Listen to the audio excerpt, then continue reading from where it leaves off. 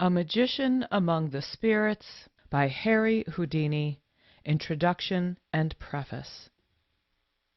From my early career as a mystical entertainer, I have been interested in spiritualism as belonging to the category of mysticism, and as a sideline to my own phase of mystery shows, I have associated myself with mediums, joining the rank and file, and held seances as an independent medium to fathom the truth of it all. At the time, I appreciated the fact that I surprised my clients, but while aware of the fact that I was deceiving them, I did not see or understand the seriousness of trifling with such sacred sentimentality and the baneful result which inevitably followed. To me, it was a lark. I was a mystifier, and as such, my ambition was being gratified, and my love for a mild sensation satisfied. After delving deep, I realized the seriousness of it all. As I advanced to riper years of experience, I was brought to a realization of the seriousness of trifling with the hallowed reverence which the average human being bestows on the departed. And when I personally became afflicted with similar grief, I was chagrined that I should ever have been guilty of such frivolity, and for the first time realized that it bordered on crime. As a consequence, my own mental attitude became considerably more plastic.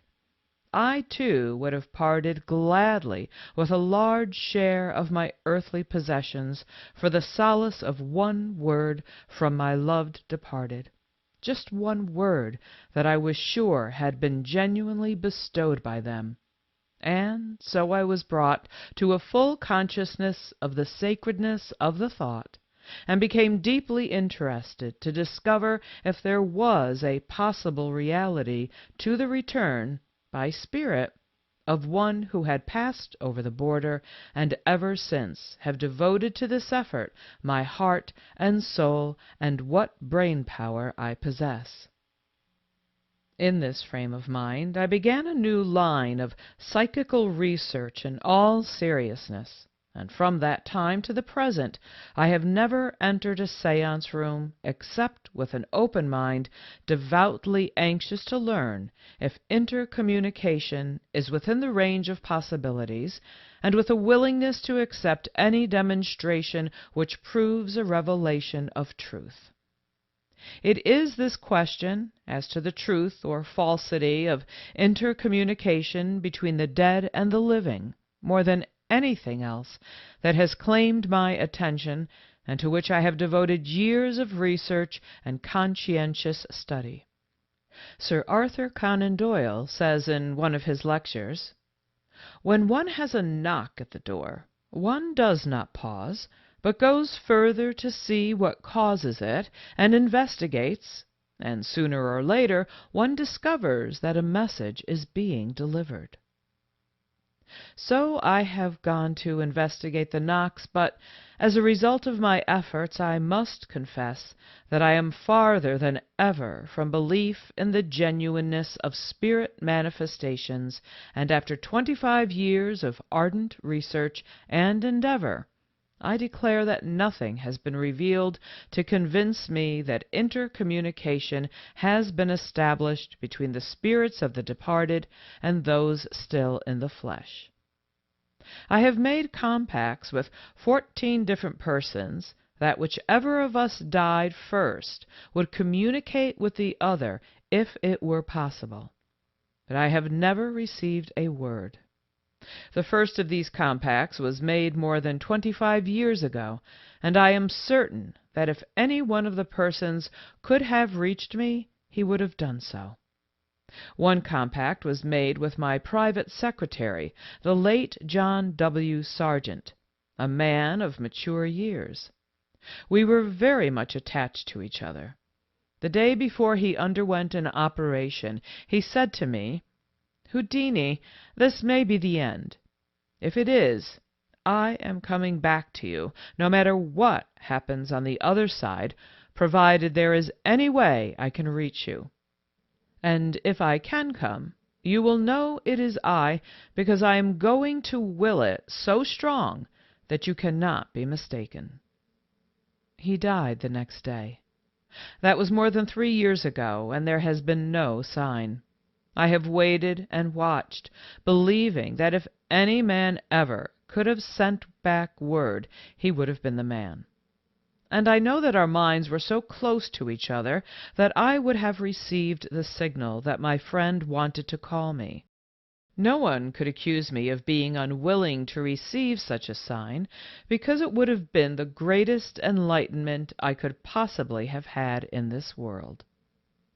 Sir Arthur Conan Doyle, a sincere and confirmed believer in spirit phenomena, whose acquaintance I esteem, advises me that I do not secure convincing results because I am a skeptic, and I therefore want to make it clear that I am not a scoffer. I firmly believe in a supreme being and that there is a hereafter.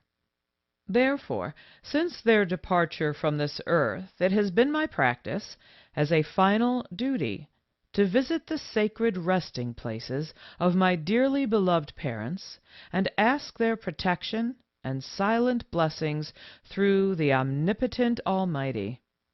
The very first place I visit when I return from a trip is this same hallowed spot.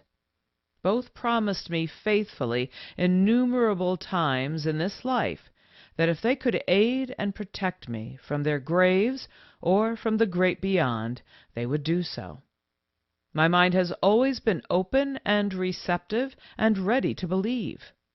In attending seances, I have always made a pledge of honor with myself to banish all profane thoughts from my mind to the utmost of my ability. I further pledge myself to concentrate. I have persuaded my whole soul, brain, and thought to a point where the medium has my attention to such an extent that at the finish I feel as much exhausted as the medium who shows to the present the effects of great strain, irrespective of its cause. Thus it must be seen that I am not a skeptic. However, it has been my life work to invent and publicly present problems, the secrets of which not even the members of the magical profession have been able to discover, and the effects of which have proved as inexplicable to the scientists as any marvel of the mediums. And I claim that in so far as the revelation of trickery is concerned, my years of investigation have been more productive than the same period of similar work by any scientist. That my record as a mystifier of mystifiers qualifies me to look below the surface of any mystery problem presented to me, and that with my eyes trained by 30 years' experience in the realms of mystery and occultism, it is not strange that I view these so-called phenomena from a different angle than the ordinary layman or even the expert investigator. A memorable incident in my life, and one that shows how little the world at large understands the methods by which my mysteries are produced, and also shows how easy it is for even a great intellect, faced with a mystery it cannot fathom, to conclude that there is something supernatural involved, has to do with Madame Sarah Bernhardt. During one of my various engagements in Paris, she had witnessed my performances and was anxious to see one of my outdoor exploits.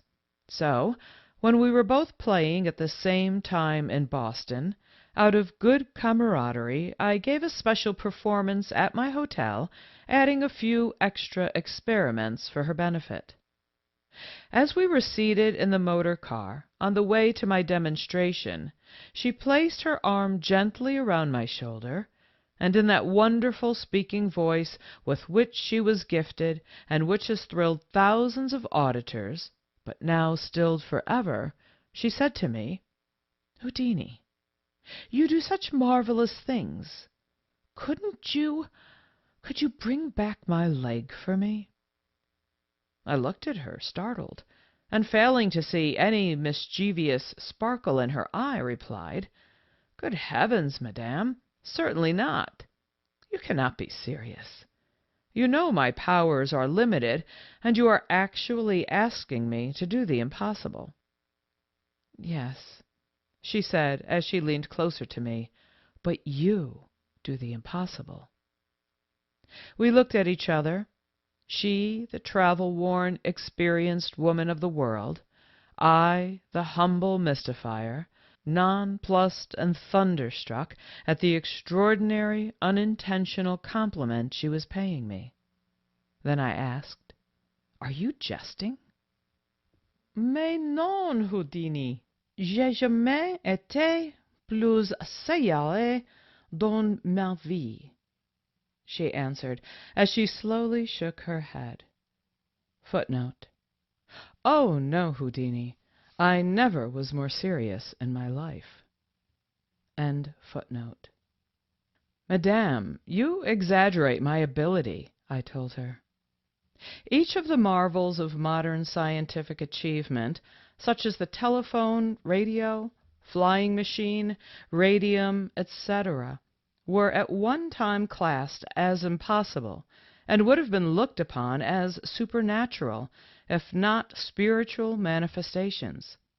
Similar mysteries, but more frail in principle and constructive detail, were the instruments used by the priestcraft of ancient religious cults for the purpose of holding the mass of unintelligent beings in servitude. It is not unusual for the eye or ear to play tricks with one, but when such illusions and delusions are taken for the spirit forms of the departed and voices of the dead, instead of being recognized as some subjective phenomena brought about by a physical cause, the situation takes on a grave aspect. It is this transfer of an inner reaction to an external object which constitutes practically all that is necessary to be placed in the category of psychics, who represent the priests and ministers of spiritualism. Distressed relatives catch at the least word which may remotely indicate that the spirit which they seek is in communication with them. One little sign, even, which appeals to their waiting imagination, shatters all ordinary caution, and they are converted. Then they begin to accept all kinds of natural events as results of spirit intervention. This state of mind is productive of many misfortunes, including suicides by those who think they are going to happiness with loved ones beyond the pale. When in Europe in 1919, finishing an engagement interrupted by the World War, I was impressed by the eagerness of grief-stricken parents for the solace of a word from the boy who had passed on, and my desire for the truth was renewed with fresh vigor. I am informed that so great has the medium craze become in Berlin that the grief-stricken residents have spent great sums of money in the hope of discovering mediums who will guarantee them a glimpse behind the veil. It is with the deepest interest and concern that I have watched this great wave of spiritualism sweep the world in recent months, and realized that it has taken such a hold on persons of a neurotic temperament, especially those suffering from bereavement, that it has become a menace to health and sanity. Professor George M. Robertson, eminent psychopathologist and physician superintendent of the Royal Edinburgh Mental Hospital, made the danger of insanity resulting from strong belief in spiritualism by neurotics the subject of a part of his annual report in 1920. He says, "Those who had sustained bereavements during the war and bore them with equanimity in the days of crowded incidents and amidst the pressure of war activities, such as Red Cross and other work, find it much harder to bear up now, although time has elapsed. Some have broken down since the war came to an end. Many, as a solace to their feelings, have taken an interest in spiritualism. Since Dr. Charles Mercier quoted in the preface of his book Spiritualism and Sir Oliver Lodge my warning on the danger of neurotic persons engaging in practical inquiries of a spiritualistic nature, I have received many requests to say more on the subject. I have little to add, save to reaffirm the statement then made. I do not consider either Sir Arthur Conan Doyle or Sir Oliver Lodge to be safe judges, whose opinion should be accepted on this difficult and important subject in view of their bereavement and unconscious desires. If the wish be father to the thought, it is mother to the hallucination of the senses. The tricks the brain can play without calling in spiritualistic aids are simply astounding, and only those who have made a study of morbid as well as normal psychology realize the full truth of this. I have read with keen curiosity the articles by leading scientists on the subject of psychic phenomena, particularly those by Sir Arthur Conan Doyle and Sir Oliver Lodge, in which they have discussed their respective conversions to a belief in communication with the dead. There is no doubt in my mind that some of these scientists are sincere in their belief, but unfortunately it is through this very sincerity that thousands become converts.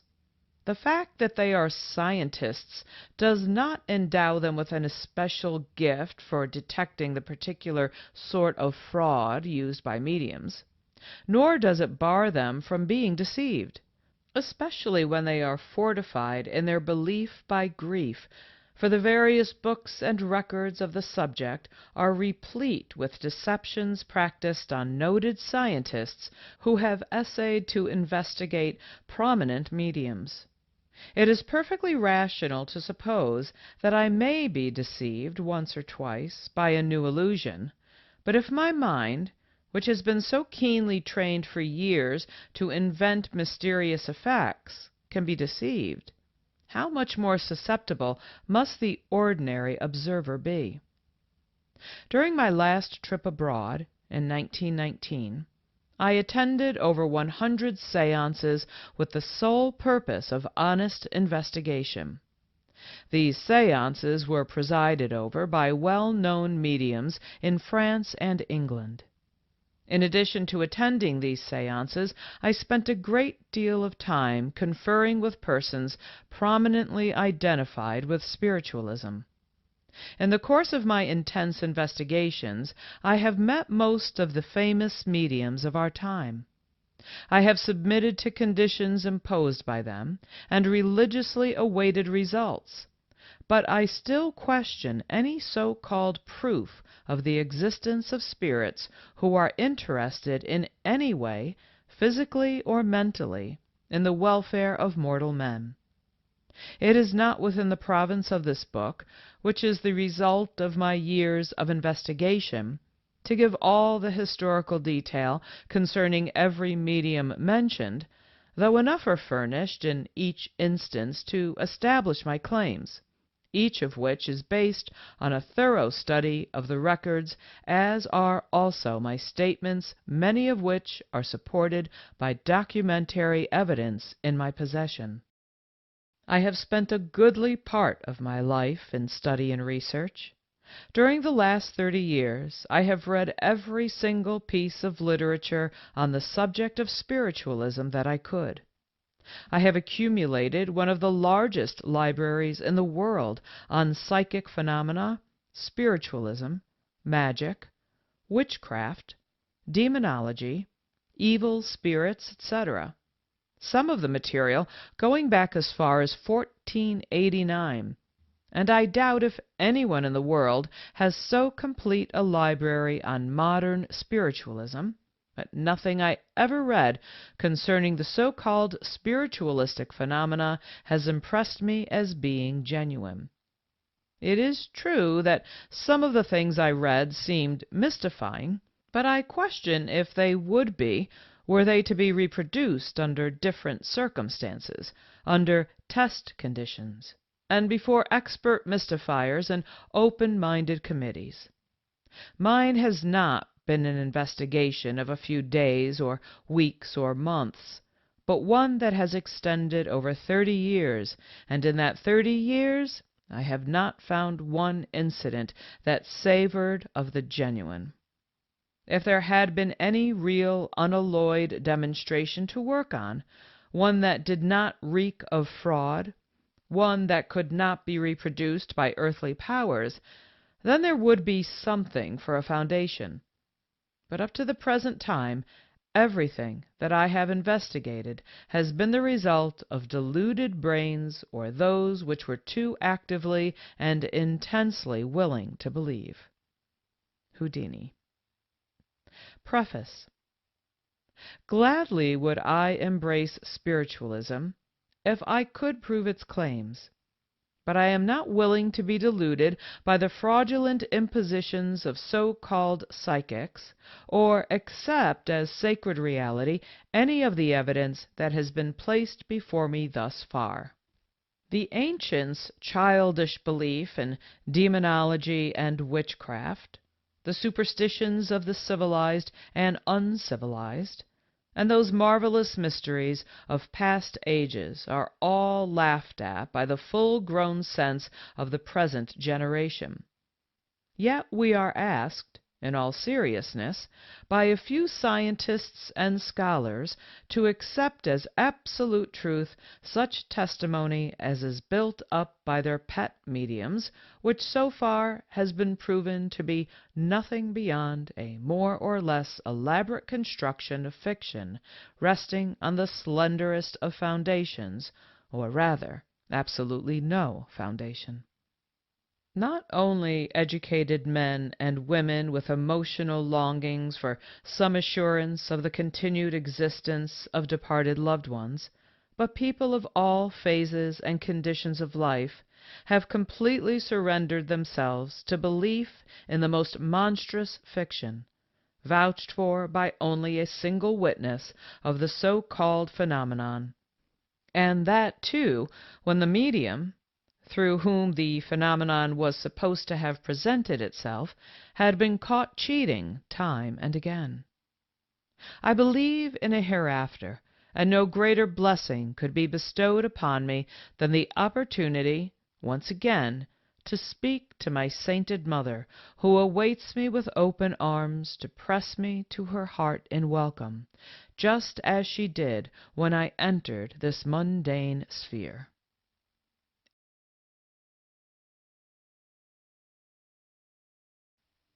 Chapter 1. The Founders of Modern Spiritualism. The story of modern spirit manifestations, so-called, dates from 1848 in the solitary farmhouse of John D. Fox and his wife in the village of Hydesville in New York State, and centers around their two little girls, Margaret, 8, and Kate, younger by a year and a half. Successfully exploited while still children, credited with occult power, becoming world famous as the Fox sisters, their record is, without exception, one of the most interesting in the history of spiritualism. John Fox and his wife appear to have been of the good, honest, but not mentally keen type of farmer folk. Of the two, the wife was the more simple-minded, and when the nervous, superstitious woman began to hear unusual noises which she could not account for, and which seemed in some peculiar manner connected with her children, she concluded at once that the sounds were unnatural, and began to brood over the matter. Her fears increased with the persistent recurrence of the mysterious sounds, and before long she took some of the neighbors into her confidence. They were as puzzled as the mother. The Fox home became an object of suspicion, and the neighborhood set itself the task of solving the mystery. With the increase of interest came a proportionate increase in the noises, which commenced to be known as rappings, and which, in spite of the positive denials by the children of any knowledge of how they were produced, regularly answered by an uncanny code questions asked the two girls. The possibility of duplicity in such children never occurred to anyone in Hydesville, with the result that the timid hint of a disembodied spirit soon became a theory. Someone asked the girls if a murder had ever been committed in the house. The ominous sounds of the code answered in the affirmative, and at once to the eager investigators the theory became a proven fact, and there flashed up in their minds the vision of a personality in the spirit world endeavoring by crude means, which somewhat resembled telegraphy, to give to human beings the benefit of its vaster knowledge, the whole affair in some obscure manner being connected with two little girls. At this critical moment, a married daughter of John D. Fox and his wife came home to Hydesville for a visit. 23 years older than little Margaret, of a very different type than either father or mother, she seems to have grasped instantly the possibilities in the occult powers of her little sisters, and to have taken complete command of the Fox family's affairs at once.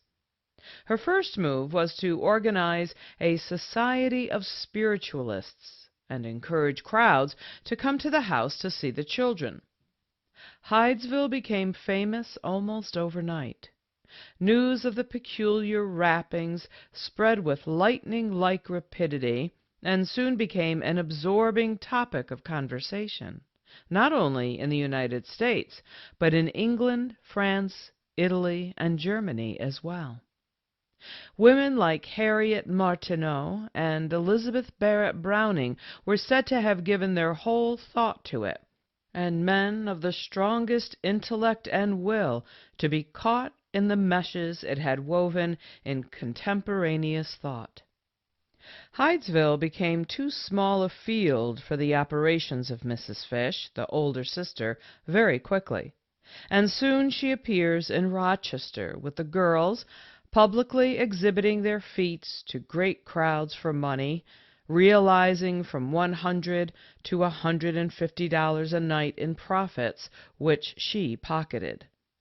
From Rochester she took them to New York City, and later the girls made a tour of the cities of the United States, attracting the most prominent theologians, physicians, and professional men of all kinds, as well as great crowds everywhere. There is no record that the girls were ever under the management of Mrs. Fish after they left New York City, although she menaced them continually, and Margaret feared her as long as she lived. The grand tour over, Kate, sponsored by Horace Greeley, went to school, and Margaret, just developing into an attractive young woman, and destined to become the more famous of the two mediums, began a series of seances in rooms occupied by herself and mother at the Union Hotel in Philadelphia. There romance entered her life on a day in 1853, in the person of Dr. Elijah Kent Kane, the noted Arctic explorer. His had been a remarkable career. Belonging to one of the most aristocratic families in Philadelphia, the son of a judge, handsome, still under 34, graduated more than 10 years previously from the University of Pennsylvania, he had gone out to China with Commodore Parker as surgeon of the embassy, later obtained leave of absence and traveled through Greece on foot, went up the Nile, toured India, Ceylon, and the South Sea Islands, and even dared the Himalayas. The Mexican War had furnished him an opportunity to win spurs for gallantry, and this over, he had joined a relief expedition which went in search of Sir John Franklin in 1850. This much-traveled, much-experienced man of the world was instantly and irresistibly attracted to the young medium. An acquaintance was formed, and it was not long before Dr. Kane determined that, regardless of all obstacles, she should be his wife. In spite of the efforts of his family, he soon made arrangements to educate Margaret, and she was placed with a tutor in a quiet suburb of Philadelphia, where an aunt of the doctor's could have an oversight of her, and where, in addition to her other studies, she was to be made proficient in French, German, and Italian, as well as vocal and instrumental music. Her vacations were spent with a sister of Senator Cockrell. For some 3 or 4 years she was thus sheltered from the world, while the doctor did all in his power to eradicate from her mind everything connected with spiritualism and rappings. Then came the turn of the tide.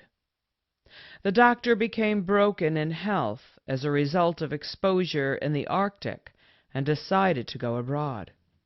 There had been neither civil or religious ceremony to mark his marriage to Margaret, but just before he sailed, in the presence of her mother and other witnesses, he declared that they were husband and wife.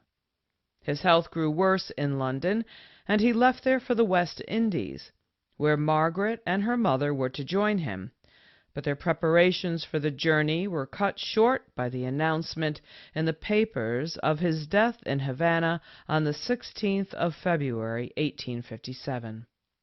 Margaret was prostrated by the blow. A long sickness followed, and when she finally recovered, it was to face the world, not only friendless and alone, but penniless as well. For owing to a compromise, she did not share in the doctor's estate. Disappointed, disheartened, and bitter, she went back to her spiritualism and rappings. For 30 years she wandered from place to place, holding seances. For 30 years she suffered the tortures of remorse and ill health. She believed she was being driven into hell. She loathed the thing she was, and tried at times to drown her troubles in wine. For 30 years she lived in constant fear of her older sister. Then Margaret Kane found a temporary solace in the Catholic Church. But there were still more months of struggle before she finally found courage to tell the story of the world-famous rappings in a signed confession given to the press in October 1888. "I do this," she said, "because I consider it my duty, a sacred thing, a holy mission to expose it, spiritualism. I want to see the day when it is entirely done away with. After I expose it, I hope spiritualism will be given a death blow. I was the first in the field, and I have a right to expose it." My sister Katie and I were very young children when this horrible deception began. I was only 8, just a year and a half older than she. We were very mischievous children, and sought merely to terrify our dear mother, who was a very good woman and very easily frightened. When we went to bed at night, we used to tie an apple to a string and move the string up and down, causing the apple to bump on the floor, or we would drop the apple on the floor, making a strange noise every time it would rebound. Mother listened to this for a time. She would not understand it, and did not suspect us as being capable of a trick because we were so young. At last she could stand it no longer, and she called the neighbors in and told them about it. It was this that set us to discover a means of making the raps more effectually. I think, when I reflect about it, that it was a most wonderful discovery, a very wonderful thing that children should make such a discovery, and all through a desire to do mischief only. Our oldest sister was 23 years of age when I was born. She was in Rochester when these tricks first began, but came to Hydesville, the little village in central New York, where we were born and lived.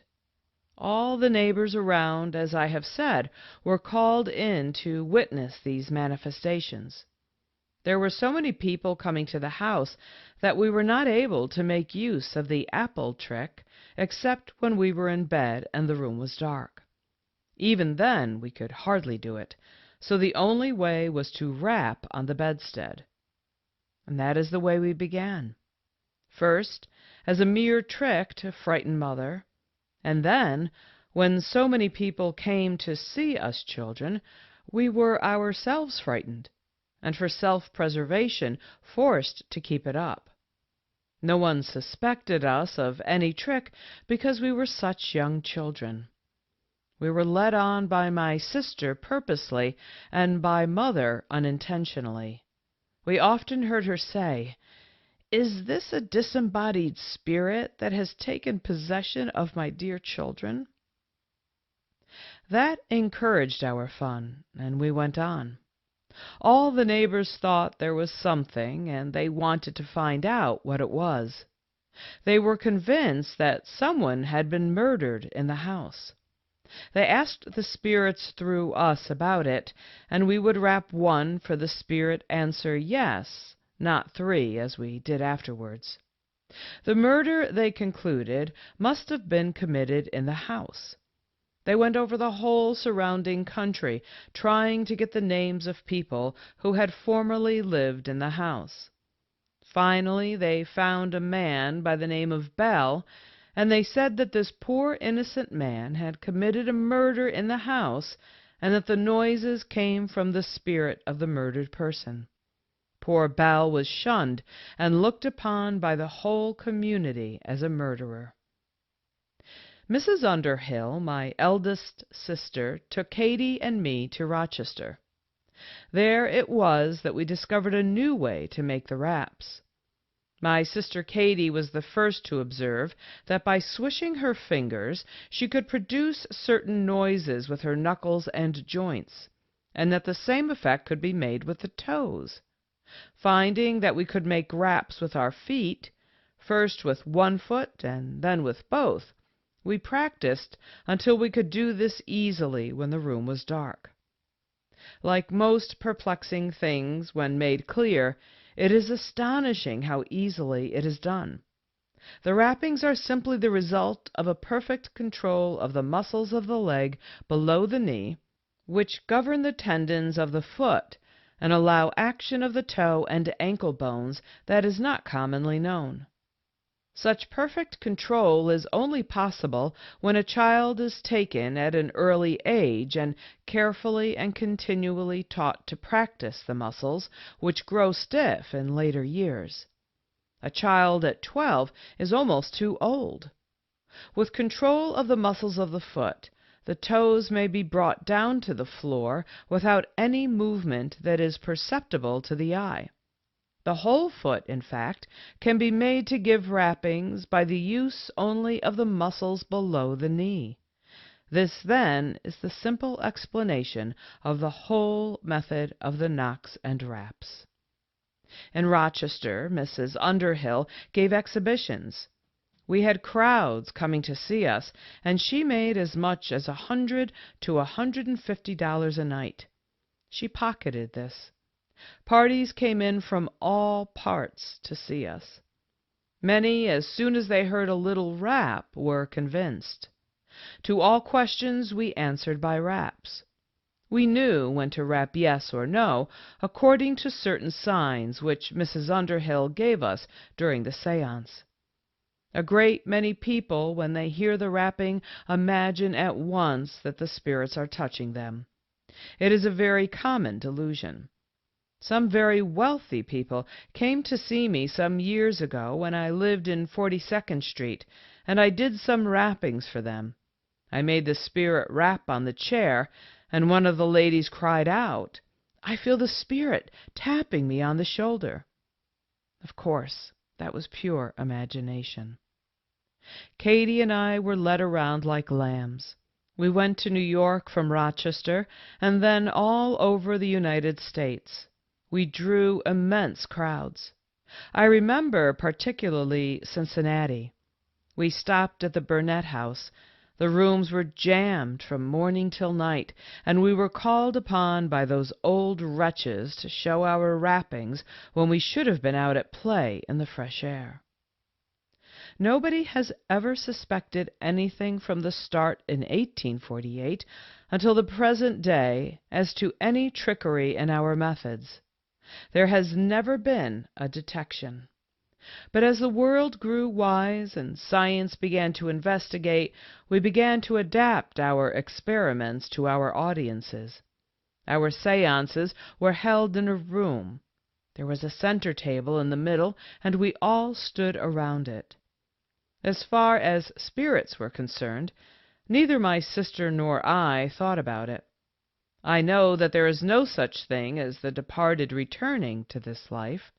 Many people have said to me that such a thing was possible, and seemed to believe so firmly in it that I tried to see, and I have tried in every form and know that it cannot be done.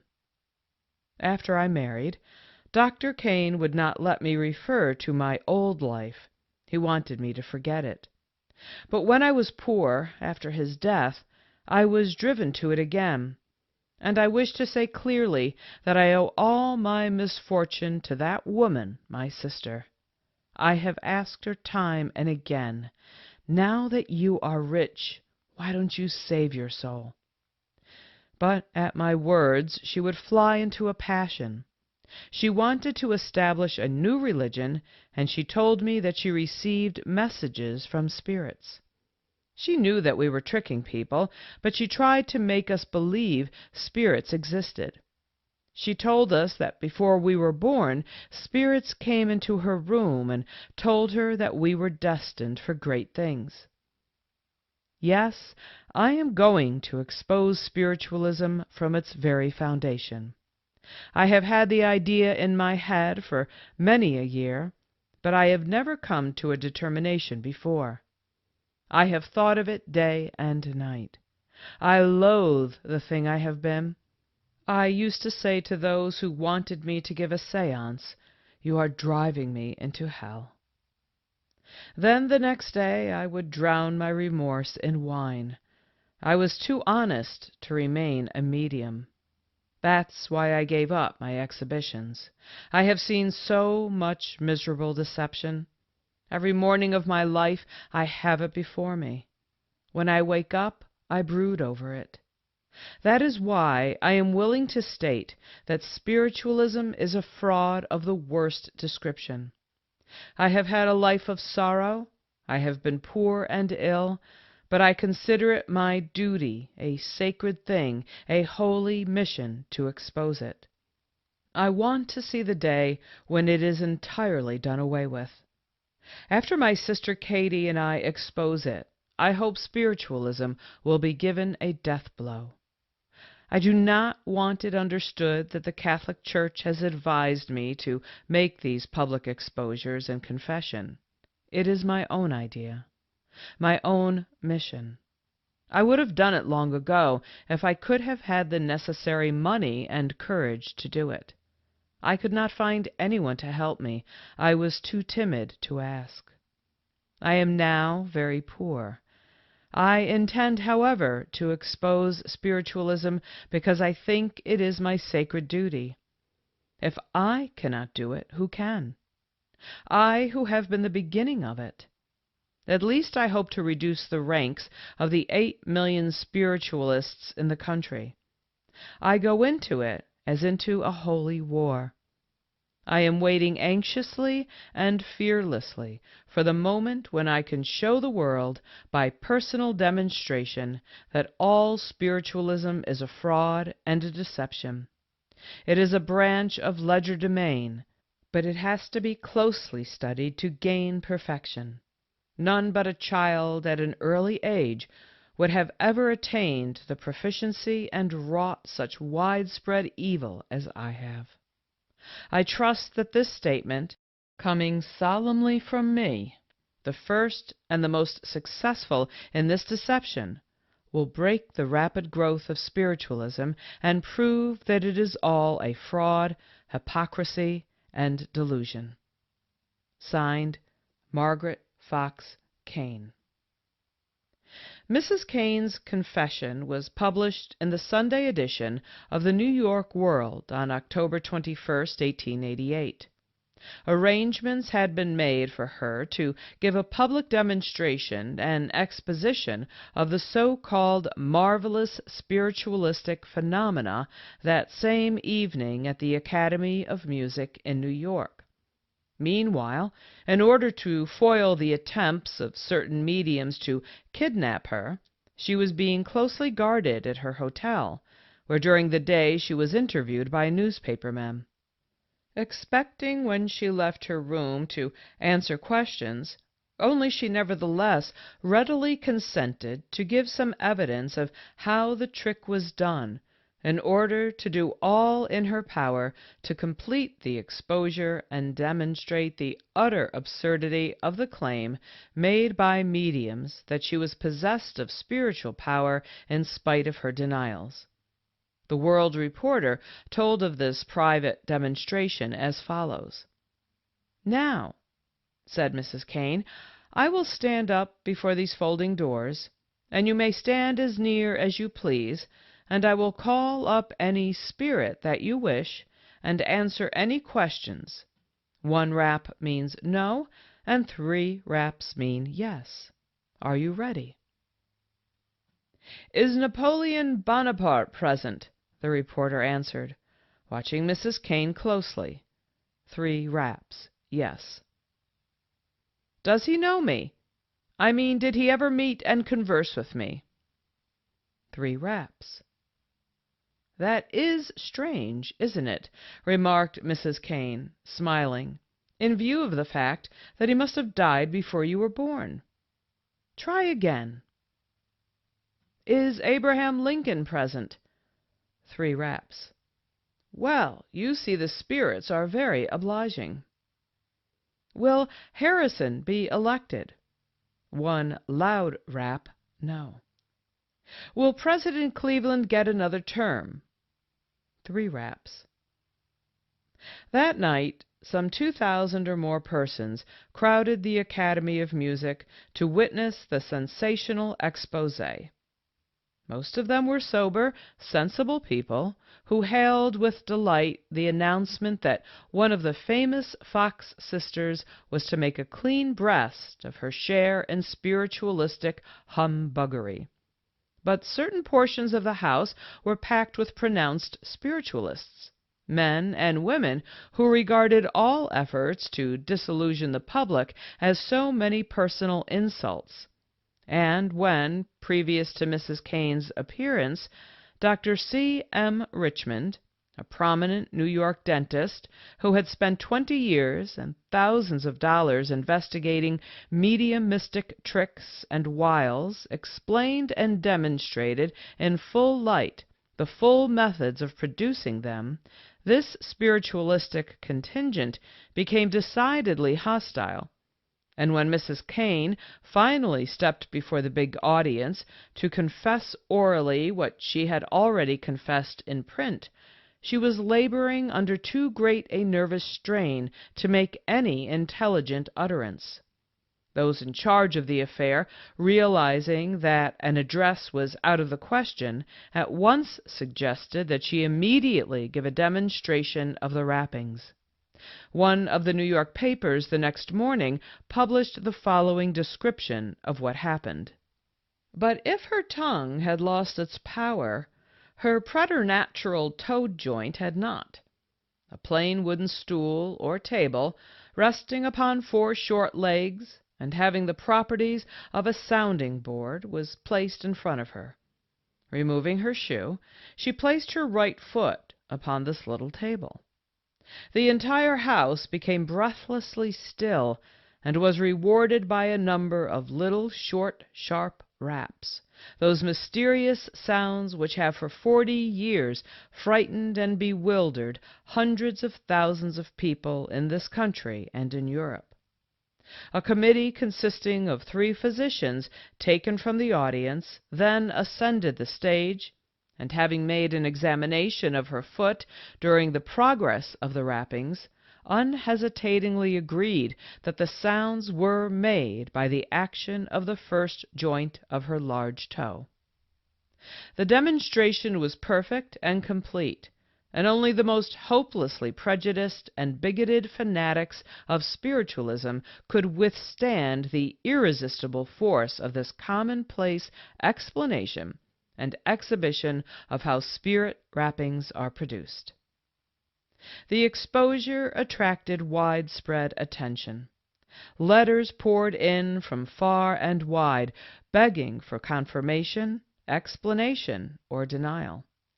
The rest of the tribe of mediums naively hinted that if there had been fraud, it was well to have it exposed, but of course they were genuine. Many who had believed in spiritualism wrote most pathetically. One of these, writing from San Francisco, says, "I have been a believer in the phenomena from its first inception through you and your sister, believing it to be true since that time. I am now 81 years old, and have but a short time, of course, to remain in this world, and I feel a great anxiety to know through you if I have been deceived all this time in a matter of vital interest to us all."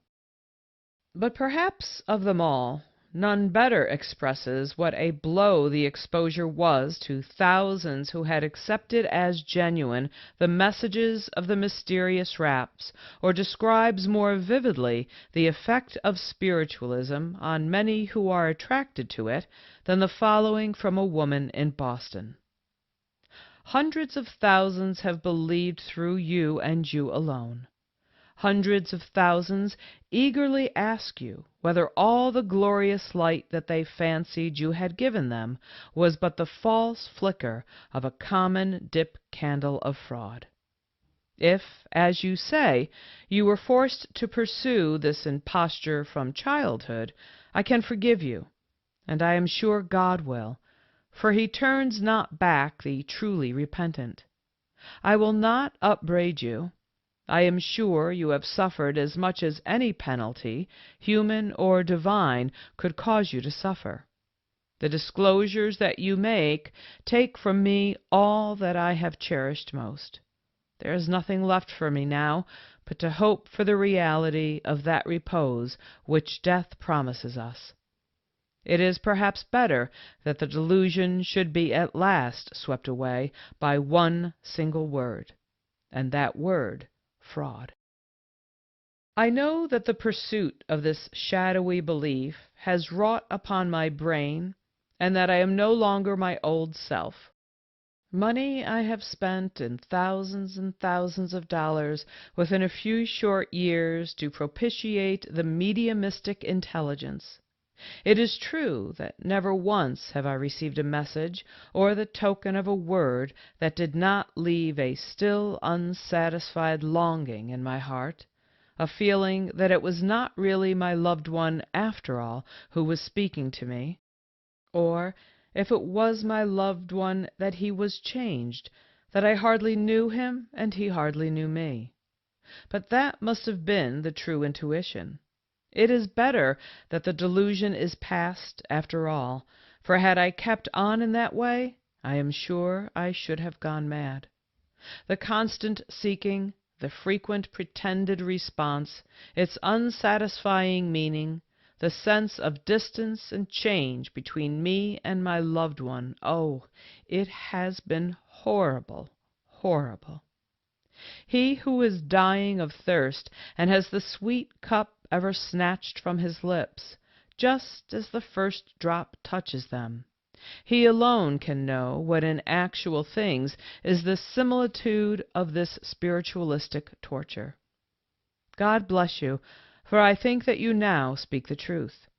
You have my forgiveness at least, and I believe that thousands of others will forgive you, for the atonement made in season wipes out much of the stain of the early sin.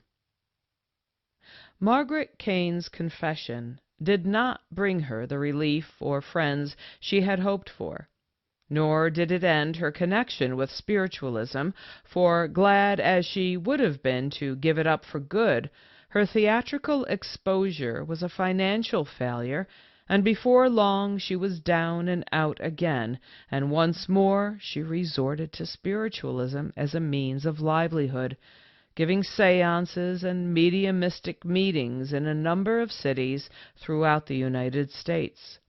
But her power of fooling the public was gone. Having confessed to deceit once, no amount of persuasion on her part could convince the public that she was genuine, and in place of the thousands who had flocked to her in her younger days, she never had more than a handful at her meetings. Her only friends were spiritualists, for, strangely enough, some of them still had faith in her, even when she was exposing spiritualism, believing that she had fallen into the hands of evil spirits when she confessed that she was a fraud. Some time after the confession, a recantation was circulated as coming from Mrs. Kane. I was never able to find any proof of its authenticity, but my friend, Mr. W. S. Davis, who knew her well, informed me that she did make it, that she had to or starve. It was not wholly voluntary, though, as Mr. Newton, then president of the First Society of Spiritualists, convinced her that it would be for her interest, and the interest of spiritualism as well, to do it. It made little difference, however, for the career of the unfortunate woman was nearly over. Frequently overcome by drink, forced on by privation and misery, death came to her on March 8, 1895, less than 7 years after she had stood in a crowded theater and deliberately shown the method of making the raps which had brought her fame for 4 decades. The Fox sisters used spiritualism only as a means to get while the getting was good. Fortunately for the general public, spiritualism received a severe jolt in the confession of Margaret Fox Kane. There was an end to the Fox swindle, and an untold amount of blood money and grief saved to poor misguided souls so easily fooled by a simple physical trick.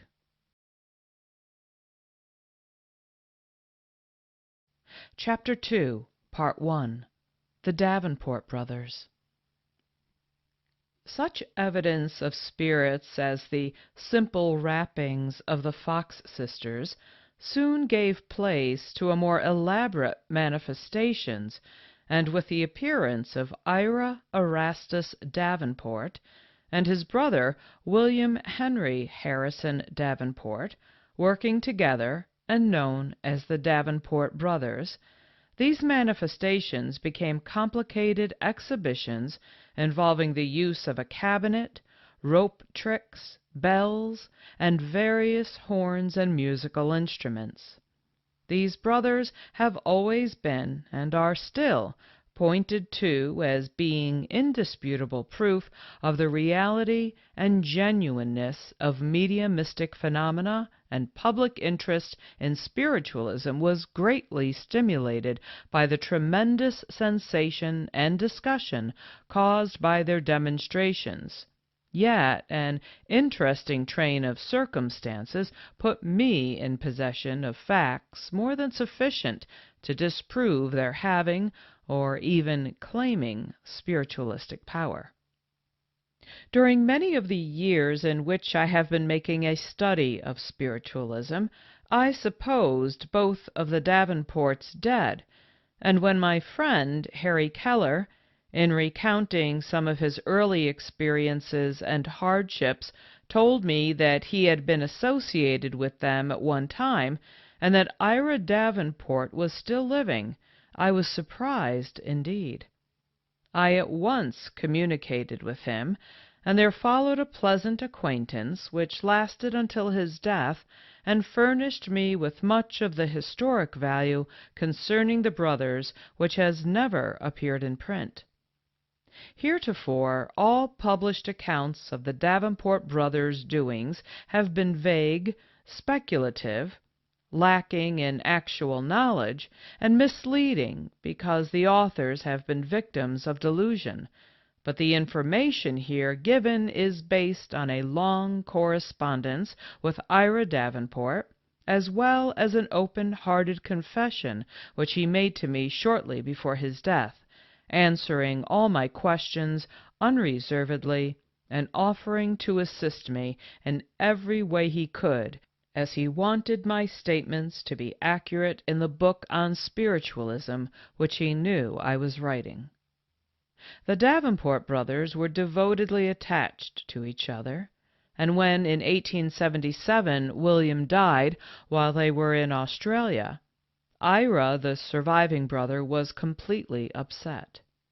He made one feeble attempt to reinstate himself, but the spirit was lacking, and he returned, a discouraged man, to spend the remainder of his days in peace and quiet at home. While playing Australia early in 1910 for Harry Rickards, I hunted up the grave of William Davenport, and finding it sadly neglected, I had put it in order, fresh flowers planted on it, and the stone work repaired. It was also on this trip that I met William M. Fay of Davenport Brothers and Fay, who told me many interesting things about the brothers, and on my return to America, one of the first things which I did was to go to Maysville, Chautauqua County, New York, to make Ira Davenport a visit. He met me at the station and took me to his home, an exceptionally happy and restful one, presided over by the second Mrs. Davenport, the first having died in childbirth. This second marriage was most romantic. During a séance which the brothers were giving in Paris, Ira noticed a strikingly beautiful Belgian girl intently watching him. After the performance he managed to meet her, only to find that she could not speak a word of English. His French being limited to the usual 2 or 3 word table d'hôte vocabulary of the average American tourist, he called his interpreter, and through him asked the girl to become his wife.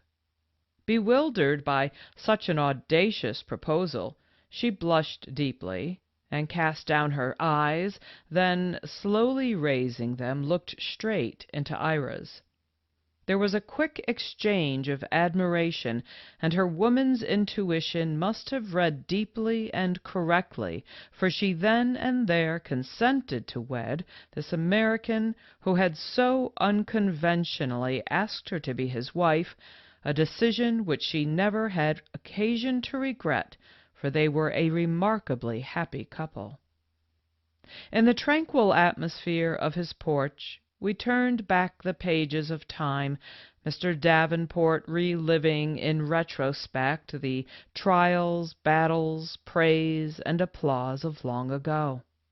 Among other things, we talked over the magical mystery performers of other days, which led him to say very generously, "Houdini, you know more about the old-timers and my arguments than I who lived through those troublesome times." He said that he recognized in me a past master of the craft, and therefore spoke openly, and did not hesitate to tell me the secrets of his feats. We discussed and analyzed the statements made in his letters to me, and he frankly admitted that the work of the Davenport brothers was accomplished by perfectly natural means, and belonged to that class of feats commonly credited to physical dexterity. Not once was there even a hint that spiritualism was of any concern to him, instead discussing his work as straightforward showmanship. For me, it was a memorable day, and did not end with the setting of the sun, for we talked far into the night, I with notebook in hand, he with a long piece of rope, initiating me into the mysteries of the real Davenport tie, which converted thousands to a belief in spiritualism and was the genesis of the rope-tying stunts which gave such a stimulus to spiritualistic discussion in connection with the brothers. Though many attempts were made to imitate it, to the best of my knowledge and belief, no one, not even the magical fraternity, was ever able to detect the method used in these famous rope tricks, the secret being guarded so carefully that Ira Davenport's children did not know it. I have tested it, and for uses such as they made of it, I consider it one of the best rope ties in existence today. And it is only because I want it on record when I eventually pass to the beyond that I am explaining to the public the modus operandi, which was as follows. Built into either side of the cabinet used by the Davenports was a bench through which two holes had been bored a little distance apart. The brothers seated themselves on these benches, and opposite one another, with their feet squarely on the floor in front of them. The end of the rope was passed around the legs of one of the brothers, close up by the knees, and tied.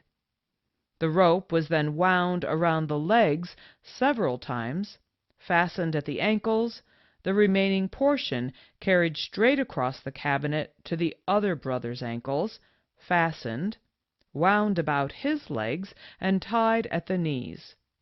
A shorter piece of rope was then tied to each of their wrists, with the knots lying next to the pulse.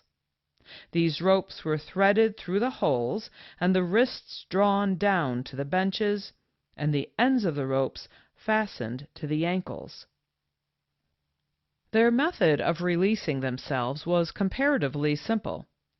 While one extended his feet, the other drew his in, thus securing slack enough in the wrist ropes to permit working their hands out of the loops. The second brother was released by reversing the action. After the demonstrations were completed, the brothers slipped their hands back into the loops from which they had drawn them, placed their feet in the original positions, and were ready to be examined. When the cabinet was opened, the ropes appeared as taut as when put on by the committee. In order to disprove the frequently made claim that the Davenports left their benches to produce certain manifestations, they asked investigating committees to place sheets of paper under their feet and mark around them with pencil or crayon, thus making it seemingly impossible to move a foot without detection. But this in no way interfered or hindered in their performance, for Ira told me they used to slide their feet, paper and all, and still keep the feet inside the marks, a method I can vouch for as being practical, for I have tried it successfully. With the advantage of working together, it was simply impossible to secure both of the brothers in such a manner as to prevent their producing the expected results. If one was in trouble, the other was always ready to come to the rescue, for no matter how securely the committee tied them, one was sure to be more loosely tied than the other, and could get a hand free to reach over and help. There was one chance in 20 million to hold us both at the same time, Ira told me. The Davenports' strictest test was known as the tie around the neck. This was also explained to me by Ira. A committee of 3 was called upon one of whom was a woman, and for that reason the least suspected, although in reality a confederate.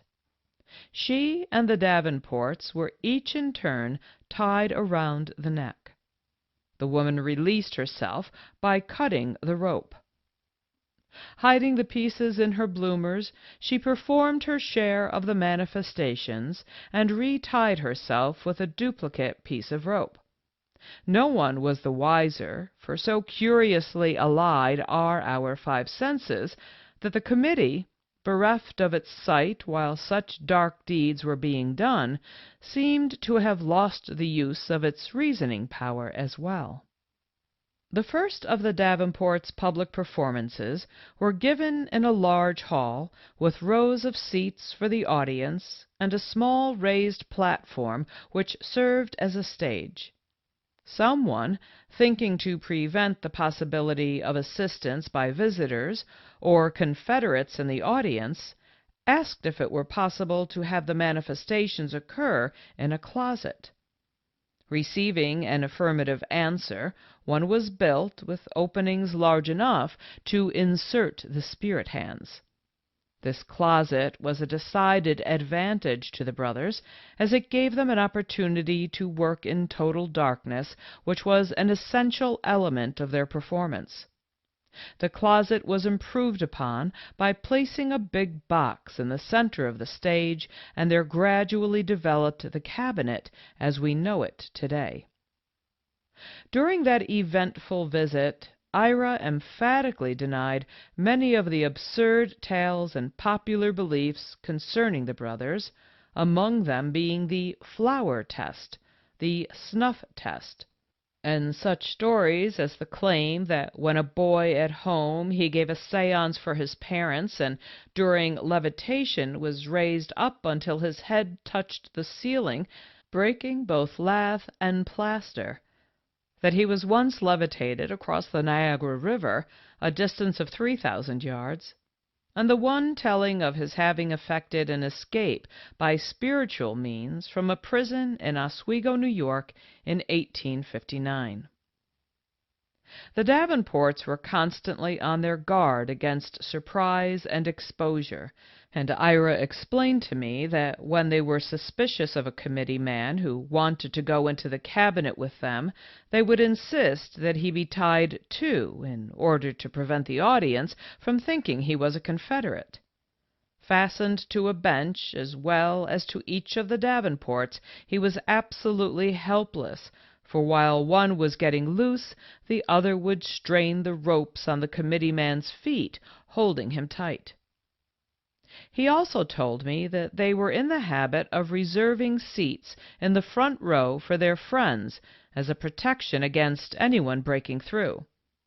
At private circles they ran a cord through buttonholes on all present, ostensibly to prevent collusion with the medium, but in reality as a protection against a surprise seizure. They once heard that the Pinkerton Detective Agency had been hired to catch them, and in order to effectually forestall any meddler, they had a confederate smuggle in a bear trap, and after the séance room was darkened, set the trap in the aisle. I called Ira's attention to a clipping concerning the dark séances from the London Post, a conservative paper, which read, "The musical instruments, bells, etc., were placed on the table. The brothers Davenport were then manacled, hands and feet, and securely bound to the chairs by ropes. A chain of communication, though not a circular one, was formed, and the instant the lights were extinguished, the musical instruments appeared to be carried all about the room. The current of air, which they occasioned in their rapid transit, was felt upon the faces of all present. The bells were loudly rung, the trumpets made knocks upon the floor, and the tambourine appeared running around the room, jingling with all its might. At the same time sparks were observed as if passing from south to west. Several persons exclaimed that they were touched by the instruments, which on one occasion became so demonstrative that one gentleman received a knock on the nasal organ which broke the skin and caused a few drops of blood to flow. After I finished reading it, Ira exclaimed, "Strange how people imagine things in the dark. Why, the musical instruments never left our hands, yet many spectators would have taken an oath that they heard them flying over their heads." Ira Davenport positively disclaimed spiritualistic power in his talk with me, saying repeatedly that he and his brother never claimed to be mediums or pretended their work to be spiritualistic. He admitted, however, that his parents died believing that the boys had superhuman power. In this connection he told me of a family by the name of Kidder, in which the boys faked spiritualistic mediumship. The mother, a simple woman, easily misled, became a confirmed believer. After a time, the boys got tired of the game they were playing and confessed to her that it was all a fake. The shock of the disillusion almost drove her insane, and Ira said it was the fear of a similar result which kept him from confessing to his father the true nature of their work. So when the father asked the boys to do tests for him, they declared that the spirits said no, and explained that they could only do what the spirits asked. But if the Davenport brothers did not claim spiritual powers themselves, they nevertheless allowed others to claim them in their behalf. One of the first to do this was J. B. Ferguson, variously known as Mr., Rev., and Doctor, but I have no way of knowing how his titles came to him or just what they represented. If I am not mistaken, he had been a minister in the Unitarian Church. He traveled with the Davenports as their lecturer, a position filled later by Thomas L. Nichols. Ferguson positively believed that everything accomplished by the Davenports was done with the aid of spirits. That both Ferguson and Nichols believed in spiritualism is shown by their writings. Neither of them were disillusioned regarding the spiritual powers of the brothers, the secret of their manifestations being religiously kept from them. Their remarks were left to their own discretion, the Davenports thinking it better showmanship to leave the whole matter for the audience to draw its own conclusion after seeing the exhibition. Then, too, with a minister as a lecturer who sincerely believed the phenomena, many were led to believe, which helped to fill the coffers, meet the expenses, and increase the publicity which was a necessary part of the game.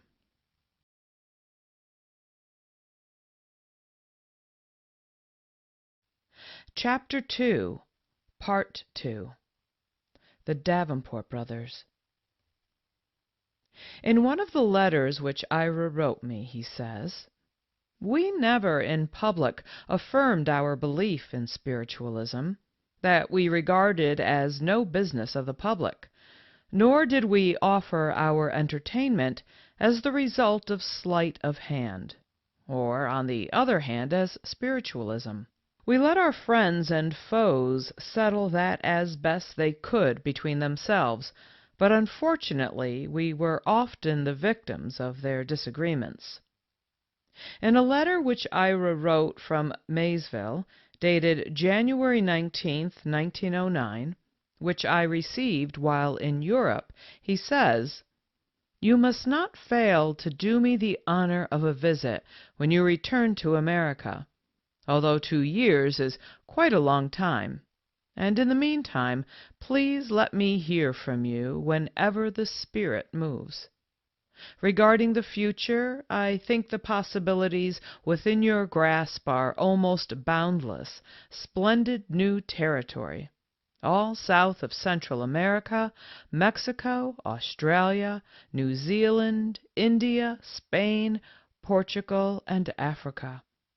My old-time traveling companion, William M. Fay, told me 4 years ago, while on a visit here from Australia, that he and Harry Keller cleared over $40,000 in about 8 months in South America and Mexico, and that was 34 years ago, and that the opportunities are now vastly improved, such as railroads instead of mules, increase of population, advance in civilization in those backward countries.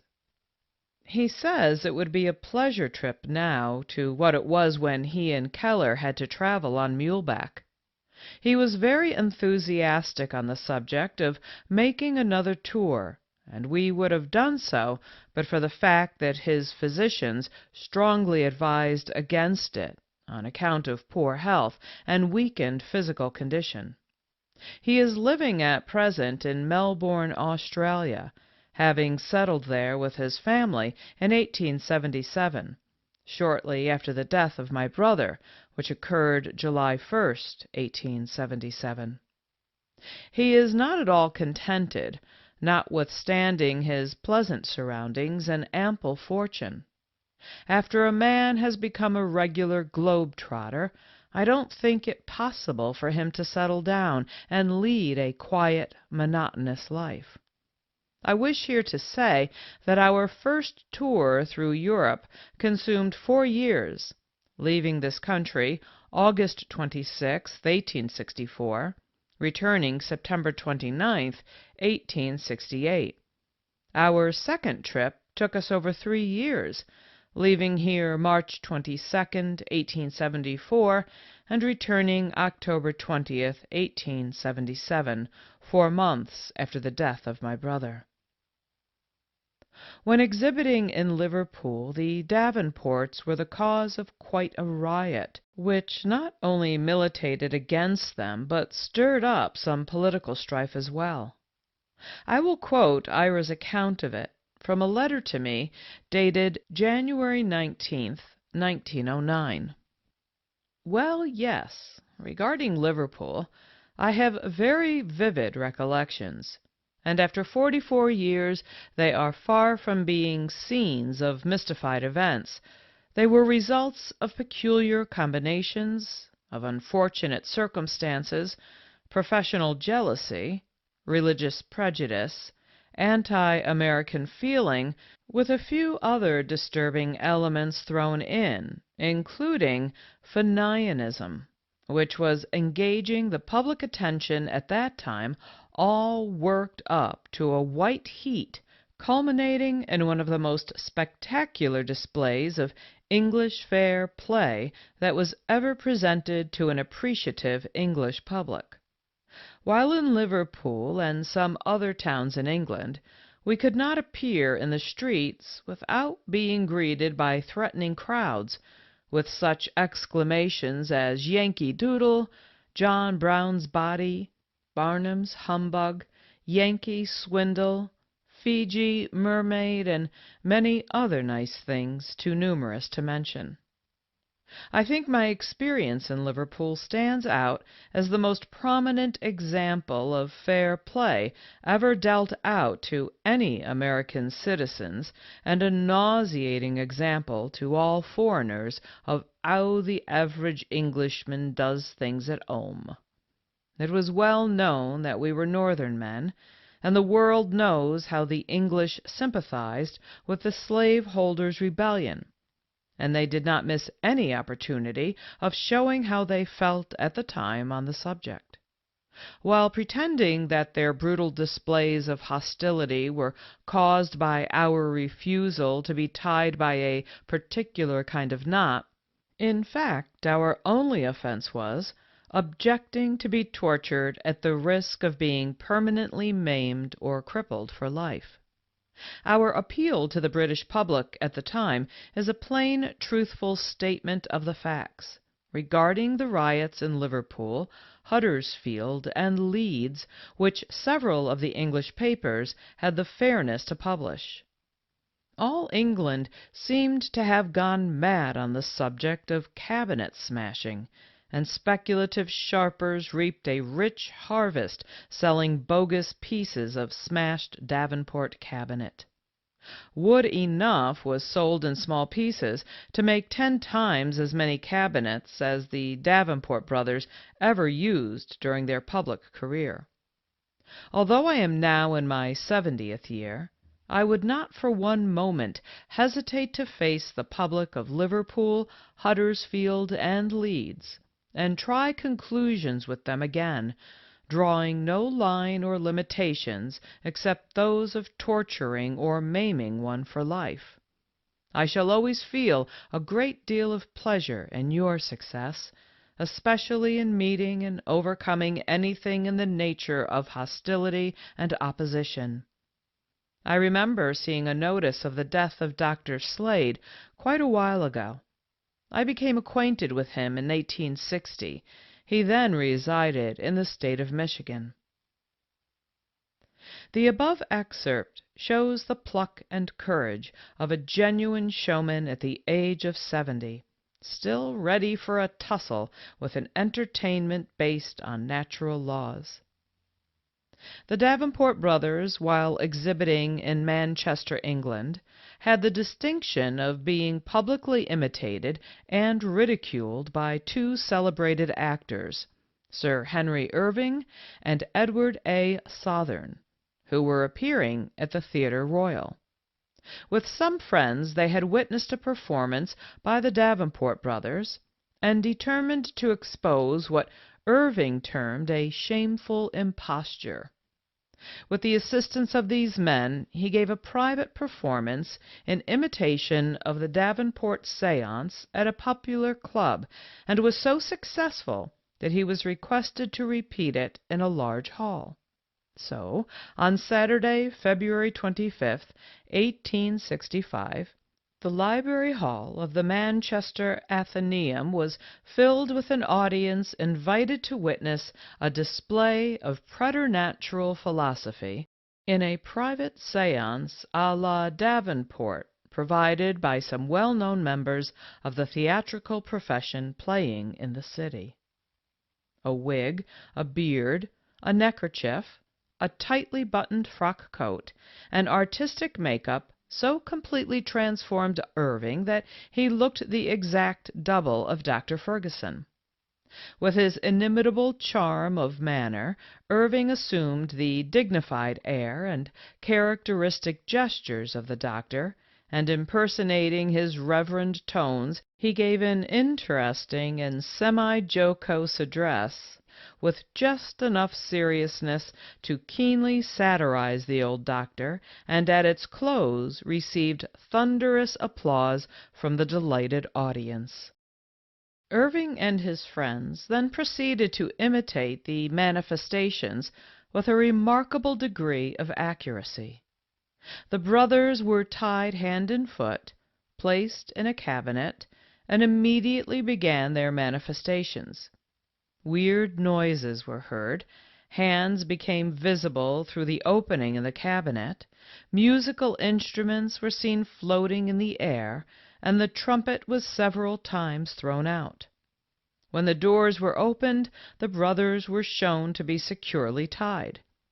They reproduced every effect of the performances, accompanied by appropriate remarks and delightful witticisms from Irving. At the close of the séance, the performers received a vote of thanks, the audience cheering Irving repeatedly. The Manchester papers were filled for several days with accounts and letters concerning the Irving séance, and in response to many urgent requests, it was repeated a week later in the Free Trade Hall. But the net result of the exposure to Irving was the loss of his engagement at the Theatre Royal, as he refused to capitalize its success by giving nightly performances at the theatre. The extent to which people allowed themselves to be deluded by the Davenport exhibitions is evident from the following passages taken from D.C. Donovan's Evidences of Spiritualism. As a voluntary investigation committee of one, he had been allowed to sit in the cabinet with the brothers while the manifestations were in progress. In his account of his experiences, he says, Whilst I was inside, several arms were thrust out at the openings and distinctly seen by persons outside. Now it is certain that these were not the arms of the brothers, because they could not have reached the openings without rising from their seats, and had they done this, I should have detected it in an instant. Moreover, if their hands had been free, they could not have played 6 instruments at once and still have hands left with which to touch my face and hands and pull my hair.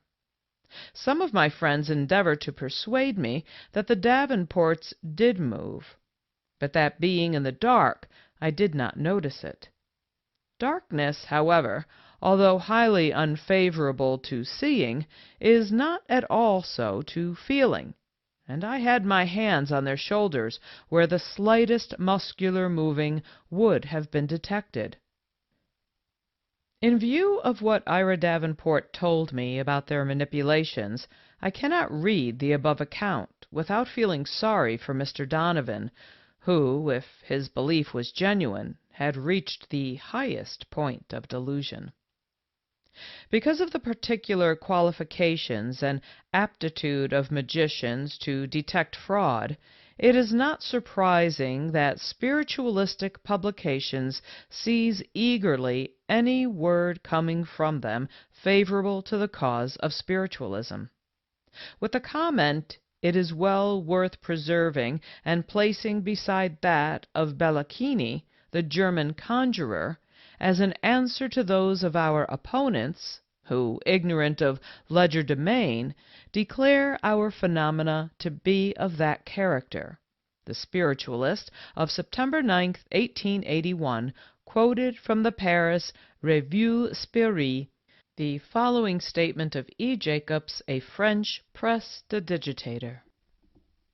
Relating to phenomena which occurred in Paris in 1865, through the brothers Davenport, spite of the assertions, more or less trustworthy, of the French and English journalists, and spite of the foolish jealousies of ignorant conjurers, I feel it my duty to show up the bad faith of one party and chicanery of the other. All that has been said or done adverse to these American mediums is absolutely untrustworthy. If we should judge rightly of a thing, we must understand it, and neither the journalists nor the conjurers possess the most elementary knowledge of the science that governs these phenomena.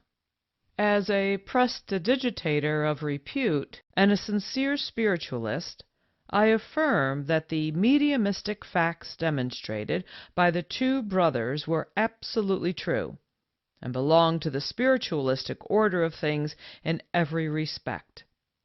Messrs. Henri Robin and Robert Houdin, when attempting to imitate these said feats, never presented to the public anything beyond an infantine and almost grotesque parody of the said phenomena, and it would be an ignorant and obstinate person who could regard the question seriously as set forth by these gentlemen.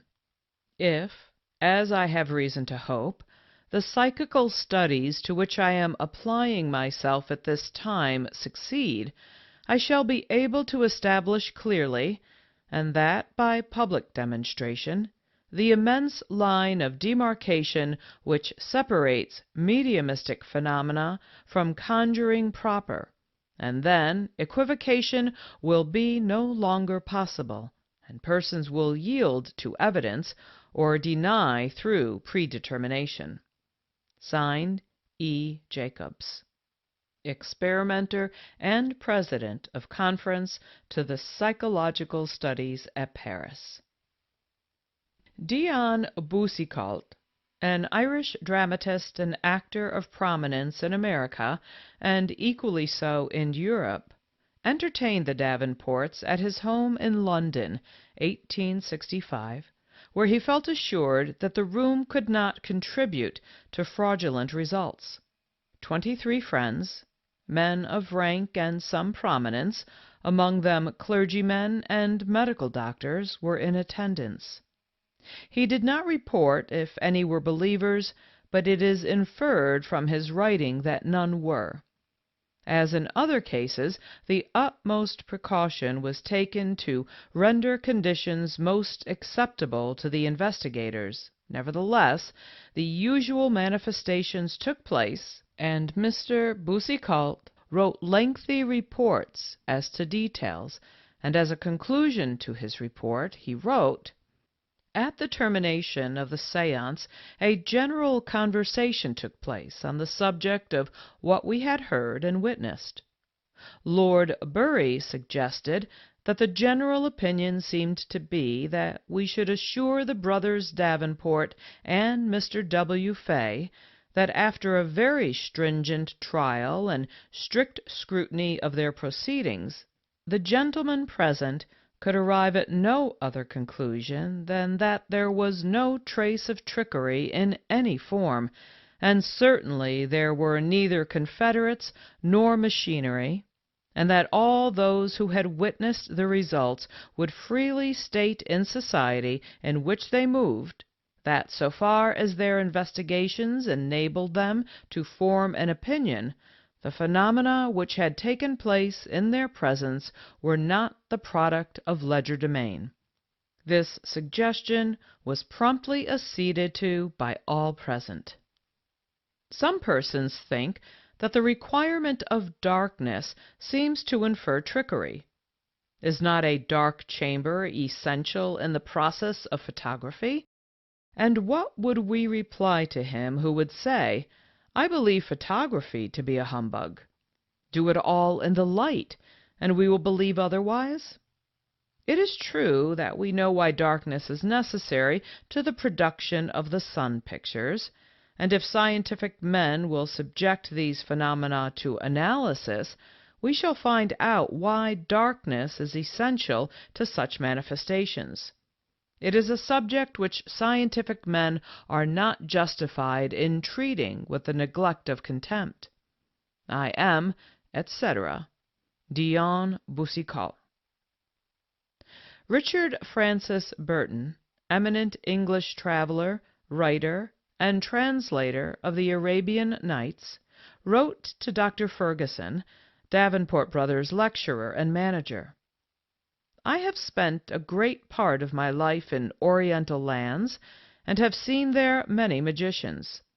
I have read and listened to every explanation of the Davenport tricks hitherto placed before the English public, and believe me, if anything would make me take that tremendous jump from matter to spirit, it is the utter and complete unreason of the reasons by which the manifestations are explained."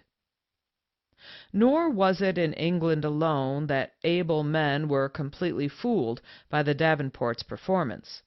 Frenchmen as well, after seeing the exhibition, hastened to put their favorable opinions in writing. Hamilton, a well-known expert in the art of legerdemain, and son-in-law of Robert Houdin, the famous conjurer, wrote, "Messrs. Davenport, yesterday I had the pleasure of being present at the séance you gave, and I came away from it convinced that jealousy alone was the cause of the outcry against you.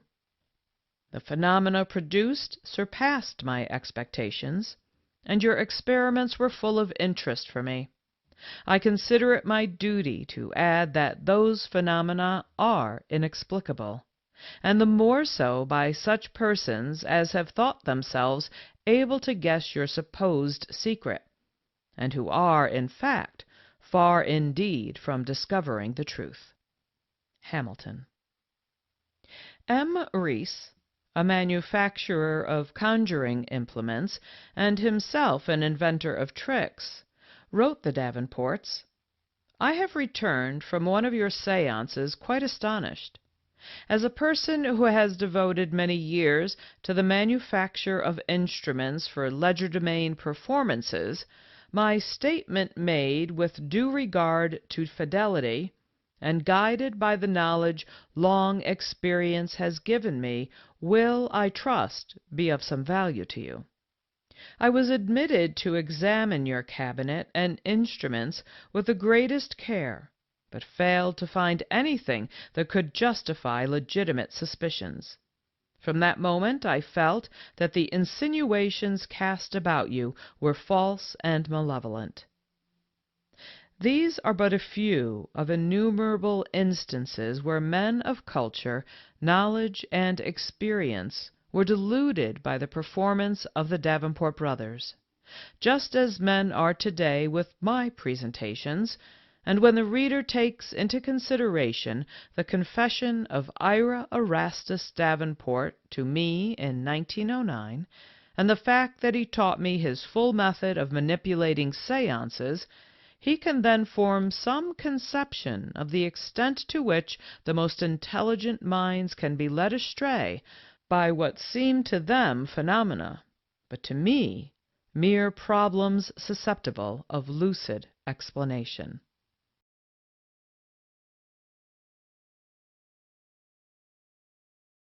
Chapter 3. Daniel Dunglas Home.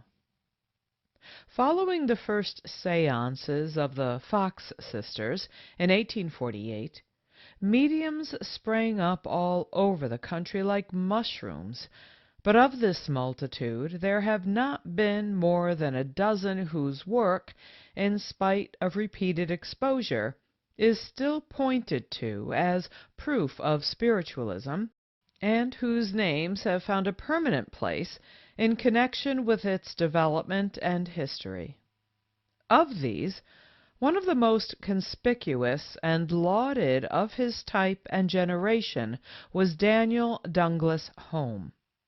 He was the forerunner of the mediums whose forte is fleecing by presuming upon the credulity of the subject.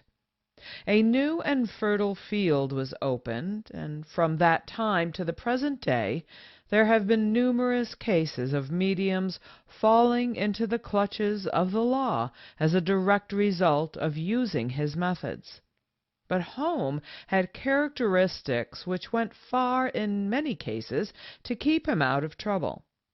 Outwardly a lovable character with a magnetic personality and a great fondness for children, suave, captivating to the last degree, a good dresser, fond of displaying jewelry, an appearance of ill health which aroused sympathy, and with an assumption of piety and devotion to established forms of religious worship, he made his way easily and found favor with many who would have spurned him under other conditions, and this, too, strange as it may seem, in spite of persistent rumors of immorality in his private life.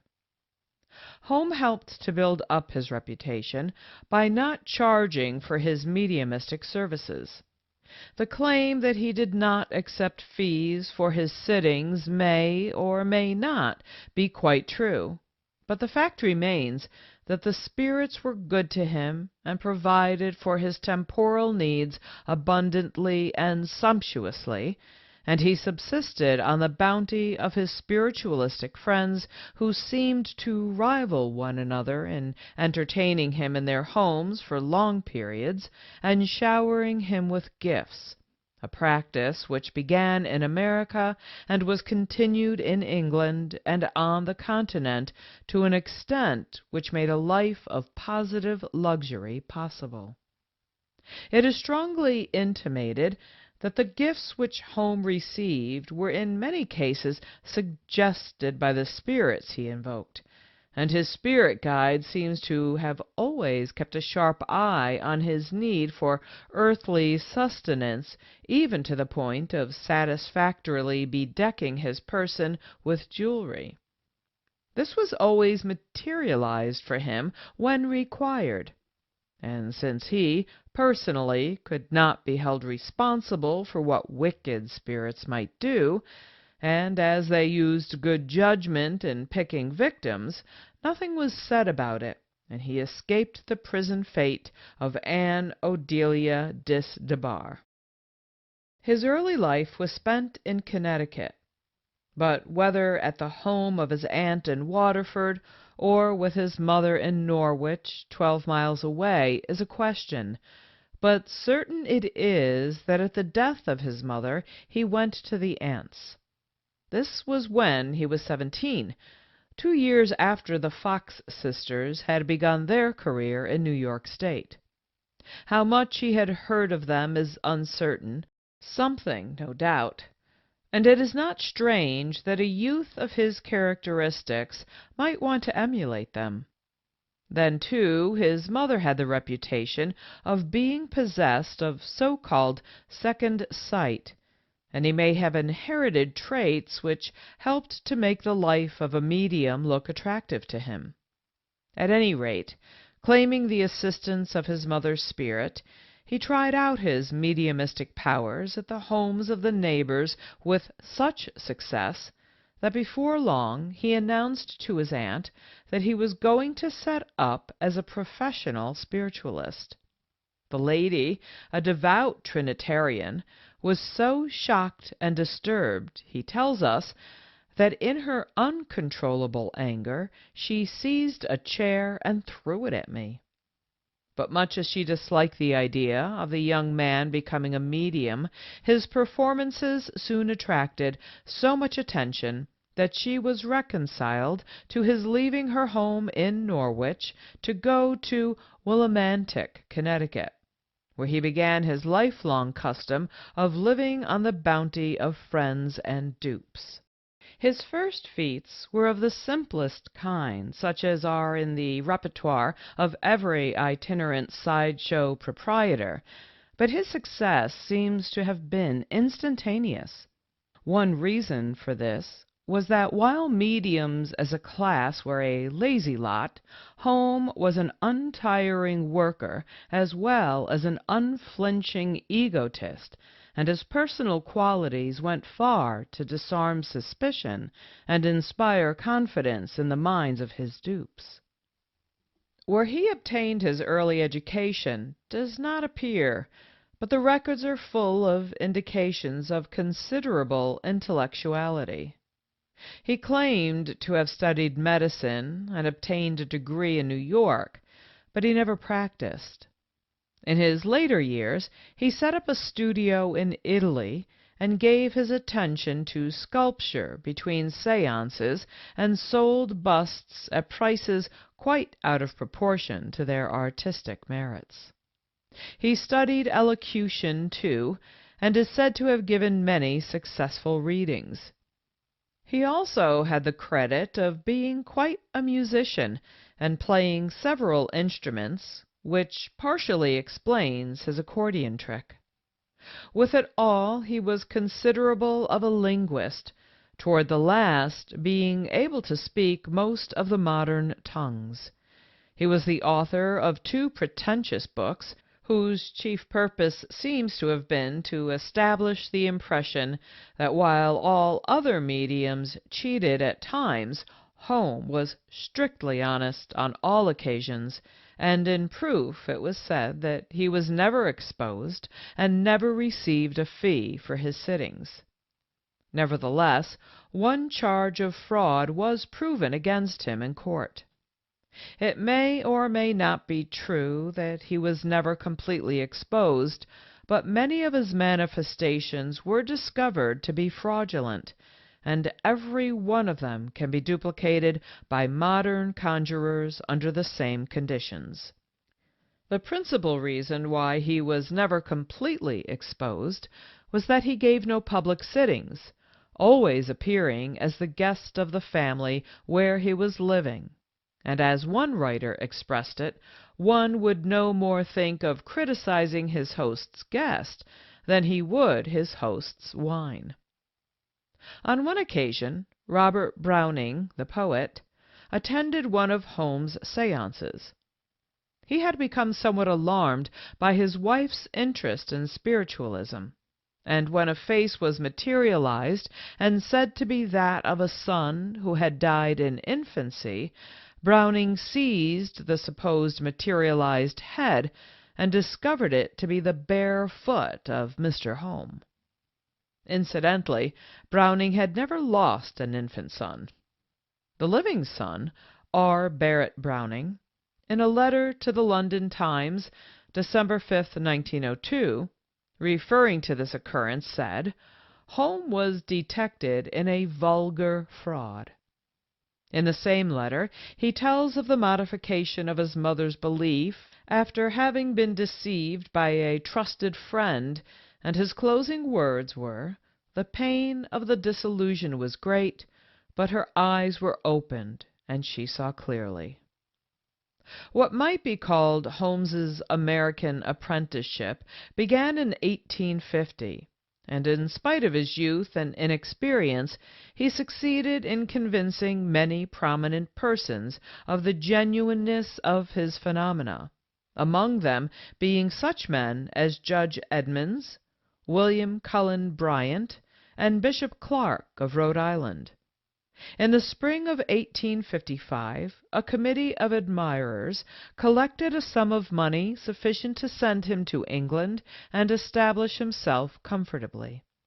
He carried with him a letter of introduction to a man of scientific tastes by the name of Cox, who was proprietor of Cox's Hotel in Jermyn Street, and through whose influence he was able to arrange sittings with Lord Brougham, Sir David Brewster, Robert Owen, T.A. Trollope, Sir E. Bulwer Lytton, and others equally prominent.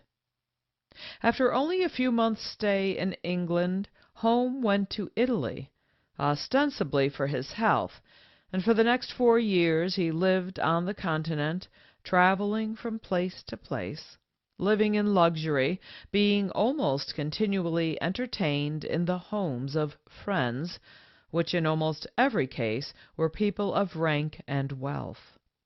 He seems to have had little difficulty in meeting royalty and nobility on terms of intimacy, even numbering among his patrons the Emperor and Empress of France, as well as the Tsar of Russia. From this clientele he received many and valuable gifts.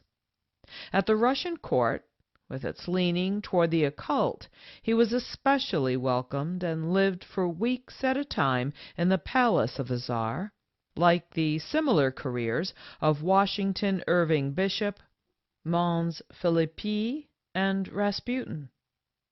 During his stay in Russia, he met a beautiful young lady of rank, and with the approval of the Tsar, married her.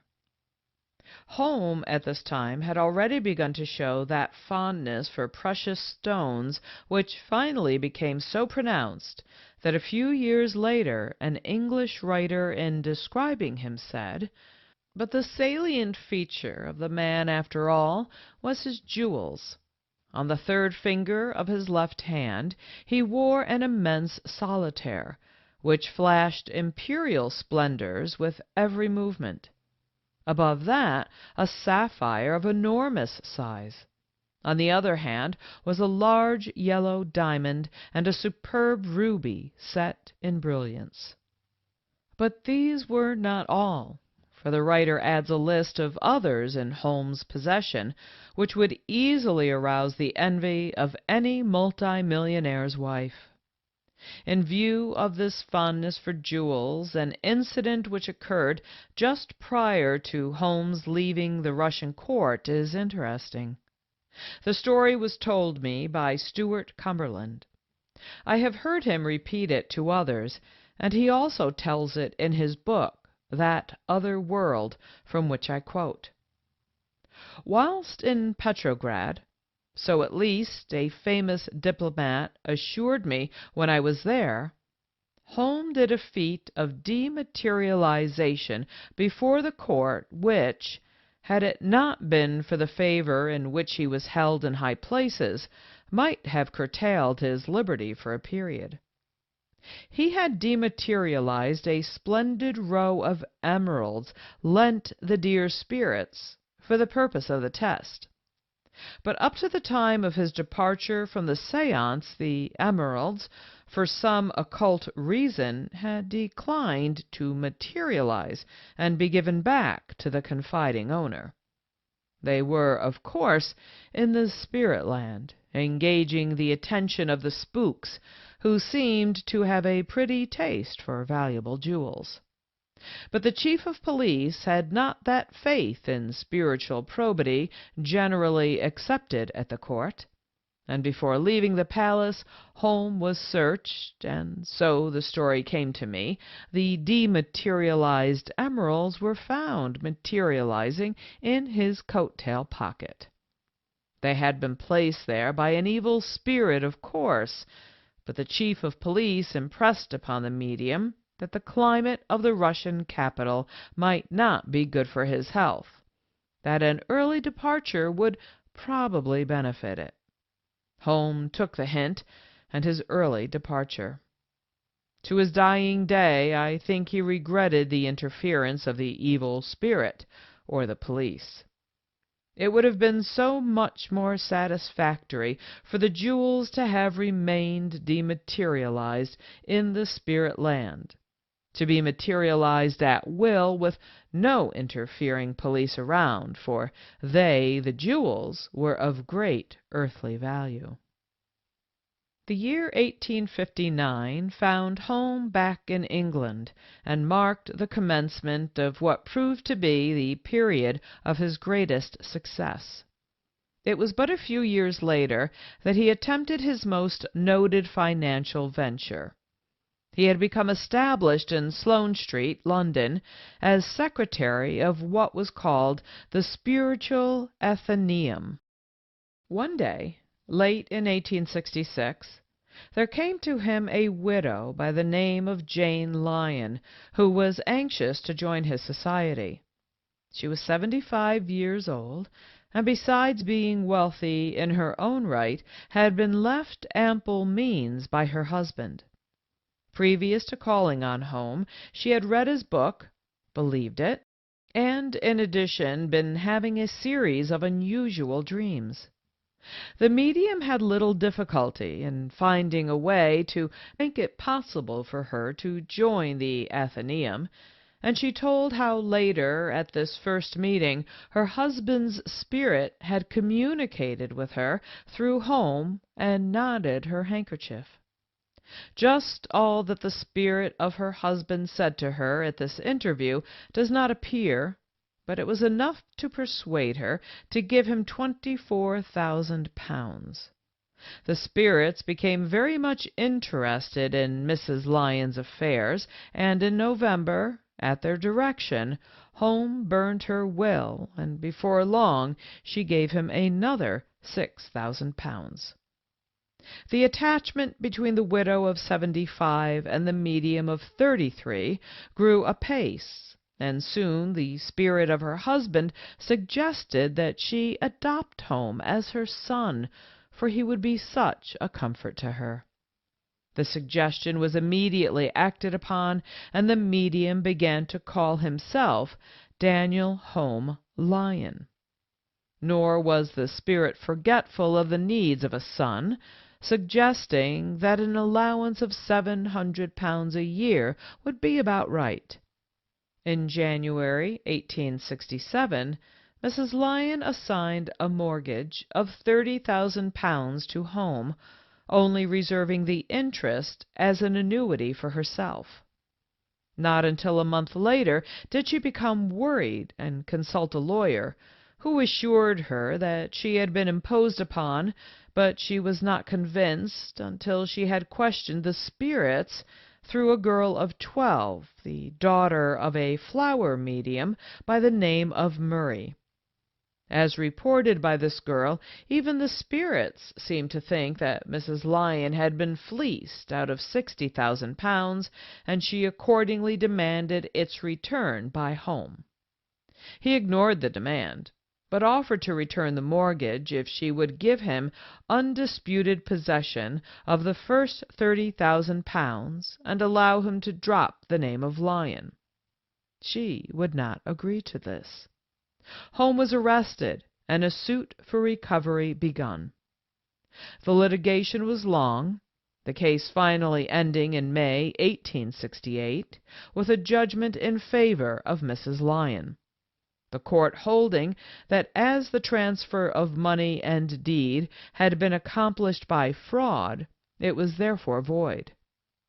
In his closing remarks, the Vice-Chancellor referred to Mrs. Lyon as an old lady with a mind saturated with delusion, and characterized spiritualism as being, according to the evidence, a system of mischievous nonsense well calculated to delude the vain, the weak, the foolish, and the superstitious.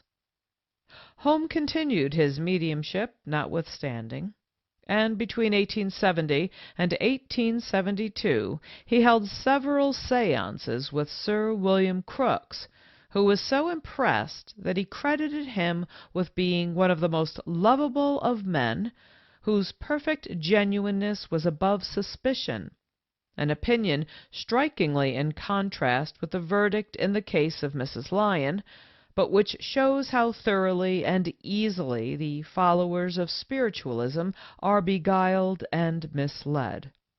No medium is ever open to suspicion by the faithful, and Sir William Crookes' statement encourages the belief that even scientists are not always immune from the influence of personal magnetism. He is also quoted as saying, "As to the theory of fraud, it is obvious that this theory can account for a very small portion of the facts observed. I am willing to admit that some so-called mediums, of whom the public have heard much, are arrant impostors, who have taken advantage of the public demand for spiritualistic excitement to fill their purses with easily earned guineas, while others, who have no pecuniary motive for imposture, are tempted to cheat, it would seem, solely by a desire for notoriety." So it will be seen that even Professor Crookes, while defending the so-called genuine medium, in the same breath admits that there are fraudulent practitioners. Home gained wide notoriety for unusual phenomena by his reputed levitation acts, wherein he would slide from the chair on which he was sitting to a horizontal position, then ask to have the chair removed as it was not supporting him, and would float under a table and back. But his masterpiece, the incident oftenest referred to, was sailing out of a window feet first and sailing into another 7 feet and 4 inches distant, landing feet first in an adjacent room where he sat down. Lord Adair, an observer, expressed surprise that he could have been carried through an aperture so narrow as 18 inches, whereupon Holmes, still entranced, said, "I will show you," and then with his back to the window he leaned over and was shot out of the aperture head first, with the body rigid, and then returned quite quietly. This is the way the story has been recounted again and again by spiritualist writers and speakers, and to this day is told by Sir Arthur Conan Doyle with as much seriousness as if he had been an eye-witness of the occurrence in the full glare of a noonday sun. When D.D. made that home run around the outside of his house, he seems to have been seeking an altitude rather than a speed record, as the 3 reliable witnesses agree that the windows through which he floated were in the 3rd story and either 60 or 80 feet from the ground. This would make the height of each story from 20 to 27 feet tall. But tall stories appear to have been a specialty with these remarkably observant gentlemen. In 1920 I made plans for reproducing this window feat under the same conditions as Home and the late Stuart Cumberland openly challenged spiritualists that I was ready to submit to such a test, but no response was received before I left Europe. Consequently, I desire to go on record as being able to perform the same phenomena, provided I am given the same conditions and scope which home was. I believe that those who witnessed the feat were sincere in giving credence to it, but that it was an illusion, and they were deceived by home, for the mind of the average person accepts what it sees and is not willing to apply the law of physics, no matter how much or how glaringly the act defies the fundamental principles upon which our very existence depends. The years between 1859 and 1872 were those of Holmes' greatest success. Toward the end of this period, however, his popularity waned, and having for a second time married a lady belonging to the Russian nobility, he gave up the practice of his profession, broke with nearly all his former friends, and returned to the Continent, where he devoted much of his time to writing. He died in 1886 and is buried at Saint-Germain-en-Laye. His active career, his various escapades, and the direct cause of his death all indicate that he lived the life of a hypocrite of the deepest dye.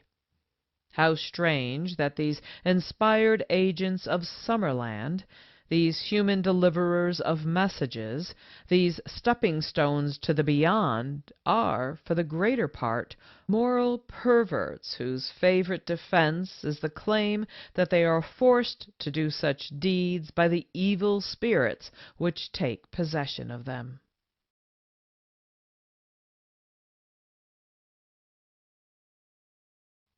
Chapter 4. Paladino.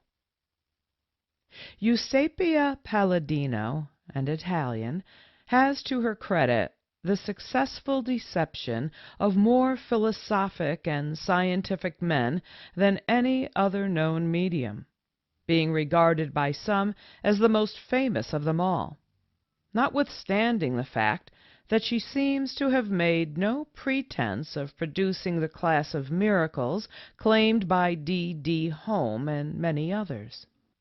Materialization was rarely resorted to by her, and there is very little variety in her program from 1892 up to the time of her death in 1918, evidently being content to astonish investigating scientists with the levitation and gyrating of inanimate things.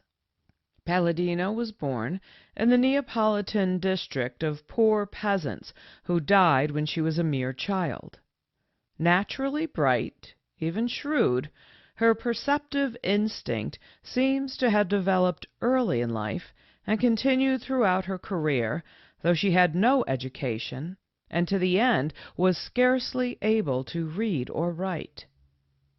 Her first contact with the mysterious arts appears to have been when she was a mere child of 13, 1867, in the service of an acrobat or conjurer, from whom she must have acquired some degree of skill and knowledge of the uncanny, which she may have coupled up with the marvelous success achieved by Home, and her quick wit may have opened visions of a change from poverty to that affluence which she saw was the reward of the professional phenomena producer, for she began her spiritualistic work just following his successful operations in Italy, which served to spread spiritualism in spite of papal opposition.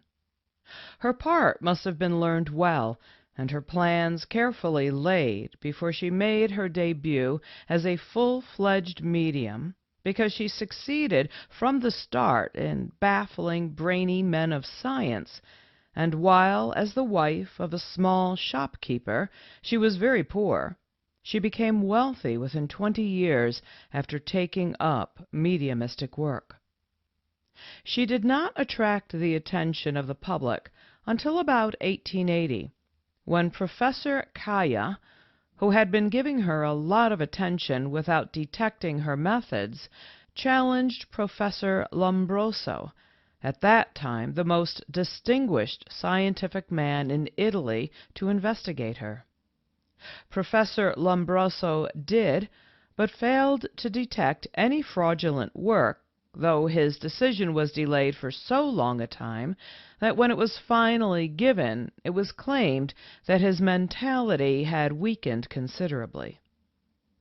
In 1892, Paladino had begun to attract the attention of scientific men in different Italian cities, and had also been brought to the notice of some of the English spiritualists, but it was not until 1894 that she went to France. This trip was brought about through the influence of Professor Rickett, and Sir Oliver Lodge, Professor Sidgwick, and Mr. Myers took part in the proceedings.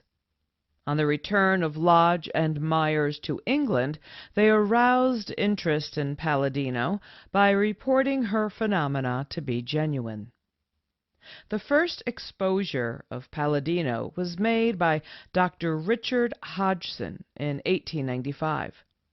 A committee from the English Society for Psychical Research, consisting of Hereward Carrington, Honorable Everard Fielding, and Wortley W. Bagley, which had held a series of test seances with Paladino in Italy, brought her to England for a fresh tryout, and another series of sittings was held.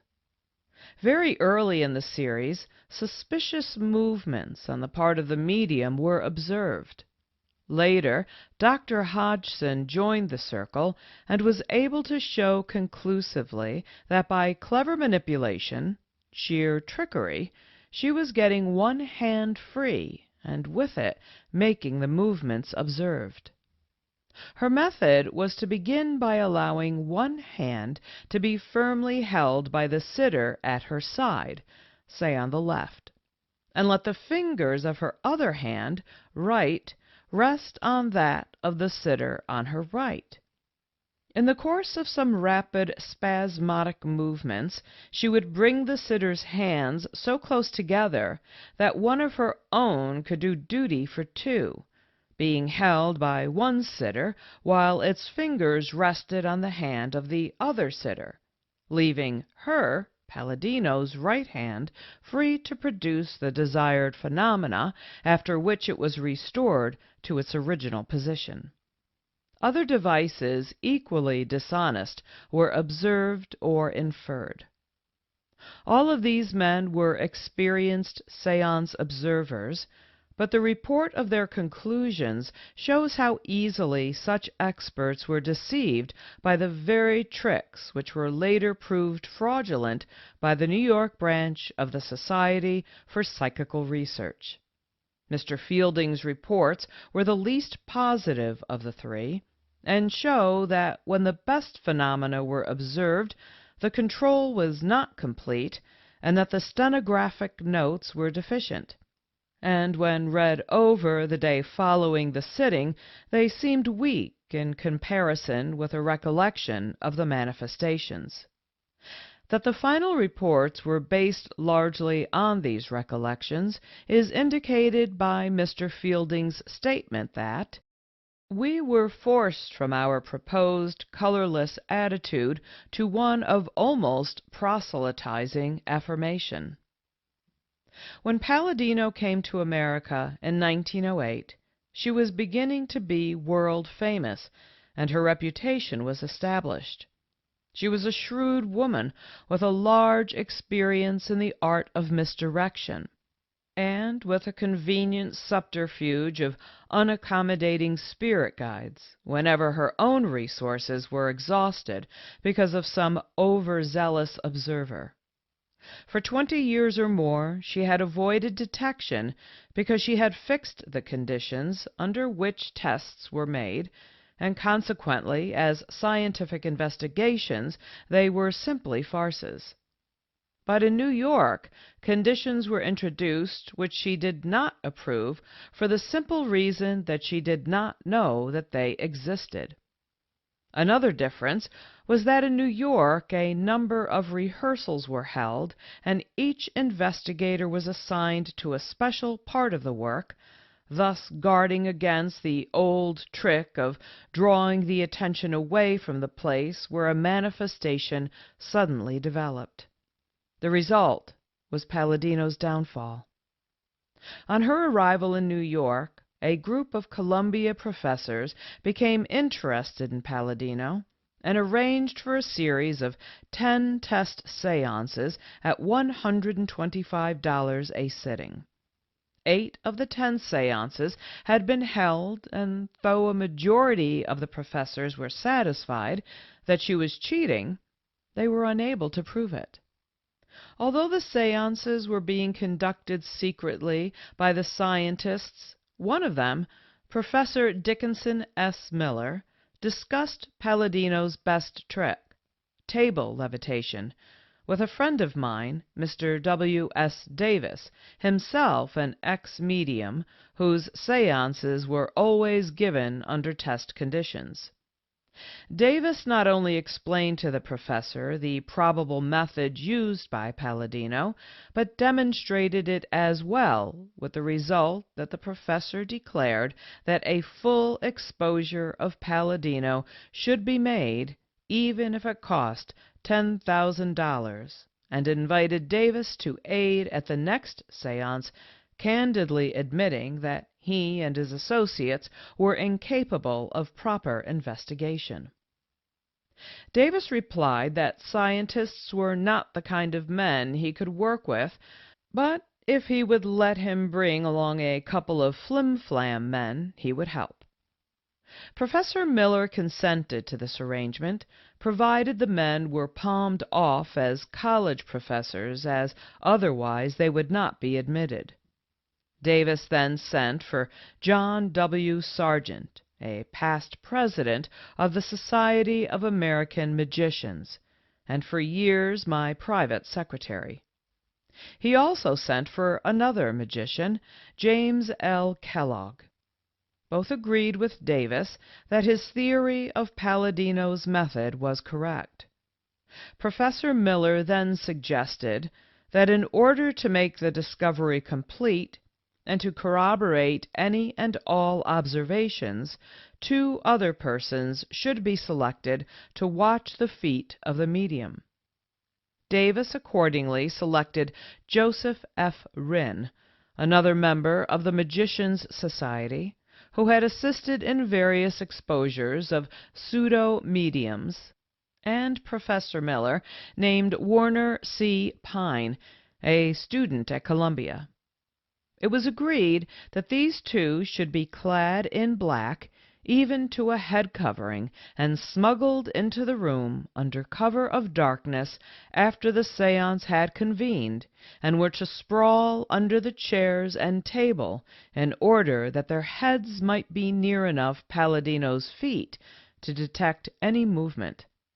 I am indebted to my friend Davis for the following inside story of the sitting, just as he gave it to me.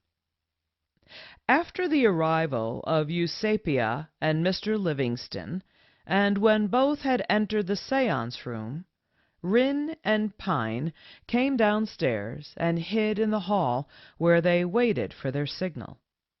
When we were introduced, and after the usual conversation, Eusapia said that she would begin. Before she had time to pick her controllers, Professor Miller ushered Kellogg and myself into the positions next to her. She took a seat at the narrow end of the table, and with her back close to the cabinet curtains. The cabinet was formed by placing curtains from the ceiling to the floor, extending out from one corner of the room. Kellogg sat at her right, and I sat at her left. Eusapia sat close to the table, and her black dress touched the table legs. She placed her right foot on the instep of Kellogg's left foot, and her left foot on my right foot, which was her guarantee that her feet should play no part in the production of the phenomena. We did not reduce the light at the beginning of the séance. The rest of the party sitting around the table then placed their hands on its upper surface and formed the well-known chain. Eusapia stamped Kellogg's foot and mine and asked us if the control was satisfactory, which of course it was. Eusapia then drew her own hands away from ours, and soon light raps were heard. They were such as are easily and imperceptibly produced by sliding the finger-tips upon the tabletop. We were next favored with responsive raps.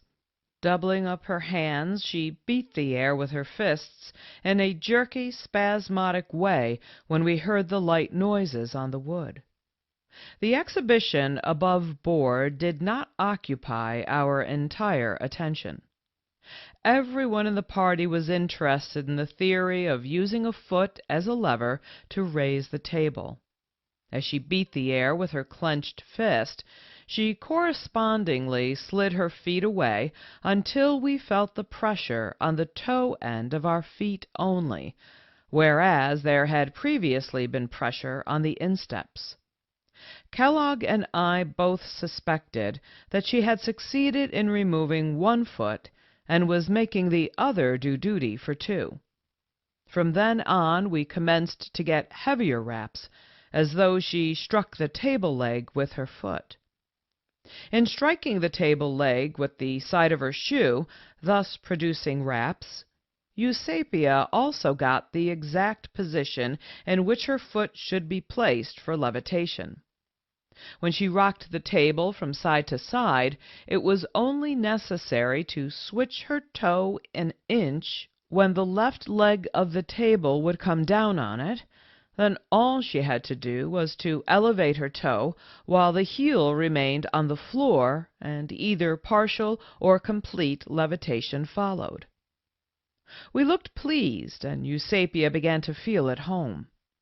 With a little rest, the rocking was resumed, and she considered it safe to risk the entire levitation.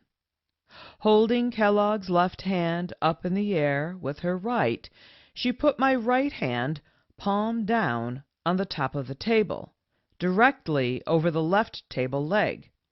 Then put her left hand over mine, the tips of the fingers extending rather over my hand and touching the table. No other hands were upon it. Then, after a few partial levitations, the table went up into the air with every leg off the floor. It was our first complete levitation, as beautiful as any on record and given under bright lights. I asked Davis how he knew the levitation was fraudulent, and he answered, 1. During the partial levitations, I casually lifted my left foot, passed it over the right foot in the direction of Eusapia, and was unable to touch her left leg in the place where it should have been. 2. Her black dress touched the table leg, and as she took her toe suddenly out from under it, her dress moved accordingly. 3. By the thud which the table made when it was deprived of its very material perch. 4. By the fact that any juggler can perform the feat when the modus operandi is fully understood, though perhaps not with the same skill. 5. Everyone present knew that the table was steadied at the top by Eusapia's hand, which rested upon mine, in turn bore down over the table leg, held up presumably by Eusapia's toe, which performed a perfect human clamp. 6. What Rynn and Pine told us after the séance. They said that from their position under the chairs, they saw Eusapia place her right foot upon Kellogg's left, and her left foot upon my right. Later, they saw her tapping upon our feet with hers, while she made some changes in the position of her feet. They also saw her slide her left foot away by a few hitches as her right was twisted around to cover my right foot, which had previously been under her left foot. They distinctly saw Eusapia strike the table leg with the side of her foot to produce the raps, and they also saw her slide her toe under the table leg and force the table up by toe leverage. During his narration, I asked Davis to tell me if this astute Italian, who had fooled the scientists of the world, was not suspicious, or did not sense that she was being checked up in her movements. "No," he replied dryly. "Once during the séance she asked every one to stand up. Two of the ladies, in their inexperience, proceeded to obey the command. We had two spies under our chairs, and as we did not want her to see them, something had to be done immediately. So I pretended to have severe cramps in my legs, and while the interpreter told Eusapia of it, Sargent and Kellogg nudged the ladies to sit down, and the medium then resumed her seat." I will not bore the reader with a detailed account of the cabinet phenomena at this séance under a subdued light, but suffice to say that Davis and Kellogg tricked her as before and were able to explain every manifestation. The whole Miller séance was carried out as planned so carefully that Paladino, on the way to her hotel afterwards, told the Columbia student who had acted as interpreter for her that she was well pleased with the evening and that the séance had been one of the most successful of the series. I quote by permission from a letter written me by Mr. Davis under date of June 22nd, 1923. "Rupert Hughes, in an attack upon Spiritism some years ago, said that favorable reports on Paladino constituted a vast literature, and he was right. The public libraries, both in this country and Europe, contain many books in which it is claimed that it has been scientifically demonstrated that Eusapia possesses some occult power. Generations for centuries will probably be influenced by these books. They are only calculated to create superstition and ignorance, and it is a shame that they are permitted to circulate. Eusapia was one of the world's greatest mountebanks. Her dupes were our foremost men of learning. They were not of the rabble. She was the greatest mountebank produced by modern spiritism, and she duped more scientists than any other medium. In that respect, D. Home does not compare with her. The important lesson in the case is that so-called scientific testimony is just about worthless. That is an important educational fact and a valuable lesson to the general public. Mr. Davis is quite right in his view of the seriousness of the possible danger and damage to the reading public from the effects of the grossly misapplied energy of the prominent scientists who have so unqualifiedly endorsed Eusapia Paladino as a genuine miracle worker, and the hosts of spiritualistic enthusiasts who have repeated their published statements. Even Sir Arthur Conan Doyle unqualifiedly lauds Home and Paladino as patron saints of his psychic religion. He accepts as proof the fact that these learned scientists met their Waterloo in an attempt to fathom the simple tricks of impostors, and like all other spiritualists refuses to accept the positive proof of the deception secured by men schooled in the science of magic, which at times is as seemingly unexplainable as the more profound subjects of natural science. The reader should bear in mind that Mr. Davis's sincerity is just as great as is Sir Arthur's. Sincerity is Sir Arthur's strong magnet, and the reader should attach as much importance to sincerity on the part of an opponent. We must also take into consideration the fact that Mr. Davis was at one time a medium himself, and he has had much opportunity for observing the qualifications of scientists as occult investigators. We must notice, too, the methods of conducting the seances in which such diverse results were obtained. Those held with only scientists as observers were under the full control of the medium, and all her conditions were conformed to. But in New York it was practically a case of fighting fire with fire. It is proverbial that it takes a rogue to catch a rogue. Just so a trickster is more capable of setting traps to detect trickery than the grave scientist in his endeavor to solve the problem by mathematics or logic. In the successful instance, the plan of operation had been carefully worked out in every detail. Each participant was assigned a specific work to do and did it. A number of rehearsals were held so that each person was familiar with their part. All the conditions so strenuously adhered to in previous seances were safeguarded, and the result was a successful exposure. When Carrington brought Paladino to this country, he announced that he did so in the interest of science. Publicity was not to be ignored, though, and consequently the first séance was given before newspapermen. William A. Brady, the theatrical man, occupied the seat of honor, which made it look as though Carrington hoped for some theatrical business as a side issue to the séances with scientists at $125 a sitting.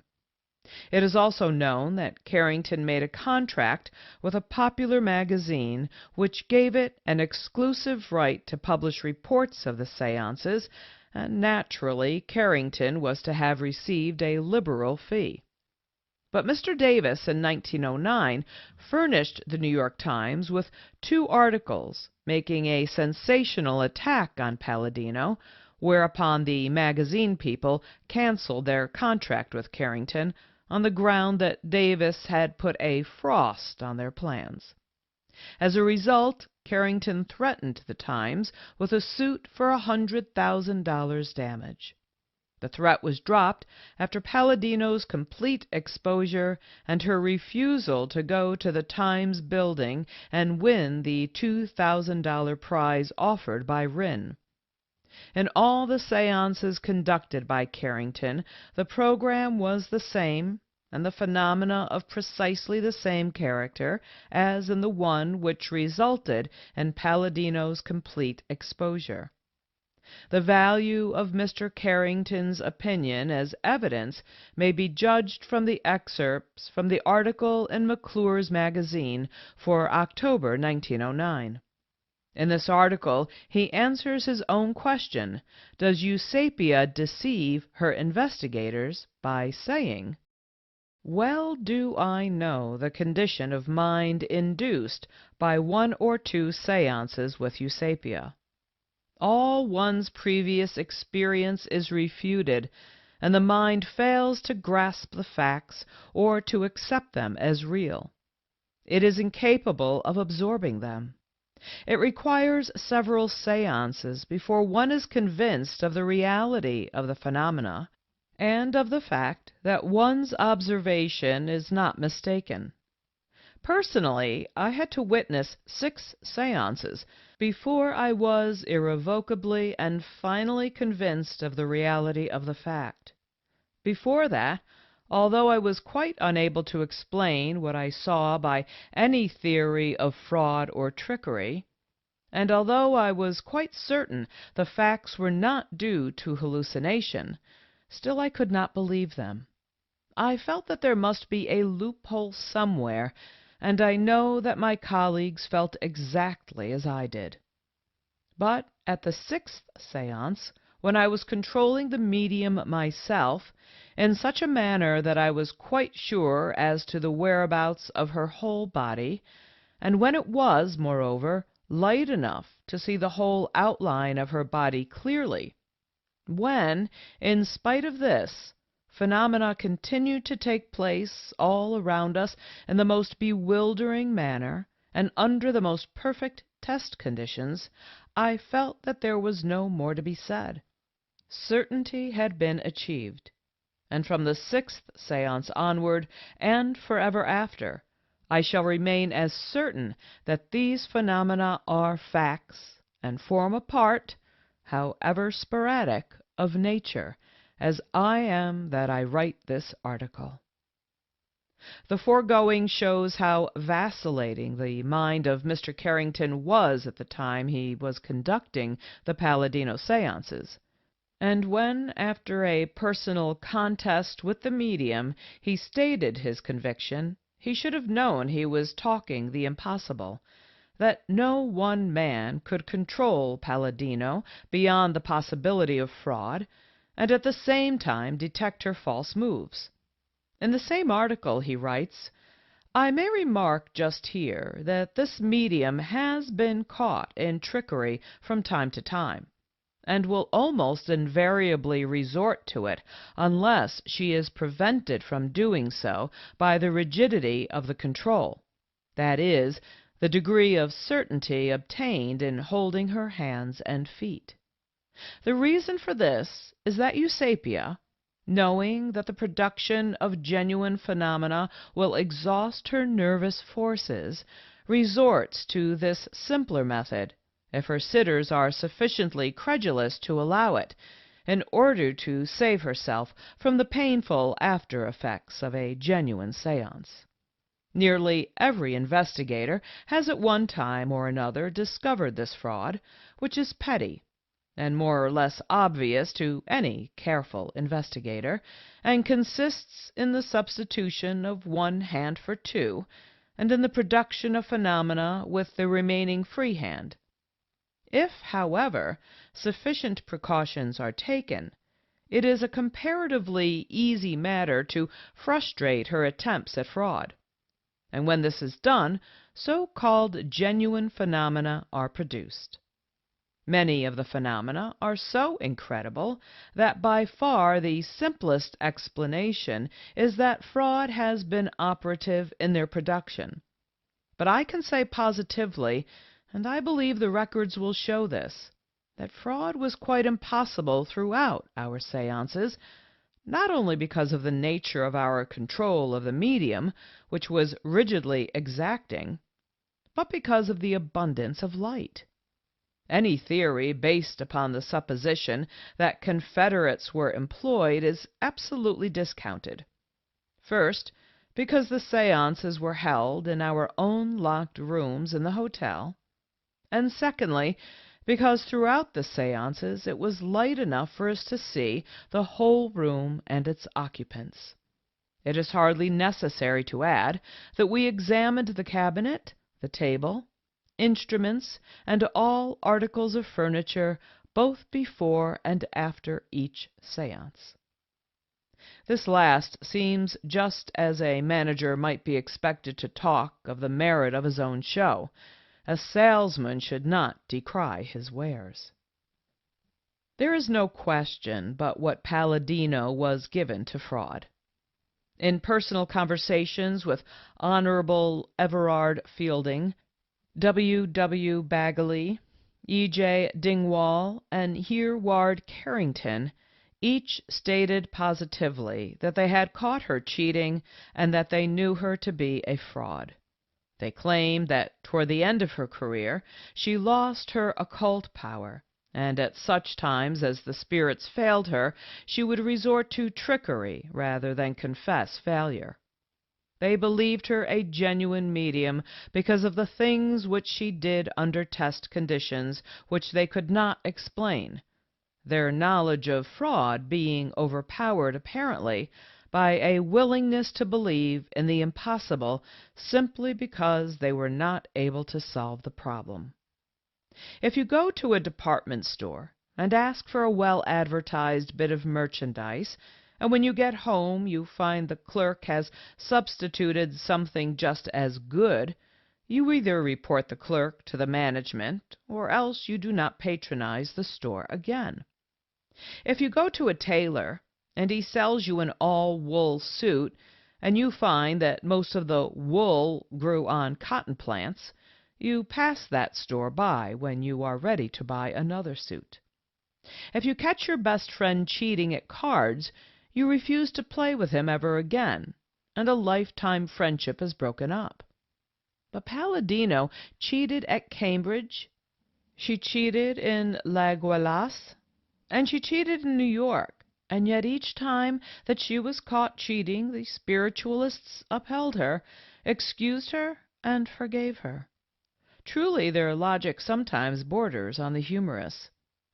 F. W. H. Myers wrote in Borderland in 1896, "These frauds were practiced in and out of the real or alleged trance, and were so skillfully executed that the poor woman must have practiced them long and carefully."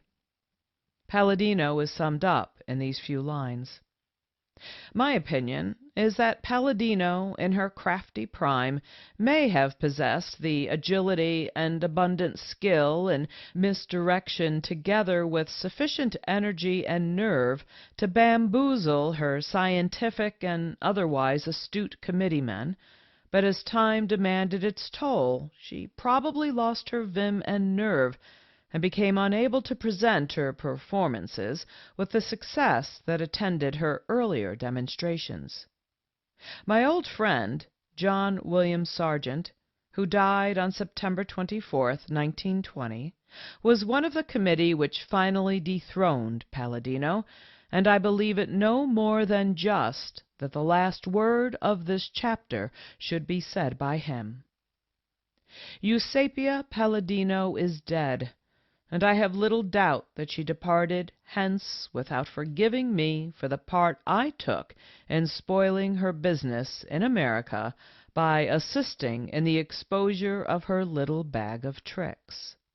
It is an open question, however, whether the exposure of her trickery, or in fact of any of the class of sensation-mongers to which she belonged, ever turned a soul from belief in spiritism.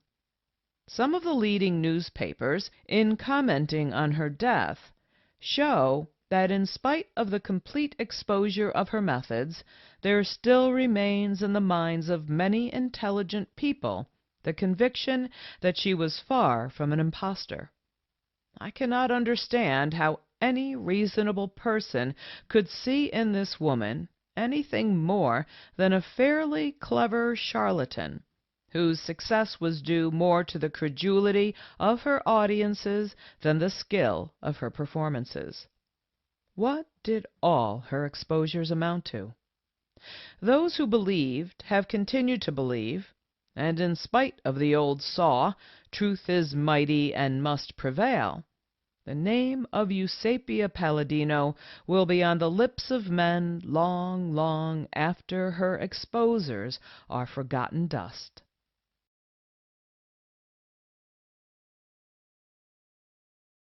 Chapter 5. O'Delia Diss Debar. The coming and going of O'Delia Diss Debar are mysteries, for there is no record of her birth and no trace of her death. But the in-between time furnished material enough for an entire book rather than a single chapter, and gave her sufficient opportunity to have it said of her that she was one of the most extraordinary fake mediums and mystery swindlers the world has ever known. Some even have classed her among the 10 most prominent and dangerous female criminals of the world, and her repertoire is claimed to have run the full gamut from petty confidence games to elaborately contrived schemes aimed at the magnates of Wall Street. According to report, she did not hesitate to victimize the innocent and the mentally unsound, and left behind her a trail of sorrow, depleted pocketbooks, and impaired morals that has seldom been equaled. Like many master criminals, she escaped punishment for a time, but in the end fell into the toils of the law and served time both here and in England. The marvelous tact with which she devoted her great powers to the purposes of self-aggrandizement and profit is without parallel, and for cunning knavery, Cagliostro, by comparison, seems to have been an amateur. It is alleged that her crimes ranged from the smallest to the largest, with morals as low as one can imagine in a human being, while, worst of all, she flaunted this viciousness openly, making no effort whatever to cloak her degeneracy.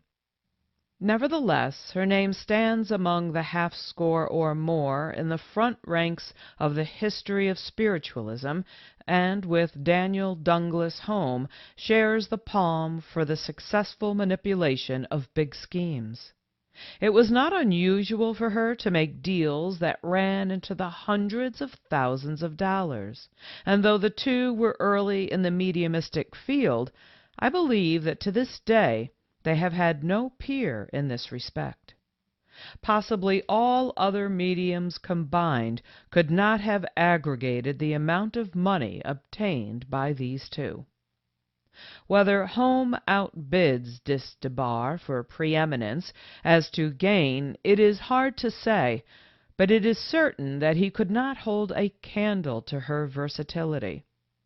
Both appear to have had the advantage of being scholastic and well versed in historic lore and the classics, which gave them great prestige with cultured people, opening the doors to the social life of the upper ten, and bringing within their reach people of wealth as well as scholars and scientists, all of whom were apparently perfectly willing to be deceived, and to unwittingly aid in making the careers of these two adventurers howling successes up to the time of their undoing in the courts.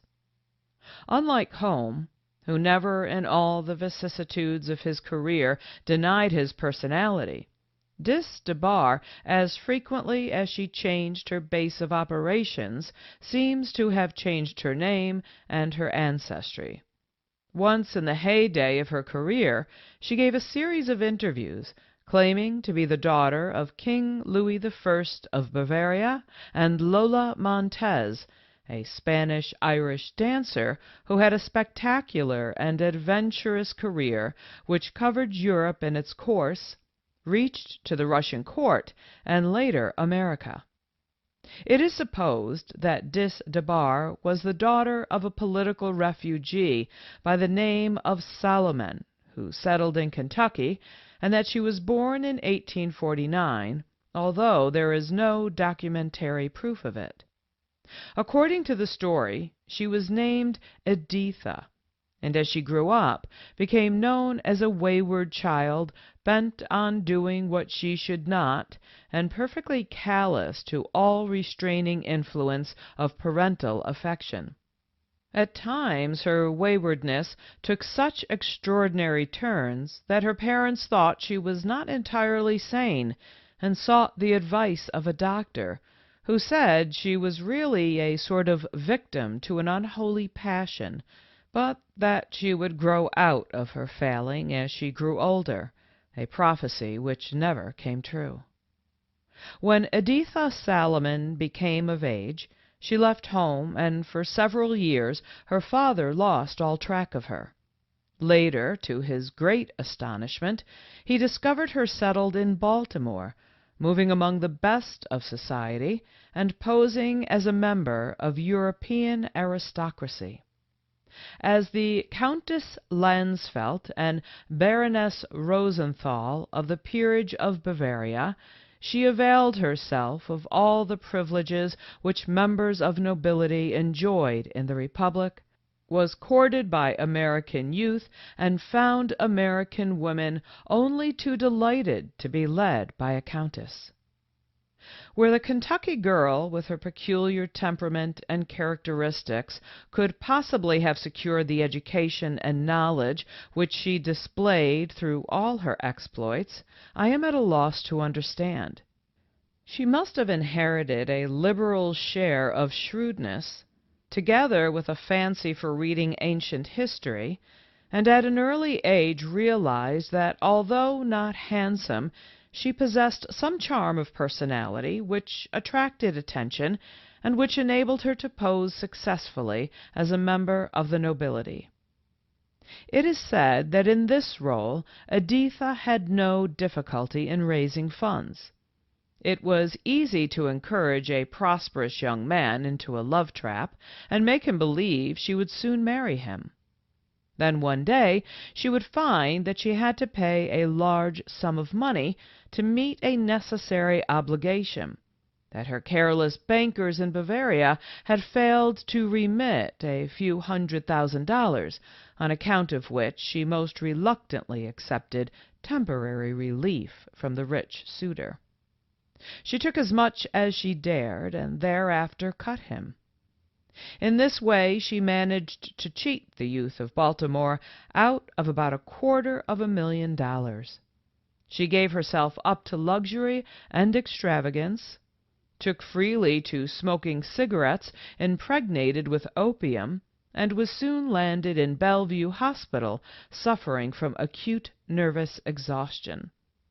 One day, just as she was nearly cured, she sprang out of bed, stabbed an attendant, and attempted to kill her doctor, and several persons were seriously wounded before she was secured. As a result, she was sent to the asylum for the insane on Ward's Island, where she was detained for a year, during which time she showed no traces of insanity, and it was concluded that her attempt at murder was premeditated. But as she had been committed as insane, with no evidence to controvert it, the law was powerless, and she was released.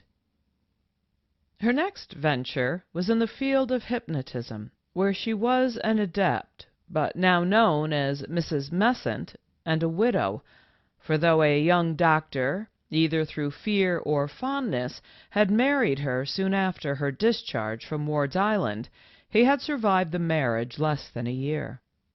As one can always find fools if one really looks for them, she had no difficulty in surrounding herself with dupes, but as the widow of an obscure doctor was not persona grata in the circles of high society, where the highest-paying fools are to be found, she set to work to find an entree. Her search was not for long. Soon she discovered a certain General Diss Debar, a man without money or mind of his own, but he filled her need, easily yielded to her cajoleries, and presently Editha Salomon, Countess Landsfeld, Baroness Rosenthal, Mesant became Anne O'Delia Diss Debar. As the wife of a general, society smiled on her again, and she lived in comfort.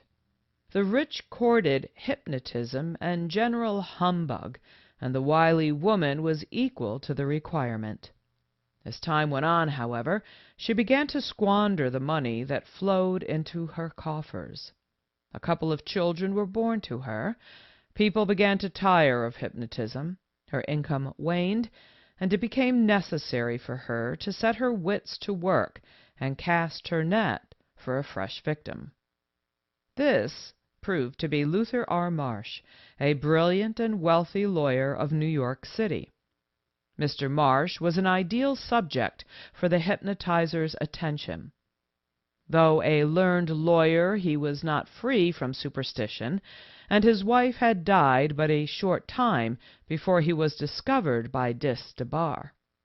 At an early opportunity she received messages from his spirit wife, which the distinguished member of the bar accepted as genuine so gratefully and without question that the woman saw at once that she had opened up a new field with more and greater possibilities than she had ever worked before. She realized that she had gifts which fitted her to be a first-class spiritualistic medium. Nor was her judgment in error. The credulous lawyer proved an exceedingly easy mark.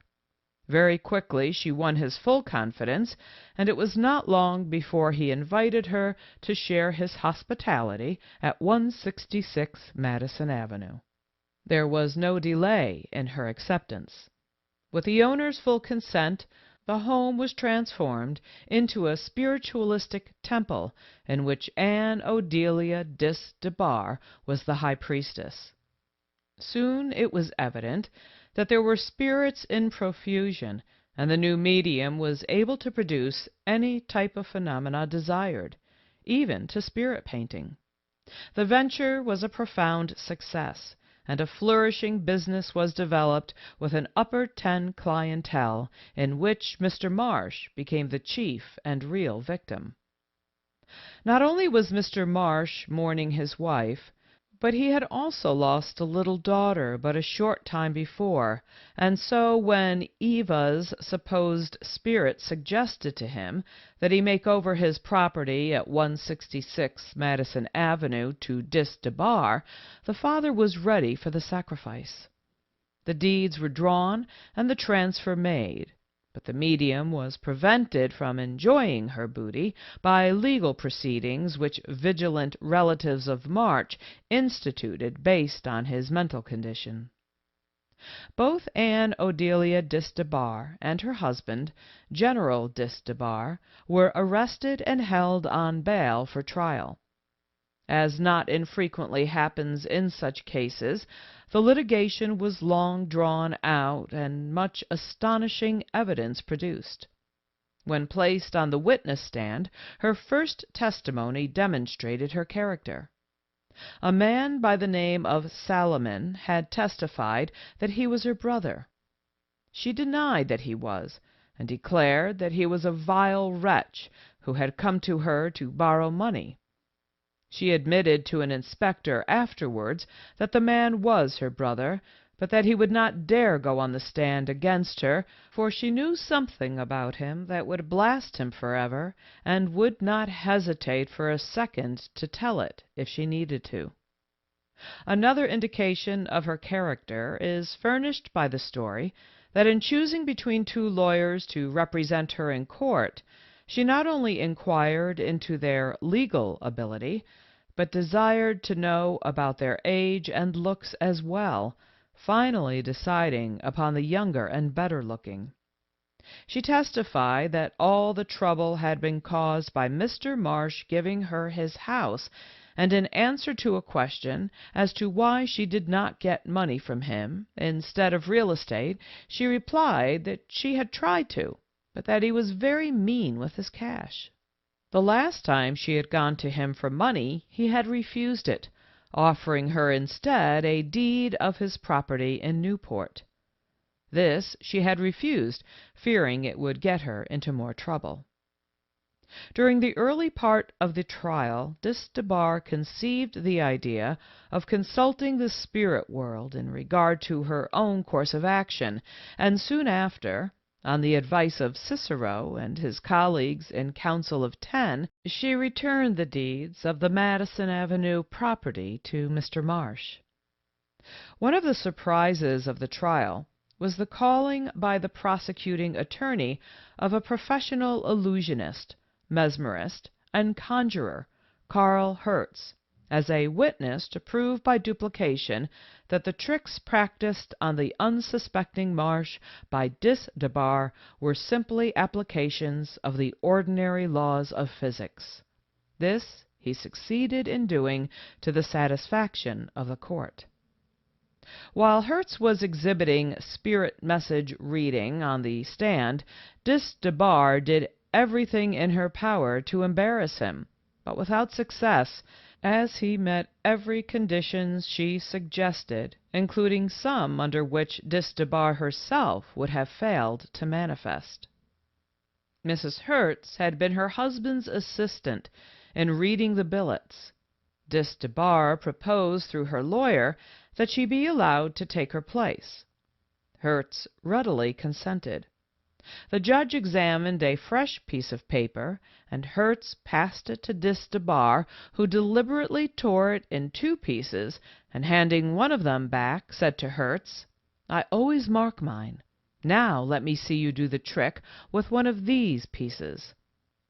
Hertz availed himself of the regular mediumistic subterfuge, unfavorable conditions, explaining that it was only a trick and being exhibited as such.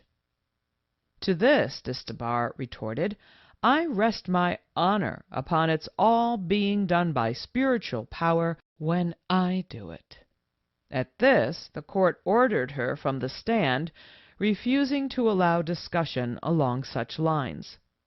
Later in the trial, Hertz was recalled to the stand by Diss Debar's counsel and asked if he could produce the trick with Mr. Marsh as an assistant. He replied that he could and would. From a newspaper account we learn that excitement in the courtroom ran high while he proceeded with the trick. Diss Debar told Marsh to mark the tablet. The conditions were not favorable to the performance of a sleight of hand trick. Mr. Marsh and Mr. Hertz were less than 2 feet apart, and people crowded around so close that the magician scarcely had room to move, and yet he succeeded completely in deceiving Mr. Marsh. When Hertz handed the tablet to Mr. Marsh, he calmly said, "If you wish to tear a corner off the tablet so as to identify it, I have no objections." Mr. Marsh tore the corner off the tablet. Nevertheless, he was completely tricked, and so he admitted to the court. Nothing could show more clearly the methods used by mediums than the following account, written by Hertz himself, of the means which he used in the demonstration described above. The letter was in response to one of mine, in which I asked him to let me know the method he used, as I thought it should be put in this record.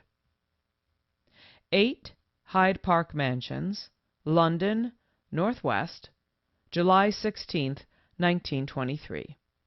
Dear Houdini, I am in receipt of yours, with reference to the manner in which I manipulated the paper to fool Madame Diss Debar. I worked it as follows. When she was in the witness box, I showed the jury and Mrs. Diss Debar a half-sheet of plain white notepaper with nothing on it. I then told her to examine it and fold it 4 times. I had a duplicate piece with a communication written on it palmed in my hand. When she handed it back to me, I quickly made the changes, and giving her the piece with the writing on it, I told her to hold it against my forehead. She then stopped me and said, "One moment, please. Whenever I do this trick, I let them mark the paper." And suiting the action to the word, she took the paper, and without opening it again, she tore a corner off the blank piece. But as it was already changed, it made no difference. You will see I took a big chance, but it came off. I had an idea she would do this, so I actually changed the papers before I should have done so in the ordinary way, and she was flabbergasted when she opened the paper and found a communication written upon it, and on the same piece of paper which she had marked. The writing pad trick, which I did in the witness box with Luther R. Marsh, I did as follows. The trick, if you remember, was to show a pad of about 100 sheets of paper unwritten upon, and to wrap the pad up in a newspaper, and to allow Marsh to hold one end while she held the other. Then the sound of writing was heard, as if someone was writing on the paper, and when the newspaper was opened, every sheet in the pad was written upon. I had 2 pads alike. One I had concealed under my waistcoat, and the other I gave to Marsh to examine. As I proceeded to wrap the pad up, under cover of the newspaper, I changed them, quickly drawing the pad from my waistcoat and leaving the other one in its place. I then proceeded to wrap the pad up when Diss Debar shouted from her seat in the courtroom, "Don't let him fool you, mark it." But as it was already changed, it did not matter, so I let them tear a corner off. I then let him hold one end, while I held the other, and amidst a great silence the sound of writing was heard, as if a pen was rapidly going over the paper, and I then told him to open the newspaper and look at the pad where he found every sheet written upon. I then showed the court how I produced the sound of writing, by having the nail of my forefinger split and simply scratching the newspaper underneath while I held it. Kind regards to self and wife from both of us. Yours sincerely, signed Carl Hertz. Regardless of Carl Hertz's testimony and demonstration, Mr. Marsh's belief in the genuineness of spiritualistic phenomena was unshaken and remained so until the time of his death. Not only the extent of this belief and his mental condition, but his confidence in Diss Debar as well, are revealed in the following excerpt from the New York Times account of the trial. A short communication from St. Paul was read by Mr. Howe, the prosecuting attorney, to the court, and Mr. Marsh read a very long one from St. Peter. It required 15 minutes and a half to read this communication, and Mr. Marsh said it had come in the tablet written in 2 minutes. Judge Cross and Luther Colby were in his study when it came. He knew that the tablet was blank before he and Madame Diss Debar held it together in their hands. Mr. Howe asked Mr. Marsh if he really believed the communication was from St. Peter the Apostle, and Mr. Marsh replied that he knew it was. "Then you still believe in it?" exclaimed Mr. Howe. "I do," was the firm reply, and the spiritualistic element applauded vigorously. Madame Diss Debar and Mr. Marsh both seemed pleased with this demonstration, which the court, however, stopped summarily. 12 ballots were taken by the jury before an agreement was reached, due to the fact that one juror, evidently in sympathy with the accused, obstinately held out for acquittal. His reasons were as little logical as most spiritualistic arguments, and had no connection with the evidence. In fact, the other jurors said that when they tried to talk evidence to him, he wouldn't have it, but hung to one line of thought, namely, that he believed Mrs. Diss Debar to be the daughter of Lola Montez, and that a woman born out of wedlock was just as much entitled to consideration as one who was born in wedlock.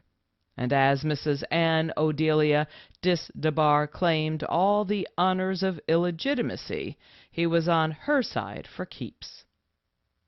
Finally, after a long wrangle, and with the prospect of being locked in a jury room over Sunday, an arrangement was reached whereby a verdict of guilty was to be brought in, but with a recommendation for clemency. This was done, and Diss Debar and her husband were sent to Blackwell's Island for 6 months. When she was released, she disappeared from America, only to reappear after a little in London, England, where, under the names of Laura and Theodore Jackson, she and her husband soon found themselves in trouble for starting an exceptionally immoral cult, which they called a theocratic unity. She was sentenced in December 1901 to 7 years of penal servitude in Aylesbury Prison.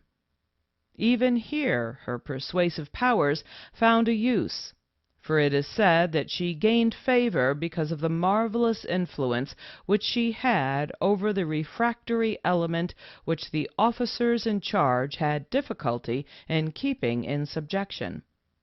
At any rate, she was released after serving 5 years, having obtained the maximum reduction of sentence for good behavior.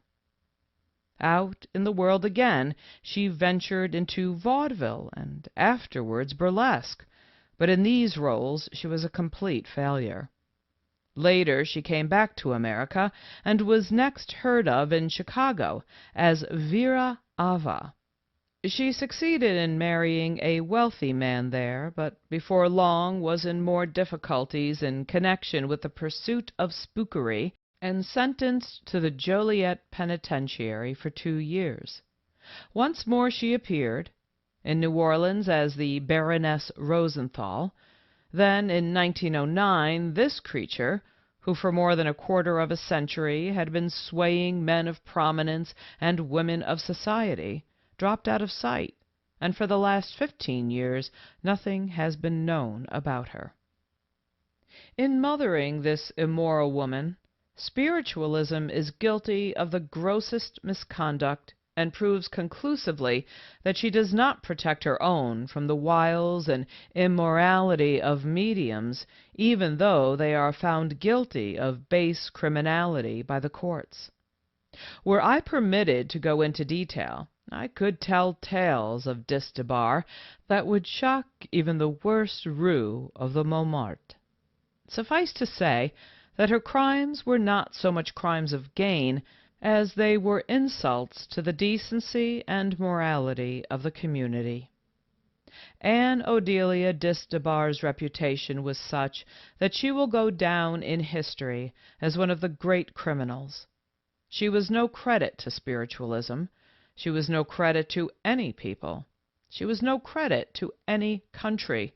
She was one of these moral misfits which every once in a while seems to find their way into the world.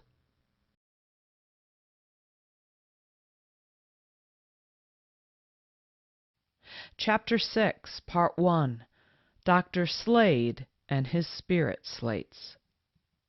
Slate writing was an especially fortunate find for mediums. Its results were obtained in full light, and the whole thing seemed so simple and direct that apparently there was nothing to investigate, and comparatively speaking, there were no blank seances. Such success led to carelessness, and exposures followed, so numerous and complete that it is quite unnecessary to list them all here.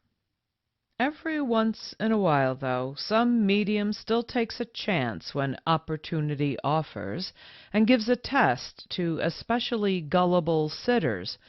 But today no medium with any pretensions to class would think of anything so common as slate writing in its old form. Spirit slates are now listed in the catalogues of houses dealing in conjuring apparatus, and the fraud mediums who formerly made use of them are employing the safer and easier swindles of automatic writing, trance or trumpet messages, and the Ouija board. The infinite grafting possibilities of the spirit slates seem to have been overlooked until adopted and put into usable form by Dr. Henry Slade, a man who had acquired an unenviable reputation in New York City. But it is extremely doubtful if the present generation would have known anything about Dr. Slade had the perpetuation of his name been left to the quality of his mediumship, for he was only one of a large number of conjuring fakirs who bamboozled the credulous of his day. However, he was brought into the limelight on 2 notable occasions. First, by being exposed and criminally prosecuted in London, and second, when poor old Professor Zollner, a noted German astronomer and physicist, fell for his simple conjuring, and fell so hard that he made Slade the hero of his great work, Transcendental Physics. Like D.D. Home and many others, after making a reputation in America, Slade jumped over to London, for England's arms seem ever open for the reception of mediums who have made good here, and if a medium escapes the toils of American investigators, he has little to fear from willing believers on the other side of the Atlantic, though as a matter of fact several were sent to jail there. Slade reached England in July 1876, and began to hold sittings at once, and was soon cleaning up in fine shape. The late John Neville Maskelyne, the great English magician, told me that crowds of people rushed to witness the phenomena, paying 1 guinea each for a sitting lasting but a few minutes. You would think they were giving gold guineas away.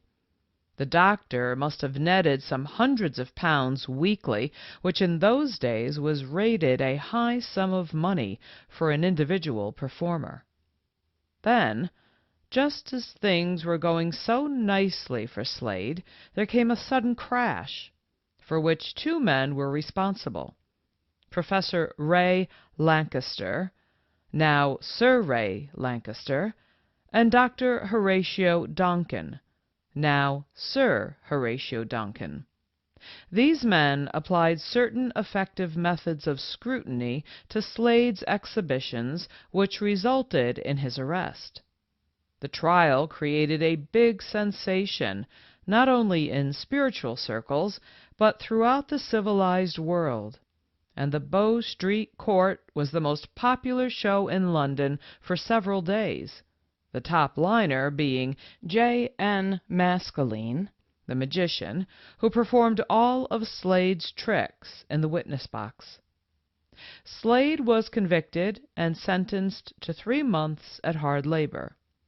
An appeal was taken, and the decision quashed on account of a flaw in the indictment.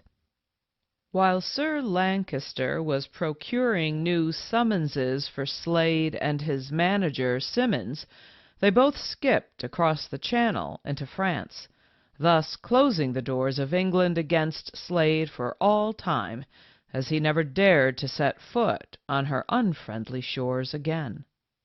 He made ready for a Paris performance, but a friend of Sir Lancaster's sent an account of the court proceedings to the Paris press, so the French people had the whole story before Slade was able to begin.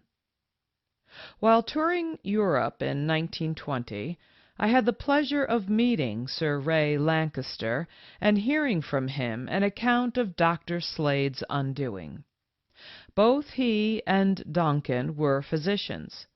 They had been laying their plans to expose 2 other mediums, Hernay and Williams, but Slade's unexpected arrival in London changed these plans, and instead they plotted the séance which proved to be Slade's downfall. Donkin was away from London at the time, but Sir Lancaster wired him, and while waiting for his return, attended one of Slade's séances. He pretended to Slade that he came to see if the spirits would write a message on the slates if he held them himself. Slade assured him that they would, and arrangements were made for a second sitting. Before Sir Lancaster left, Slade asked him if he had been in communication with any departed relatives. "No, but I have an Uncle John," Sir Lancaster replied. Consequently, at the second sitting, the following message was received: "I am glad to see you here again, John." "But have you an Uncle John?" I asked. "No, Houdini," he replied, smiling. "That is why everybody laughed in the courtroom at the time of the trial. You see, Slade thought I was a firm believer, and I allowed him to distract my attention. He said to me, 'You have a great deal of mediumistic power about you. I see them over you behind your head.'" As he said this, Sir Lancaster raised his head with seeming credulity, acting the part splendidly. "What made you suspect Slade?" I asked him. "At the first séance I noticed the tendons move on Slade's wrist as he held his hand outstretched under the table," Sir Lancaster replied, "and while making a number of suspicious moves, he scratched the slates a number of times with his fingernail to simulate the noise made by a slate pencil when writing on a slate."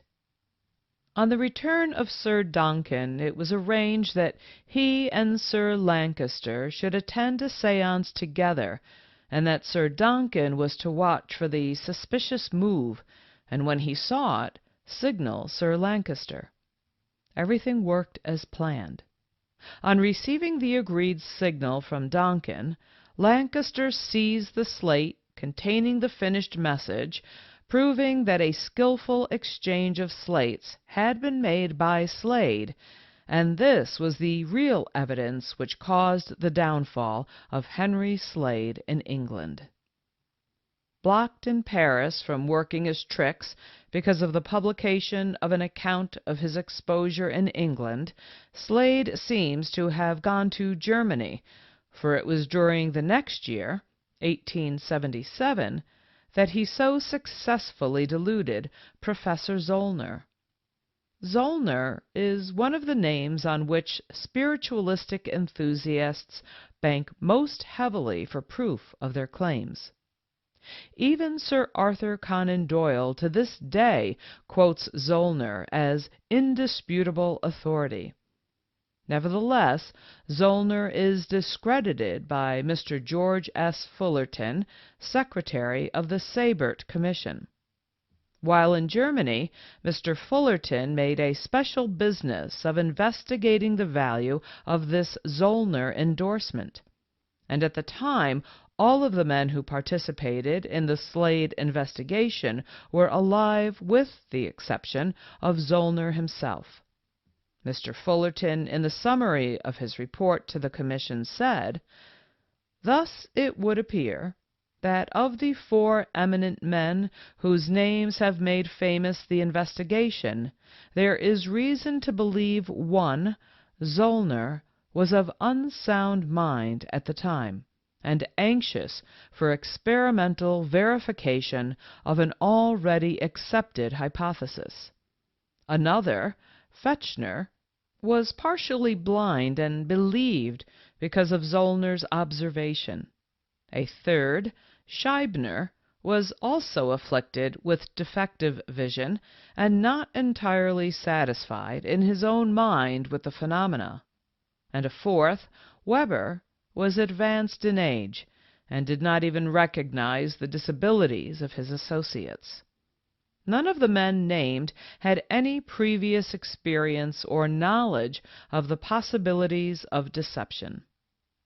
The Seibert Commission, in 1884, seems to have made the first systematic, organized effort to fathom the so-called phenomena of spiritualism, and this commission sent for Slade, who was then operating in New York, and had him give a number of séances under their observation.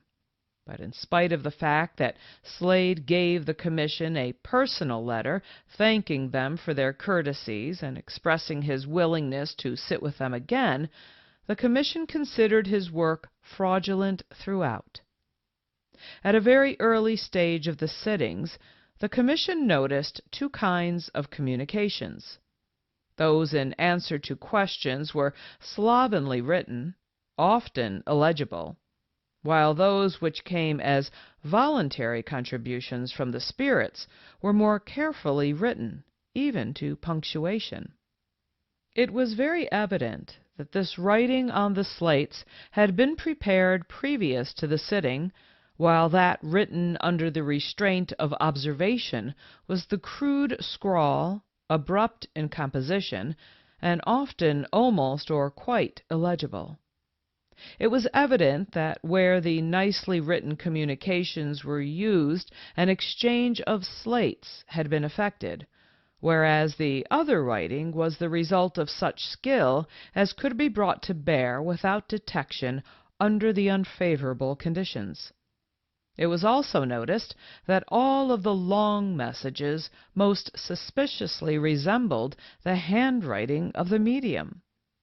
Every test to which Slade submitted proved to be transparent to the commission, and some of his efforts to mystify it were referred to as several little tricks which he imputed to spiritual agency, but which were almost puerile in the simplicity of their legerdemain, and which have been repeated with perfect success by one of our number.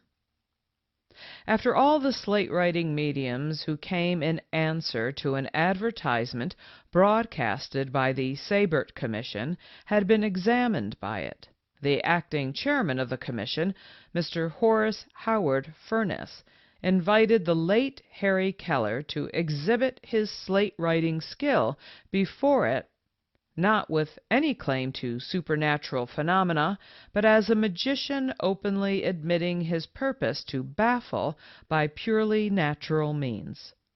Mr. Keller submitted to a series of tests far more complicated and difficult of execution than any produced by Slade or any other medium. Nevertheless, the commission was unable to detect his methods and admitted itself completely baffled. Mr. Keller told me that when Mr. Furness and Coleman Sellers, another member of the commission who was himself an amateur entertainer, applied to him for an exhibition of his skill as a slate writer, they expected him to do the stock tricks of Slade. But someone tipped Keller off that Sellers had told the members of the commission what Keller was to do and his probable method of doing it, and for them to watch out for his modus operandi. So, not to be caught napping, Keller, like the skillful mystifier that he was, determined to outdo Slade and beat Sellers. As he told me about it, he laughed heartily, saying, "If you could have seen Mr. Sellers' face at the time of the unfolding of the mystery, it would have done your heart good." When Keller arrived for the demonstration, he insisted that the commission furnish its own slates, so a boy was sent out who brought back about a dozen of various kinds. Then all sat down around the table with hands resting, palm down, on its top. The commission opened the sitting by writing questions on the slates. Keller held them under the table with the thumb on top, and when he withdrew them in a few moments, they had answers to the questions written in a clear round hand. The questions gradually became longer and longer, but the replies kept pace with them, sometimes covering a whole side of the slate. Although the slates were all different and could not possibly be mistaken for one another, the commission began to put identifying marks on them. Once no pencil was put on the top of the slate, but the reply came just the same. This fact was commented upon, and Keller replied, "Oh, my spirits can write without pencils," a statement which puzzled the members of the commission all the more. Finally, the magician asked them to write a question on a slate and cover it with another, placing the pencil between the two. Even this did not bother the spirits, for when the slates were returned, both sides were found covered with writing. The following extract from the preliminary report of the Sabert Commission, originally published in 1887, describes this performance of Harry Keller before members of the commission and shows the impression which it made on them.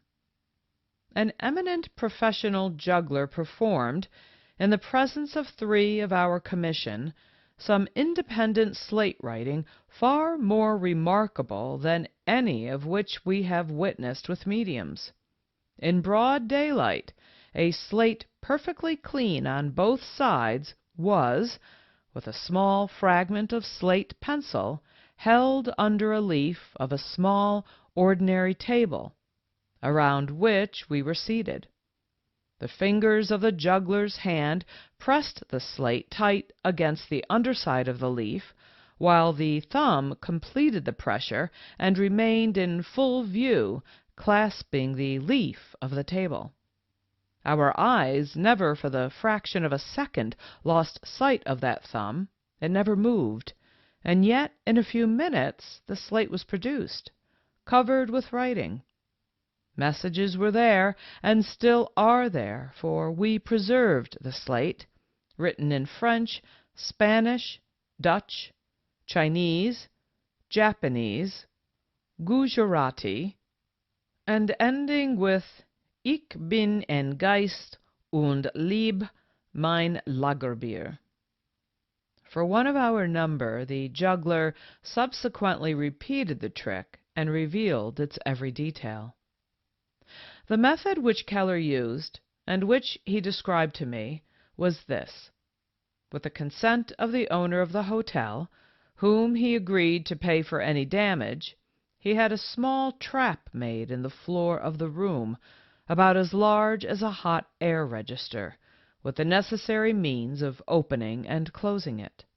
A plush rug with rectangular designs were placed over this trap, and one of the designs, which was just the size of the trap, was cut out with a razor, these cuts being imperceptible. The piece of rug was glued firmly to the top of the trap. In addition to these preparations, Keller bought a specimen of every variety of slate to be found in the downtown section of Philadelphia.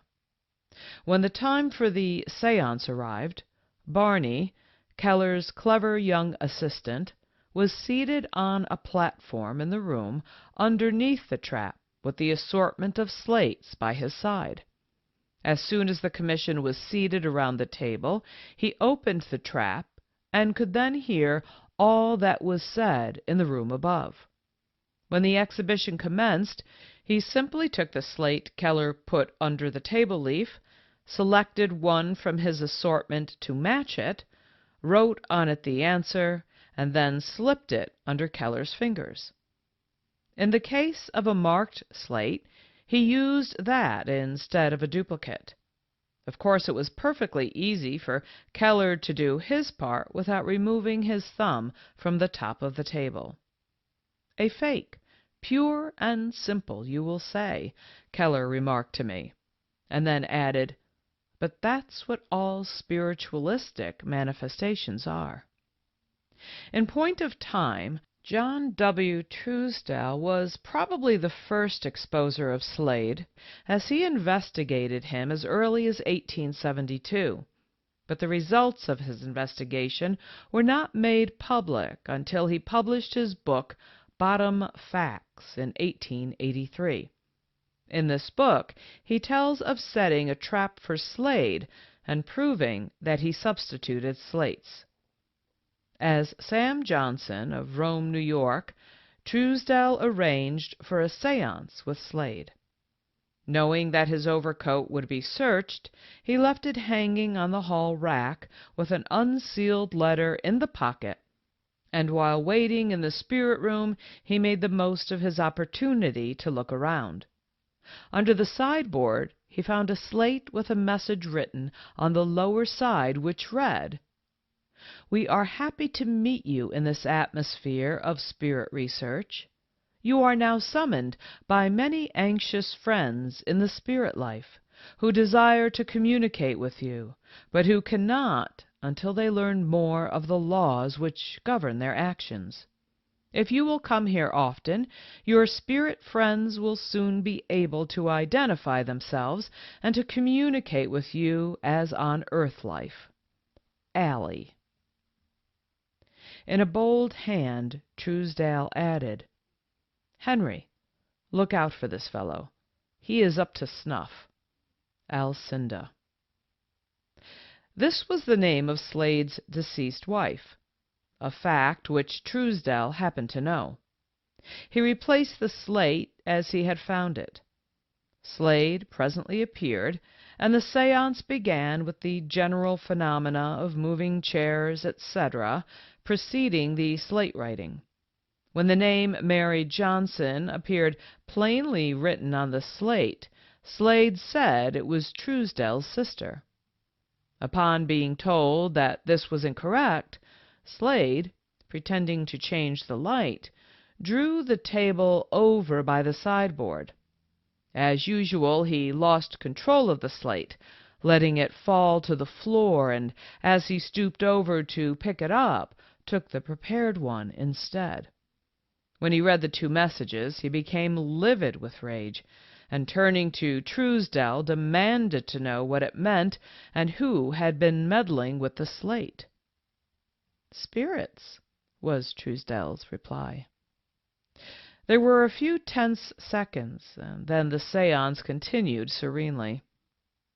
I was too young in Slade's time to seek an audience with him, but I have the good fortune to know Mr. Frederick E. Powell, a prominent magician and a member of the Society of American Magicians. He is one of the very few persons now living who had séances with Slade, and with his permission I quote the following description of his experiences with Slade. In the autumn of 1881 or 82, Henry Slade, the famous spirit medium, came to Philadelphia and took quarters at the Colonnade Hotel, where he opened a room in which to hold séances. At that time I was instructor of mathematics in the Pennsylvania Military College at Chester, Pennsylvania. Reading the announcement of Slade's séances in a Philadelphia paper, I wrote to him and made an appointment for myself and Captain R.K. Carter to be present at one of them. Captain Carter was at that time our instructor in civil engineering. Reaching the colonnade at the appointed time, we were ushered into Slade's presence in a room bare of furniture, save a rather long table and several chairs placed in the center of the room, while at the side and just back of where Slade was to sit was a smaller table on which were piled a number of ordinary-looking school slates of various sizes. The center table had no cloth on it. Several small articles were on the mantelpiece, such as a smoker might use, viz., a matchbox, etc. According to my recollection, Slade was rather tall and slim, and of an ingratiating presence. He was expecting us, and at once placed me at a long table. The séance began with Slade holding two slates of rather large size, and showing all their surfaces devoid of writing, placed them on the top of the table, and while rubbing their surfaces, kept a running fire of conversation. He then told us to place our hands on the table as near the center as possible, with our little fingers touching. Slade placed the slates together, and after a moment or two separated them, saying he had forgotten to put a piece of pencil between. This he did, and holding them together, placed them under the table with one hand, while he placed the other on the table so that his fingers touched our hands. This position was held for several minutes, when he said he would see if he had gotten any results. Bringing the slates from under the table, he laid them on top, and after a moment told Captain Carter to look at them. Following this direction, Captain Carter separated them, when one was found to have its entire surface covered with writing. This message, according to Slade, came from a man who had just died. Notice of the man's death had been published in the morning paper. The message was signed with the full name, but as neither Captain Carter nor I knew the man, we could not affirm or deny the correctness of the handwriting nor the truth of the signature. Captain Carter asked Slade if he might copy the message, but Slade demurred, saying he did not know if the spirits would like the message copied. I found it difficult to account for the reticence of the spirit or spirits, since the message had been written for our information.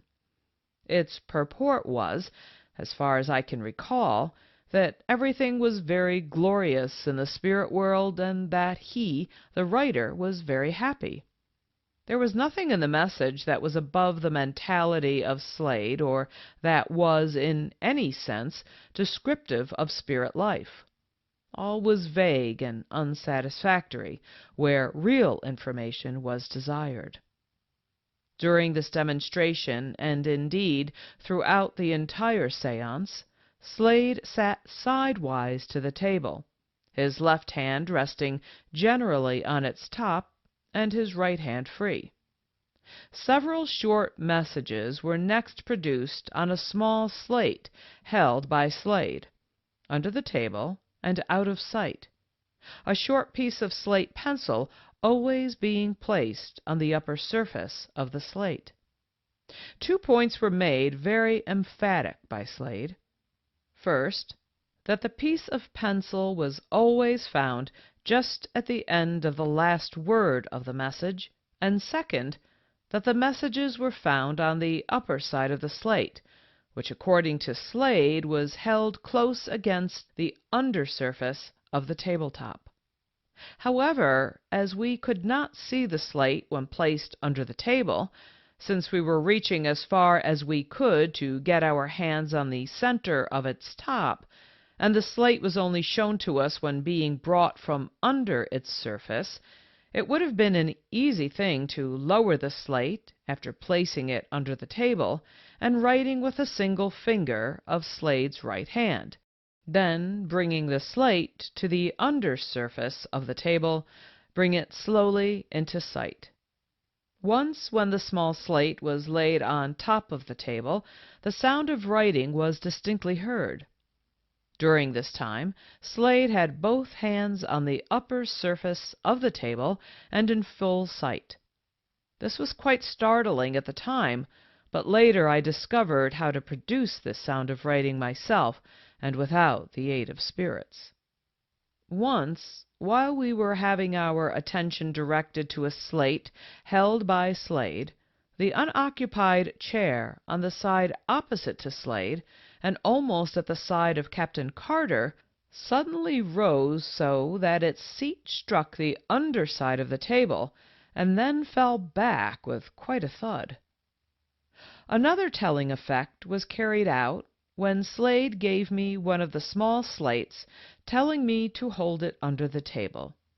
I did so, and felt it suddenly snatched from my hand.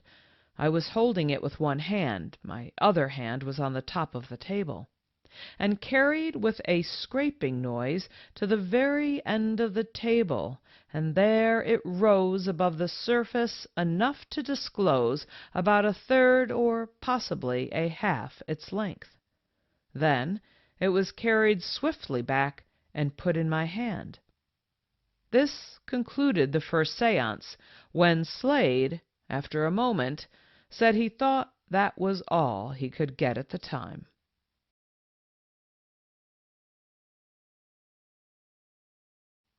Chapter 6, Part 2. Dr. Slade and his spirit slates. On our second visit, I need recount but 3 effects. First, difference in the method of obtaining writing on the large slates which began the séance, as in the first visit. Slade showed one slate and cleaned it thoroughly.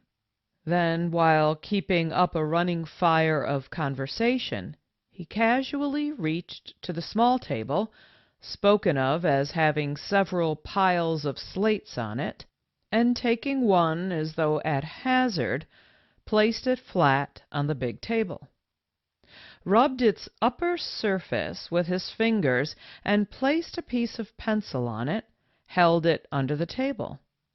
After a pause, he brought it out, and taking the upper slate off the under, showed both surfaces without writing. He remarked that perhaps a different piece of pencil would be better, and he placed another pencil on the upper surface of the top slate, and then placed the lower slate over it, without at any time having shown its under surface. This surface was found covered with writing, the purport of which I do not now recall. The second variation of the first séance was when Slade asked me if I had ever seen the dematerialization of a solid object. I said I had not, whereupon Slade took a small slate, and looking around as though to find a proper object for his test, picked up a matchbox from the mantelpiece and put it on the upper surface of the slate rather close to where he would hold it. He then placed the slate and its superimposed object carefully under the table, and after a moment brought out the slate without the matchbox. I looked under the table, but found nothing suspicious there. In a moment Slade replaced the slate under the table, and on bringing it out, we saw the matchbox in its former place. This disappearance did not impress me greatly, as I concluded the whole secret of dematerialization consisted in turning the slate over and holding the box in place by a finger. Then, after showing the surface empty, the slate was again turned over on being replaced under the table, and so the materialization of the box was realized. The last test was quite startling. Slade drew his chair close to mine, placed one of his hands on the chair back and the other on the table. My hands were resting on the tabletop. Suddenly I felt the chair rise, and I was tipped forward, but kept my balance by pushing back with my hands, which, as I have said, were resting on the tabletop. Then the force was quickly withdrawn, and my chair and I came back to the floor with a grand thud. This concluded the second séance. I never saw Slade again. Powell explains the levitation thus. When Slade drew his chair close to mine, he crossed his legs and was thus enabled to bring his foot under the rung of my chair. The leg resting over the knee gave considerable leverage to the limb having a foot under the rung of my chair. Now he exerted the necessary strength by pressing upward with his foot and holding the chair back with his hand, while the other hand steadied the whole by bearing against the table. Slade took his hand away from the back of my chair for a fraction of a second before he released his foot. I was thus naturally tilted forward, and had to exert some force to keep myself from sliding off the chair. This effort kept me from seeing Slade free himself and get his limbs back to their normal position, viz., one hand on the table and his feet and legs fairly under it. Slade was rather tall, and though somewhat slim, was very muscular. Of course, I did not actually see Slade use his foot to do the lifting, but his position and all the circumstances surrounding the effect tend to prove my claim as to what I believe he did. Further, while I was far from being as strong as Slade, I succeeded in duplicating this levitation by the means I have described. While searching for material about Slade, I heard of an old medium living in Philadelphia by the name of Remigius Weiss, known as Remigius Albus, who had testified before the Seibert Commission regarding Slade's manipulation of the slates. I went over to Philadelphia to his home, and there met the only man who had tangible evidence of Dr. Slade. This he thoroughly explained to me. I asked him why he had never exposed it to the world, and he told me that he held back at first because of pity for Slade's condition, and afterwards figured that if the fraud mediums and other potential criminals knew Slade's methods, they might make use of the methods to gain control of poor human beings who wished to get in touch with loved ones who had passed away. He did not hesitate to give me full details, and at my request wrote me a letter describing his experience with Slade. I quote it because I believe it to be the best exposé ever written of Slade's slate writings. August 18th, 1923. My dear Houdini, please accept from me this lockbook and the locked double slate as a small token of comradeship in combating spiritualistic deception, popular superstition, and delusion. The book and the slate were my own. I put the lock and hinges on the slate and prepared the book and a number of other different objects, such as Professor Zollner had when he, in his foolishness, was pleased to be deceived by Dr. Slade's humbug. In order to gain the perfect, full confidence of Dr. Slade, and to have him give a séance in my home, and in order to counteract and overcome his explicit aversion as to do writing on or between a sealed slate or a locked book, I showed him letters from two eminent and confiding spiritist authors, Dr. Heinrich Tiedemann and Tiedemann's intimate friend Hudson Tuttle, promising to me that they would be present at that séance at 148 Fairmount Avenue. Dr. Slade had handled and inspected that book and slate during a séance at my residence at 148 Fairmount Avenue, Philadelphia, Pennsylvania, where I, together with Mr. Werthemeyer, then a student of jurisprudence, and in presence of other witnesses who were concealed and not seen, nor suspected by Dr. Slade nor his spirits, detected the manipulations, petilations, foot, leg, and other bodily movements, and the general modus operandi of his simple legerdemain at the séance. I had ready for that séance 3 different suites of furniture, and thus I found out that he would or could perform only at or on a certain kind of plain, square, or drop-leaf table and ordinary wooden chairs or cane-seat chairs. Each person present at the séance wrote, independent of and before communicating with the others, a personal individual report of the séance and signed it within the next few days. A day or two after, I put these papers in my pocket and also another paper I had prepared, to serve or use as Dr. Slade's confession to be signed by him. I went to the Girard Hotel, room 24, northwest corner of 9th and Chestnut Streets, Philadelphia, Pennsylvania, to have Dr. Slade arrested for obtaining money under false pretense, or to get him to sign his own confession.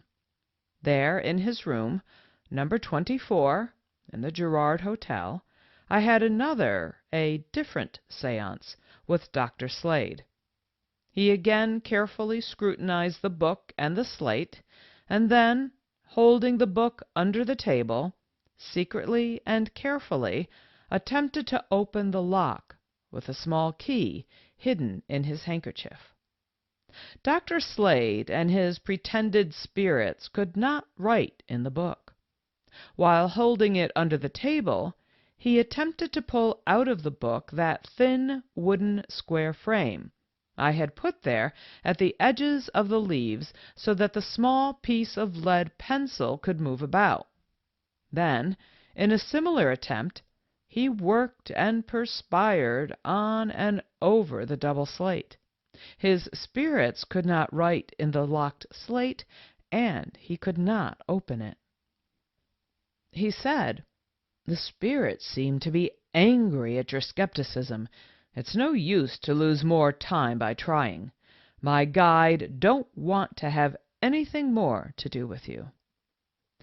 Then, upon Dr. Slade's request, I unlocked the slate, and he wrote in the ordinary way, as writing generally is done in schools, 2 short sentences in the slate. Then he worked the sponge, and turning the written-on side downward, sleight-of-hand trick, tried to palm this off, claiming that this is genuine, independent spirit slate writing. Up to this time, November the 4th, 1882, I had shown to Dr. Slade friendly, joyful attentiveness. We talked about some of my newspaper articles I had published some weeks before he consented to give me a séance. In these newspapers I had described him, Dr. Slade, as the modern Cagliostro, a celebrated necromancer, martyr, or a charlatan, of radical free religious proclivities, fine manners, and humistic, witty, and forceful public lecturer, and most powerful spiritistic medium, who again and again has been and is challenging exposures, and calling special attention to the fact that Dr. Slade has, in his lectures, and otherwise, again and again, publicly announced that he is prepared to pay $1,000 to any person that can prove that he, Dr. Slade, is a humbug, or that Dr. Slade's manifestations are trickery, legerdemain, humbug, or in any way fraudulent. Dr. Slade seemed to be pleased by my description. After some pleasant talk as to his appearance with scientists, kings, and other royal persons and rulers in Europe, and his success as a lecturer, and his way of living, he gave me his address, number 221 West 22nd Street, New York.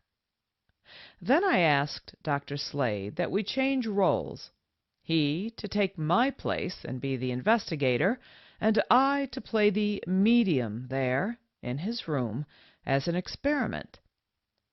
Dr. Slade also said that if I could overcome my skepticism, I would be a good psychic, having mediumistic gifts. I suggested that he should watch me carefully, and then honestly tell me as to the effect and impression my manifestations could or would be producing on his mind, and eventually on the outcome of the spiritualistic, the harmonial, philosophy, or so-called scientific religion of the spiritists.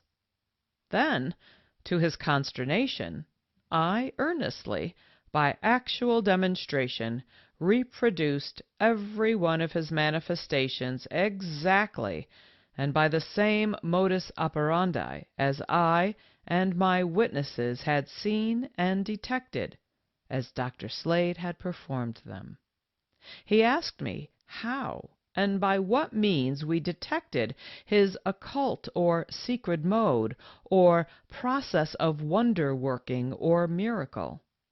I mentioned that he had positively refused to try any experiment on the first and second sets of tables and chairs, and had requested me to substitute them by a plain kitchen table and chairs of a certain construction.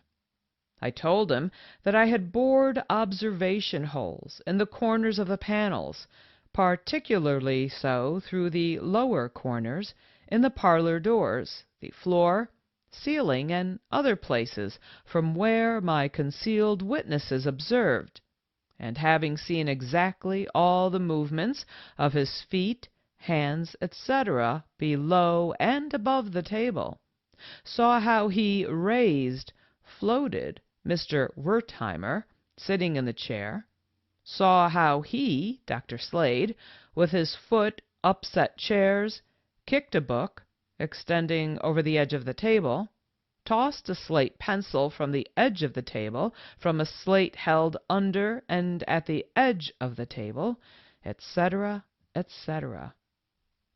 Dr. Slade now turned very pale, and wiping off the thick perspiration from his forehead and face, said, "Well, what of it?" and rashly asked, "Where were Hudson Tuttle and Dr. H. Tiedemann?" I reminded him of the fact that they had sent an excuse, being unable, by reason of unforeseen circumstances, to attend that séance in my house. Then I sternly gave him the alternative, that he either sign his own confession as to the fact that he has, during the many years in his career as a professional spirit medium and in everything he had professed or pretended to be genuine spiritistic or spiritualistic, deceived and defrauded the public.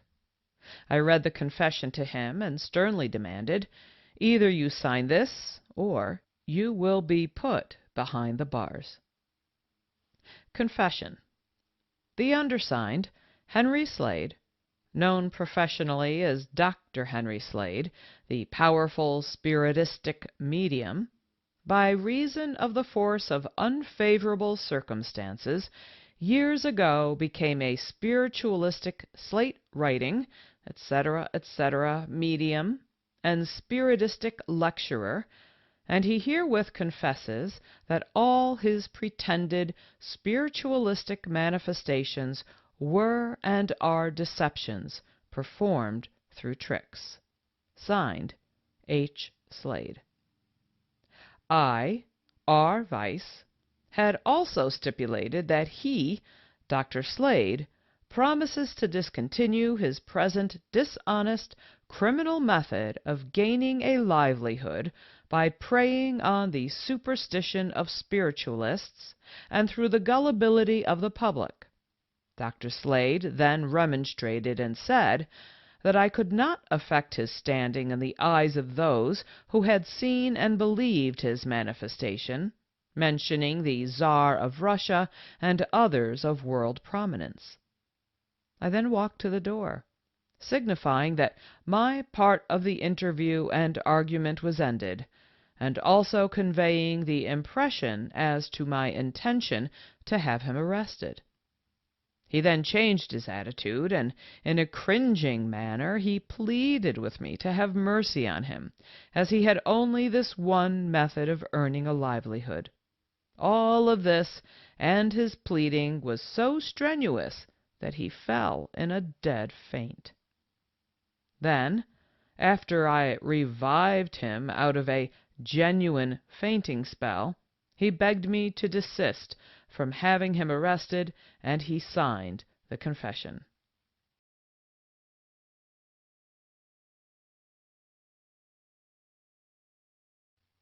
Chapter 7. Slate Writing and Other Methods. A remarkably large number of methods have been used at one time and another by the numerous mediums of lesser repute than Slade who prospered on slate writing. Slade himself, like any skilled prestidigitator, had a variety of ways which he used to produce his effects. His usual method was very simple.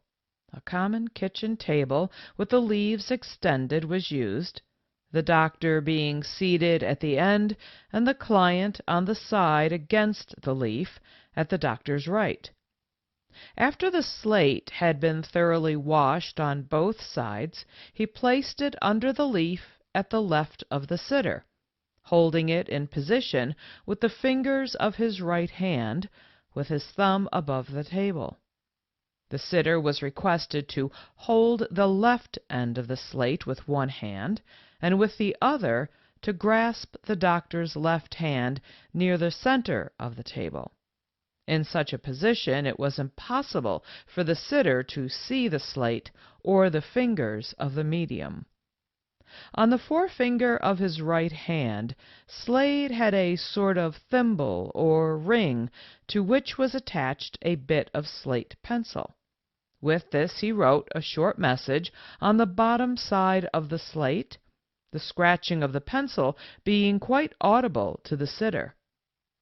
When this scratching ceased, the doctor would be seized with a series of nervous spasms, during which the slate was snatched from the sitter's hand for the fraction of a second, and, unknown to him, turned over, thus bringing the message to the top, so that, when a few minutes later it was shown, the message appeared as though written between the slate and the table leaf. A second method, which produced longer messages, was the substitution of slates.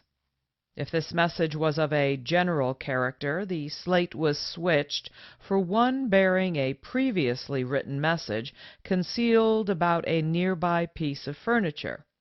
If a special message was required, it was written by an assistant listening in the next room. When the slate had been cleaned, ready for the message, the doctor gave the cue, and the assistant rapped on the door. The doctor answered the knock in person, taking the slate with him, and while listening to some commonplace report, the slates were exchanged. On resuming his seat, the slate was placed under the table leaf as before. No sound of writing being heard, he would examine the top of the slate several times, but of course find no writing. Finally, claiming that the influence did not seem powerful enough, he would lay the slate on the top of the table, message side down with a piece of pencil under it, and then take both the hands of the sitter in his. Soon a sound of writing would be heard, and on examination the message would be found. It was possible for Slade to produce the sound of writing while his hands were holding those of his client by slipping a piece of pencil through threads on the side of his knee and rubbing it against another piece held to the table leg by a wooden clip. One of the most common methods of slate writing is known as the flap slate. The message is written beforehand and concealed with a flap of silicated gauze or thin slate, which fits closely within the slate frame. One side of this flap is covered with cloth to match that used on the top of the table, and when it is dropped is unnoticed. A better way is to cover the back of the flap with newspaper, and by dropping it on a newspaper it becomes invisible. There is an ingenious double form of this flap slate with which it is possible to make a message appear on both inside surfaces of a pair of locked slates without having them leave the sight of the sitter for an instant. The two slates are hinged together like the old-fashioned school slates, but with the hinges on the outside of the slates. The slabs of slate are very thin, and the ends of the frames bevel toward them slightly. One end of each frame is so made that by pressing on one of the hinge screws, the frame end is released and can be drawn out about 1/4 of an inch. A very thin slab of slate, called the flap, is arranged to fit snugly over the real slate when the frame ends are in place, but drops out as soon as they are released and drawn out. In working these slates, the medium writes a message on the inside of one of them, say the left, and also on one side of the flap. The end of the slate with the message is then drawn out and the flap inserted, message side down, and the frame fastened back in place. A secret mark on the outside of the frame shows which slate is written upon. The slates can then be shown and will appear clean on all 4 sides, and it is possible to either seal or lock them without interfering with the success of the demonstration. They are then placed on the table with the fake ends nearest the medium, and while he leans on their ends with half-folded arms, engaging the sitter in conversation, he at the same time with the fingers of his concealed hand pulls out the frame ends, allowing the flap to fall from one slate to the other, and then secures it in place by putting the ends back. Of course, when the slates are opened, a closely written message is found on both. Another sort of double slate intended for producing a similar effect in dark seances or cabinet work also has a loose end which, instead of moving 1/4 of an inch, draws out to any length, bringing the slab with it. After the lights are out or the cabinet closed, it is an easy matter to draw out the slab and write a message on it. Writing is sometimes produced between two perfectly honest slates which have been fastened together at the corners by inserting a wedge of hard wood between the frames, thus separating them enough to slip between them a piece of wire with a bit of slate pencil fastened to its tip. By this means, a message can be produced at a dark seance in a few minutes without breaking the seals. There is a form of slate where the slab is invisibly hinged on the side so that it opens like a door and is held shut by a secret catch. This slate can be used in a dark seance or under the table at a light one. It can also be used on a cloth-top table with an invisible trap. The trap and the hinged slate drop down together, and the medium is able to write on the slate by reaching under the table. Still another scheme used with a pair of hinged slates is to have a hole through both frames at one end and locking them with a padlock. In working this, the pins are pushed out of the hinges and the frames, moving easily on the shackle of the padlock, permit the medium to write on the inside of the slates without difficulty, afterwards fastening the slates together again by simply replacing the pins in the hinges. A method of concealing an extra slate is to have it a trifle smaller than the rest and then hidden in some convenient place, say the seat of a chair. A large slate is first examined and laid on the chair. Later, it is picked up with the extra one under it. Sometimes the extra one is hidden under the edge of a rug on the floor and worked in the same way. At other times, it is hidden on the medium's body and slipped under a large slate when the medium stands with his right side on a line with the sitter's vision. An entirely different method is employed to some extent by mediums who are very rapid and interesting talkers. Throughout the séance, the medium walks nervously about the room, keeping up a continual flow of conversation. He passes 2 slates to the sitter for examination. A third, the same size, with a previously written message on one side, being concealed in a large pocket inside the breast of his coat. While the slates are being examined, he walks about the room, sometimes behind and sometimes in front of the sitter, tapping him on the shoulder to emphasize his remarks. As soon as the slates are examined, he takes them, and passing behind the sitter, places them on his head and asks him to hold them there, and at the same time continuing his walk and talk. Of course, when the slates are examined, there is a message on the inside of one of them. When the medium steps behind the sitter with the slates in his hand, he quickly changes the slate with a message which he has hidden for one of the blank ones. There is no more bold or difficult than many mediumistic tricks, but it requires a particularly fluent conversationalist to successfully produce the needed amount of misdirection when the slates are switched. Women mediums effect a similar exchange sometimes by the aid of a special pocket in the dress. A very effective method of getting a direct answer to a question on the inside of a sealed double slate is as follows. The slates are thoroughly cleansed by the sitter, who writes a question on a slip of paper, folds it, and places it between the slates with a bit of pencil. The medium keeps at a distance during the writing and cannot see what has been written. The slates are then sealed with strips of paper and placed on the table, and the sitter holds both hands of the medium. After a time, as no sound of writing is heard, the medium shows some concern as to the possibility of failure and suggests that the sitter hold the slates at the top of his own head.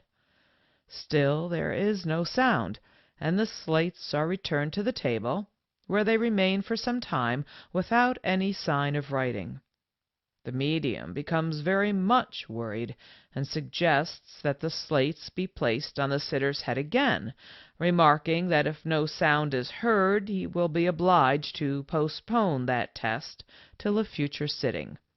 This time the writing is heard almost as soon as the slates touch the head, and when it ceases and the slates are unsealed, a complete answer is found written on the inner surface of one or both slates. This seeming marvel is produced in the following simple manner. The medium's assistant steals into the room with a duplicate pair of sealed slates and stands behind the sitter. In the act of placing the slates on the head, a switch is made, and the sitter holds the duplicates while the originals are taken into an adjoining room by the assistant. He lifts the seals with a hot table knife, and after reading the question, he writes an appropriate answer, reseals the slates, and returns to his position behind the sitter. Another exchange is made when the slates are placed on the sitter's head the second time. The sound of writing is made by the medium under the table with a piece of slate pencil and a bit of slate, but it is so faint that the sitter cannot locate it. In Bohemia, province of Prague, I ran across a medium who was especially good in slate writing. At first I could not get his work. When I was playing in Berlin at the Winter Garden, he came in one night and wanted to give a performance to the directors. I was guest, but went prepared for him. His work was so designed that he walked behind us, and in so doing he baffled me. I asked for a private sitting, and he readily consented. When he did the slate writing at this sitting, I felt someone's presence, and sure enough, when he took the slates away, there was an almost imperceptible hesitation. In this fraction of a second, the slates were switched through a trap in the panel behind me. I had a mirror on a rubber elastic fastened to my vest, and as I took my seat, I pulled the elastic so I could sit on it. I managed to secure this mirror and keep it palmed in my hand, and with it saw the panel slide open, the arm extended with the duplicate slates, and the exchange made. S. Baldwin, an acknowledged expert in spiritualistic and telepathic tomfoolery, was bamboozled by a Dr. Fair, according to his own story, which he told me in December 1920. He received a message on a slate held by himself under a table, and afterwards, at the suggestion of the doctor, made a thorough examination of the table, the room, and everything in sight, but failed to discover a concealed door in the wainscot of the wall through which a man in black garments could find his way to space under a sofa and thence to the table, which was a rather large one, do the spirit writing, and then make his exit, while Mr. Baldwin was fully occupied holding the slate under the table with his eyes fixed on space above it. One of the very best mediumistic tricks, and one that has made the reputation of more than one well-known medium, is done with a number of small slates and one large one. The size of the slates is immaterial, but the large one should be 3 or 4 inches larger each way than the others. The manner of presentation differs somewhat with different performers, but in general is as follows. When the sitters arrive, the slates are piled near one corner of the table, the larger one at the bottom, and 8 or 9 smaller ones on top of it. The medium stands at the end of the table nearest the slates. and after a few casual remarks, he picks up the top slate with his left hand, changes it to his right, and passes it to the sitter to be examined and cleaned if desired. When he is quite satisfied, the medium takes it back, glances at both sides, and then places it on the table directly in front of the sitter. This is repeated with the remaining small slates, which are not stacked up evenly but left in a haphazard pile. While the last small slate is being placed on the pile with the medium's right hand, he picks up the large slate with his left and rests it on top of the others, at the same time passing the sitter a pencil and asking him to write a few lines on it, requesting the spirits to favor him with a message and to sign his name to it. He is at liberty to examine this slate also, and to write his message on either side. The large slate is then placed at the right of the sitter, and he is asked to place his right hand on it. The small slates are then evened up by the medium, secured by a heavy rubber band, and then placed in the center of the table. The medium then takes a seat at the table opposite the sitter, and they clasp hands at the sides of the slates. After a sufficient pause, the slates are unbound by the sitter, and on a slate near the center of the stack a message is found written in chalk or slate pencil and signed by a departed friend. The secret of this startling effect is extremely simple. Concealed beneath the big slate at the beginning of the séance is a smaller slate with the message already written on it. This is picked up with the larger one when the latter is placed on the stack for the sitter to write on it and dropped on the others written side down. The extra slate is never noticed, as the pile has not been counted, and the business of passing the slate pencil occupies the sitter's attention so that he does not realize that the large slate rests on the small ones before he examines it. The medium then takes about half the small slates, evens them up and lays them to one side, and repeats with the remaining ones, laying them evenly on the others. This is a perfectly natural move, as the whole stack makes more than a handful, and by means of it the slate and the message is placed in the middle of the stack. The stack is then set on end, the rubber band placed around it, and it is then ready to be placed in the middle of the table for conclusion of the séance. Two methods of writing between locked or sealed double slates when only one or two words were needed puzzled the investigators for a long time. The first was worked with a strong magnet.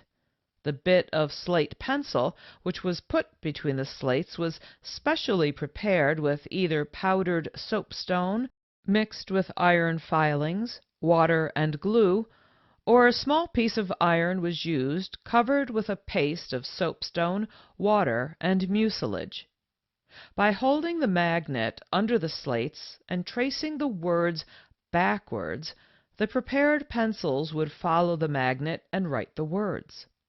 The other method was worked with an electromagnet set in the table, the necessary wires running down one leg and making contact with a copper plate in the floor under the rug by means of a sharp metal point on the end of the leg. Since the introduction of raps by the Fox sisters, various methods have been devised for producing them. One of the simplest expedients is for the medium to slightly moisten the fingers and slide them very gently on the top of the table. A little experimenting soon shows the amount of pressure necessary to produce the desired amount of sound, and of course the medium is cautious to let the fingers move only the desired distance, and that too when no one is looking. Another simple method is to place the thumbs close together in such a manner that the nail of one overlaps the other a trifle. Then, while the thumbs are pressed hard on the table, If one nail is slipped up or down, distinct raps are produced, which seem to come from the top of the table. Some mediums produce raps by slipping a knee up and down against a table leg. Others have been known to fasten blocks of wood to the knee under the skirt and rap on the table leg with a sidewise motion of the knee. Still others strike the table leg with the heel of the shoe, or press the side of the heel against the table leg, and by moving the heel up and down, the friction of the leather against the wood produces raps. Many mediums will not depend on these methods, but use more complicated ones, which produce the raps by means of mechanical devices which they conceal about their person.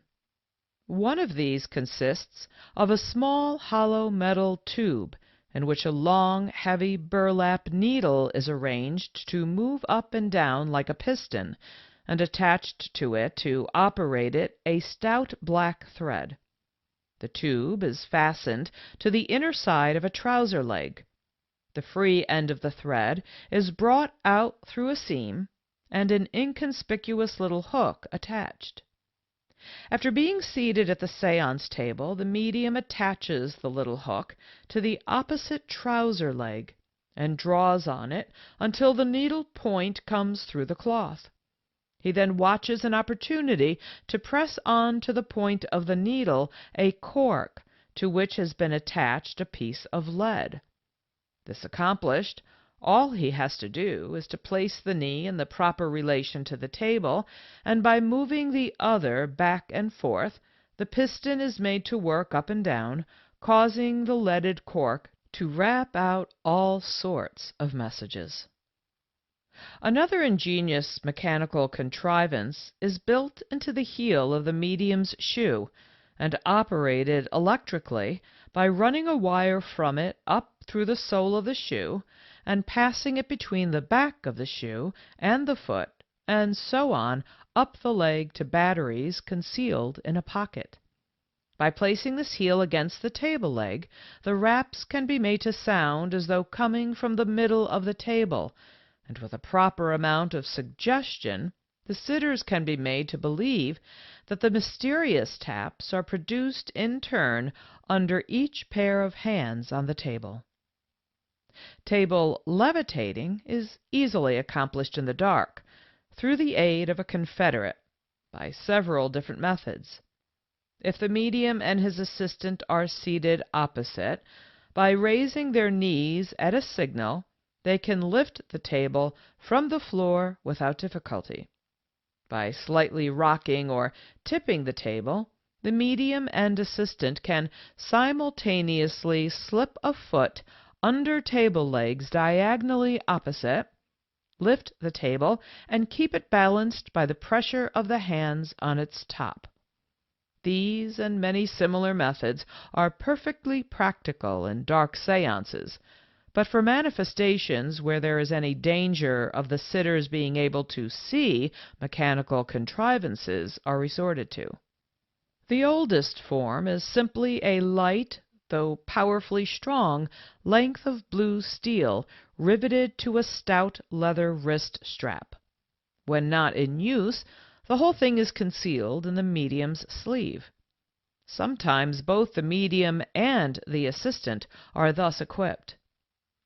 This has been somewhat superseded by a chamois-covered flat steel hook concealed under the vest and riveted to a tight-fitting leather belt encircling the medium's body. With this hook under the table edge, great power can be exerted upon the table with very little strain upon the operator. The lifting strength of a human hair is not generally known, yet by means of one freshly taken from the head, long enough to span a small light table, the table can be lifted. One of the more modern contrivances is a steel belt which the operator wears, and to the front of which is attached a short metal arm which can be engaged under the tabletop in such a way that the operator can take his hands off the table and still support it in the air. When releasing the table, the metal arm is slipped back and the steel belt shifted to another position on the body, the medium's coat concealing both.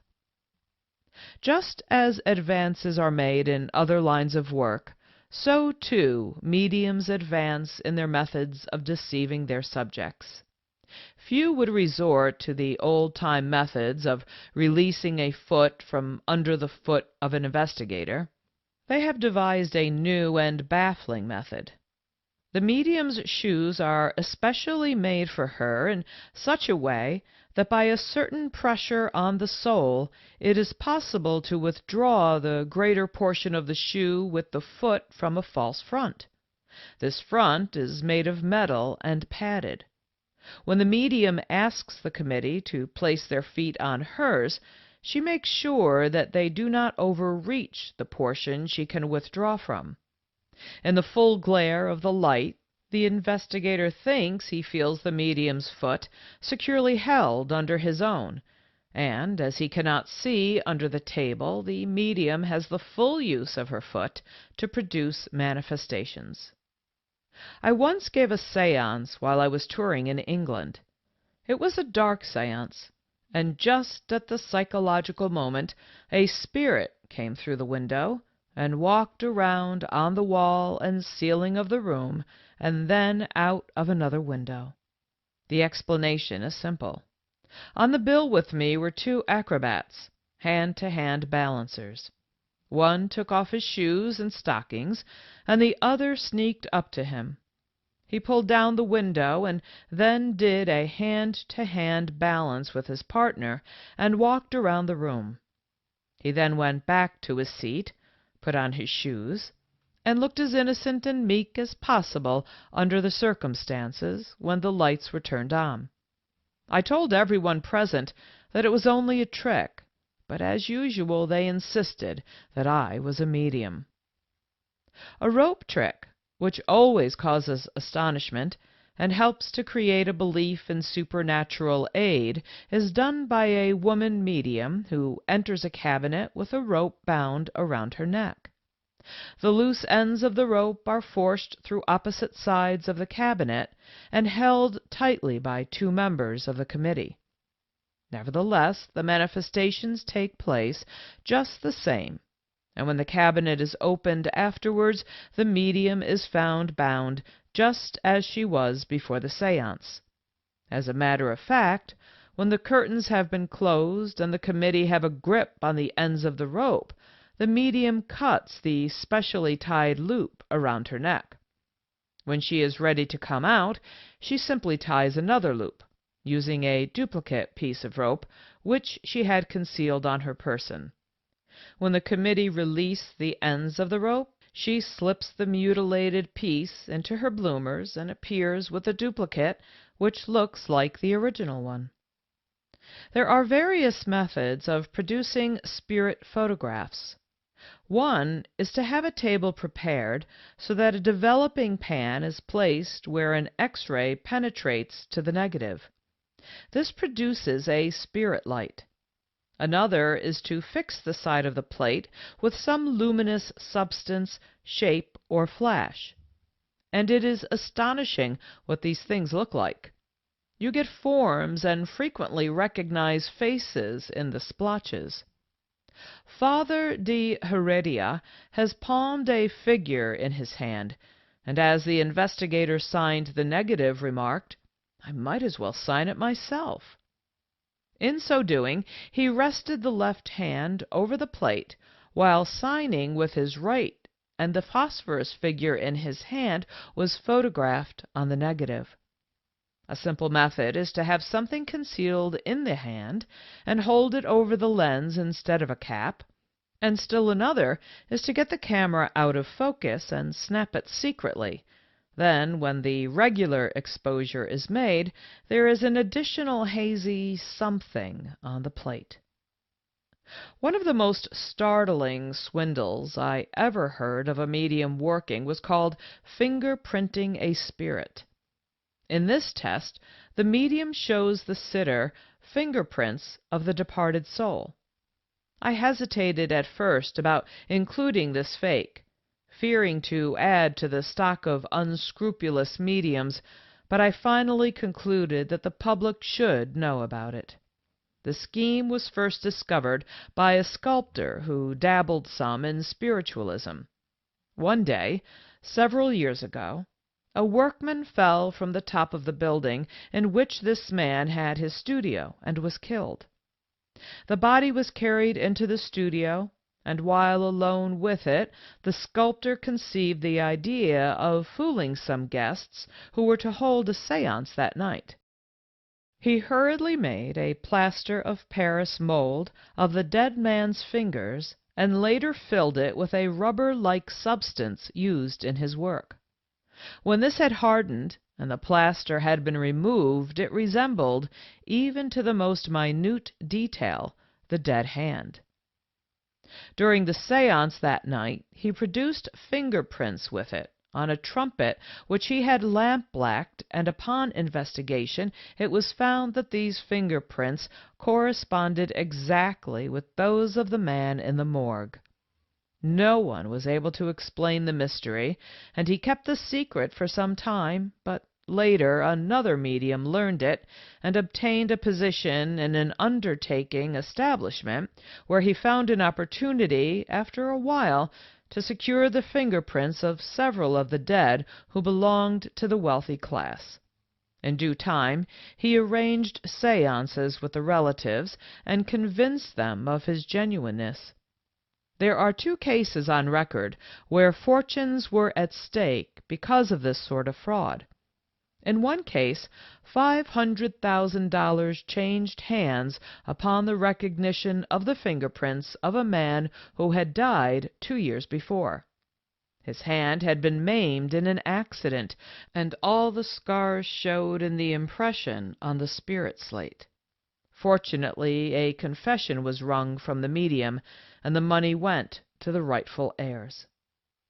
A manifestation which seems mysterious, but which is in reality ridiculously simple, is worked as follows. A glass is filled with water and placed on the table in a cabinet. Ribbons or bands of tape are then drawn over it at right angles and the ends fastened to the table with nails. Thus secured, the glass cannot be lifted, and the top is entirely covered except some small openings. The medium is then locked into the cabinet for a few minutes, during which he keeps up a continual clapping of his hands. But when the cabinet is unlocked, the glass is empty of water, and the general impression is that the spirits drained it. As a matter of fact, the medium had worked his hands up near his face and shifted from slapping his hands to slapping his face with one hand. This left a hand free, and with it he had no difficulty in producing a straw from his pocket and sucking the water from the glass. Of course, these examples are only a few of the many means employed by mediums to produce their manifestations and take advantage of the credulity of the average sitter, but they are enough to show the reader the sort of methods practiced and the lengths to which they will go in their deceptions. Chapter 8. Spirit Photography. With what is perhaps pardonable pride, we point to the genius of American enterprise in scientific advancement, but it is with decided chagrin that I repeat that, as modern spiritualism was born in America, so also have been most of the phenomena that, under the mask of spiritualism, have unbalanced so many fine intellects the world over. Spirit photography, the most prominent of mediumistic phenomena, had its beginning in Boston, hub of intellectual development, its coming being announced by Dr. Gardner, a devout spiritualist, who discovered a photographer that, in taking a photograph of himself, obtained on the same plate a likeness of a cousin dead some 12 years before. This was in 1862, but a little more than a decade after the original demonstration of so-called spirit power at Hydesville. Fortunately for the success of the new art, the photographer selected by the inhabitants of Summerland to use for the demonstration of the new phenomena was a medium, and of all the hosts in heaven, the spirit chosen to be photographed was, singular coincidence, a cousin of his who had passed the border some years previous. No sooner had the discovery been announced than spiritual enthusiasts in large numbers began flocking to the studio of the medium, Mr. William H. Mumler, and this kept up until evil spirits began to create an atmosphere of doubt and skepticism, whereupon he abruptly took himself and his enterprise to New York City, a precipitous plunge presumably prompted by his spiritual guides. The change proved to be of great financial benefit to Mumler until the ire of the evil spirits was once more aroused, and he was arrested on a charge of fraudulent transactions. A most interesting and sensational trial followed, with many noted people appearing as witnesses, among them being that prince of showmen, Phineas Taylor Barnum, who testified for the prosecution, and Judge John W. Edmonds of the Supreme Court bench for the defense. Mr. Barnum testified to having spent much time and study in the detection of humbugs, and had recently written a book called The Humbugs of the World. He knew Mumler only through reputation, but had had some correspondence with him in regard to his pictures, wishing to learn his process and expose it in his book, and some pictures which Mumler sent him Barnum paid $10 apiece for, and put in his museum labeled as spiritualistic humbugs. Barnum's testimony was attacked by Mumler's lawyer, who characterized it as being a very pretty illustration of humbug, and added that even if it were true, Barnum violated the great precept relating to honor among thieves. But I wanted to go on record as believing that Mr. Barnum told the truth in the Mumler case. Judge Edmonds declared on the stand that he had seen spirits, although many spiritualists could not, and recalled an instance when he was on the bench trying a case in which the payment of an accident insurance policy was the issue. He told the court that the whole aspect of the case was changed after he saw the spirit of the suicide, and several questions which this spirit had suggested were put to the witness, the decision being reversed on the testimony thus brought out. He also testified to his belief that Mumler's pictures were genuine photographs of spirits. During the trial, many methods of producing spirit extras were shown in court by expert photographers, and the possibilities of the effect being produced by natural means proven. The investigators, however, did not have their case in good shape. There were strong grounds for suspicion, but they were unable to present positive proof, and though the court was morally convinced that fraudulent methods had been practiced, sufficient evidence to convict Mumler was lacking. Although acquitted, it is significant that Mumler refused an offer of $500 to reproduce his pictures in another studio under test conditions, and while free to resume his business, so far as the court was concerned, with a full harvest of dupes waiting to be fleeced, he was nevertheless soon lost to view, and seems to have vanished entirely after the publication of his book in 1875.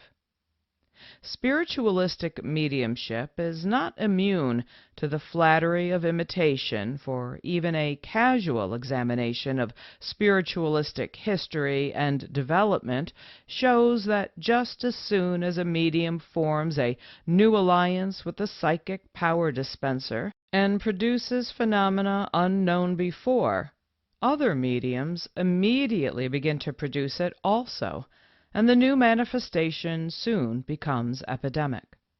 It was so with spirit photography. No one had thought of such a possibility before Mumler invented the mystery, but talented mediums everywhere, when they heard of his pictures, began to produce them also. Stories of his success crossed the sea, and Europe discovered equal talent there. In the summer of 1874, a Parisian photographer by the name of Bouguet went over to London and attracted considerable attention with his spirit pictures.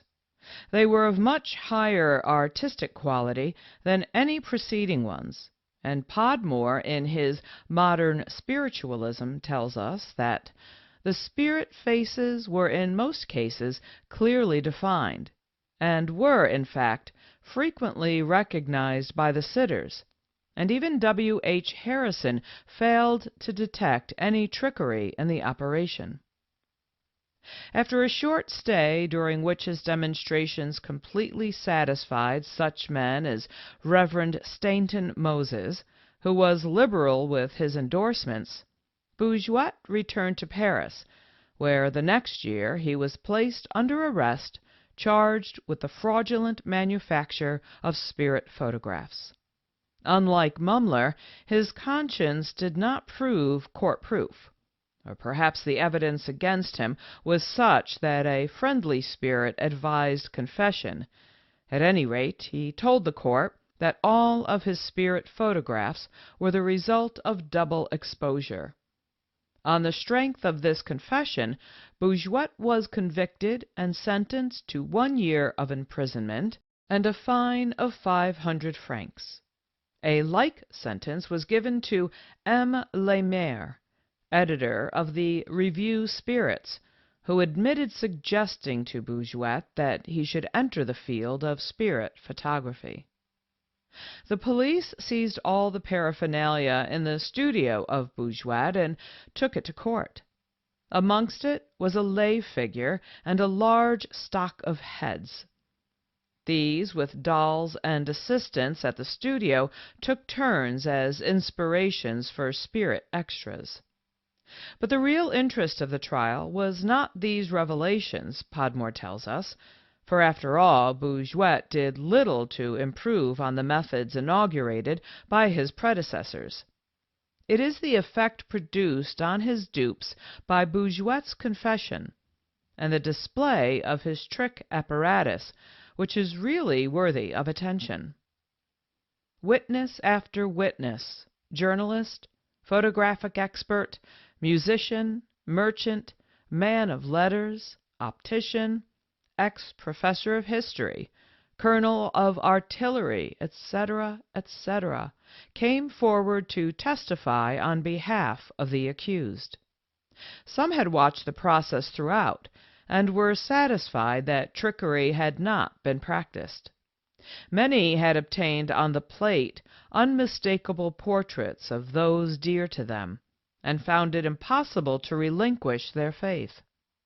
One after another these witnesses were confronted with Bouguet, and heard him explain how the trick had been done. One after another they left the witness box, protesting that they could not doubt the evidence of their own eyes. Here, chosen almost at random from many similar accounts, is the testimony of M. Dessanon, picture seller, aged 55. After describing how he had obtained in the first instance various figures which he could not recognize, he continues, "The portrait of my wife, which I had especially asked for, is so like her that when I showed it to one of my relatives, he exclaimed, 'It's my cousin.'" The court: Was that chance bourgeois? Bourgeois. Yes, pure chance. I had no photograph of Madame Dessanon. The witness. My children, like myself, thought the likeness perfect. When I showed them the picture, they cried, "It's Mamma!" A very fortunate chance. I am convinced it was my wife. The court. You see this doll and all the rest of the things? The witness. There is nothing there in the least like the photograph which I obtained. Incidentally, there were 2 or 3 curious bits of evidence on the value of recognition as a test. A police officer stated that Bourgeois showed him a portrait which had done duty as the sister of one sitter, the mother of a second, and the friend of a third. Again, it came out in the evidence that a very clearly defined head, reproduced as an illustration to Stainton Moses' articles in Human Nature, which had been claimed by M. Lemaire as the portrait of his almost lifelong friend, M. Poiret, was recognized by another witness as an excellent likeness of his father-in-law, still living at Brou, and much annoyed at his premature introduction to the spirit world. From Mumler's first pictures to the present day, spirit photography has played a large part in the field of spiritualistic devotion, and innumerable mediums have discovered that they possessed the same phenomenal power for producing the coveted likeness in the form of extras on the sensitized plate. The art has now advanced to such a stage that it is no longer necessary for one to sit, but all that is needed is a relic of the departed one, something which either belonged or was of especial interest to the person. This relic is photographed, and when the plate is developed, there appears beside it as an extra the face of the departed.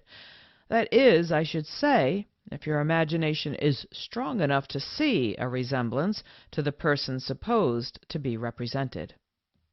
Nor is a camera necessary in these days, according to the spiritualists. In fact, I am told that it is not necessary to even open a box of plates, but that they can be magnetized just as they come from the maker, provided the box is in the possession of the medium a few days in advance of the sitting.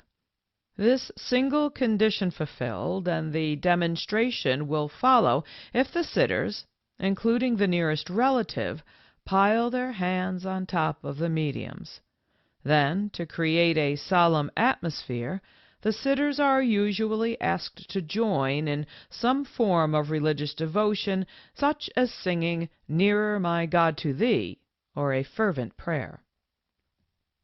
This is the type of performance conducted by what is known as the crew photographers, and supported and defended by the present-day leaders in spiritualism. This crew combination of photographers is under the management of professional spiritualists, and is an organized effort to promulgate this particular phase of spiritualistic phenomena. The group consists of Mr. William Hope and Mrs. Buxton, crew, Mrs. Dean of London, and Mr. Verncombe of Bridgewater. My friend, Harry Price, attended a sitting given by Hope, and tells of the religious exercises as follows. Mrs. Buxton sang several verses of "Nearer, my God, to Thee," after which Mr. Hope made a long impromptu prayer in which he thanked God for all our many mercies, and hoped he would continue his blessings at the present moment. He also craved blessings on our fellow creatures and friends on the other side, and asked assistance in the attempt to link up with them, etc. Then Mrs. Buxton sang another hymn, after which Mr. Hope picked up the package of dry plates, put them between the hands of Mrs. Buxton, placed her hands on his, and others in the party piled their hands on top.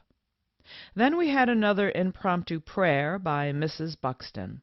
Then the Lord's Prayer was sung, and a short hymn concluded the service. Can one imagine a sacrilege more revolting than singing hymns, saying prayers, and calling on the Almighty for help in such fraudulent work? The combination evaded detection and were doing a most successful business when in the spring of 1921, Mr. Edward Bush, of the Society of Psychical Research, laid a snare into which Hope walked with his eyes wide open. Mr. Bush wrote for an appointment under the assumed name of D. Wood, enclosing a photograph of a son-in-law who was alive. On the back of the photograph was written, "Tell Dad, if anything happens to me, I will try and let him have a spirit photo. Tell him to shout up to let me know where he goes to. Jack Ackroyd." Hope arranged a time for a sitting, but returned the photo, saying he regretted that it had been sent as it subjected him to suspicion. When the time for the sitting arrived, Hope went under control, and Mr. Bush manipulated the plates as he directed, but no extras appeared. On the next day, however, when the plate was developed after another sitting, there was an extra which proved to be a likeness of the son-in-law.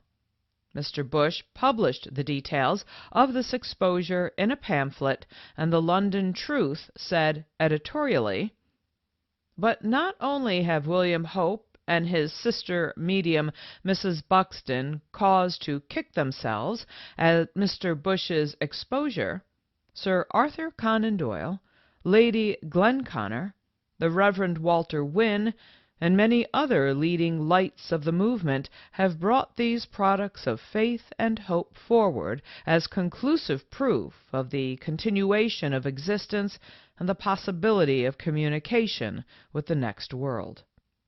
Later, in the same year, Mr. C. R. Mitchell, a former leader of the Hackney Spiritualistic Society and well known in mediumistic circles in London, was selected to undertake certain tests of a scientific nature for the purpose of ascertaining the value of these spirit phenomena. Mr. Mitchell was a photographer and wished to use his own plates in the experiment, but Mrs. Dean, who was to conduct it, refused to let him unless he first left them with her for a few days to be magnetized. He objected to this, and it was finally agreed that he could use his own plates, provided he would magnetize them himself, but the results were unsatisfactory. He then purchased from Mrs. Dean a package of fresh plates, which, it was claimed, had not been opened since it left the manufacturer. The likeness of a soldier appeared on one of these, which Mr. Mitchell developed himself, and he concluded that not only had the plates been magnetized, but that they had been exposed in a camera as well.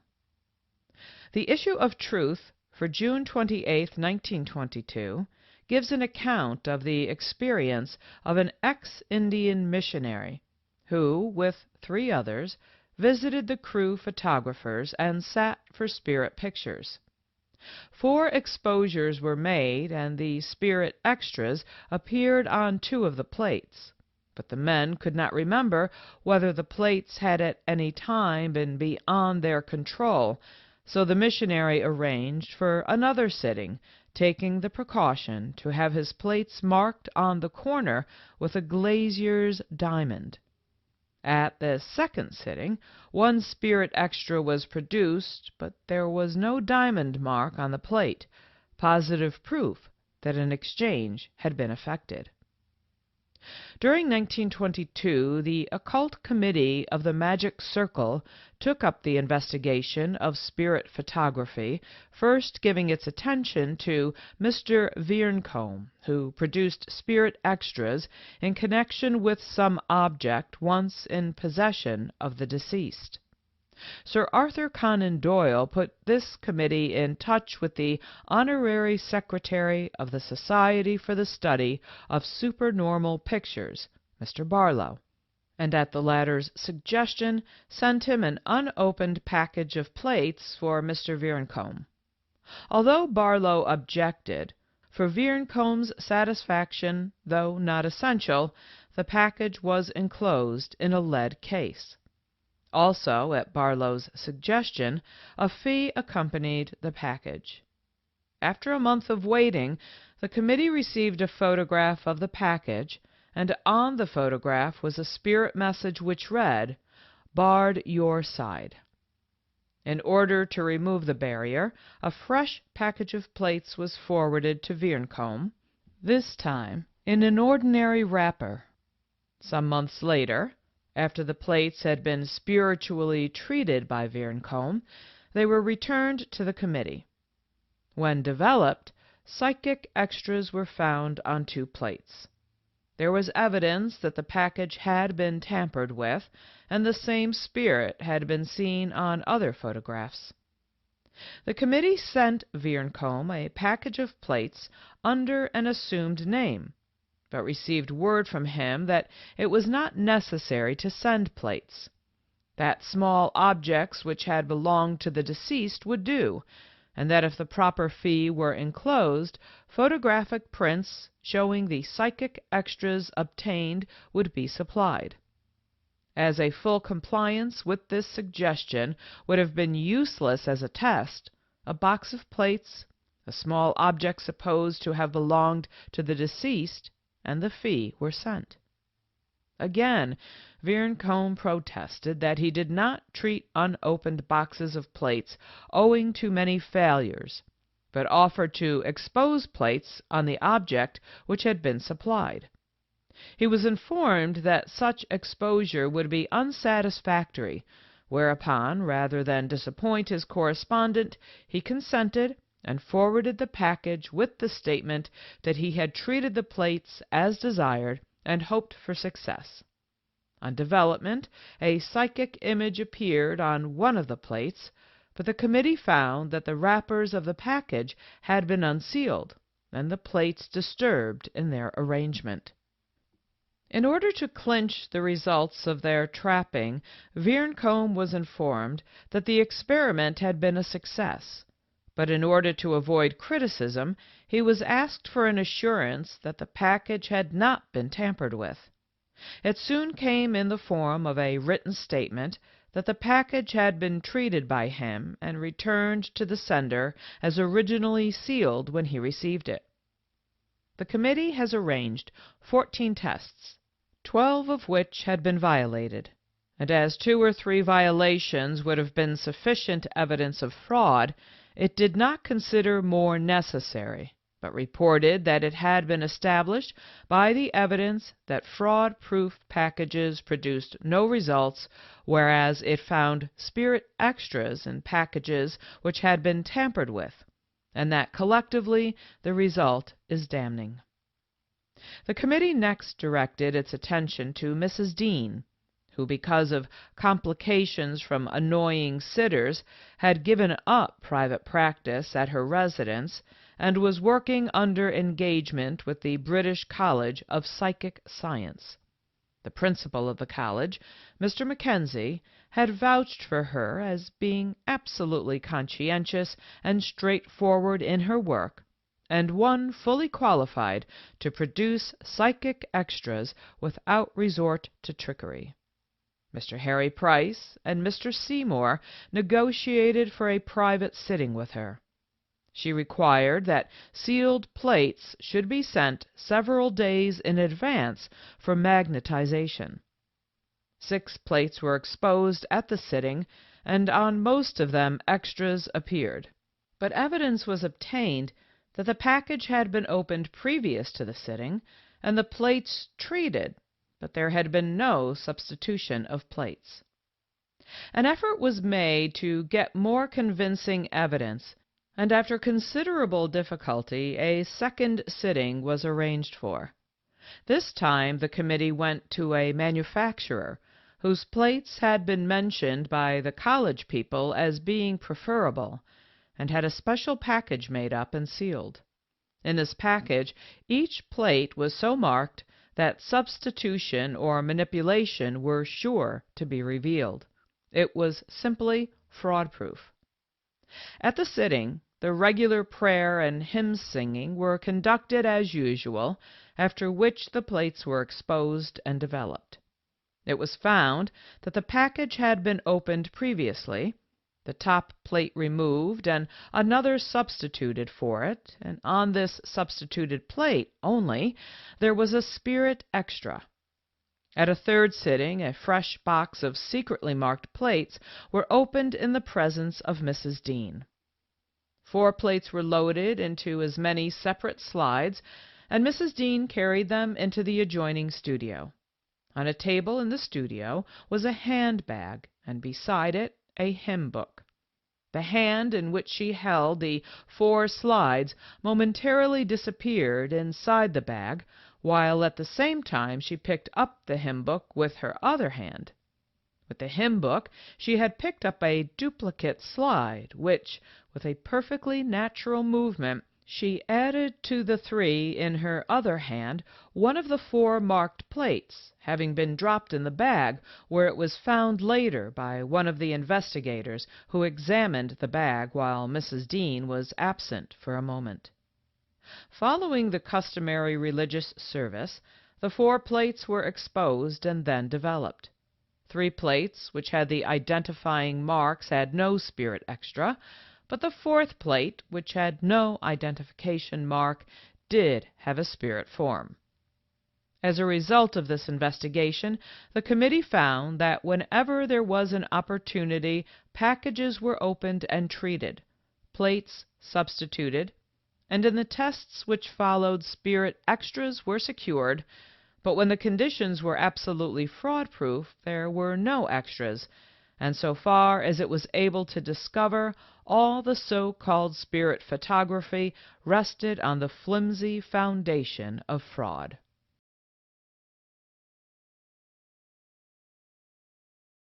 Chapter 8, Part 2, Spirit Photography. In December 1921, I tried to visit Mr. Hope and have some spirit photographs made, but I was informed that his engagements would keep him busy for months and that I would have to wait my turn. I then got in touch with a friend of mine by the name of De Vega, who lives in Glasgow, and asked him if he would not see Hope and arrange to sit for a photograph. After considerable correspondence between De Vega and Hope, the latter agreed to make the photographs provided De Vega would go to Crewe. De Vega assented to this, and an appointment was made and the sitting took place. The following account of De Vega's experience is taken from a full report which he sent me. December 16, 1921. Arrived at number 144 Market Street, the door was opened by an elderly lady. I asked if Mr. Hope was in, and presently he came down. I told him that a well-known member of the Spiritualist Society and a man known to be a collector of spirit photographs sent me, and that seemed to be sufficient for Mr. Hope.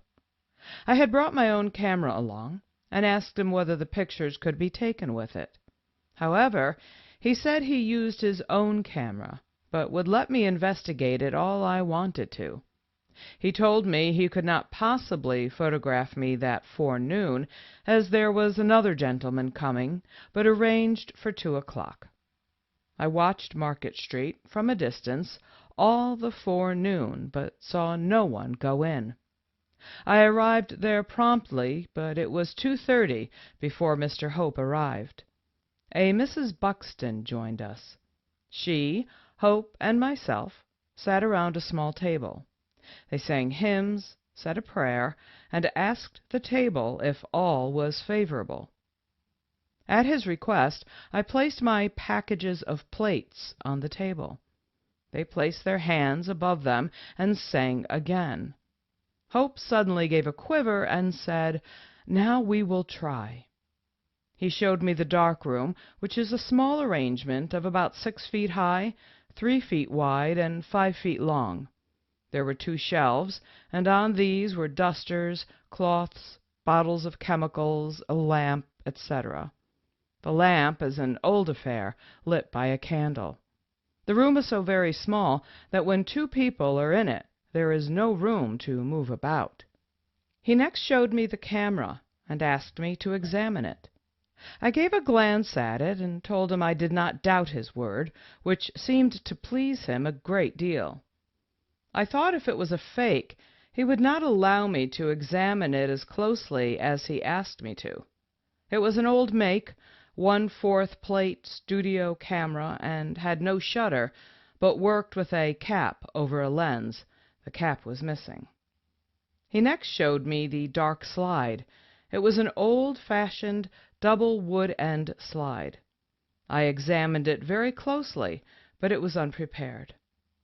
The studio itself is a little glass hothouse arrangement built on to the side of the house. A green curtain is hung at one end, at which the sitter sits. We went again into the dark room to load the plates. He gave me his slide and told me to leave 2 of my own dark slides down in front of the light, as he would try my camera too. I opened my plates and placed 2 in his dark slide and closed it. It was placed on the under shelf, where I could see it faintly. He then asked me to open my own 2 slides slightly and sign my name on them. I signed J. B. Gilchrist. As I signed them, he moved the lamp to let me see better. This threw the 1/4 plate in the shadow. After that, he handed me the 1/4 plate slide to sign the 2 plates in the same way. I am sure, although I did not actually see him, that the slide I loaded was changed for another one. It was too dark to see under the level of the shelf.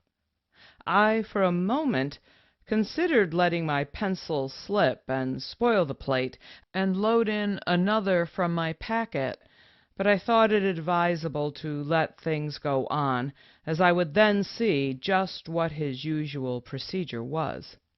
I wondered at the time why I could not have been told to take the plates from the package, sign them, and then place the plates in the slide and place the slide in my pocket until they were to be exposed. Why was it necessary to sign my own plates in the dark slide at all? In fact, there was no necessity for me to take my slide in the dark room. We went back into the studio. Again I was asked to examine the camera. However, I took up my position in front of the camera.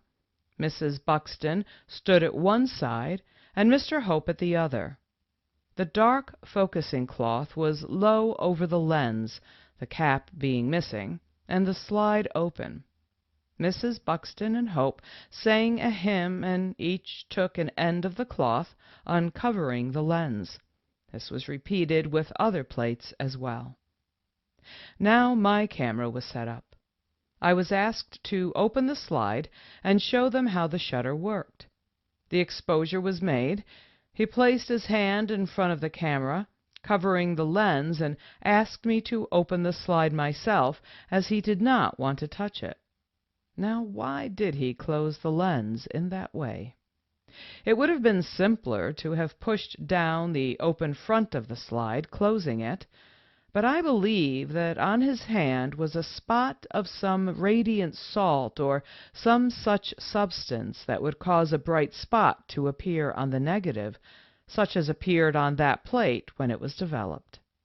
Holding his hand in front of the lens while an exposure was being made is such an unnatural action that I believe that was the cause of what he called a spirit light when it was developed. The next photograph, I told him to press the release again to close the shutter. He did so.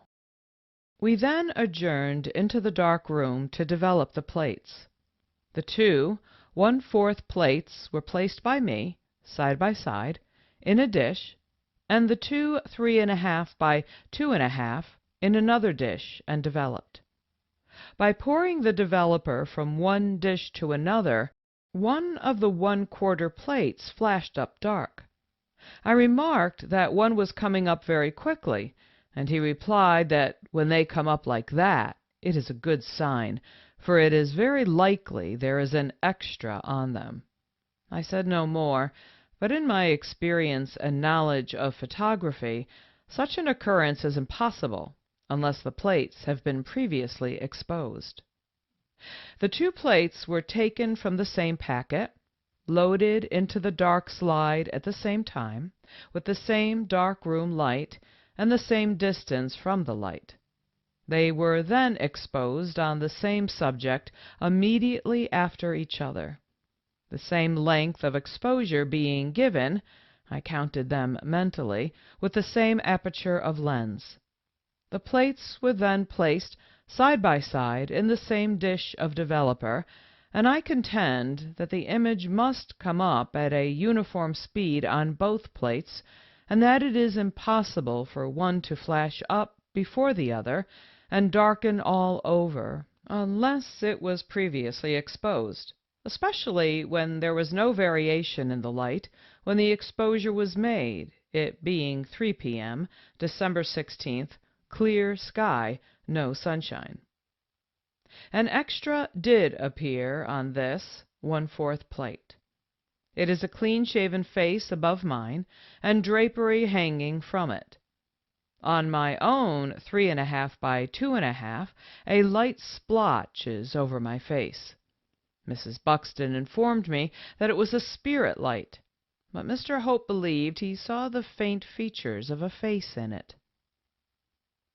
While in Denver, Colorado, in May 1923, I called one morning on Mr. Alexander Martin, whom Sir Arthur Conan Doyle had told me was a noted psychic photographer and a very wonderful man in his particular line. Doyle himself had called on Martin the day before, but as Martin did not feel in the mood, there had been no demonstration.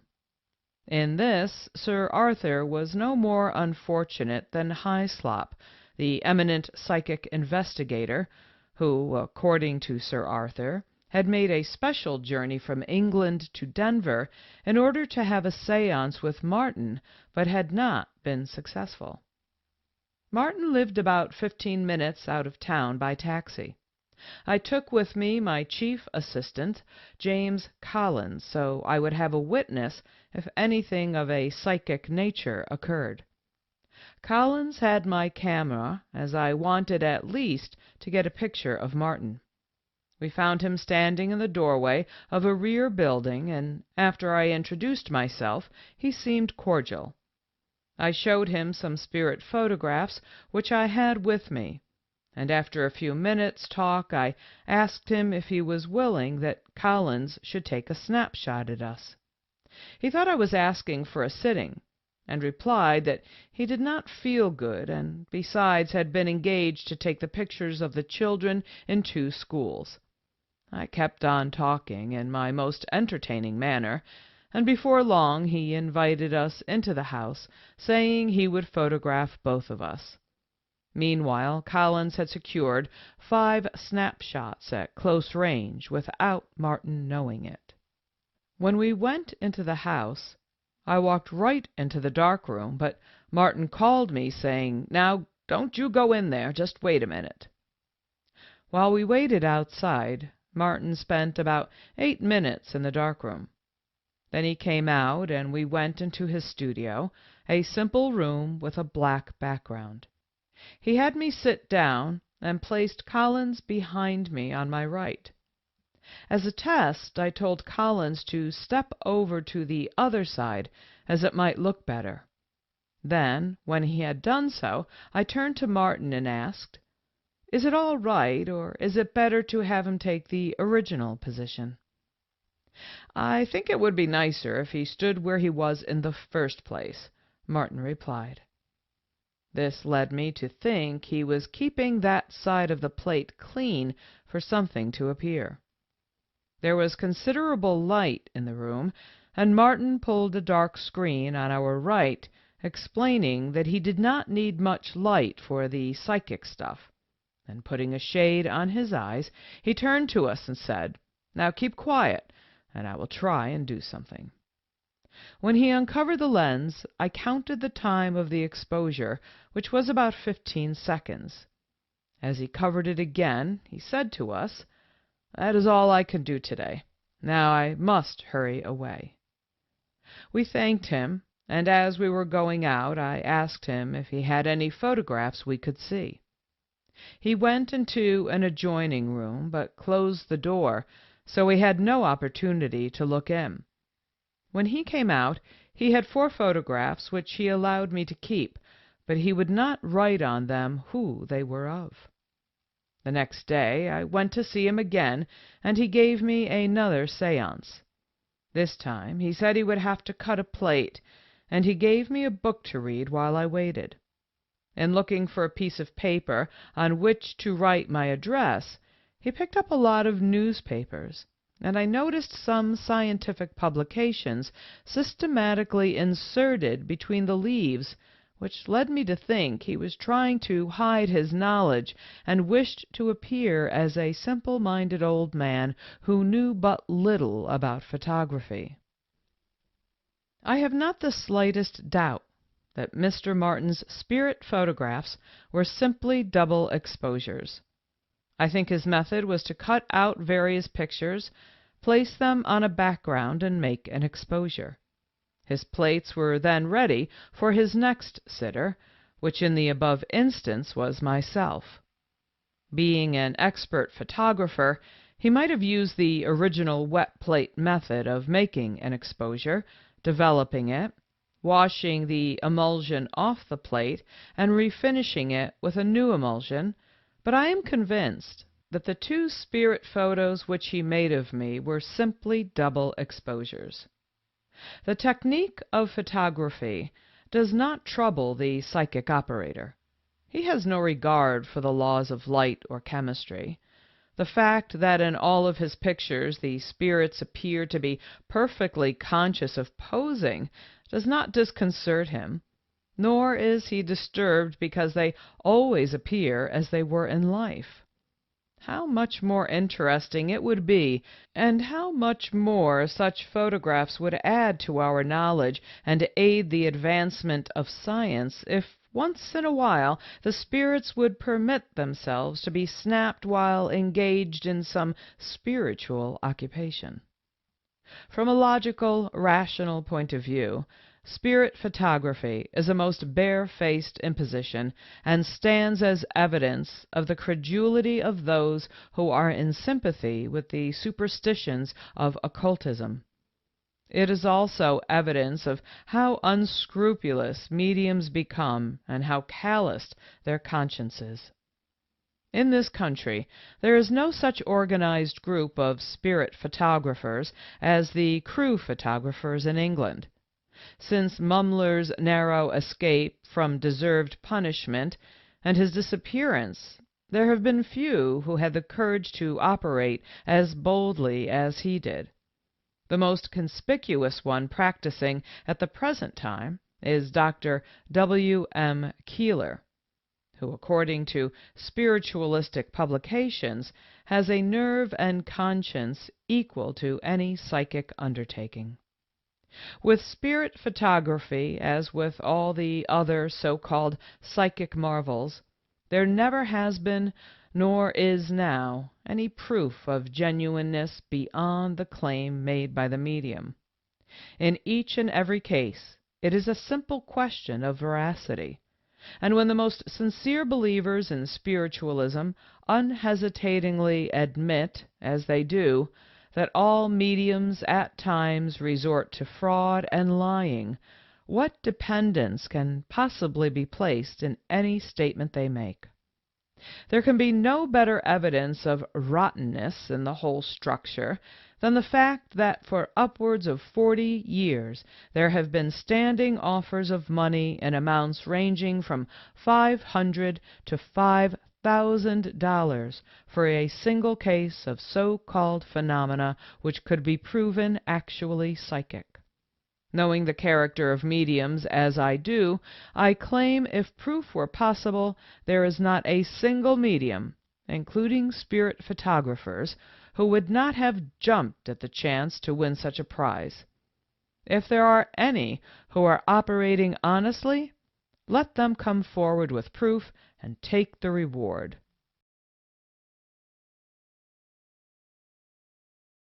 Chapter 9, Part 1. Sir Arthur Conan Doyle. Spiritualism has claimed among its followers numbers of brilliant minds, scientists, philosophers, professionals, and authors. Whether these great minds have been misdirected, whether they have followed the subject because they were convinced fully of its truth, or whether they have been successfully hoodwinked by some fraudulent medium, are matters of conjecture and opinion.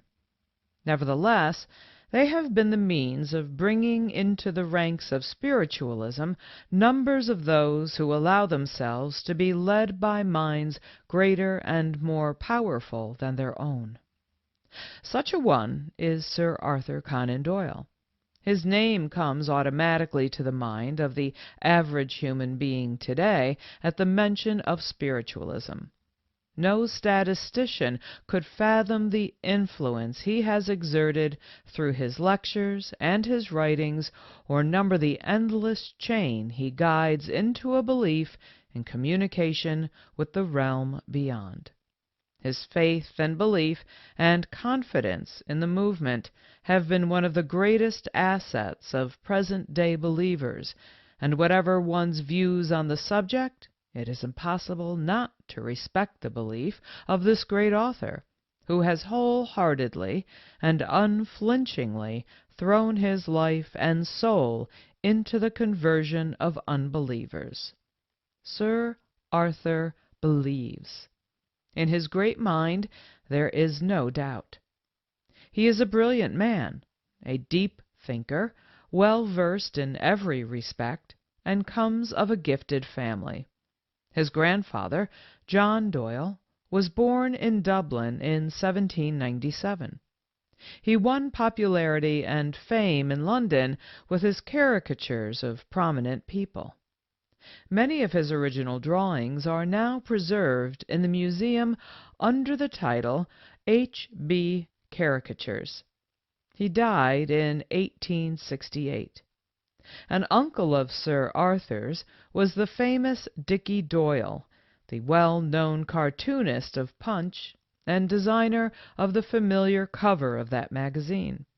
In his later years he became prominent as an illustrator, making drawings for the Newcomes in 1853, and becoming especially successful in illustrating such fairy stories as Hunt's Jar of Honey, Ruskin's King of the Golden River, and Montebas' Fairy Tales of All Nations. The fact that he leaned toward spiritualism is not generally known.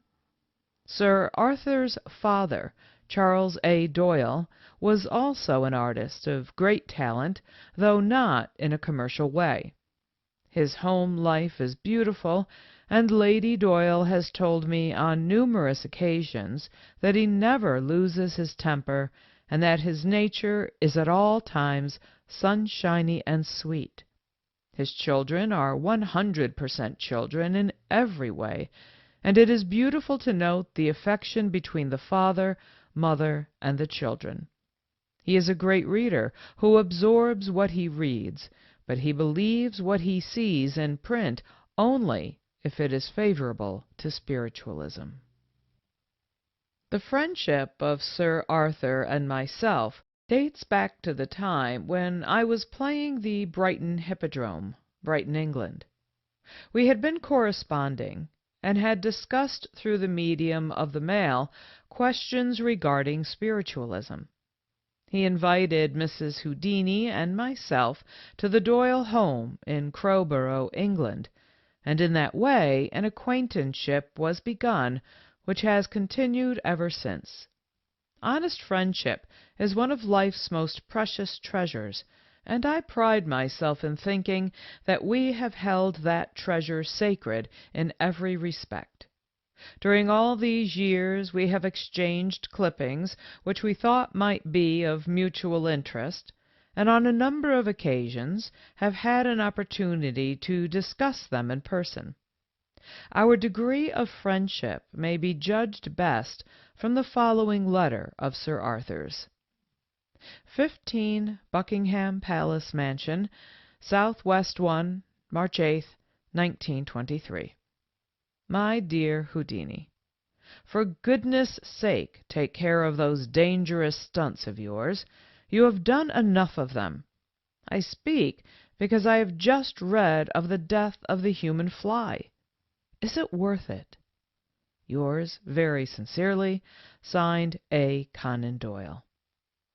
It would be difficult to determine just when Sir Arthur and I first discussed spiritualism, but from that talk to the present we have never agreed upon it.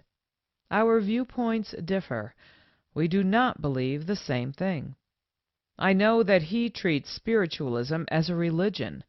He believes that it is possible and that he can communicate with the dead.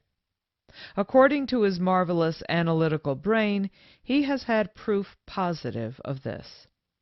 There is no doubt that Sir Arthur is sincere in his belief, and it is this sincerity which has been one of the fundamentals of our friendship.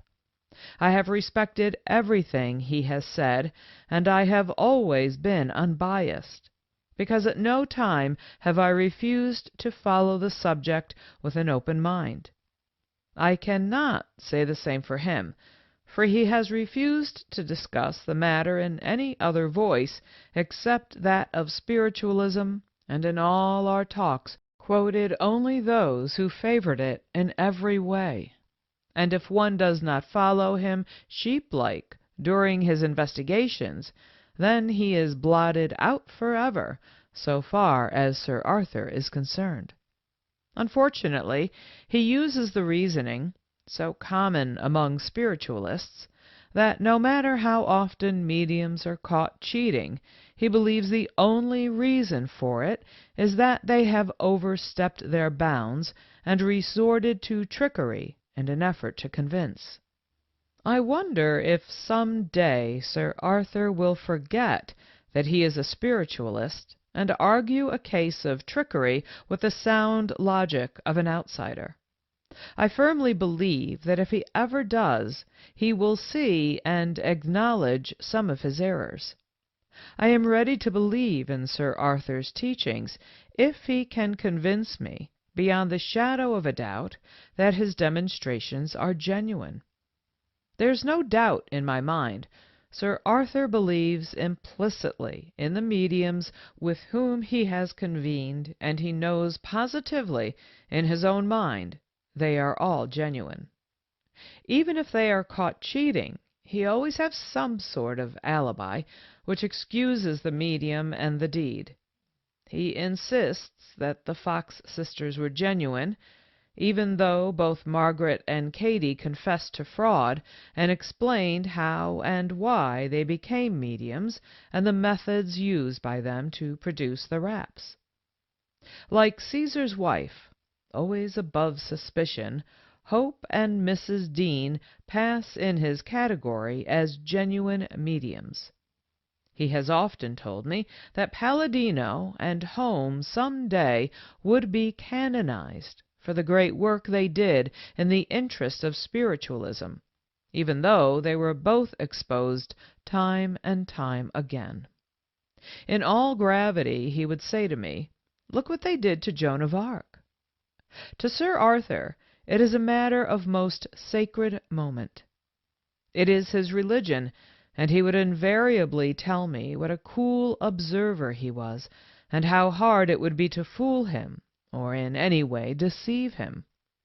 He told me that he did not believe any of the nice old lady mediums would do anything wrong, and it was just as unlikely for some old gentleman, innocent as a child unborn, to resort to trickery.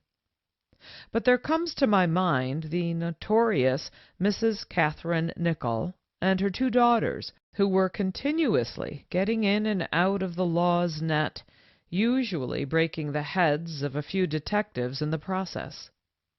Among the nice old lady mediums might be mentioned a prominent medium of Boston, who was accused of taking unlawfully from one of her believers over $8,000 in cash. Another case was that of a medium who received $1,000 from a man in Baltimore for the privilege of a few minutes' chat with the spirit of his dead wife. He later sued her for fraud. Later, she was exposed while giving a séance in Paris, but after a few years she appeared in New York City. At this time, Assistant District Attorney Crotel asked that she be brought into court to answer to a charge of selling California mining stock to her followers through the advice of certain disembodied spirits. The stock was found to be worthless. There was also a woman who was arrested and convicted for vagrancy in Seattle and numerous other cases, such as that of Katie King of Philadelphia in 1875. However, no matter how many cases I cited, it did not seem to make any impression on Sir Arthur. I had known for some time that a number of people wanted to draw Doyle into a controversy. When I saw Sir Arthur, I told him to be careful of his statements, and explained a number of pitfalls he could avoid. Nevertheless, despite my warnings, he would say, "That's all right, Houdini. Don't worry about me. I am well able to take care of myself. They cannot fool me." To which I would reply he had no idea of the subtleness of some of the people who were trying to draw his fire. When I called Sir Arthur's attention to the number of people who have gone crazy on the subject because of persistent reading, continuous attendance at séances, and trying automatic writing, his answer would be, "People have been going mad for years, and you will find on investigation that many go mad on other subjects besides spiritualism."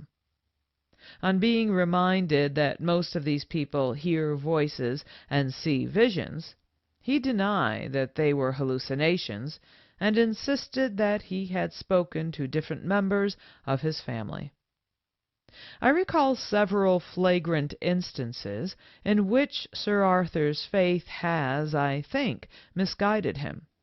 One particular time was when he attended a public séance by a lady known as the medium in the mask.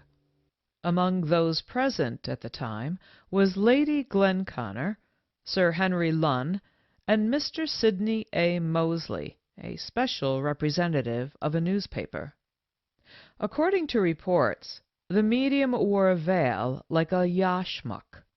She appeared very nervous. A number of articles, including a ring that had belonged to Sir Arthur's deceased son, were put in a box, and the medium correctly gave the initials on the ring, although Sir Arthur said they could hardly be discerned, even in a good light, they were so worn off. Later, in describing another article, the medium said the words Murphy and button, and it was afterwards explained that Murphy's button was a surgical operation term. She said that the person described would die as a result of the operation.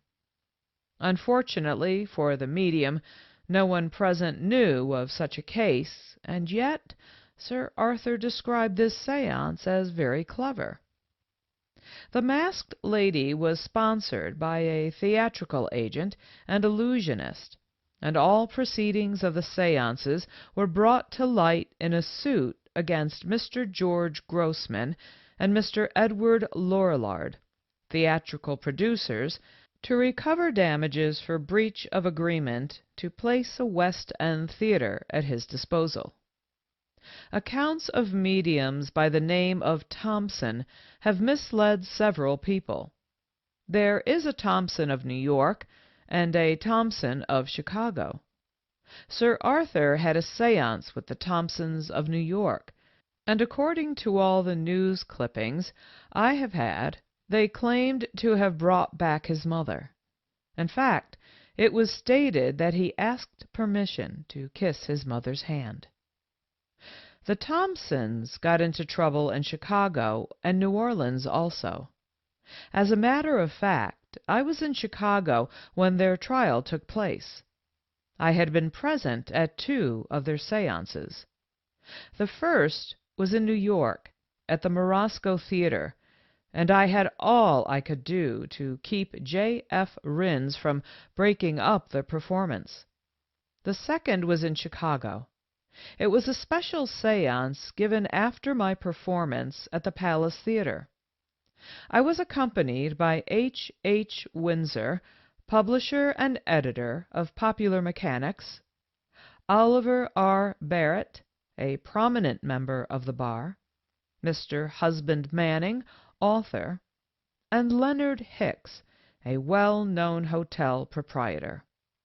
Among others present at the séance were Cyrus McCormick, Jr., Muriel McCormick, and Mrs. McCormick McClintock.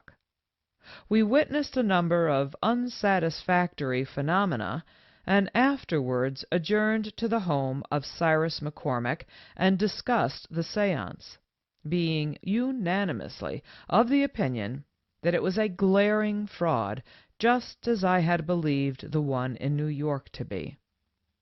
At the Morosco Theatre, New York City, the Thompsons made the broad statement that they had been tested by Stead and Sir Oliver Lodge, and at a special séance he had come out and publicly endorsed Mrs. Thompson as being genuine. The following letter not only disproves this, but explains the feeling of an active spiritualist toward the Thompsons. Normanton Lake, Salisbury, 7th of January, 1921. Dear Mr. Houdini, it is a pleasure to hear from you, and I thank you for asking the question about the Thompsons. I have replied to 1 or 2 other queries of the same kind, but I would be grateful if you would make it known that any statement that I have vouched for their genuineness is absolutely false. I only saw them once, at a time when they called themselves Thompson. I was at Mr. Stead's house at his urgent request. I considered the performance fraudulent, but the proof was not absolutely complete, because the concluding search was not allowed, and the gathering dispersed in disorder, or at least with some heat. I felt sorry at this termination, and it is just possible that Thompson genuinely thought I was favorably impressed. That is the charitable view to take, but it is not the true view, and Mr. Stead was annoyed with me because of my skeptical attitude. He has since admitted to me from the other side that he was wrong and I was right, bringing the subject up spontaneously. This latter statement, however, is not evidence. What I should like the public to be assured of is that I was not favorably impressed and never vouched for them in any way. I am afraid I must assume that Thompson is aware of that, and therefore is not acting in good faith, because once in England the same sort of statement was made, either at Leicester or at Nottingham, I think, and I wrote to a paper to contradict it. With all good wishes, believe me, faithfully yours, signed, Oliver Lodge.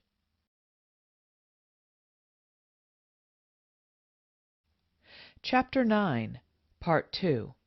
Sir Arthur Conan Doyle.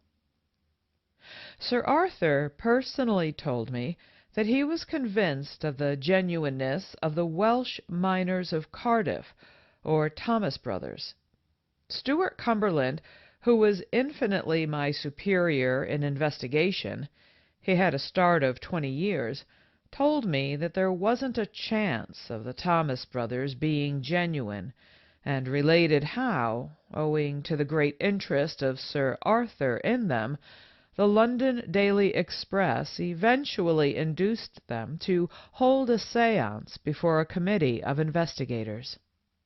Cumberland was to have been one of the committee, but the mediums refused to allow him to be among those present. As they refused to proceed if Cumberland was admitted, it was thought advisable to eliminate him. Before leaving, Cumberland arranged the musical instruments that were used and instructed the investigating committee how to detect fraud. The future of the séance was the passing along in the circle of a button and a pair of suspenders, which were thrown on the knees of a news editor present. I ask the common-sense reader what benefit this would be. To project a button clear across the room and to find a pair of suspenders on a sitter's knee? If there is any object lesson in this, please let me know. At the séance, Lady Doyle was asked whether she was cold. On answering in the affirmative, a holland jacket which had been worn by the medium was dropped in her lap. The Thomas brothers claimed this had been done by the spirits. When the séance was over, the medium was found bound, but minus his coat. When I quizzed Sir Arthur about the manner in which the Thomas brothers of Cardiff were bound during a séance which he attended, he told me that they were secured so tightly that it was impossible for them to move, as they were absolutely helpless. I told him that did not make it genuine, for any number of mediums had been tied the same way and had managed to free themselves. He replied that I might be able to release myself by natural means, but that mediums do not have to, as they always receive spiritual help. Maybe so, but I should like some time to tie them myself and see whether the spirits could release them under test conditions. I reminded Sir Arthur of the Davenport brothers, and called to his attention the fact that they were able to release themselves. Sir Arthur feels very strongly in the matter of the Davenport brothers, and although I have told him and proven to him that I was a pupil of Ira Erastus Davenport, and that Ira personally told me that they did not claim to be spiritualists, and their performances were not given in the name of spiritualism, Sir Arthur insists that they were spiritualists, and has strongly said if they did their performances under any other name, then Ira was not only a liar, but a blasphemer, as he went around with Mr. Ferguson, a clergyman, and mixed it all up with religion. I want to go on record that to the best of my knowledge and belief, I never stated that Sir Arthur endorsed the mediumship of the New York Thompsons. I did say there were full-page articles where he was illustrated as accepting the genuineness of the materialization of his mother. I never claimed that Sir Arthur's son or brother came through the Thomas mediums in Cardiff. I did state that Sir Arthur said they were genuine, and that they, the mediums, were helpless to move because he had tied them, and in his judgment, if they were tied in my presence, I would be convinced of their genuineness. I wish to call attention to the fact that in a letter written by the late Stuart Cumberland, he agreed with me that there was not a vestige of truth in the mediumship of the Thomas brothers. And regarding Sir Arthur's endorsement of the masked lady, I did not say he endorsed her, although I should judge from newspaper accounts he seemed very much impressed. Sir Arthur has rarely given me an opportunity to deny or affirm any statement. In fact, one of our sore points of discussion has been the matter of being quoted or misquoted in newspapers or periodicals, and it seems that Sir Arthur always believes everything I have been quoted as having said. When I was in Oakland, California, I was interviewed by a Mr. Henderson of the Oakland Tribune. I gave him some material to work on, enough for one article, from which, to my surprise, he wrote a series of 8 articles, enlarging and misquoting to an nth degree. Sir Arthur took exception to a number of statements which I was supposed to have made, and he replied to them caustically through the press, and then sent me the following letter in explanation. The Ambassador, Los Angeles, May 23, 1923. My dear Houdini, I have had to handle you a little roughly in the Oakland Tribune, because they send me a long screed under quotation marks, so it is surely accurate. It is so full of errors that I don't know where to begin. I can't imagine why you say such wild things which have no basis in fact at all. I put the Thompsons down as humbugs. I never heard of my son or brother through the Thomas brothers. They were never exposed. I never said that masked medium was genuine. I wish you would refer to me before publishing such injurious stuff which I have to utterly contradict. I would always tell you the exact facts, as I have done with the Zanzigs. Yours sincerely, A. Conan Doyle. I hate sparring with a friend in public, but what can I do when you say things which are not correct, and which I have to contradict, or else they go by default? It is the same with all this ridiculous stuff of Rins. Unless I disprove it, people imagine it is true. A. C. D. At the written invitation of Sir Arthur and Lady Doyle, Mrs. Houdini and I visited them while they were stopping at the Ambassador Hotel in Atlantic City. One day, as Sir Arthur, Mrs. Houdini and I were sitting on the sand, skylarking with the children, Sir Arthur excused himself, saying that he was going to have his usual afternoon nap. He left us, but returned in a short time and said, "Houdini, if agreeable, Lady Doyle will give you a special seance, as she has a feeling that she might have a message come through. At any rate, she's willing to try." And turning to Mrs. Houdini, he said, "We would like to be alone. You do not mind if we make the experiment without you?" Smilingly, my good little wife said, "Certainly not. Go right ahead, Sir Arthur.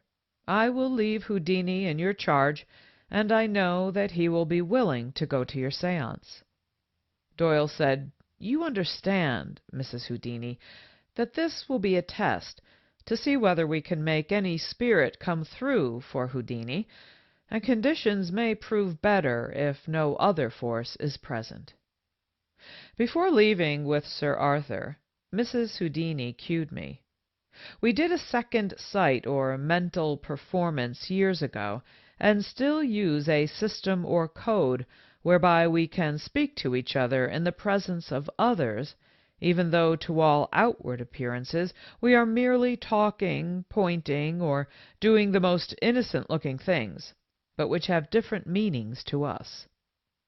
In that manner, Mrs. Houdini told me that on the night previous she had gone into detail with Lady Doyle about the great love I bear for my mother.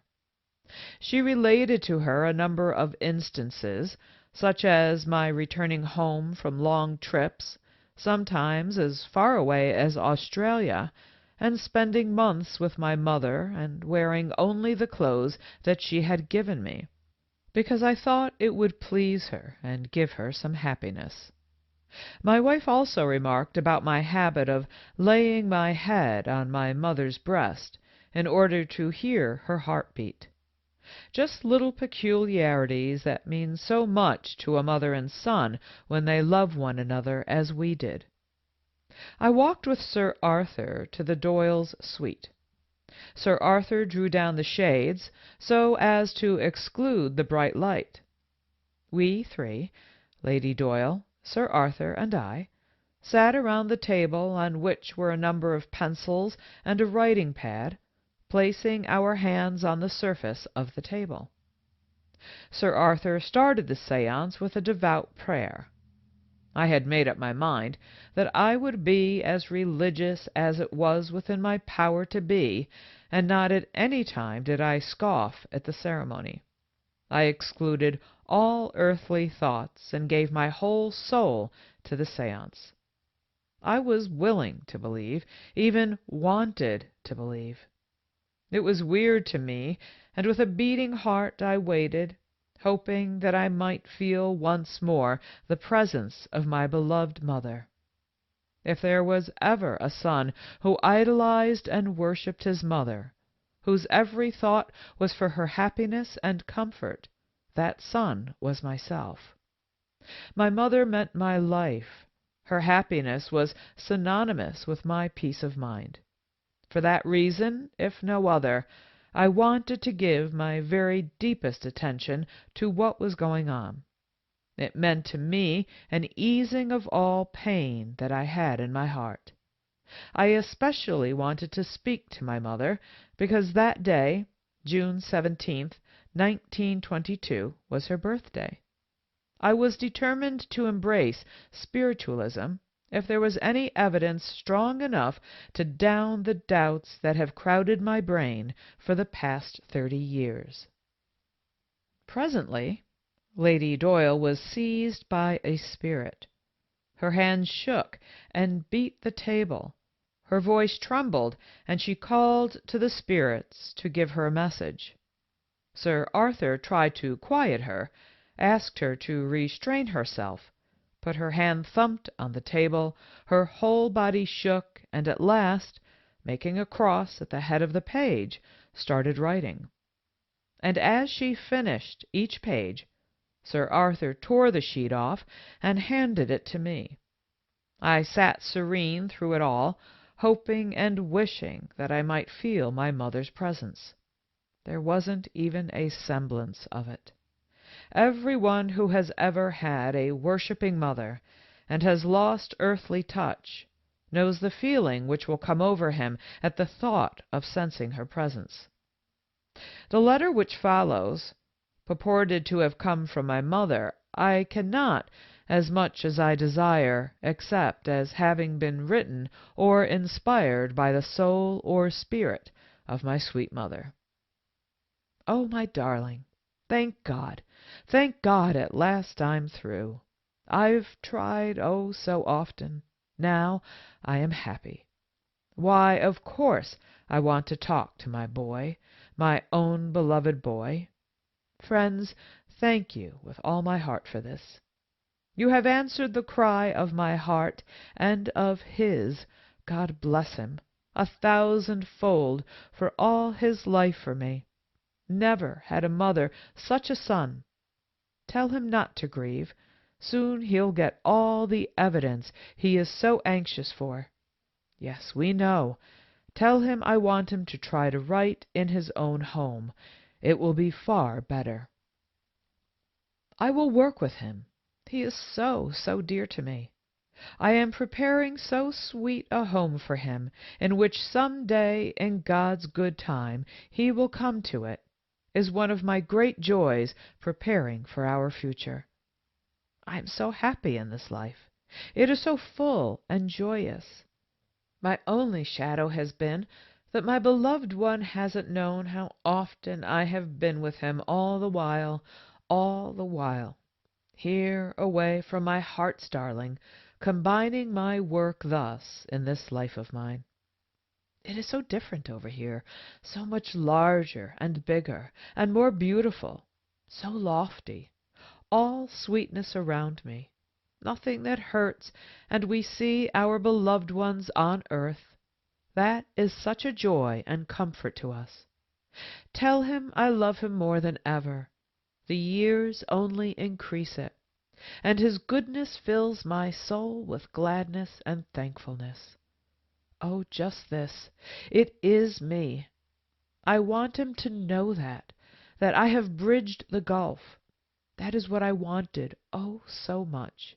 Now I can rest in peace. How soon? I always read my beloved son's mind, his dear mind.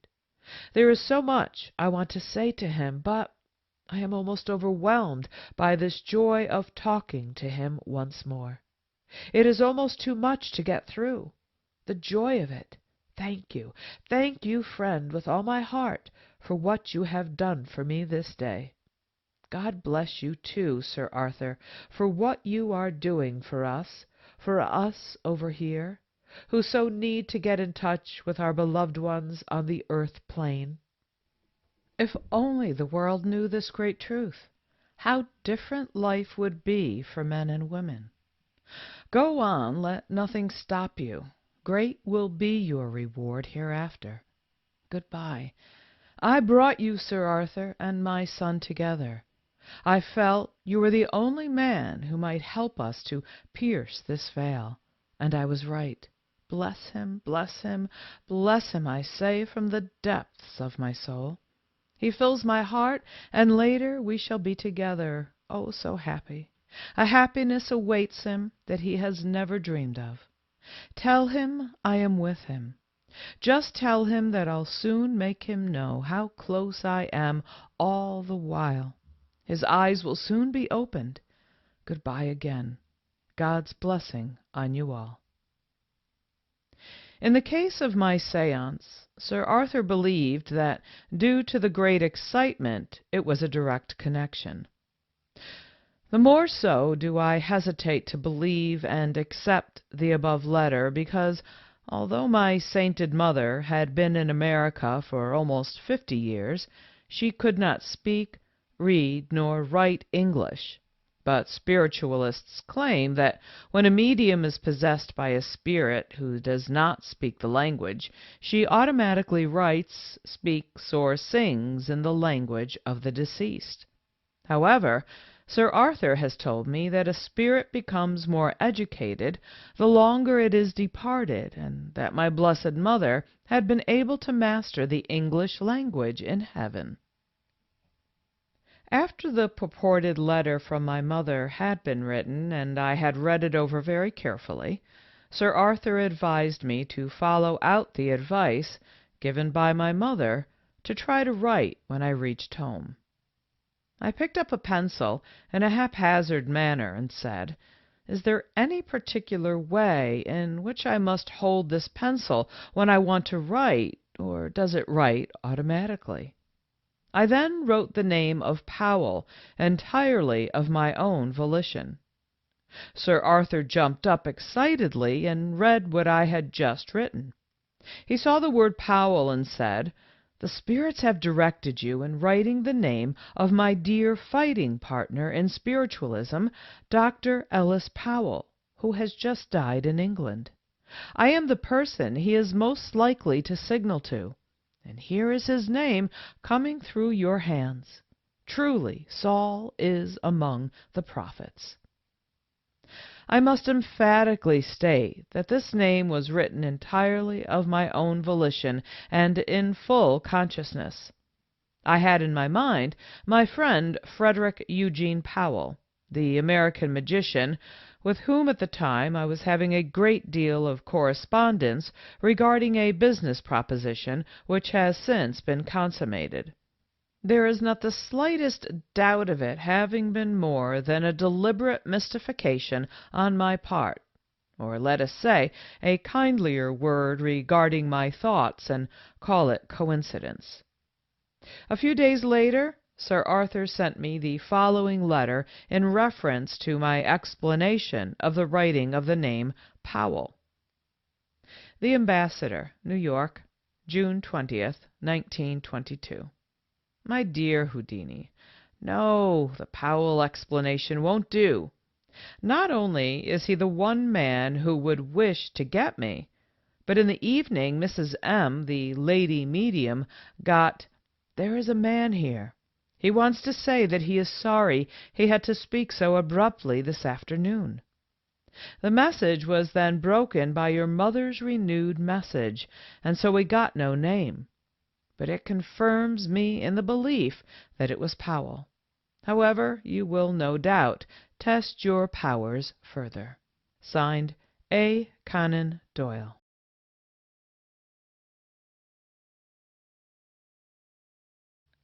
Chapter 9, Part 3.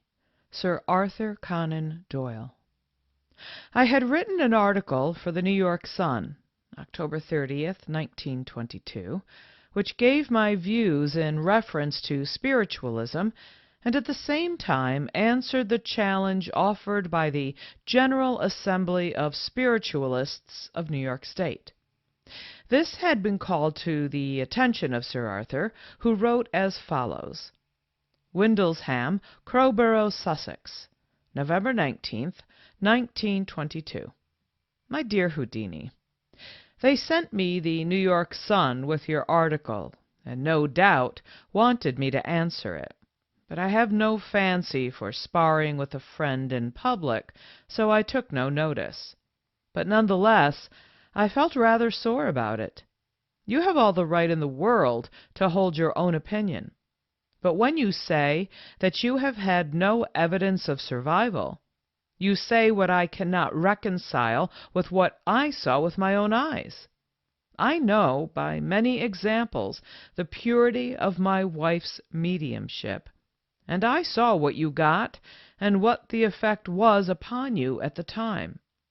You know also, you yourself at once wrote down, with your own hand, the name of Powell, the one man who might be expected to communicate with me.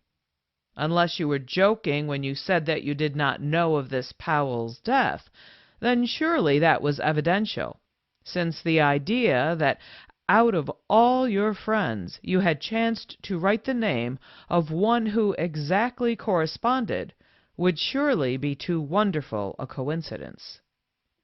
However, I don't propose to discuss this subject any more with you, for I consider that you have had your proofs and that the responsibility of accepting or rejecting is with you, as it is a very real, lasting responsibility. However, I have it at last, for I have done my best to give you the truth. I will, however, send you my little book on the fraud perpetrated upon hope, but that will be my last word on the subject. Meanwhile, there are lots of other subjects on which we can all meet in friendly converse. Yours very sincerely, signed A. Conan Doyle. To which I replied, December 15th, 1922. Sir Arthur Conan Doyle, Windlesham, Crowborough, Sussex. My dear Sir Arthur, received your letter regarding my article in the New York Sun. You write that you are very sore.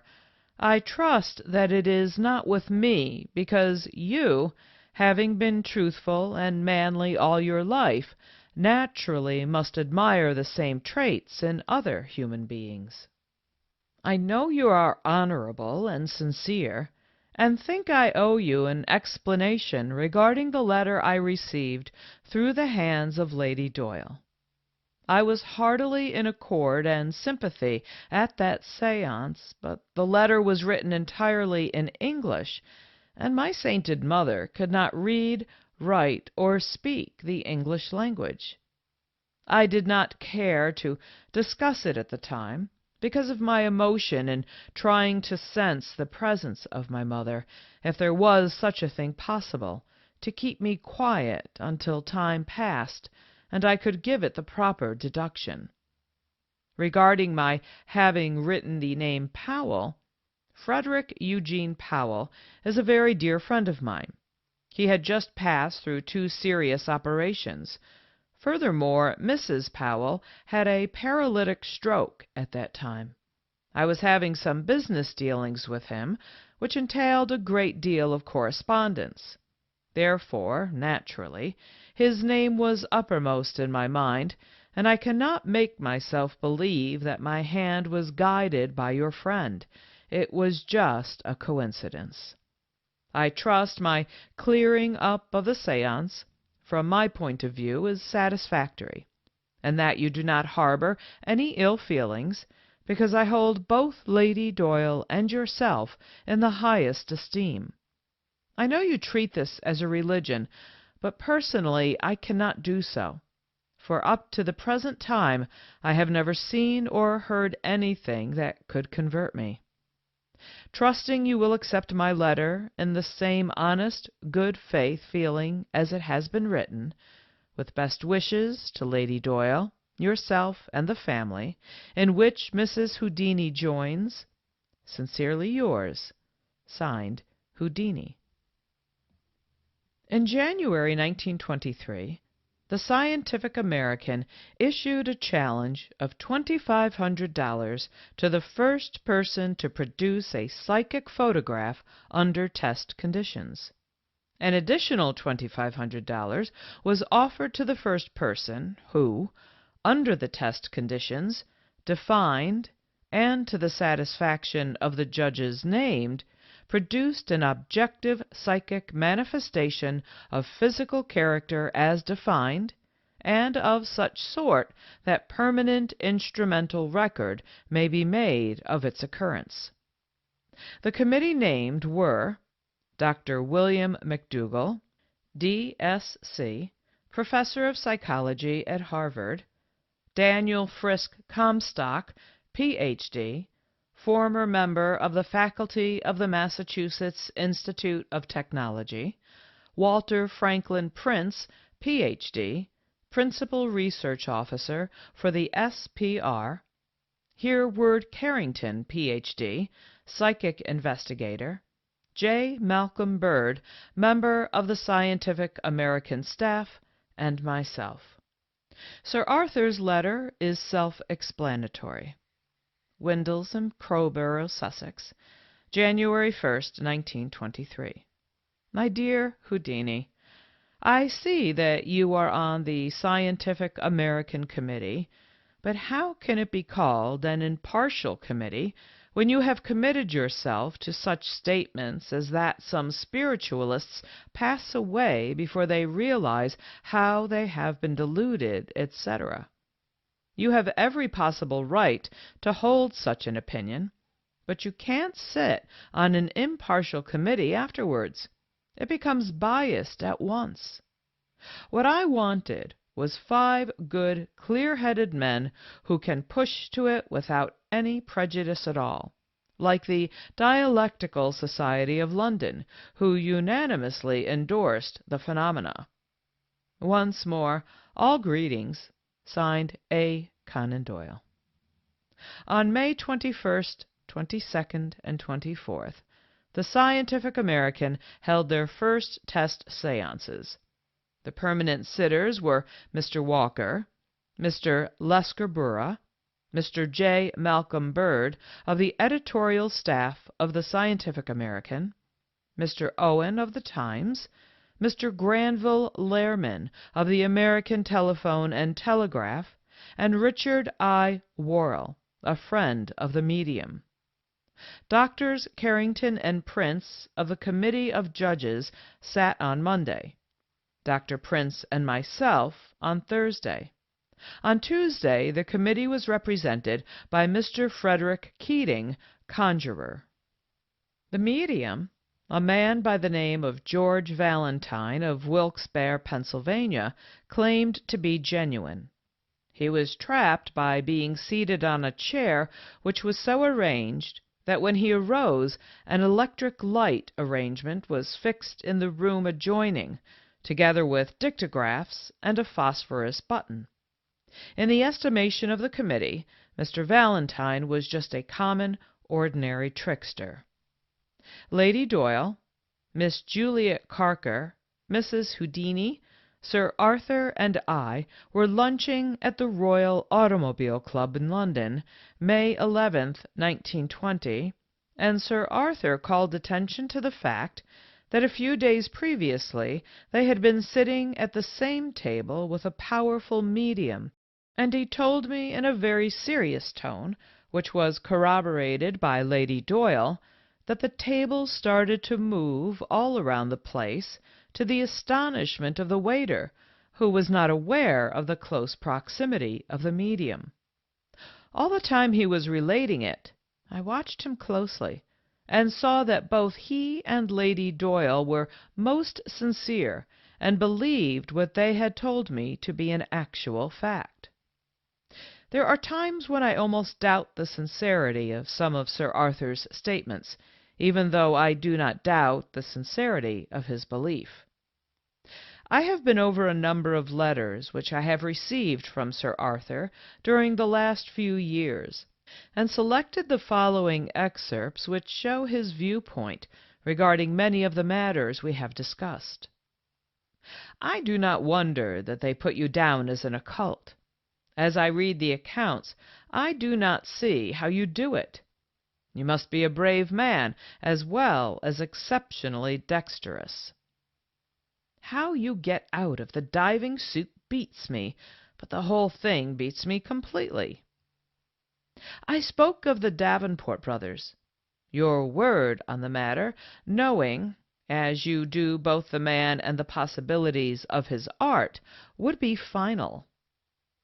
You are to me a perpetual mystery. No doubt you are to everyone. In a fair light I saw my dead mother, as clearly as I ever saw her in life. I am a cool observer, and I do not make mistakes. It was wonderful, but it taught me nothing I did not know before. Our best remembrances to your wife and yourself. For God's sake, be careful in those fearsome feats of yours. You ought to be able to retire now. These clairvoyants whose names I have given you are passive agents in themselves and powerless. If left to themselves, they guess and muddle, as they sometimes do. When the true connection is formed, all is clear. That connection depends on the forces beyond, which are repelled by frivolity or curiosity, but act under the impulse of sympathy. I see you know a great deal about the negative side of spiritualism. If you think of a lost friend before going to a seance and breathe a prayer that you may be allowed to get in touch, you will have a chance, otherwise none. It really does depend upon psychic or mental vibrations and harmonies. I fear there is much fraud among American mediums where spiritualism seems to have deservedly fallen into disrepute. Even when genuine, it is used for stock exchange and other base worldly purposes. No wonder it has sunk low in the very land that was honored by the first spiritual manifestations of the series. You certainly have very wonderful powers, whether inborn or acquired. I envy you the privilege of having met Ira Davenport. Most of our great mediums at present are unpaid amateurs, inaccessible to any but spiritualists. Something must come your way if you really persevere and get it out of your mind that you should follow it as a terrier follows a rat. Mental harmony does not in the least abrogate common sense. I heard of your remarkable feat in Bristol. My dear chap, why do you go around the world seeking a demonstration of the occult when you are giving one all the time? I know hope to be a true psychic, and will give you my reasons when I treat it, but you can give no man a blank check for honesty on every particular occasion. Whether there is a temptation to hedge when psychic power runs low is a question to be considered. I am for an uncompromising honesty, but also for thorough examination based on true knowledge. I am amused by your investigation with the Society for Psychical Research. Have they never thought of investigating you?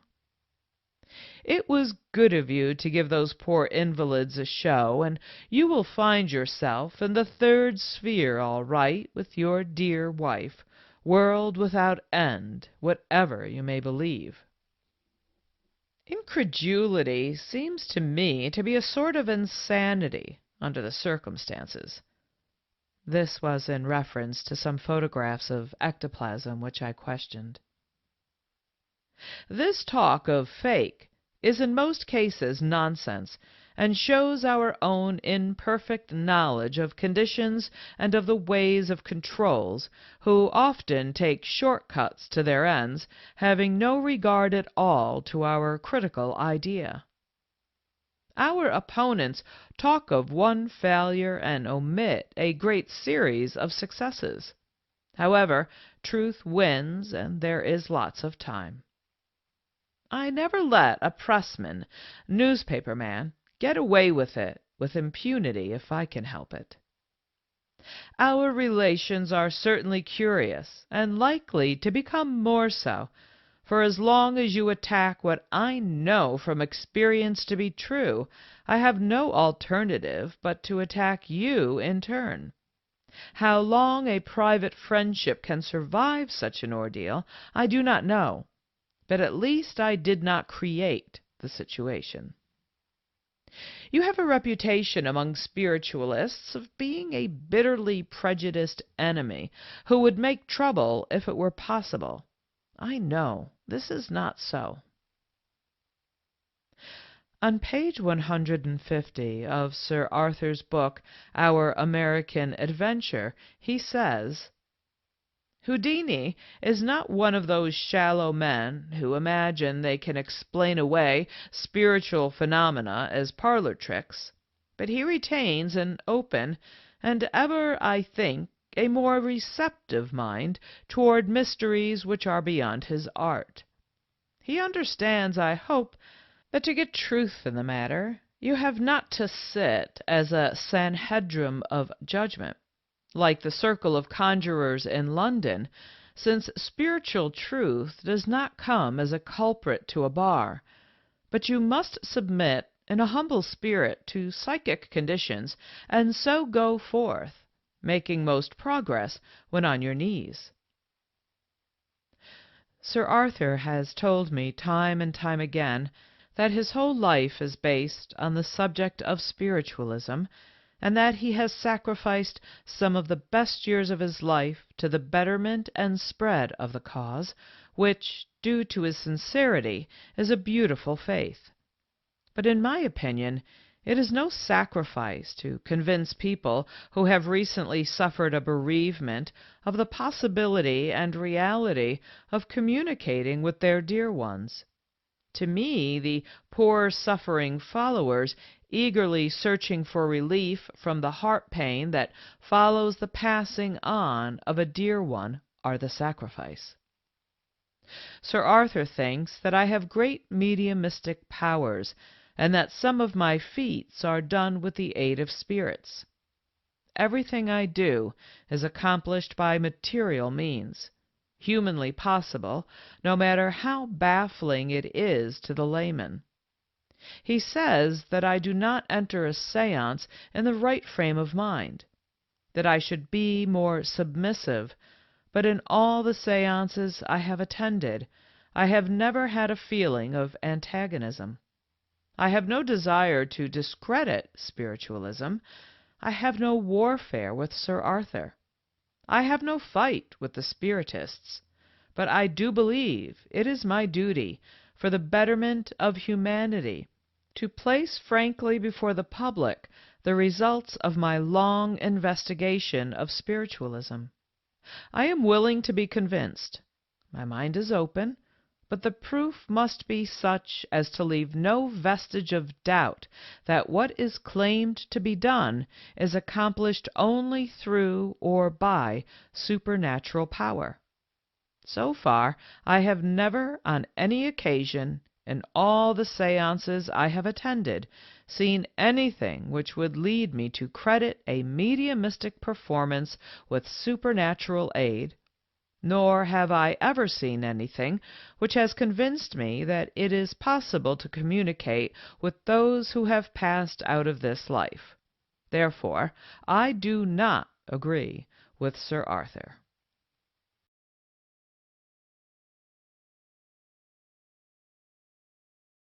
Chapter 10. Why Ectoplasm? Years have passed since my first meeting with the Honorable Everard Fielding. Many times during those years I have discussed spiritualism with him, and no one has ever been more interested than he in the results of my investigations and study of it, and it was through his help that I was able to investigate personally the famous Eva Carriere, better known perhaps as Mademoiselle Eva. One evening in the spring of 1920, during a quiet dinner at his home in London, the conversation drifted toward ectoplasm. I told Mr. and Mrs. Fielding about attending a Sunday meeting of the London Psychical College through the courtesy of Hewitt Mackenzie. At this meeting, Madame Bisson and Mademoiselle Eva were introduced by Fournier d'Albe, and Madame Bisson, while delivering an impromptu talk, seized the opportunity to resent the attack of a French magician and to explain in unmistakable tones her antagonism toward prestidigitators. Mr. Fielding assured me I was correct about her antipathy towards magicians, and suggested that the only way I could ever hope to attend one of her seances was to convince the medium that I was not one of the biased prestidigitator class, and proposed as a means to attain this end a theater party to see my performance and thus enable Madame Bisson and Mademoiselle Eva to judge for themselves.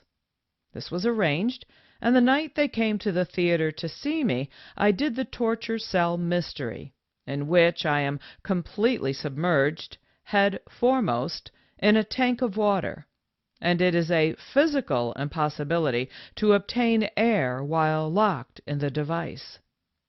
They were so much mystified that they expressed a desire to attend another performance of mine sometime in the near future.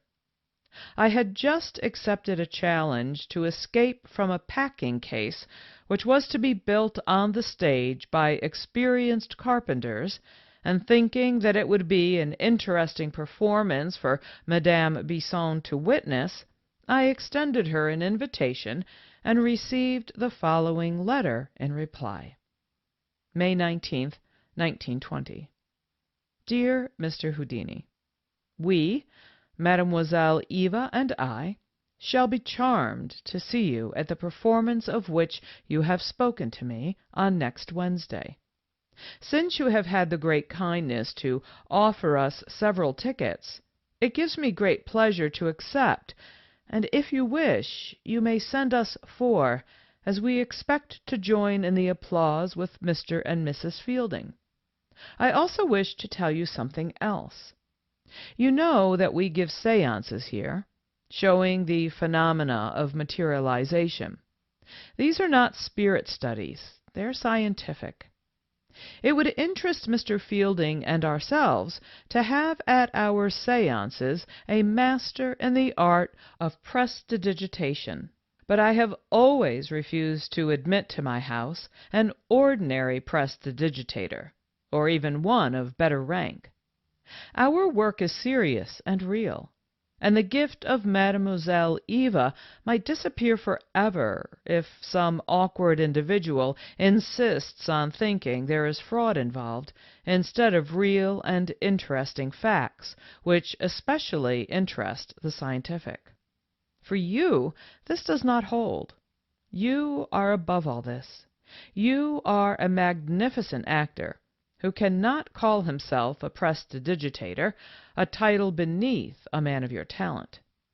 I shall therefore, rather we shall, be proud to see you attend our seances and hear you tell us all, after you have been thoroughly convinced yourself that the merit is far beneath your own, for these manifestations depend merely upon allowing the forces of nature to act, and lie simply in truth of fact.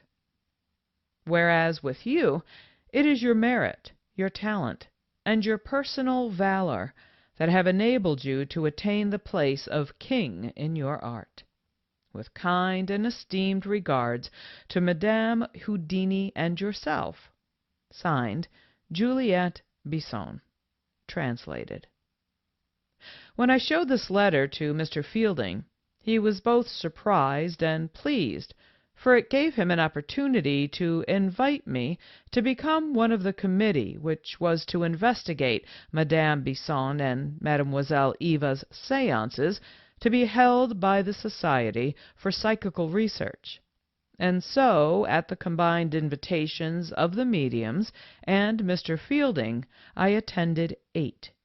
Each of them lasted 3 hours, and I firmly believe that a description of them and their results is important.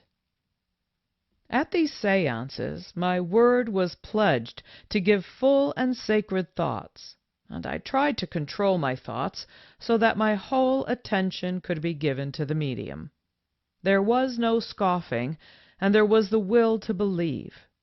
I felt that if anything was manifested by the spirits, my conscience would be clear. However, I sat with my eyes open, taking in even the most minute details and keeping on my guard against any trickery. A number of times I occupied a control chair at the medium's left, with her left limb between mine and both of my hands holding her left hand and wrist, while Eric Dingwall had the committee seat on her right. Eva was accompanied at all of these seances by Madame Bisson, and the method of procedure was always the same. After Eva had been stripped and searched in an adjoining room by the lady members of the committee, she returned dressed in tights, and Madame Bisson would then put her into a mesmeric sleep. There is no doubt in my mind that the girl was really put to sleep. We were requested to all join in asking her in unison for about 15 minutes at each crisis to give, donner. Then, after about 3 hours, she would bring forth this alleged ectoplasm. At one of the seances, the Honorable Fielding did insist on Eva's eating crackers and drinking coffee, so that if she had anything concealed in her stomach, which she might by regurgitation expel, the coffee would discolor it. The seance of June 22nd, 1920, was held at 20 Hanover Square, London. Madame Bisson and Eva retired to another room, and Eric Dingwall sewed a black lace veil to the tights which Eva wore. This veil completely enshrouded her and looked like a sort of bag or net. The object of this was to prevent her from placing anything in her mouth or get anything from her tights to the neck. In fact, it was a double security against fraud. We sat and waited, and finally she expelled from her mouth a great deal of foam. Fielding and Bagley stated that it looked as though it had come from her nose. I saw distinctly that it was a heavy froth and was adhering to her veil on the inside. Dingwall, who sat next to the medium, agreed with me it had emanated from her mouth, but when she leaned forward it looked as though it was coming from her nose. She produced a white plaster, and eventually managed to juggle it over her eye. There was a face in it, which looked to me like a colored cartoon and seemed to have been unrolled. The last thing she produced that evening was a substance which she said she felt in her mouth and asked permission to use her hands to show. This was granted, and she took a load from her mouth behind the veil, which was wet and looked soaked. It appeared to be inflated rubber. No one saw a face painted on it. Presently it seemed to disappear.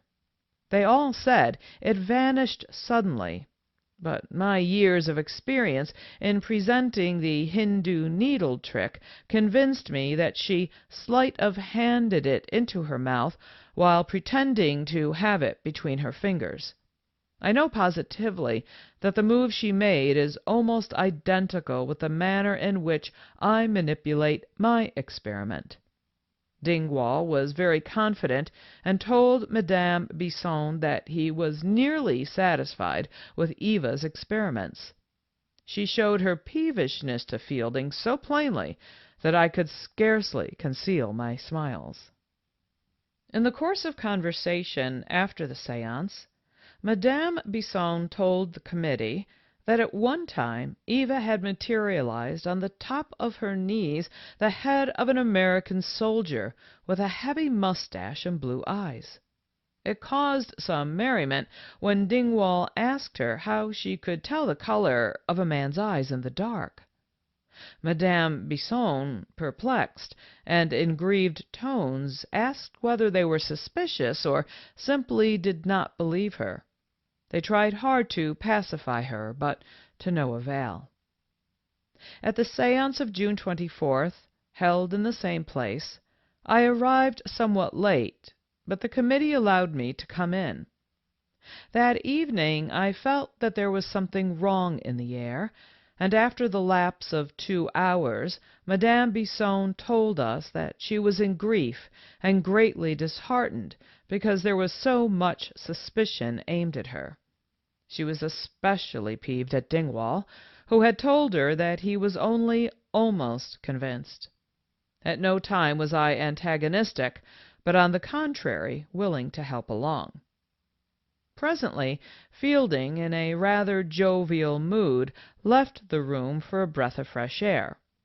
When he came back, he was very serious and asked that they continue. Madame Bisson thought he was trying to tease her, and became very angry. She was wrong, in my opinion, but they argued and expostulated for half an hour, and then the séance broke up.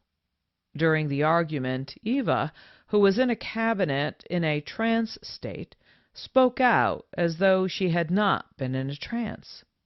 I afterwards asked Mr. Fielding if this was not suspicious, but he told me that it was possible for a human being while in a trance or hypnotic state to carry on a conversation consciously.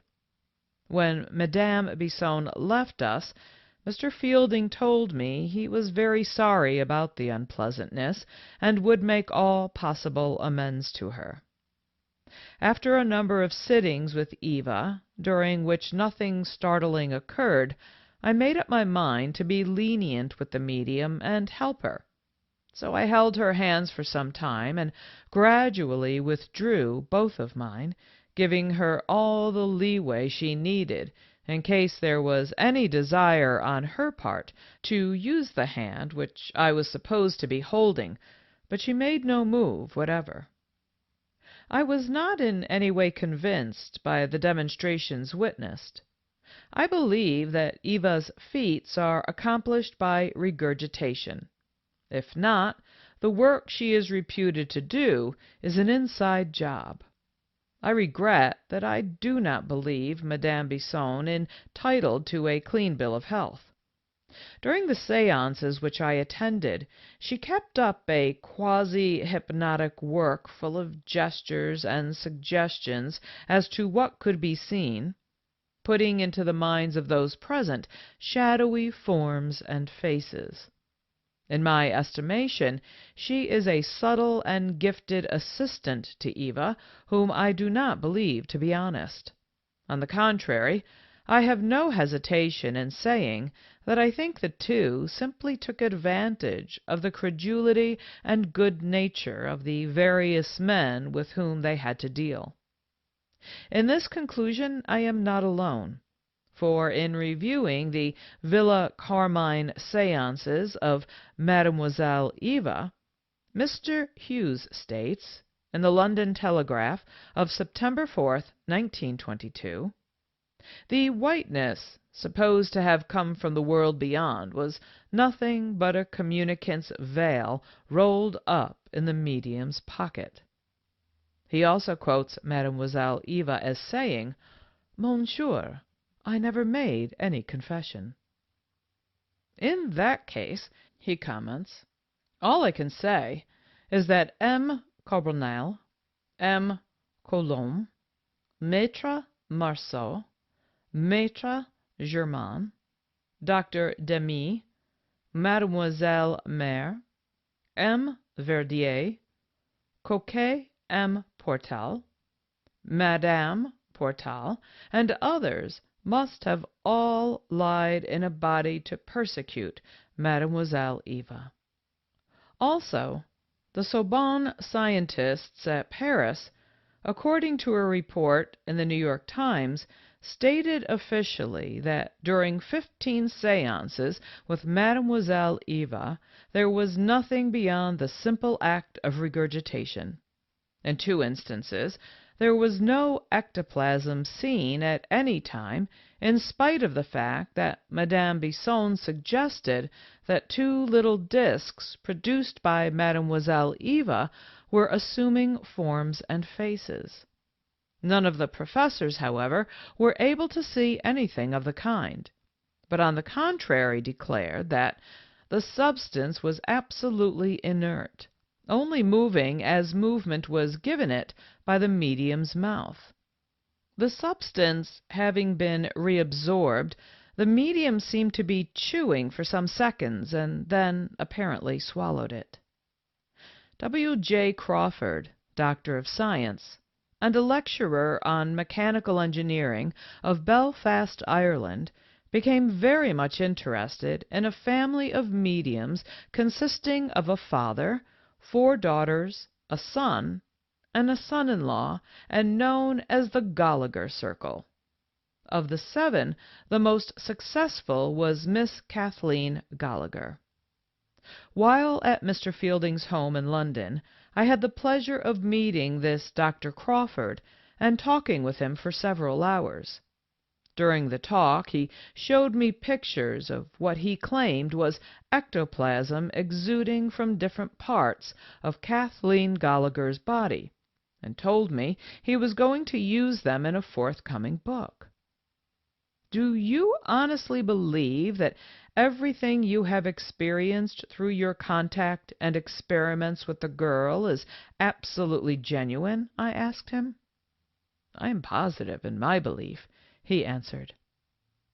After he had gone, Mr. Fielding turned to me and asked, "What do you think of Dr. Crawford?" "He seems mad to me," I answered. "Houdini, you are mistaken," he replied. Nevertheless, I do not think that Dr. Crawford was the right man or had the right sort of mind for an investigation. To me, his credulity seemed limitless. E. Fournier d'Alb's report of Dr. Crawford's séance with the Gallagher Circle coincides with my judgment. In a communication addressed to Light in August 1922, D'Albe, referring to his own 10th séance, says, "I found to my surprise that I could myself, with some little management, produce the phenomena with my feet exactly as I had observed them." Dr. von Schrenck-Notzing charged D'Albe with entering his investigation with prejudice against the genuineness of the Gallagher phenomena. This D'Albe denied, saying, "I had gone to Belfast, fresh from Eva C.'s séance, with a strong conviction of reality, and with firm faith in Dr. Crawford's reliability and accuracy. I expected a gifted medium surrounded by her honest folks, but then came the blows. First, the contact photographs, then the evidences of trickery. The sight of the medium raising a stool with her foot filled me with bitter disappointment. The simple, honest folks all turned out to be an alert, secretive, troublesome group of well-organized performers. Here is the experience of a man who, with a mind prejudiced in favor, entered upon a series of tests, expecting full confirmation of impressions already gotten from his experiences with Eva C., but though ready to believe, not biased against the conclusions or rational deduction. His summary, though brief, is worthy of note. The Gallagher Circle has repeatedly been urged, by myself and others, to submit to further investigations by a fresh investigator, but so far without success. If it does consent, I can predict two things with confidence. 1. No genuine psychic phenomena will be observed. 2. No evidence of fraud will be obtained, as the members of the circle are exceedingly wary, and the evidence of trickery which I obtained was gathered under conditions which they had not foreseen, but which they will doubtless avoid in the future. I also feel safe in predicting that if Miss Gallagher's feet and hands are controlled, and the cooperation of the other sitters eliminated, there will be no levitation of any kind. Signed, E. E. Fournier Diab, 21 Gower Street, W.C. 1. Poor Dr. Crawford. He committed suicide in Belfast in 1920, and left a note saying that his research into spiritualism had nothing to do with his self-murder. I am very sorry indeed that this sincere investigator became his own judge, because what he had written had been done in good faith. A short time after Dr. Crawford's death, his literary executor requested Dr. Diab, early in 1921, to undertake a further series of researches with the same medium and circle in order, if possible, to obtain an independent confirmation of his results and theories, and to collect more data concerning the nature of these manifestations. Diab tells in his book how he caught Katie Gallagher manipulating, and how he saw against the dim red background of the wall the stool held by Katie's foot and a portion of her leg. In some of these manipulations, the people around the table assisted. When he left Belfast, he wrote a very nice letter in which he intimated that the result of his 3 months' experience with the Gallagher Circle did not furnish any definite proofs of the psychic origin of the numerous phenomena witnessed by him, and as they were of no scientific value, he had decided to have no more sittings. It was suggested that Katie Gallagher give 12 more sittings under test conditions, but she refused on the ground that her health would not permit her to entertain such a proposal for at least a year. I sat with Diab at one of Mademoiselle Eva's seances. I liked his methods and believe him to be a sincere investigator. I have the following note from him in answer to a letter of mine. Kingston-on-Thames, October 10, 1922. Dear Houdini, yours of the 26th ultimo just received. Yes, the Gallagher legend has lost its glamour. I must say I was greatly surprised at Crawford's blindness. Sincerely yours, Diab. In 1920, Captain C. Marsh Beadnell of London published a pamphlet in which he offered £20 if Dr. Crawford's mediums would produce a single levitation under conditions which would preclude trickery. I am certain that any magician, with a circle of 6 of his own choosing, and with only one observer of the Crawford type, could, under the same conditions, produce effects much more startling than any of those recounted by the trustful doctor. The book to which Dr. Crawford referred when he showed me the photographs he intended to use in it has, since his death, been published by David Gow editor of the spiritualistic paper Light. In a prefatory note he writes, "I could say much about the present book with its remarkable elucidation of many problems connected with the psychical phenomena of spiritualism, but I content myself with a reference to such experiments as those with the soft clay and the methylene blue, which finally clear away certain suspicions which have always attached to psychical mediums in connection with materialization phenomena amongst uninstructed investigators." This is not the least valuable part of a valuable book. The above statement raises the question of what bearing any of these experiments, supposing every detail claimed were a fact, has on a future state. What possible information could impressions in clay or stockings soiled by dye furnish concerning the future state of a soul? Edner Nielsen of Copenhagen was sponsored by Dr. Oscar Jaeger, professor of economics at the University of Christiania, Norway, and president of the Norwegian Society for Psychical Research. Professor Jaeger was invited by the editor of the Politikon at Copenhagen to hold a séance with Nielsen. He accepted, and it took place in January 1922 before a specially selected committee appointed by the president of the Norwegian University, Professor Frederick Stang. A few weeks later, the committee reported that Nielsen had not been capable of producing any so-called teleplasma or phenomena of materialization. Subsequently, the Society for Psychical Research reported that teleplasma had been artificially brought into the body of the medium. Paul Hughes, writing of the Polish medium, in the London Daily Telegraph of September 18, 1922, says, S.D. Stanislavski arrived in Paris on April 7th.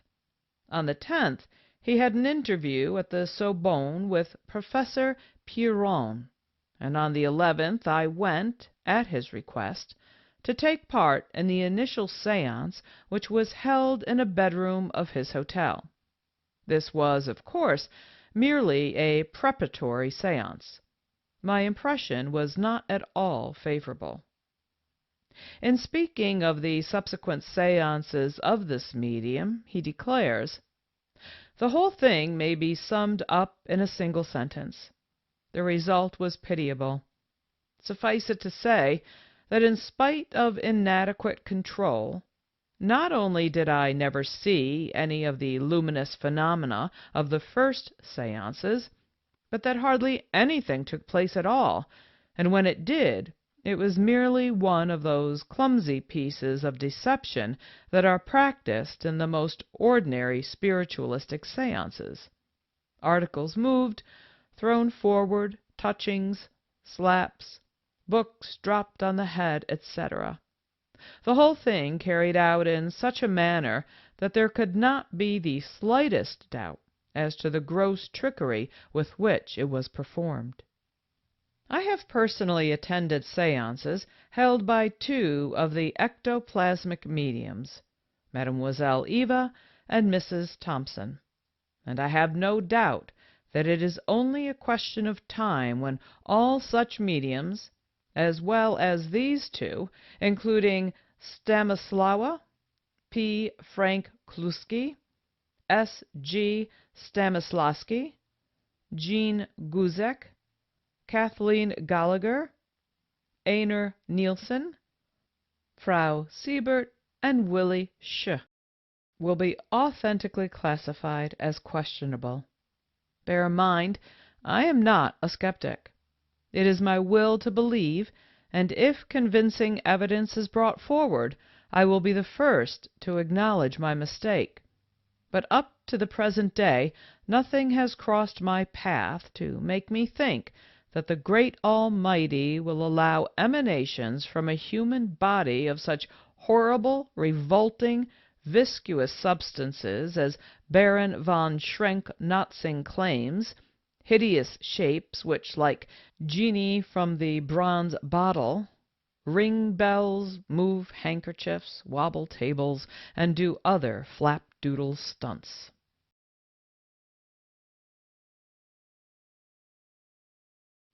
Chapter 11.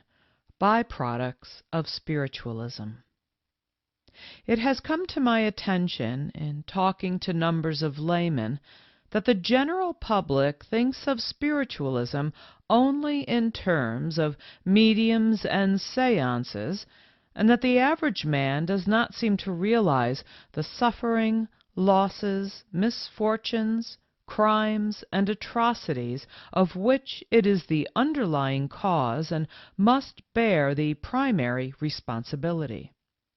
During the more than 30 years in which I have been investigating spiritualism, I have industriously collected all possible data on the subject, and in the thousands of clippings, dating from 1854 to the present time, which are filed away in my library, there are hundreds which tell of crimes attributable to spiritualism.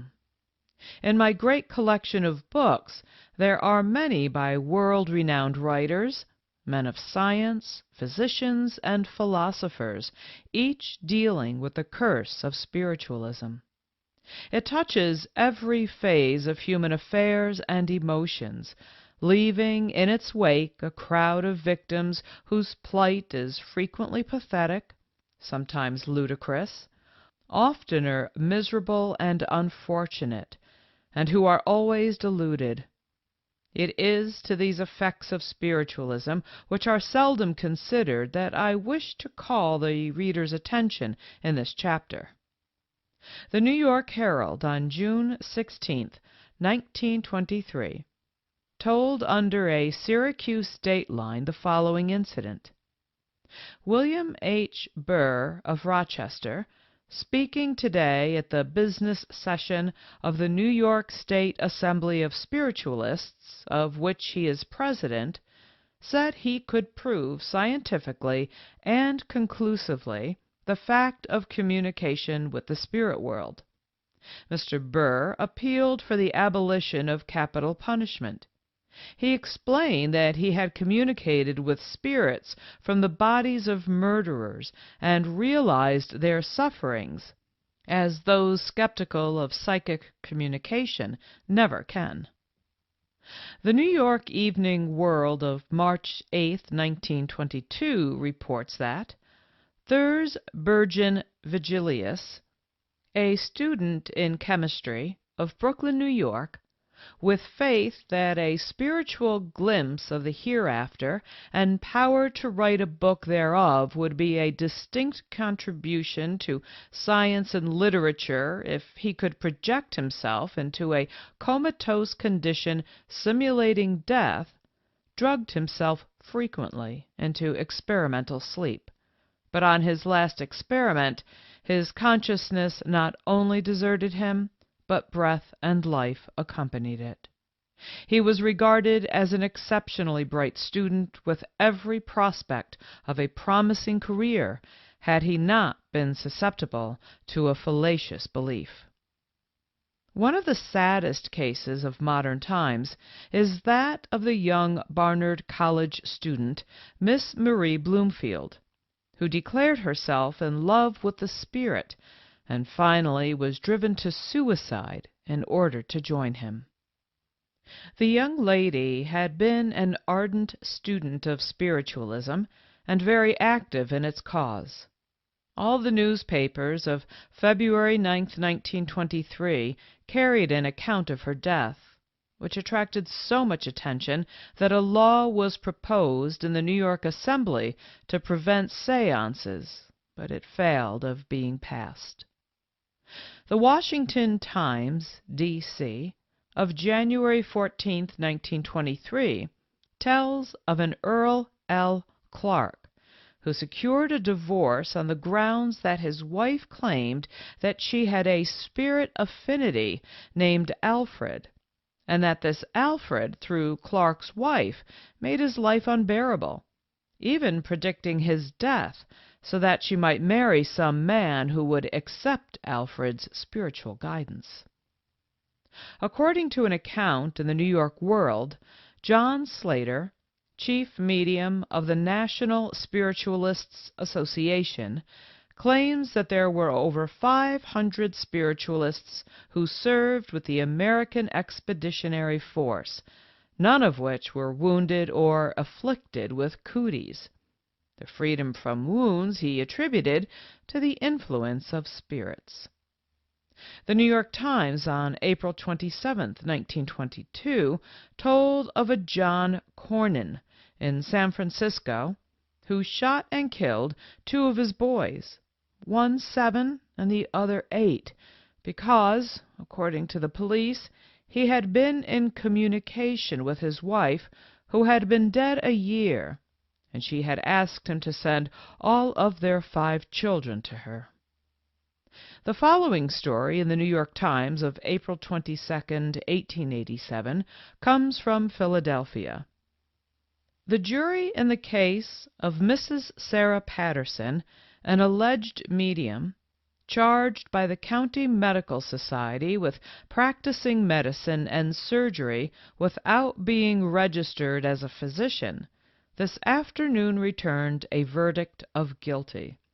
The defense set up by the defendant's counsel was that Mrs. Patterson was a medium and under the control of spirits, and was not therefore responsible for what she did in a trance.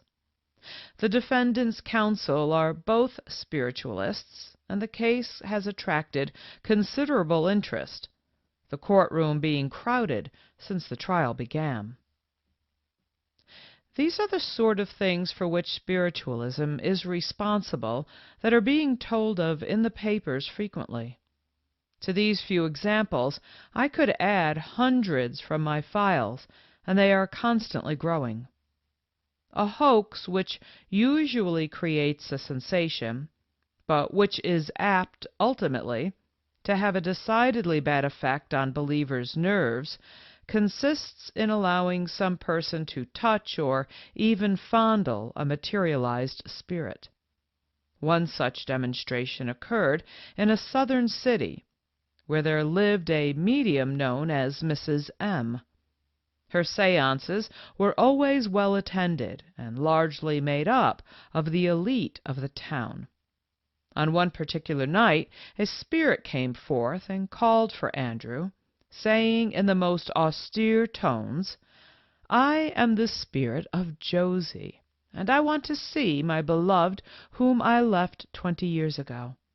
I know that he is present and that he wants to hear from me, and, more important, I know he still loves me, for in those 20 years he has never married." With trembling knees and shaking hands, the man climbed to the stage, and in the midst of sobs recognized and embraced his sweetheart. It was a very touching and pathetic scene, and the believers were greatly affected. And at someone's suggestion, an ex-minister and editor of a spiritualistic magazine, who was present, married the spirit bride to the live groom. It was a sensational proof of mediumship, and Mrs. M. was headlined in all the local papers. Unfortunately, however, for the cause of spiritualism, my old friend, Professor Harry Cook, happened to be in the neighborhood, and on hearing about it, hired a hall, challenged the medium to a test, and with a lady assistant performed and exposed the miracle. I recall another instance where one of my friends was investigating a materialization seance. It was claimed that the spirit of his deceased wife was manifesting, and he asked permission to kiss her. This was graciously granted, and he told me later that she must have forgotten to shave, for she had a stubble beard. Incidentally, I might add that while he attended the séance, his real wife waited for him at a nearby theater.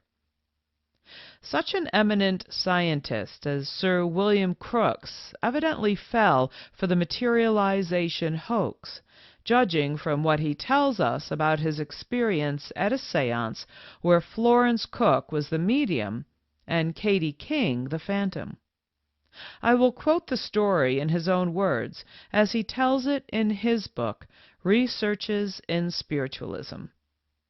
Several times she took my arm, and the impression I received that it was a living woman at my side and not a visitor from the other world was so strong that the temptation to repeat a recent and curious experiment became almost irresistible.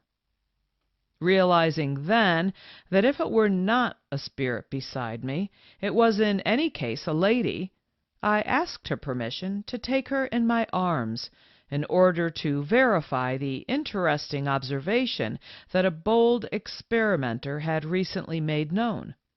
This permission was graciously given, and I took advantage of it respectfully, as any gentleman would have done in the same circumstances. The ghost, which made no resistance, was a being as material as Miss Cook herself. Katy then declared that on this occasion she felt able to show herself at the same time as Miss Cook. I lowered the gas and with my phosphorus lamp entered the room which served as a cabinet. It was dark, and I groped for Miss Cook, finding her crouched upon the floor.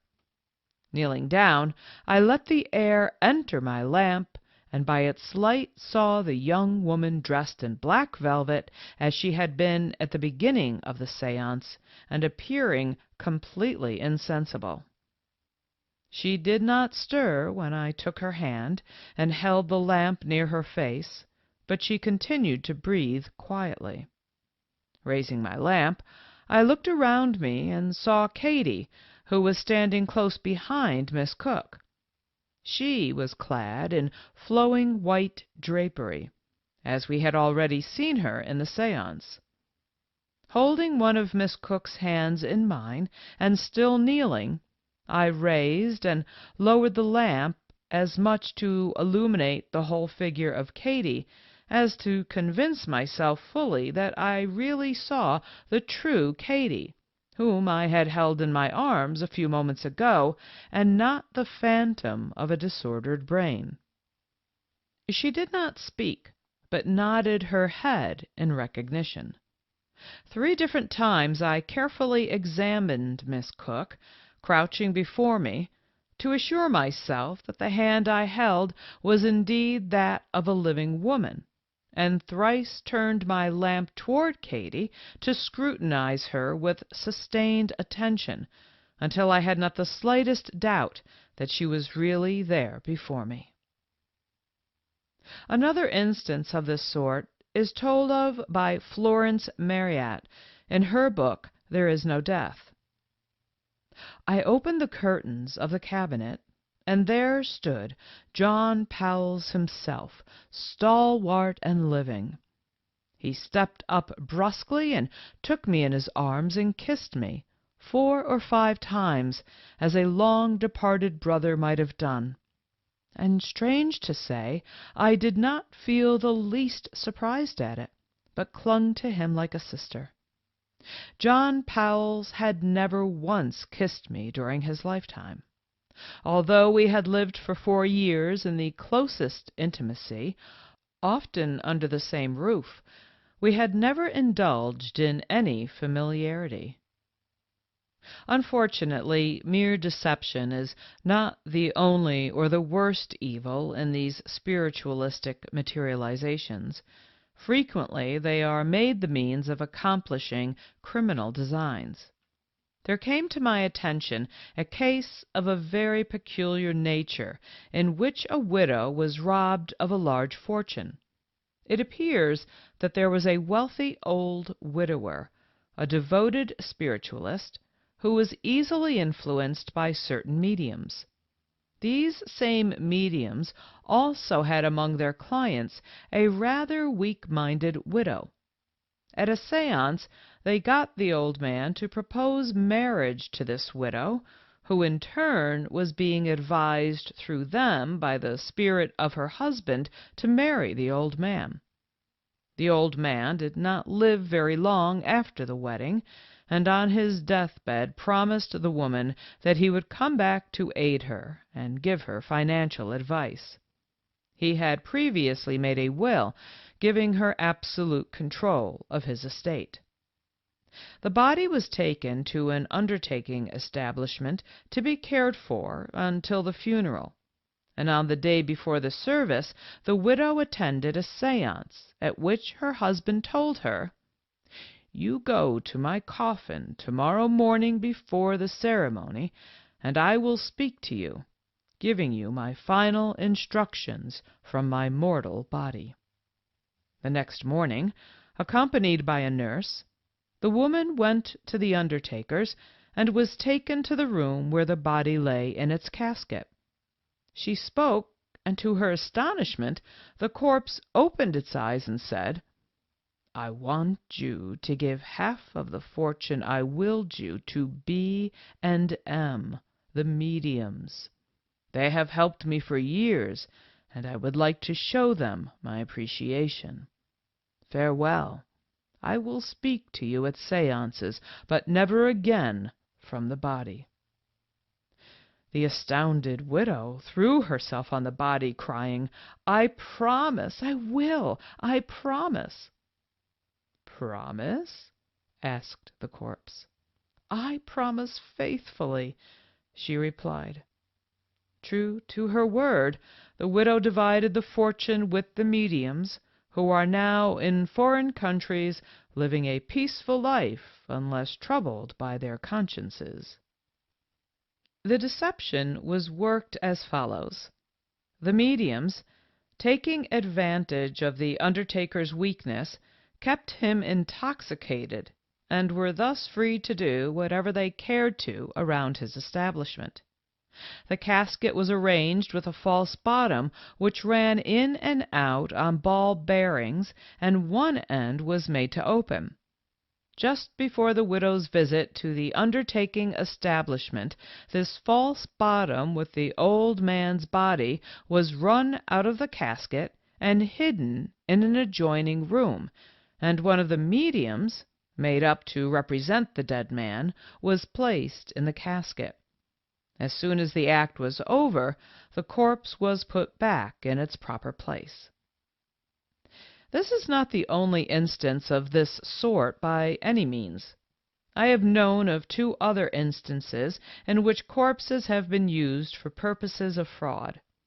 In one a man was dying. A lawyer was sent for, and the nurse gotten out of the way on some plausible excuse. After the man died, but before the lawyer arrived, his body was hidden under the bed. One of the gang took his place in the bed and dictated a will with gasping breath, and afterwards made his mark in the presence of a perfectly honest attorney and witness. Before the nurse got back, the corpse had been placed in the bed, and there was nothing to show that a fraud had been committed. To show that such things are possible, and that exchanging bodies in a coffin can be accomplished, I want to call attention to the Coffin Act which I did for the Boston Athletic Association. A solid oak coffin was furnished by the National Casket Company and delivered to the association.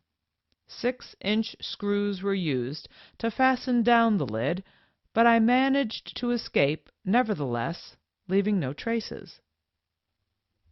It is not generally known that Charles J. Guiteau, the assassin of President Garfield, was a pronounced spiritualist. He claimed that he was inspired by the spirits 4 times. Once in connection with his entering the Oneida community. Once preceding his attempt to establish a newspaper called the Theocrat. Again, when writing his book, the truth a companion to the Bible, and still again when he was inspired to kill the president. Another case in which spirits were claimed to have been responsible for diverting funds is told in The Fallacies of Spiritualism. In September 1920, an action was brought in the New York courts against a medium named Mrs. Mabel Hirons for the recovery of $12,400 alleged to have been obtained by spiritualistic means from Dr. J. B. Hubble of Rockville, Maryland. Dr. Hubble declared that after the death of Clara Barton, founder of the American Red Cross, to whom he had been secretary, it was intended to erect a memorial to that lady, to which he proposed contributing $12,400 of his own money, including $900 bequeathed him by Clara Barton herself. In 1914, he visited Mrs. Hirons, who, he said, went into a trance and gave him a message that was supposed to come from Clara Barton and which directed him to give all the money to Mrs. Hirons for the memorial.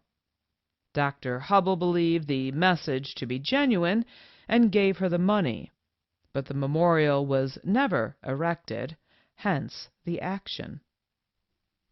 A few years ago, the papers told of the case of a woman in the Middle West who was sensationally and cruelly deceived by a medium. When she lost her little girl, it was feared that she would not recover from the intense grief with which she was overcome. On the woman's farm was a hired man whose wife was a medium. He talked sympathetically with her and got her to allow him to send for his wife, who was in Chicago. She began preaching spiritualism as soon as she arrived, finding the woman in a willing listener. When it was apparent to the medium that the woman thoroughly believed her doctrine, she began to advise her to pray nightly for the restoration of her child, and finally one night she announced to the credulous woman that at midnight, 4 days later, her child would be restored to her. She cautioned her that she must fast that day, dress her room and bed in white, and sleep alone that night. The instructions were followed to the letter. At midnight she heard the stairs creak. Then suddenly her door was pushed open, and she saw something luminous approaching her bed. It carried a bundle, and a voice announced that her daughter was coming back to her. After the apparition left, the woman found a baby girl in the bed with her. Soon after, the medium persuaded the woman and her husband to dispose of their property and go to a spirit colony in California. After nearly 3 years, they came back to their home with practically no means, but with the knowledge that the baby girl came from a foundling society in Chicago. Not the least of the evils of spiritualism is the insanity which it causes. A mental specialist of high standing in Birmingham, England, issued a warning in 1922, quoting numerous cases which came under his observation and were the result of spiritualistic teaching. An English doctor has estimated the number of such cases at 1 million. It is a well-established fact that the human reason gives way under the exciting strain of spiritualism. The list is not limited to European countries. We have a goodly share of baneful results right at home. Not long ago, Dr. Curry, medical director of the State Insane Asylum of New Jersey, issued a warning concerning the Ouija board, in which he said, "The Ouija board is especially serious because it is adopted mainly by persons of high-strung neurotic tendency who become victims of actual illusions of sight, hearing, and touch at spiritualistic seances. He predicted that the insane asylums would be flooded with patients if popular taste did not swing to more wholesome diversions.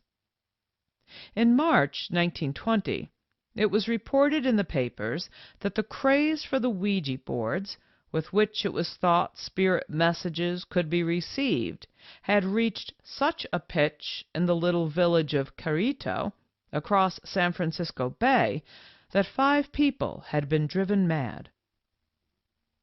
The available amount of evidence of this sort is almost unbelievable, but enough has been given to show the extent of the evil.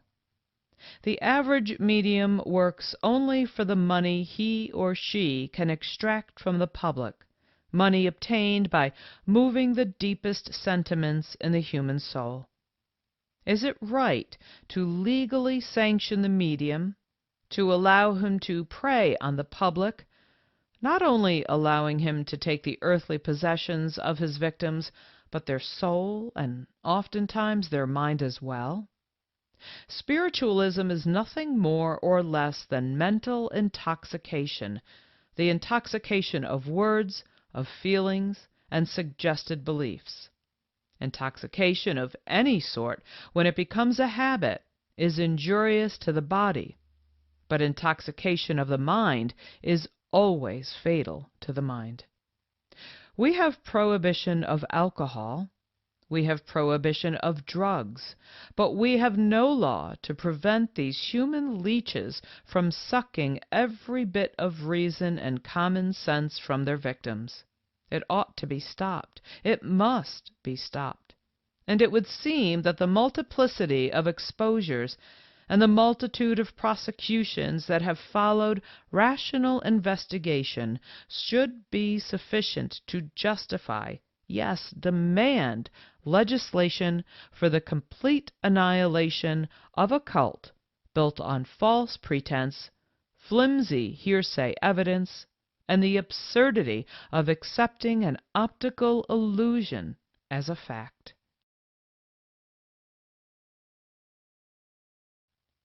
Chapter 12, Part 1.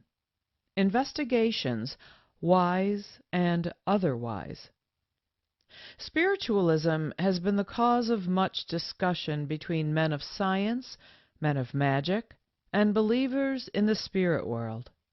Countless investigations, wise and otherwise, have been held in most of the countries of the globe. Many of them have been made by fair-minded, unbiased men. Men who delved deep into the unknown with a clear conscience, and whether successful or not, were willing to give the world the result of their probings. Men who were not afraid to admit that their experience was not sufficient to cope with the medium's skill and years of training, and that they had been fooled. But there have been other so-called investigators who have attended seances wishing to be fooled, and as the wish is father of the thought, they have been misled. What these investigators see done, and what they think they see done, are in reality 2 entirely different things, and by the time they start to write their experiences, there are usually complications. I rarely believe a full 100% the explanations I hear or read. It is to be said to the credit of the investigators that they do not deliberately make misstatements, but the nature of the brain is such that it is almost impossible to avoid malobservation, and these malobservations are the curse of investigation. Investigations, under conditions favorable to the medium, cannot be termed investigations. They are nothing more than a demonstration of the medium's power to divert the attention, carrying it at will to any place they wish, and numbing the subconscious mind. Under such conditions, they are not only able to delude the innocent and simple-minded, but also men whose accomplishments have proven their intellects to be above the average. When a medium is subjected to conditions which are, to say the least, disconcerting, and the usual effects are not obtained, almost invariably the claim is made that there are antagonistic waves and that the auras are bad. And if, as often happens, the result is an unqualified expose, and the mediums fall from power, the followers of spiritualism usually put forth a statement saying the medium overstepped the bounds in trying to give results and resorted to trickery, but that the majority of previous seances were genuine. Perhaps my ideas on the subject of how to conduct an investigation are wrong. I am fully convinced, however, that the only way to conduct a successful one is to get the committee together previous to the seance, discuss the expected manifestations, formulate some plan for concerted action, and, if possible, assign each member some specific part, as was done in the case of Paladino's fall. These parts should be rehearsed, and then when the seance is held, there is much greater possibility of the committee being able to judge intelligently. But when scientists report some feat of legerdemain as being abnormal simply because they cannot detect the deception, I think it is time to add to each investigating committee a successful and reputable professional mystifier, and I might add that all mediums hate to have a magician attend a seance.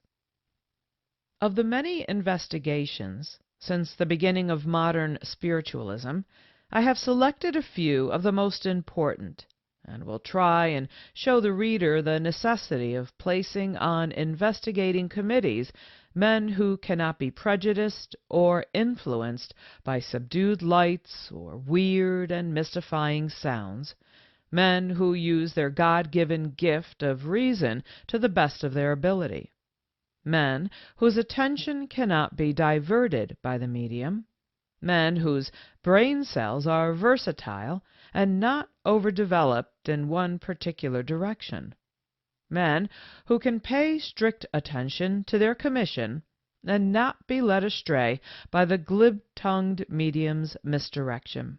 Then we will have real investigations, and the world at large will benefit.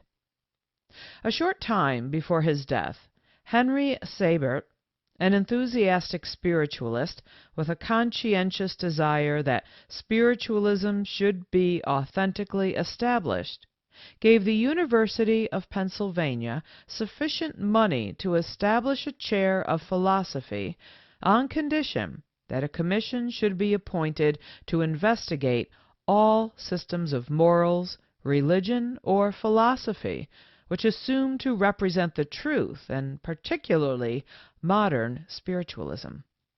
Accordingly, there were selected from among the doctors and professors of the university 10 men to be known as the Seybert Commission. A fairer-minded and more impartial commission could not have been appointed. Each man had declared himself holding an open mind and ready to accept whatever there was evidence to prove, but realizing that men eminent in intelligence and attainment yield to spiritualism an entire credence, they felt that one could not fail to stand aside in tender reverence when crushed and bleeding hearts are seen to seek it for consolation and for hope.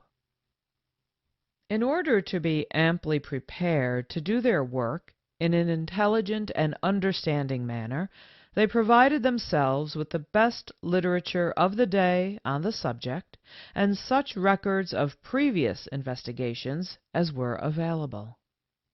After a careful digest of all this information, the commission was ready to begin its actual work in March 1884. The entire 10 men of the commission were willing to believe, and their adviser, Mr. Thomas R. Hazard, had been a personal friend of Mr. Seybert, and was known throughout the land as an uncompromising spiritualist. The first medium to which the Commission gave its attention was Mrs. S. E. Patterson, a slate-writing mystifier and automatic writer. The result of this first case was nil.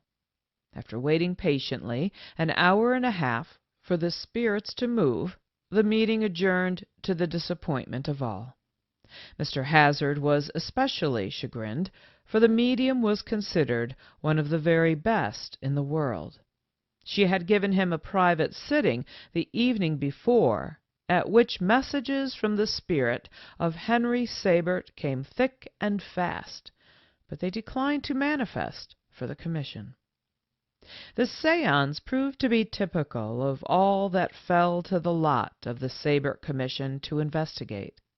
It continued its work for 3 years and investigated every case of importance which came before it.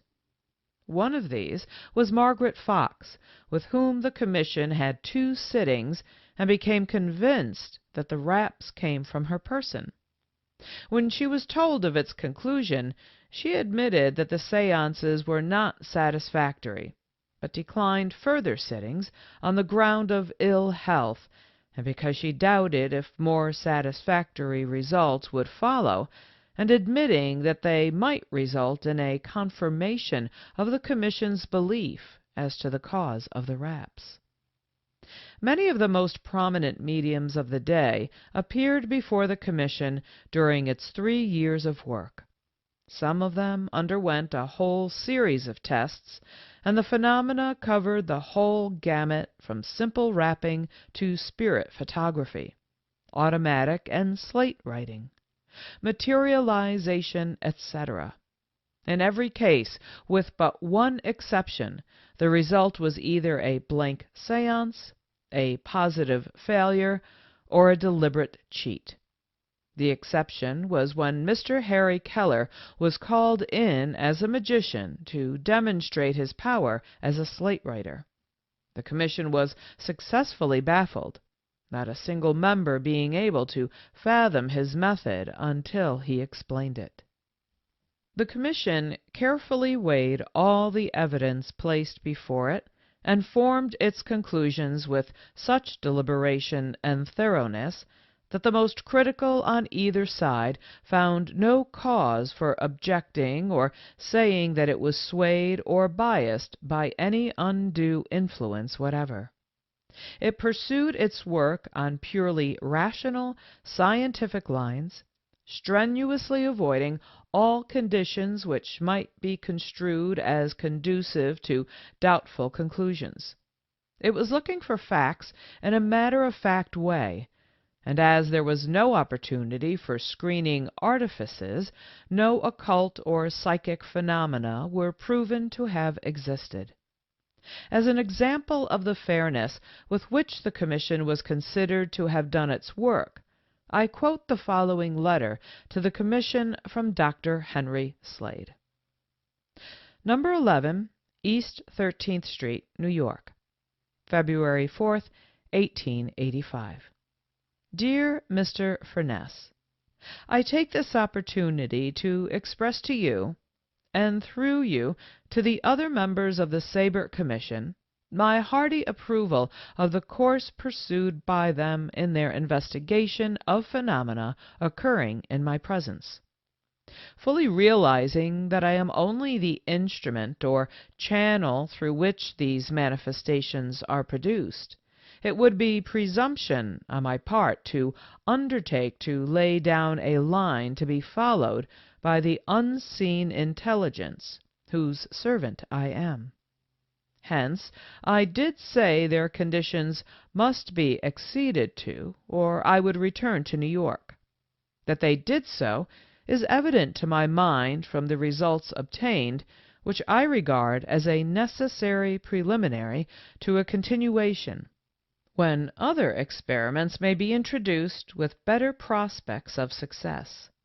It may be well not to insist on following the exact course followed by Professor Zollner, but leave it open to original or impromptu suggestions that may be adopted without previous consideration, which, if successful, would be of equal value as evidence of its genuineness, at the same time give greater breadth to the experiments. In conclusion, allow me to say that in the event the committee desires to continue these experiments through another series of sittings with me, it will give me pleasure to enter into arrangements for that purpose. Very truly yours, Henry Slade. If all the investigators were to adopt the rational methods of the Sabert Commission, they might easily discover the truth and no longer submit to imposition by charlatans, nor aid and abet them by accepting as true the claims made by a class which they admit is of a low type, dishonest, and otherwise disreputable. If sincere, they would assist in all reasonable attempts to detect fraud, and not accept the irrational pretext that light and touch are detrimental to the health or life of a medium. Following in the footsteps of the Sabert Commission, the Society for Psychical Research was organized in America and England for the purpose of investigating all so-called phenomena and freak occurrences not easily accountable for by natural law, and in spite of the following message, which it is claimed was sent by the spirit of the late William Walker, president of the Buxton Camera Club, to the Crew Circle, I believe they are doing good work. Dear friends of the Circle, I would not spend a moment with the Psychical Research Society because they are nothing more or less than fraud hunters, and I want you to come to Buxton for a sitting with Mrs. Walker, 3 Palace Road, about the 8th, 9th of August. Then the spirit friends can further demonstrate the wondrous powers which today are needed more than ever. Peace be with you. Yours faithfully, W. Walker. The membership of these societies is made up of men and women who have a certain degree of scientific training, all classes of scholarship, and all professions being represented. As a consequence, the investigations have been most exhaustive and carried out by persons especially qualified for the work. But the results have been most emphatically against a belief in the return of a soul after death in the guise of a spirit, or the occurrence of anything supernatural at the bidding of a medium. Naturally, we might not expect a general agreement among a group of scientific scholars who had entered the field of research from different points of view. But I believe I can say, without fear of contradiction, that of all who have undertaken the task without prejudice, the majority agree in the opinion that all phenomena ascribed to spirit power developed through and presented by a medium are without foundation in fact, and that the result of their investigations has agreed perfectly with the findings of the Sabert Commission. In January 1869, the London Dialectical Society appointed a committee with 33 members to investigate the phenomena alleged to be spiritual manifestations and to report on its findings. Professor Huxley, Professor John Tyndall, and Mr. George Henry Lewes were invited to cooperate with the committee. Professor Huxley refused to have anything to do with the investigation, and in the following letter, written in answer to the committee's invitation, he terms spiritualism a gross imposture. Sir, I regret that I am unable to accept the invitation of the Council of the Dialectical Society to cooperate with a committee for the investigation of spiritualism, and for 2 reasons. In the first place, I have no time for such an inquiry, which would involve much trouble, and, unless it were unlike all inquiries of that kind I have known, much annoyance. In the second place, I take no interest in the subject. The only case of spiritualism I have had the opportunity of examining into for myself was as gross an imposture as ever came under my notice. But supposing the phenomena to be genuine, they do not interest me. If anybody would endow me with the faculty of listening to the chatter of old women and curates in the nearest cathedral town, I would decline the privilege, having better things to do. And if the folk in the spiritual world do not talk more wisely and sensibly than their friends report them to do, I put them in the same category. The only good that I can see in a demonstration of the truth of spiritualism is to furnish an additional argument against suicide.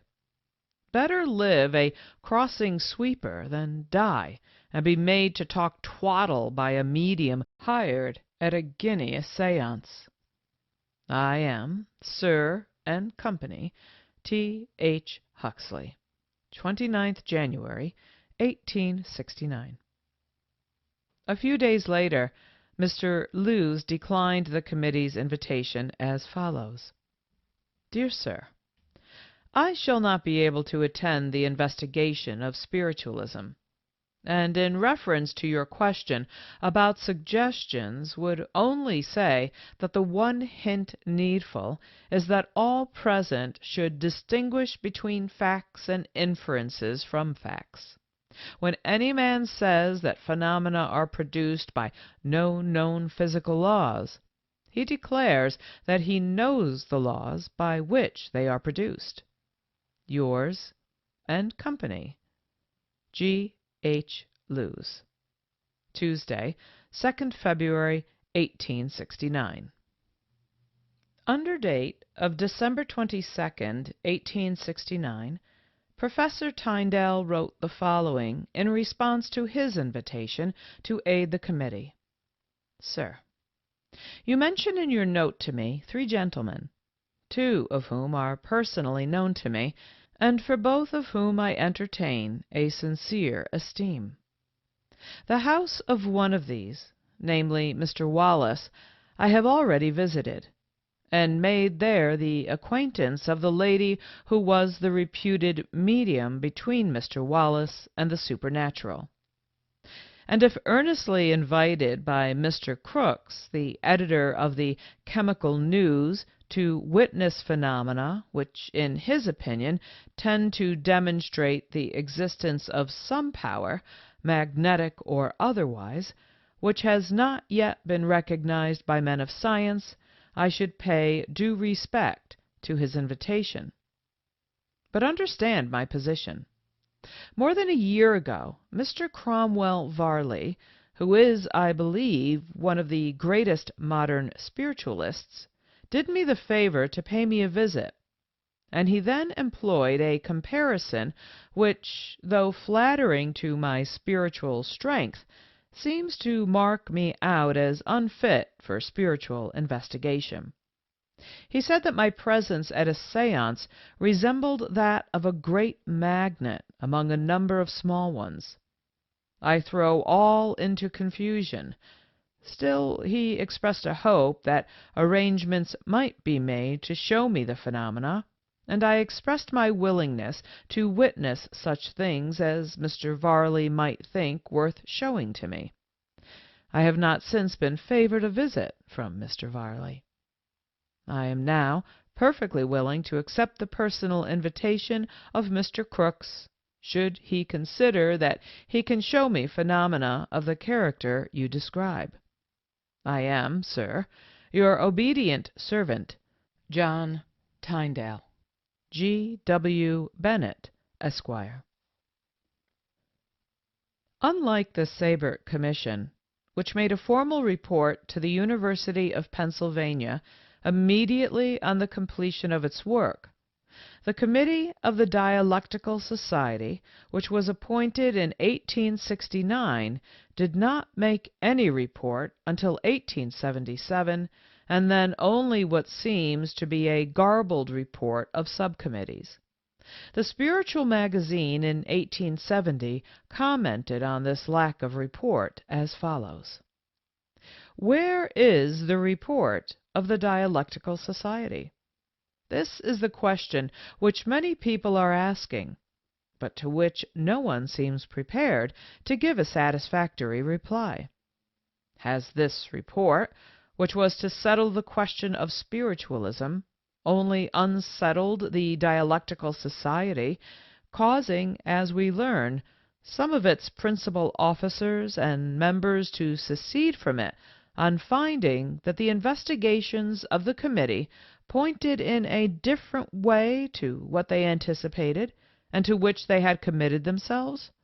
People ask, have the committee come to an opinion on the subject, or have they too many opinions? The only information I have come in contact with referring to the Dialectical Committee and its work has been from spiritualistic publications, most of them under authorship of Mr. James Burns, and I copy the following from the Medium and Daybreak of November 16, 1877. Objection has been taken in some quarters to the fact that the Society itself did not publish the report, but left the matter of the publication as an open question to its committee. Again, on the 20th of July, 1870, the Council passed a resolution that the request of the committee that the report be printed under the authority of the Society be not acceded to. The exact nature of the work done by the Dialectical Society's committee can be summed up by another extract from the same issue of the Medium and Daybreak.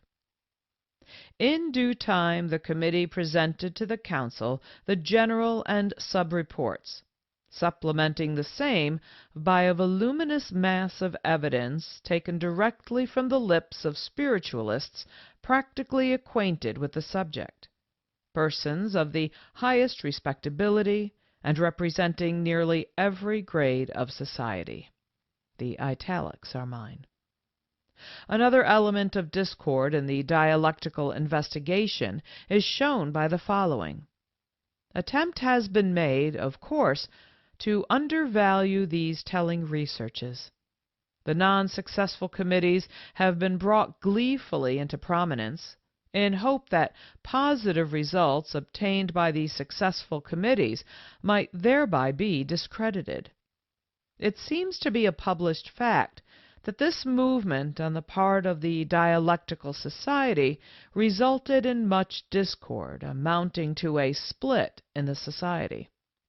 Mr. Burns, in his editorial column of the Medium and Daybreak, says, "Our present issue affords an important and valuable addition to the cheap literature of spiritualism.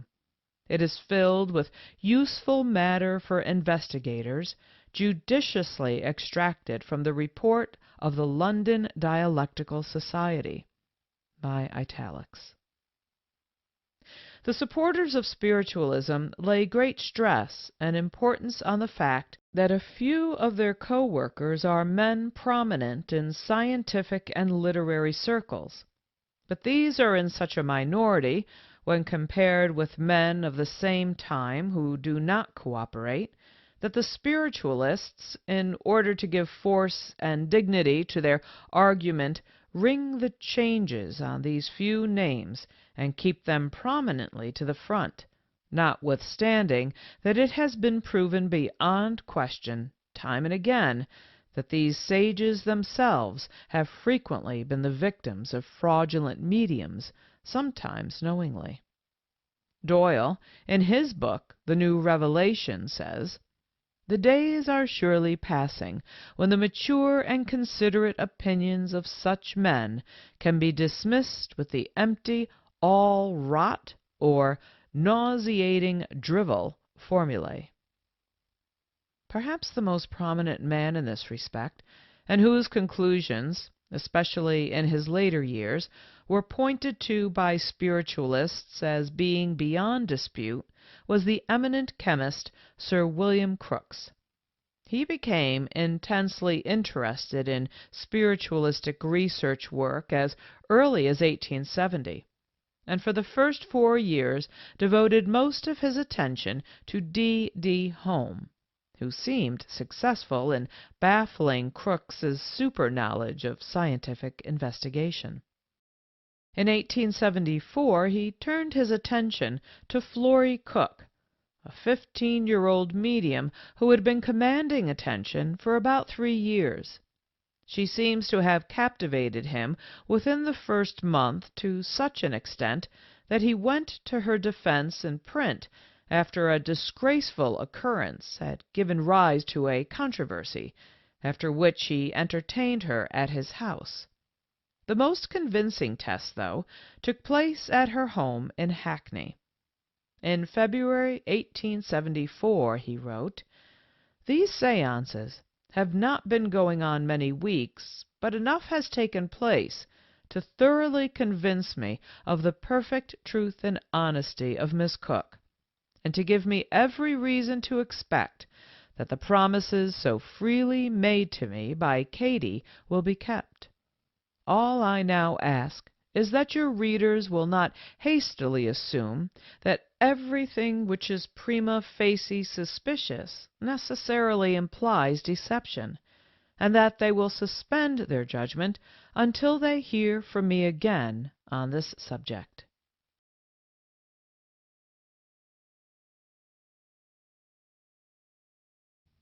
Chapter 12, Part 2.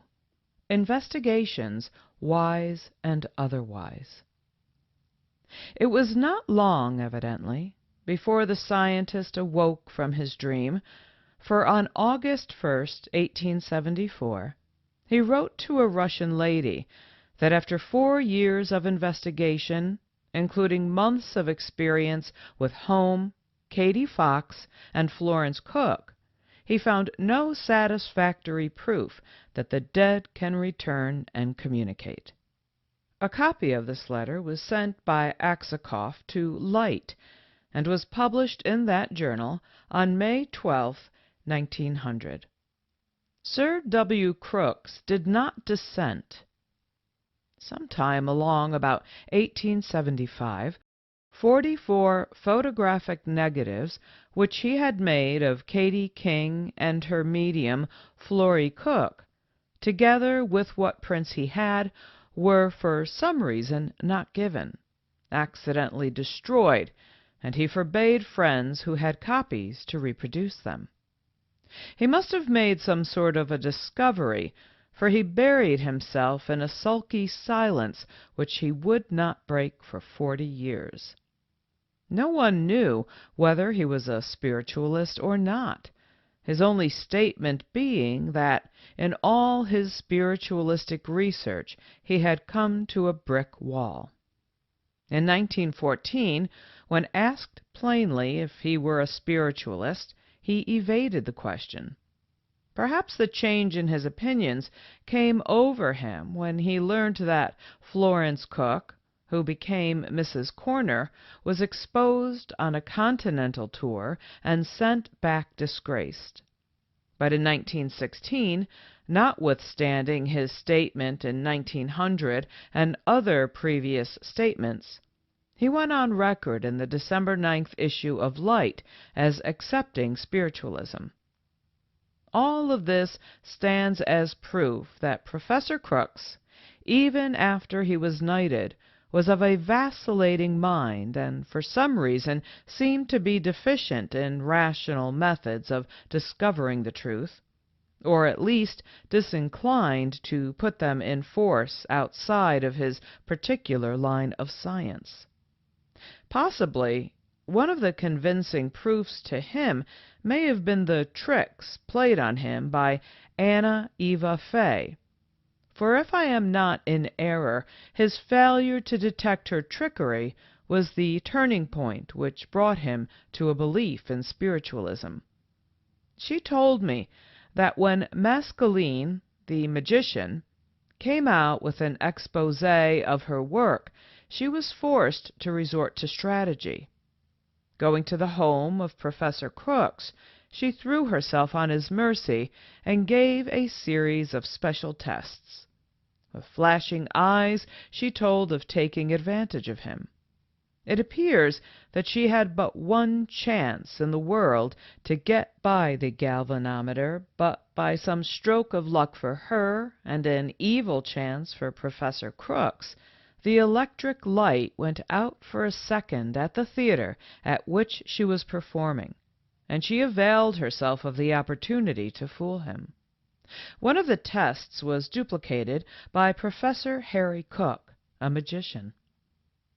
There is not the slightest doubt in my mind that this brainy man was hoodwinked, and that his confidence was betrayed by the so-called mediums that he tested. His powers of observation were blinded, and his reasoning faculties so blunted by his prejudice in favor of anything psychic or occult that he could not or would not resist the influence. This seems more difficult to comprehend when one remembers that he did not accept spiritualism in full until he was nearing the end of his earthly career. The weakness and unreliability of Sir William's judgment as an investigator is further proved by the fact that he admitted that many of the tests he proposed were rejected by the mediums he was investigating. Such conditions made the test impossible, and he did not seem to realize it. But notwithstanding all this, he is one of the most quoted authorities in spiritualistic realms, particularly by Sir Arthur Conan Doyle.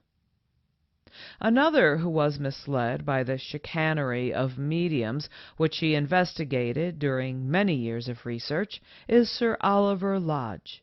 He failed to find sufficient evidence to prompt him to spread the teachings of spiritualism until 1904, after which he occasionally sent a glow through the spiritualistic world by some bold profession of belief.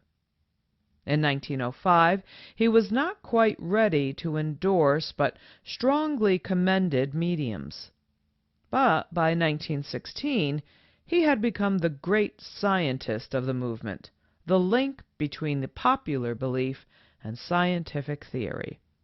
It is extremely difficult, however, to understand how a leading scientist can permit his pen to lay before a thinking world such inconsistent impossibilities as the following. A table can exhibit hesitation. It can seek for information. It can welcome a newcomer. It can indicate joy or sorrow, fun or gravity. It can keep time with a song, as if joining in the chorus, and most notably of all, it can exhibit affection in an unmistakable manner. What has all this to do with the spirit of the departed? How is it possible to accept such silly nonsense? Think of it. A table with intelligence, brains, a table with consciousness, a table with emotion. Yet that is the sort of reasoning used by Sir Oliver in his book Raymond, and it is acceptable to all enthusiastic advocates of occult teaching. When we read of a mind of such high culture being overcome by such misfortune, we are moved to compassion rather than censure, and can only conjecture that the loss of his beloved son Raymond in an accursed war was the cause of it.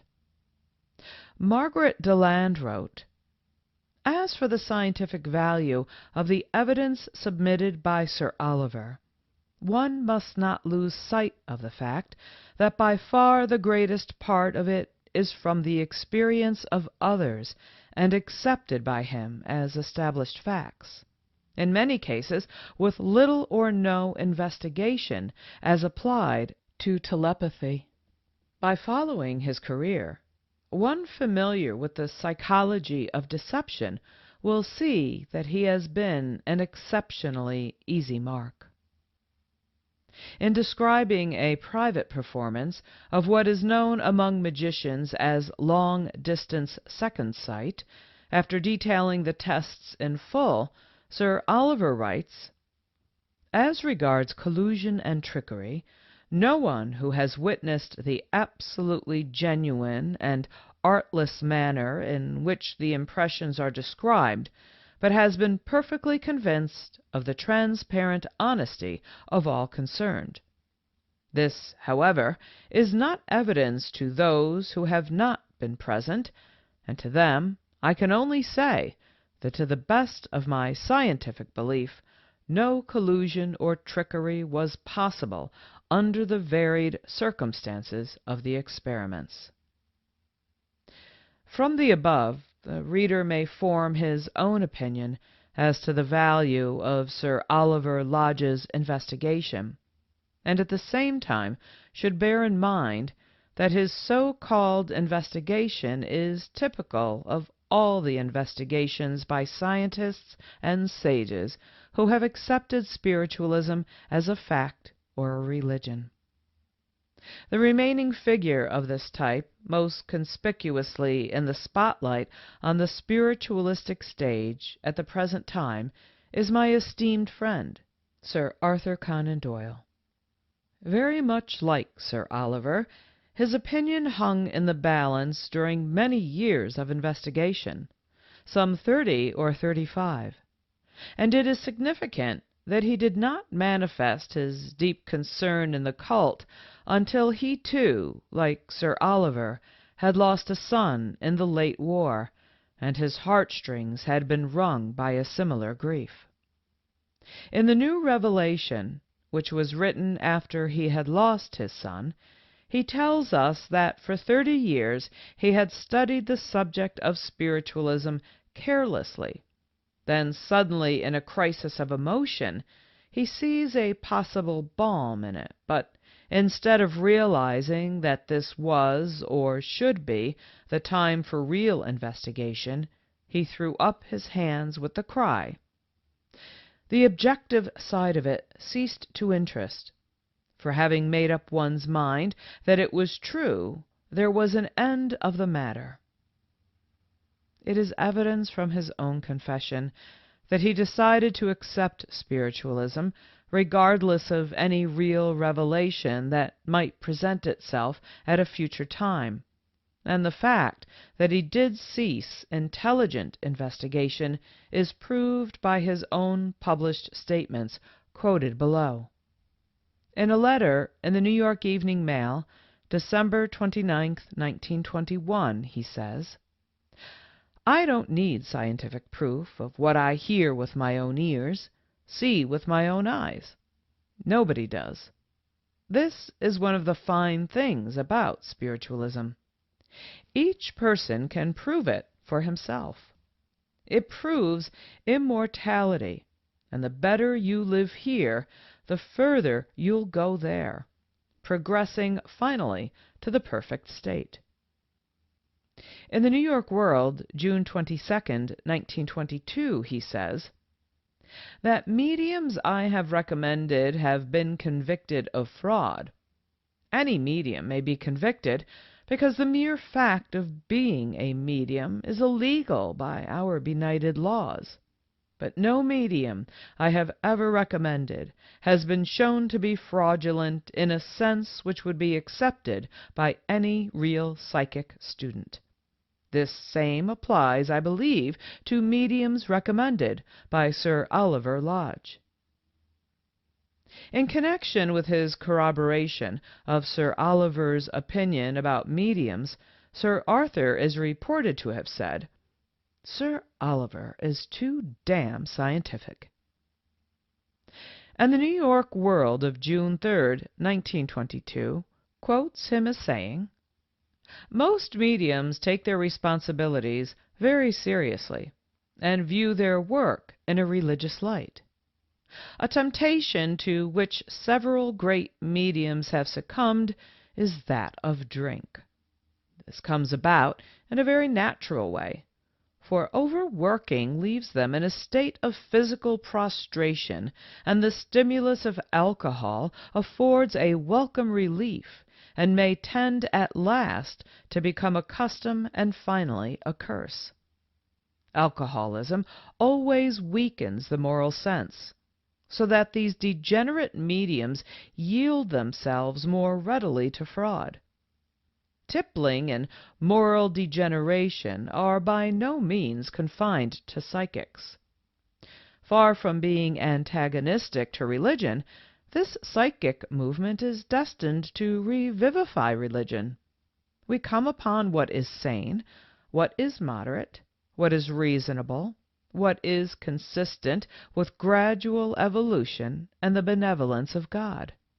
This new wave of inspiration has been sent into the world by God. I will not at this time dissect and analyze the above statements, preferring to let the reader decide for himself after reading them over carefully and digesting their literal meaning. It is sufficient to direct attention to the various contradictory statements and variants in the subjects of law, morality, and religion, and their application to the subject of spiritualism. Sir Arthur is reported as saying that mediumship is like an ear for music, and might exist in some vulgar person, but that the medium is only a carrier of messages comparable to the boy who delivers telegrams. From the foregoing excerpts of Sir Arthur's own statements, it will be seen that he depends solely on his senses of seeing and hearing, the two weakest and most easily deceived, for his evidence. When once a medium has his confidence, he believes implicitly what the medium tells him, accepts their hearsay evidence as gospel truth, notwithstanding that he admits they are possibly of a vulgar, dishonest class, often addicted to alcoholism to a degree of debauchery. It is extremely difficult to harmonize these statements. As to the sense of sight coupled to the sense of hearing, while at Washington, D.C., Sir Arthur had a sitting with the Zansigs, and after witnessing phenomena at their expert hands and minds, he gave them a letter of which the following is a transcript. I have tested Professor and Mrs. Zansig today, and am quite assured that their remarkable performance, as I saw it, was due to psychic causes, thought transference, and not to trickery. Signed, Arthur Conan Doyle. Mr. Jules Zansig is a magician, a member of the Society of American Magicians, of which I have been the president for the past 7 years. I believe he is one of the greatest second sight artists that magical history records. In my researches for the past quarter of a century, I have failed to trace anyone his superior. His system seems to be supreme. He never at any time claimed telepathy, and as he has not, to my knowledge, obtained money by pretending telepathy or spirit presentations, it would not be fair to disclose his methods despite the fact that Sir Arthur Conan Doyle put the stamp of genuineness on his work. Undoubtedly, it appeared unfathomable to Sir Arthur, and he therefore concluded that it was psychic and that there could be no other solution. Malobservation is responsible for a lot of misunderstanding, consequently misrepresentation, and as a result, much investigation is rendered valueless. Such misrepresentation is not intended to deceive, but is an honest expression of a conviction based on supposed facts by persons unaware that they are victims of illusion. One of the most, if not the most, flagrant instances of malobservation I have ever known of is told of in a book by J. Hewitt Mackenzie, president of the British College of Psychic Science, entitled Spirit Intercourse. On page 107 he says, Houdini, called the Handcuff King, who has so ably demonstrated his powers upon public hall platforms, is enabled by psychic power, though this he does not advertise, to open lock, handcuff, or bolt that is submitted to him. He has been imprisoned within heavily barred cells, doubly and trebly locked, and from them all he escaped with ease. This ability to unbolt locked doors is undoubtedly due to his mediumistic powers, and not to any normal mechanical operation on the lock. The force necessary to shoot a bolt within a lock is drawn from Houdini, the medium. But it must not be thought that this is the only means by which he can escape from his prison, for at times his body has been dematerialized and withdrawn, but this will be treated in another part of this chapter. As I am the one most deeply concerned in this charge, I am also the best equipped to deny such erroneous statements. I do claim to free myself from the restraint of fetters and confinement, but positively state that I accomplish my purpose purely by physical, not psychical means. The force necessary to shoot a bolt within a lock is drawn from Houdini, the living human being, and not a medium. My methods are perfectly natural, resting on natural laws of physics. I do not dematerialize or materialize anything. I simply control and manipulate material things in a manner perfectly well understood by myself, and thoroughly accountable for, and equally understandable, if not duplicable, by any person to whom I may elect to divulge my secrets. But I hope to carry these secrets to the grave, as they are of no material benefit to mankind, and if they should be used by dishonest persons, they might become a serious detriment. On page 112 of his book, Mr. Mackenzie again refers to me, saying, Houdini, of world-wide fame, previously mentioned, has for years demonstrated dematerialization, and the passage of matter through matter upon the public platform, while Mrs. Thompson of America has demonstrated materialization. Mrs. Zanzig has, with her husband, publicly exhibited her psychic gift, called thought transference, which is purely soul projection in all the leading world centers. Miss Fay and several well-known Japanese mediums for years demonstrated the passage of matter through matter, and also materialization. These are only a few of the many who might be mentioned, who demonstrate psychic gifts before the public. Such public mediums do not, of course, advertise themselves as performing their wonders by occult powers or through the help of spirits, and the public are therefore left in ignorance of how they perform their marvelous tricks, as they are called. The author has tested each of those mentioned by a personal experiment from the stage, and several also in private, and can testify that they are mediums performing most, if not all, of their great wonders by spirit agency. They are naturally reluctant to acknowledge the fact, for the music hall public would instantly resent any claims they might make that they performed their wonders by spirit power.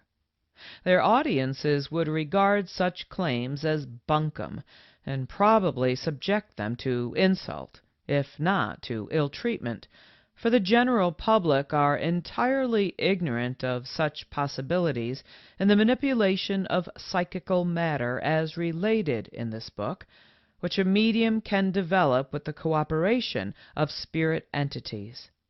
It can be left to the reader's imagination to picture the face of a music hall manager if he were asked to allow upon the stage a demonstration of spirit powers. Horrors! The poor man would not be able to sleep for nights if he thought ghosts were working around his buildings or upon his stage.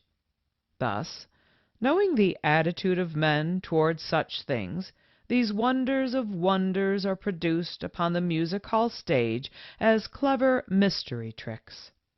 The author does not wish his readers to suppose that the mechanical sleight-of-hand tricks carried out by Maskelyne and Devant and similar operators have anything to do with the mediumistic gift, for they are a mechanical copy of true magic.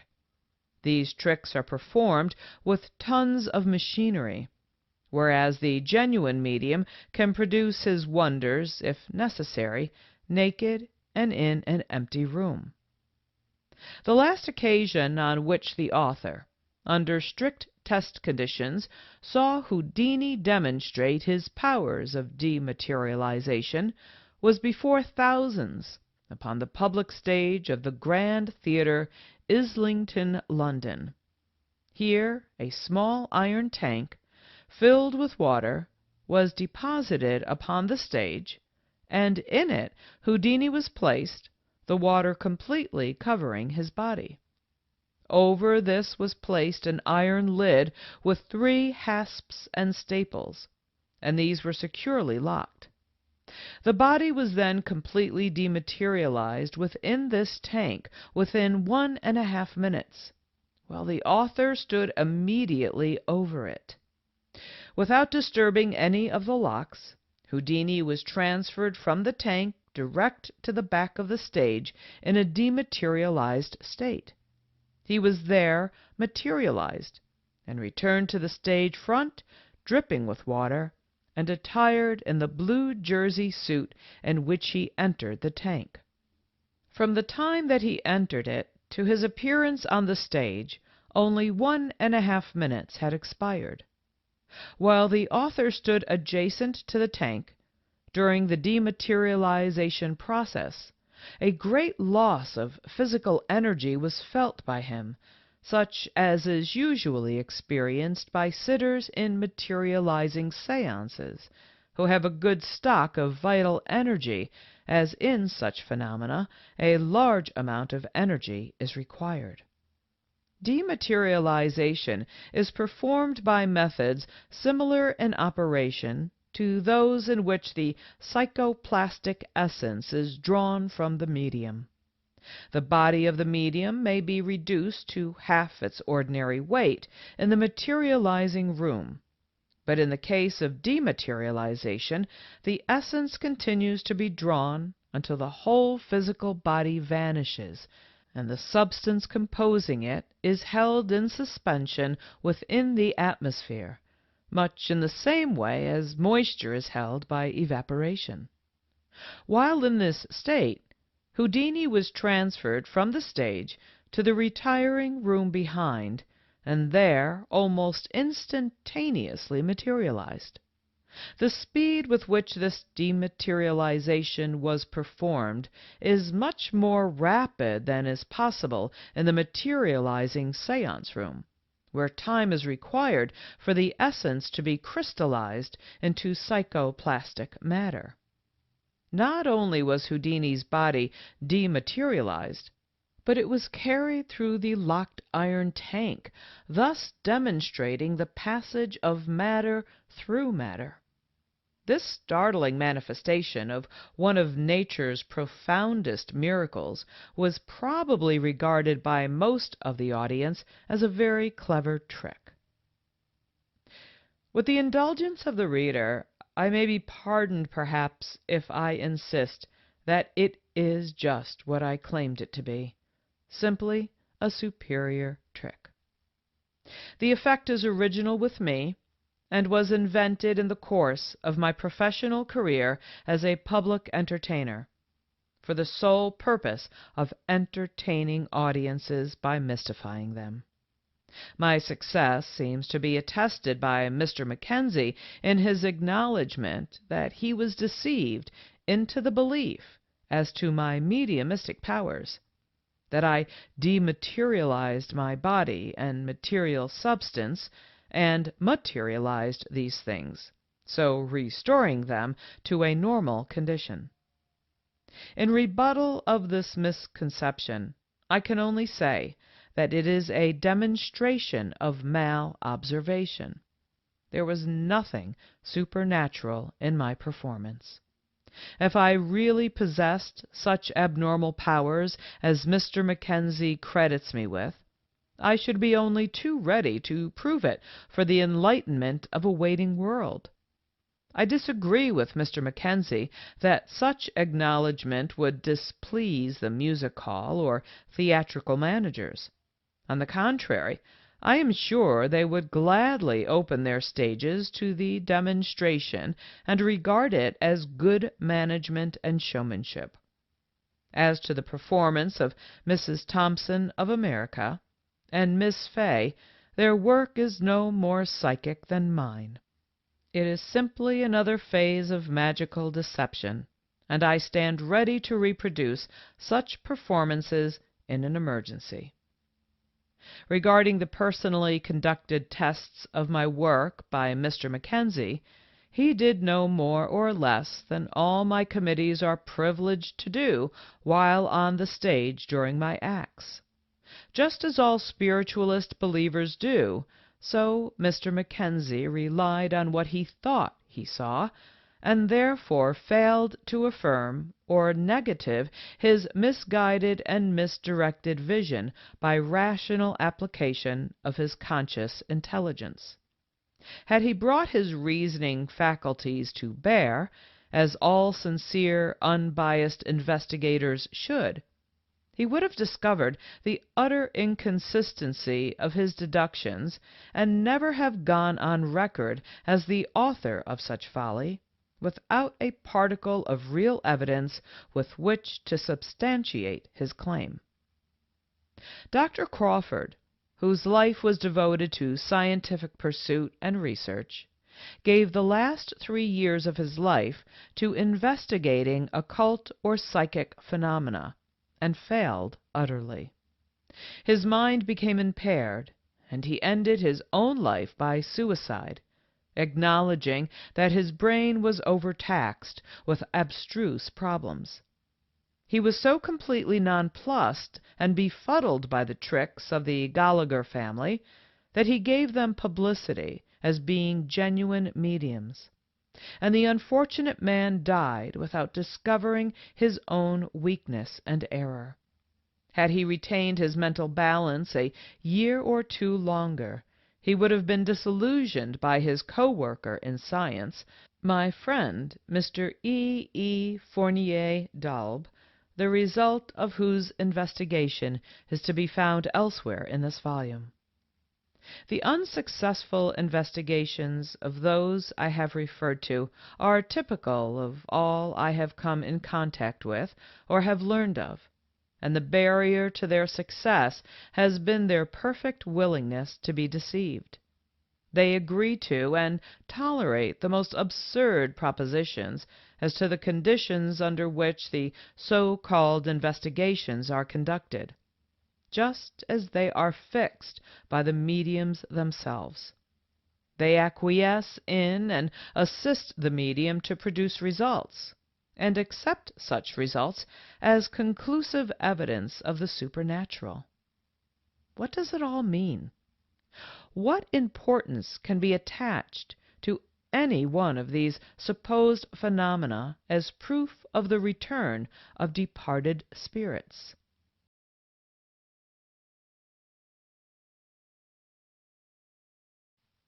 Chapter 13. How Mediums Obtain Information. We read in the newspapers of some payroll bandit who holds up the paymaster of a big concern and steals thousands of dollars, or of burglars entering homes and stores and breaking open safes and taking valuable loot. But these cases which we read of are nothing in comparison to some of the news which never reaches our ears. News of mediums who, because resourceful in obtaining information, have made millions of dollars. Blood money made at the cost of torture to the souls of their victims. Suppose a medium comes to your town.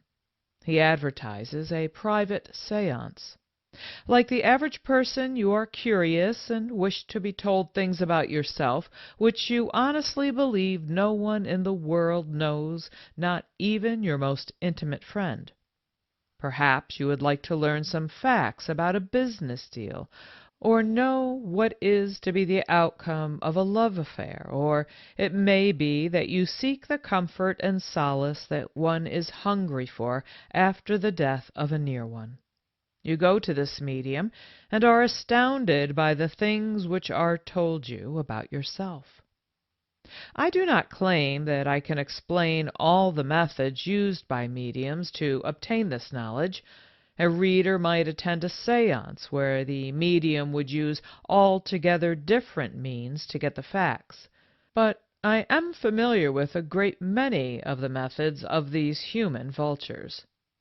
I think, though, that it is an insult to that scavenger of scavengers to compare such human beings to him, but there is, to my mind, no other fit comparison. The stock in trade of these frauds is the amount of knowledge they can obtain. It is invaluable, and they will stop at nothing to gain it. They will tabulate the death notices in the newspapers, index the births and follow up the engagement and marriage notices, employ young men to attend social affairs, and mix intimately with the guests, particularly the women. It is seldom that one of these mediums will see a person the day he calls, but will postpone the séance from a day or two to a week or more. As the person leaves the building, he is followed by one of the medium's confederates, who gathers enough information about him to make the medium's powers convincing when the séance is held. It is a common occurrence for mediums of this stamp to hunt through the court records of property and mortgages. Cases have been known where they have employed men to read proof sheets in the press rooms of newspapers to find material with which to foretell events at séances. They frequently tap telephone wires. It is customary for these mediums to search letter boxes, steam open the letters, and make copies for future use. They have been known to buy the old letters sold to paper mills by big concerns, one useful letter out of a ton of rubbish being enough to pay them a great profit. It is also a common thing for mediums to plant assistants as waiters in restaurants for the purpose of overhearing conversation, especially in restaurants of the better class, business clubs and luncheon clubs, where men of note freely discuss their plans and secrets, and in the gilded lobster palaces of Broadway and many hotel cabarets in other towns there are men who check and tabulate the good spenders, and who, in one way or another, usually when the victims are under the influence of drink, get into their confidence and secure information which is sold for money. My attention was called to a case where it was said that a medium planted clerks in a metropolitan hotel who would open, read, and reseal the letter of guests. The medium was also able to get girls at the switchboard who intercepted messages and made a typewritten record of telephone conversations for him. In many apartment houses, the elevator boys, superintendents, and servants are bribed to make a daily report of the inside happenings of the house.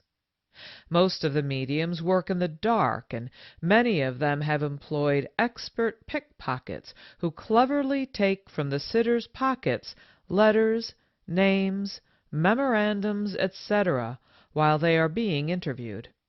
These are passed to the medium, who tells the sitter more or less of their contents. Having served their purpose, they are returned to the pockets of the sitter, who, none the wiser, goes out to help spread reports of the medium's wonderful ability. Mediums' campaigns are planned a long time ahead. They make trips on steamers gathering, tabulating and indexing for future reference the information to be overheard in the intimate stories and morsels of scandals exchanged in the smoking rooms, card rooms, and ladies' salons. A man, in a confidential moment, told some very intimate secrets of his business to a chance traveling acquaintance while they sat in the smoking compartment of a Pullman car. Unfortunately for him, this acquaintance belonged to an unscrupulous gang of mediums who used the information to blackmail him. These gangs of clairvoyant blackmailers will stop at nothing. They will move into the apartment house in which their victim lives and watch his habits. When sure of ample time, they will break into his rooms, not to steal valuables, but information which nets them far more than the small amount of diamonds and cash which they might snatch. If it is possible to steal the records of great political parties, how much easier to steal the secret papers of a family. If you doubt that information leaks out, look up some of the cases that have been brought to the attention of the courts.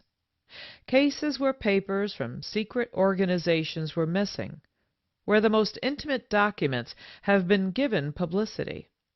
Such information is far more difficult to obtain than the records of the dead. The Bar Association protects its reputation by weeding out lawyers who prey on clients, but it cannot so easily discover a dishonest employee in a lawyer's office who takes advantage of information which he knows to be sacred and secret. Mediums are especially desirous of keeping in touch with disgruntled employees. There is no limit to what they will do. They have been known to arrange for the employment of accomplices as domestics and chauffeurs in families where they get particularly anxious to get information, and have frequently had dictagraphs placed in homes by fake or disloyal servants, and after a month or so of tabulating secrets and information were prepared for a séance at which the sitters could only account for the amazing things told them by believing the medium had occult aid. The result was an unqualified confidence in the mediumistic powers which, in the end, cost the sitters an exorbitant sum. I heard of a medium who employed a quiet couple for the express purpose of attending funerals, mixing with the mourners, and gathering information which was eventually turned into gold. And what is known as a surefire method is to dress some little woman demurely and place her in the reception room where she greets the visitors, telling them her troubles and naturally receiving their confidences in return. I have even known of 2 cases in which these human wolves, apparently out of the kindness of their hearts, sent girls to a young ladies' seminary where they were able to wheedle from their roommates secrets which caused the loss of several fortunes. One of the biggest scoops, and one that is talked of in hushed tones even among the fraud fraternity, is that of an old-time circus grafter who, having been cleaned out in Wall Street, was at his wits' end to make a living. One evening, tired and weary from a day's unsuccessful efforts to find honest employment, he overheard his two daughters discussing a bit of scandal they had listened to in the hairdressing parlor where they were employed, and which compromised a prominent society woman's name. The old man pricked up his ears, recognized the possibilities, and a very short time after invested what little capital he had and all he could borrow in a beauty parlor, and with the information it furnished him through the aid of his wife and daughters, he was able to set himself up as a medium, the venture yielding handsomely the first year.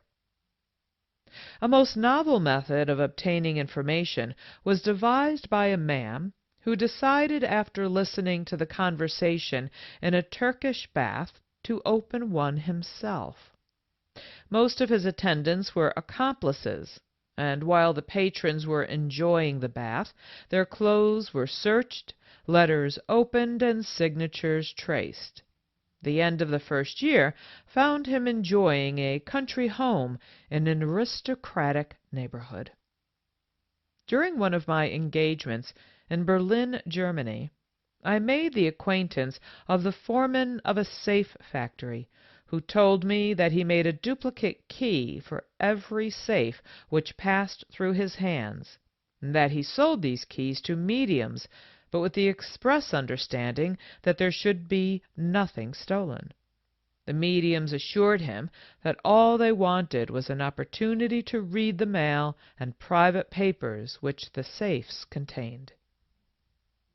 I have known a number of cases in which the medium used a drug addict to secure information, giving the poor tortured creature his necessary drug only in return for facts he wanted, knowing that when the addict was suffering for the drug's stimulus, he would stop at nothing to secure it. In small towns, Bible sellers have sometimes been employed who were able to get exact dates, names, and birthplaces, which were eventually used in some form. Men employed by mediums to gather information are often disguised as agents. One in particular I know of who goes from house to house trying to sell typewriters and washing machines on the installment plan. Even if he does not make a sale, he can at least engage the lady of the house in conversation, drawing on her sympathy by telling of the trials and tribulations of a canvasser, and a pitiful tale of how he was driven to such work, and in return usually receiving the particulars of some similar case among her friends or relatives, information which is carefully saved for use in the future. It has been necessary for the United States government to assign special men to break up a band of fake census enumerators, which, going from neighborhood to neighborhood, secures complete family histories which are later sold to mediums for large sums of money. One of the most interesting cases I have heard of lately is that of a young man who was greatly in debt and sought the advice of a medium. The medium offered to pay his debts if he, in return, would take a position which the medium would secure for him in the Bureau of Records, and in addition to his work, furnish the medium with copies of certain documents. Fear of his debts becoming known to his parents forced him to accept the offer, and the medium got the desired data, but before an improper use could be made of it, the young man's conscience led him to make a clean breast of the whole affair to the police, and a gigantic fraud was nipped in the bud. The most dastardly and unscrupulous methods that I ever heard of, methods almost beyond belief, were those used by a medium who made arrangements with a ring of white slavers, by which he paid them a certain specified sum for any information which the girls in their houses were able to secure. In addition, he also established a number of places where, under the direction of a woman, the girls drew out many secrets which would never have been told under any other circumstances. One thing which makes the work of these mediums easier is the fact that many people tell things about themselves without realizing it. I've known people to deny emphatically that they had made certain statements or mentioned certain things in a seance, although I had personally heard them say those very things not more than 20 minutes before. Under the excitement of the moment, their subconscious mind speaks while their conscious mind forgets. This does not escape the medium, who takes advantage of everything which it is possible to. An incident related to me by the late Harry Keller shows in a striking way what can be done with information the possession of which is not suspected, nor its source accounted for by the victim. He had met in Hong Kong a troupe of traveling players, known as the Loftus Troupe, which was featuring Jefferson de Angelis. Among these players was one, Jim Mass, who, during a discussion of spiritualism, scoffed at anyone's belief in it. Keller told him to visit his hotel the following night, and he would be given a séance. Mass did, and Keller pretended to go into a deep trance, rolling his eyes and imitating all the other effects. While in the trance, he told Mass his history from the time he ran away from Newark, New Jersey, relating his trials and tribulations and his efforts to make a success on the stage up to the time when a young lady committed suicide in San Francisco because of his jealousy. Then Keller turned to him and said, "What is your name?" "Jim Mass," was the answer. "That is not your right name," Keller retorted. "Your right name is James Cropsey." "It is a lie," said Mass. "No, it is not a lie, for I see before me your name. I see that your father has just died of a broken heart because of your behavior. I see your mother writing you a letter to that effect, begging you to come home and be her son again. I see the grave of your father, and on the tombstone is inscribed James Cropsey." Keller came out of the trance, and Mass sprang up, exclaiming, "My God, you have told me things that only the Almighty and I know." Keller claimed to Mass that he did not know anything which had transpired in the trance. The following day, a letter came from Mass's mother telling him of the death of his father.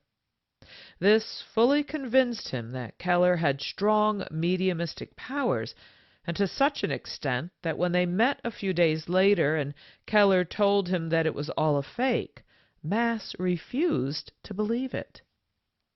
Keller explained to me that while in Manila a few weeks previous, he had met an American traveler who, while they were discussing the different theatrical companies in the Orient, had told him all the incidents he had repeated to Mass in the supposed trance.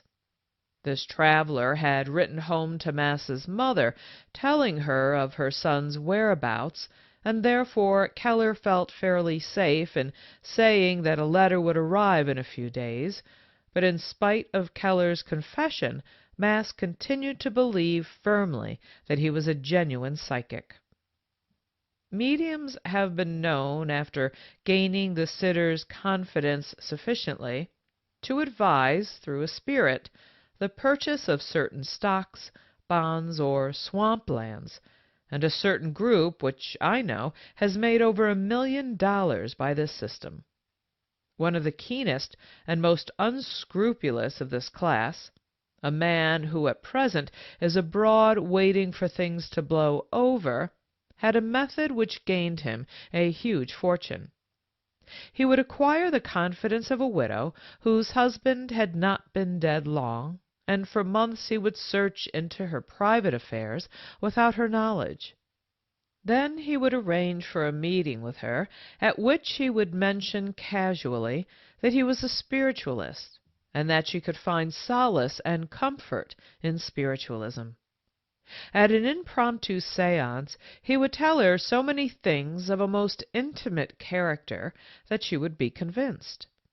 After a series of seances, he would materialize and manifest what was supposedly the spirit of her husband, who would tell her to turn over certain property and deeds to this medium, who would take care of them in a businesslike manner. Invariably, the poor deluded widow would surrender to his machinations, and that would be the last she would ever hear of medium or money. At a time when it was a British society fad to delve into the affairs of the beyond, a house of clairvoyance was opened in London's most exclusive section, the fashionable West End. It was exquisitely furnished, and the interior decorating was the show work of a well-known firm. Though known as Madame Blank, the proprietor was in reality the daughter of an English aristocrat.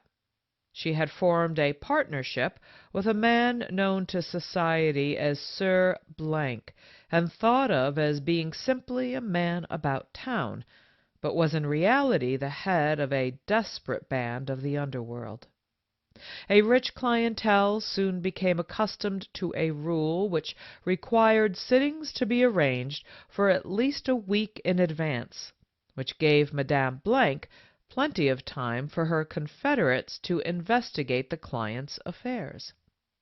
After several sittings, the Madame would tell her client that she was exhausted, but could reveal more if allowed to enter the atmosphere of the home and come in personal contact with some of the intimate belongings of the client. This hint invariably secured the desired invitation. Once a guest in the client's home, she went from room to room, selecting various things and finally suggesting at the psychological moment that she be shown all of the client's jewelry. While this was being brought out, Madame Blank supposedly went into a trance, but was in reality watching closely to see where the jewelry was kept.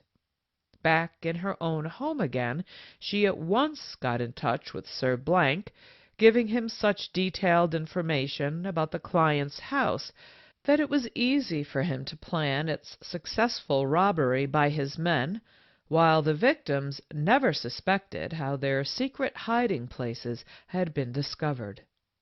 It only took the pair 5 years to acquire a fortune of $3 million by these methods.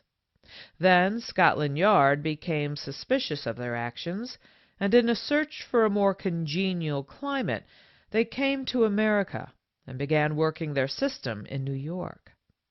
Sir Blank learned through underworld channels of a rich eccentric who would have nothing to do with banks and safe deposit vaults, but kept all his money and valuables in his home, where he boasted so many burglar alarms and other protective devices as to practically dare thieves to rob him. After making sure that this man had very strong spiritualistic tendencies, Madame Blank wrote him a letter in which she told him that she had been requested by the spirit of his dead brother to get into communication with him. An interview followed, and then a séance at which the brother's spirit was claimed to have been materialized. The man was so convinced that he received a message from his brother that the instructions to safeguard his money and valuables by placing them in a certain bank were followed implicitly, even to the extent of taking them to the president of the bank at his home, instead of going to the bank with them. It is needless to say that the bank president was none other than Sir Blank. This exploit netted them about $400,000. Not long after they appeared in Paris. Madame Blank proceeded to dupe a jeweler out of a quantity of valuable jewels, and with Sir Blank succeeded in escaping to Germany, where they tried to repeat their performance but were arrested. The majority of the people who are fleeced do not blame the medium, but really believe that the spirit of their departed one prescribed the loss, and that the medium simply acted as an agent. It is only when the mediums fall out, when there ceases to be honor among thieves, that the cases are brought to the attention of the police. Although I realize that it would be difficult to enforce, there should be a law to prevent these frauds.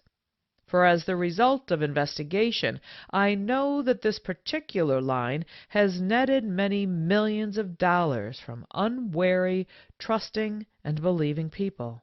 An end ought to be put to it.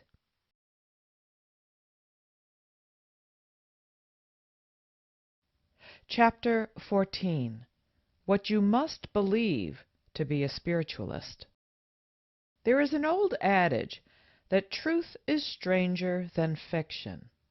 But some of the miraculous things attributed to the spirits would not be told, could not be told, even by such a famous writer of wild fiction as Baron Munchausen.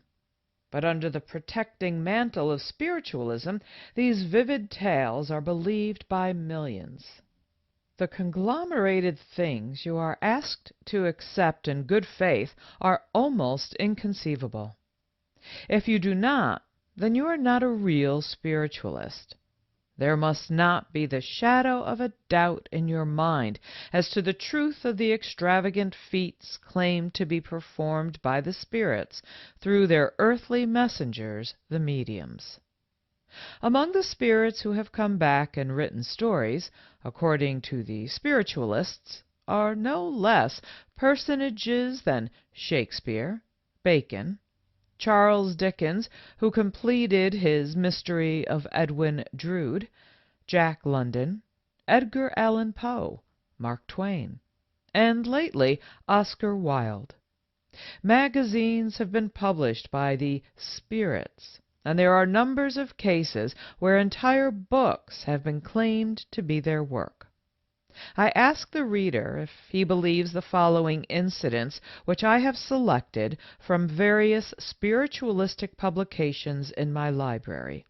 If so, he is entitled to join the cult. The Medium and Daybreak of June 9th, 1871, tells of an instance where the spirits floated Mr. Hearn to Mrs. Guppy's in open day, as was reported by us 2 weeks ago. This has been speedily followed by other cases, some of which are exceedingly well substantiated. On Saturday evening, as a circle consisting of about 9 persons sat within locked doors, with Messrs. Hearn and Williams, at these mediums' lodgings, 61 Lamb's Conduit Street, after a considerable time an object was felt to come upon the table, and when a light was struck, their visitor was found to be Mrs. Guppy. She was not by any means dressed for an excursion, as she was without shoes, and had a memorandum book in one hand and a pen in the other. The last word inscribed in the book was onions. The writing was not yet dry, and there was ink on the pen. When Mrs. Guppy regained her consciousness, she stated that she had been making some entries of expenses, became insensible, and knew nothing until she found herself in the circle. A party of gentlemen accompanied Mrs. Guppy home. A deputation went in first and questioned Miss Nayland as to how or when Mrs. Guppy had been missed.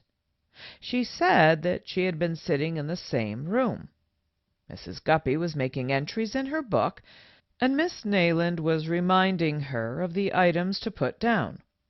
Miss Nayland was reading a newspaper in the intervals of conversation, and when she raised her head from her reading, Mrs. Guppy could not be seen.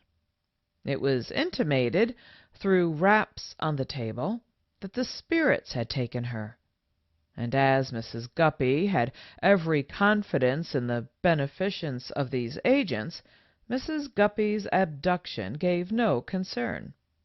Both Mr. Hearn and Mr. Williams were floated the same evening. Mr. Williams found himself at the top of the stairs, the doors being shut all the while.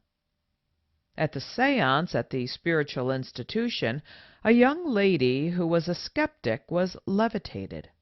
At Messrs. Hearn and Williams' séance, at the same place, a geranium in a pot was brought into the room from the staircase window above, while doors and windows were closed.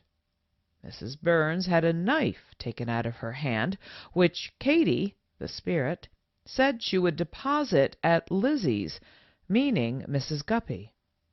A gentleman had 2 spirit photographs taken from his hand. A cushion was carried from the front room to the back room, where the séance was held, the door being shut. Mr. Williams' coat was taken off while his hands were held. Mr. Hearn was floated. Mr. Andrews, a gentleman who has not the use of his limbs, held a very interesting conversation with Katy, who promised to try and benefit him.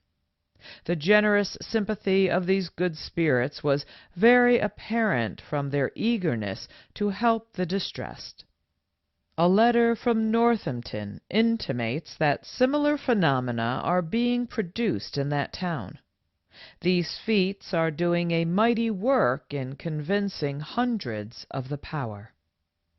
At a séance given by Mrs. Guppy, Medium and Daybreak, November 18, 1870, the spirits, knowing it was tea time, first of all brought through the solid wall the dishes and placed them on the table, then transported cake and hot tea, and in the center of the table was placed violets, mignonette, geranium leaves, and fern leaves, all wet with rain, which had been gathered by the spirits.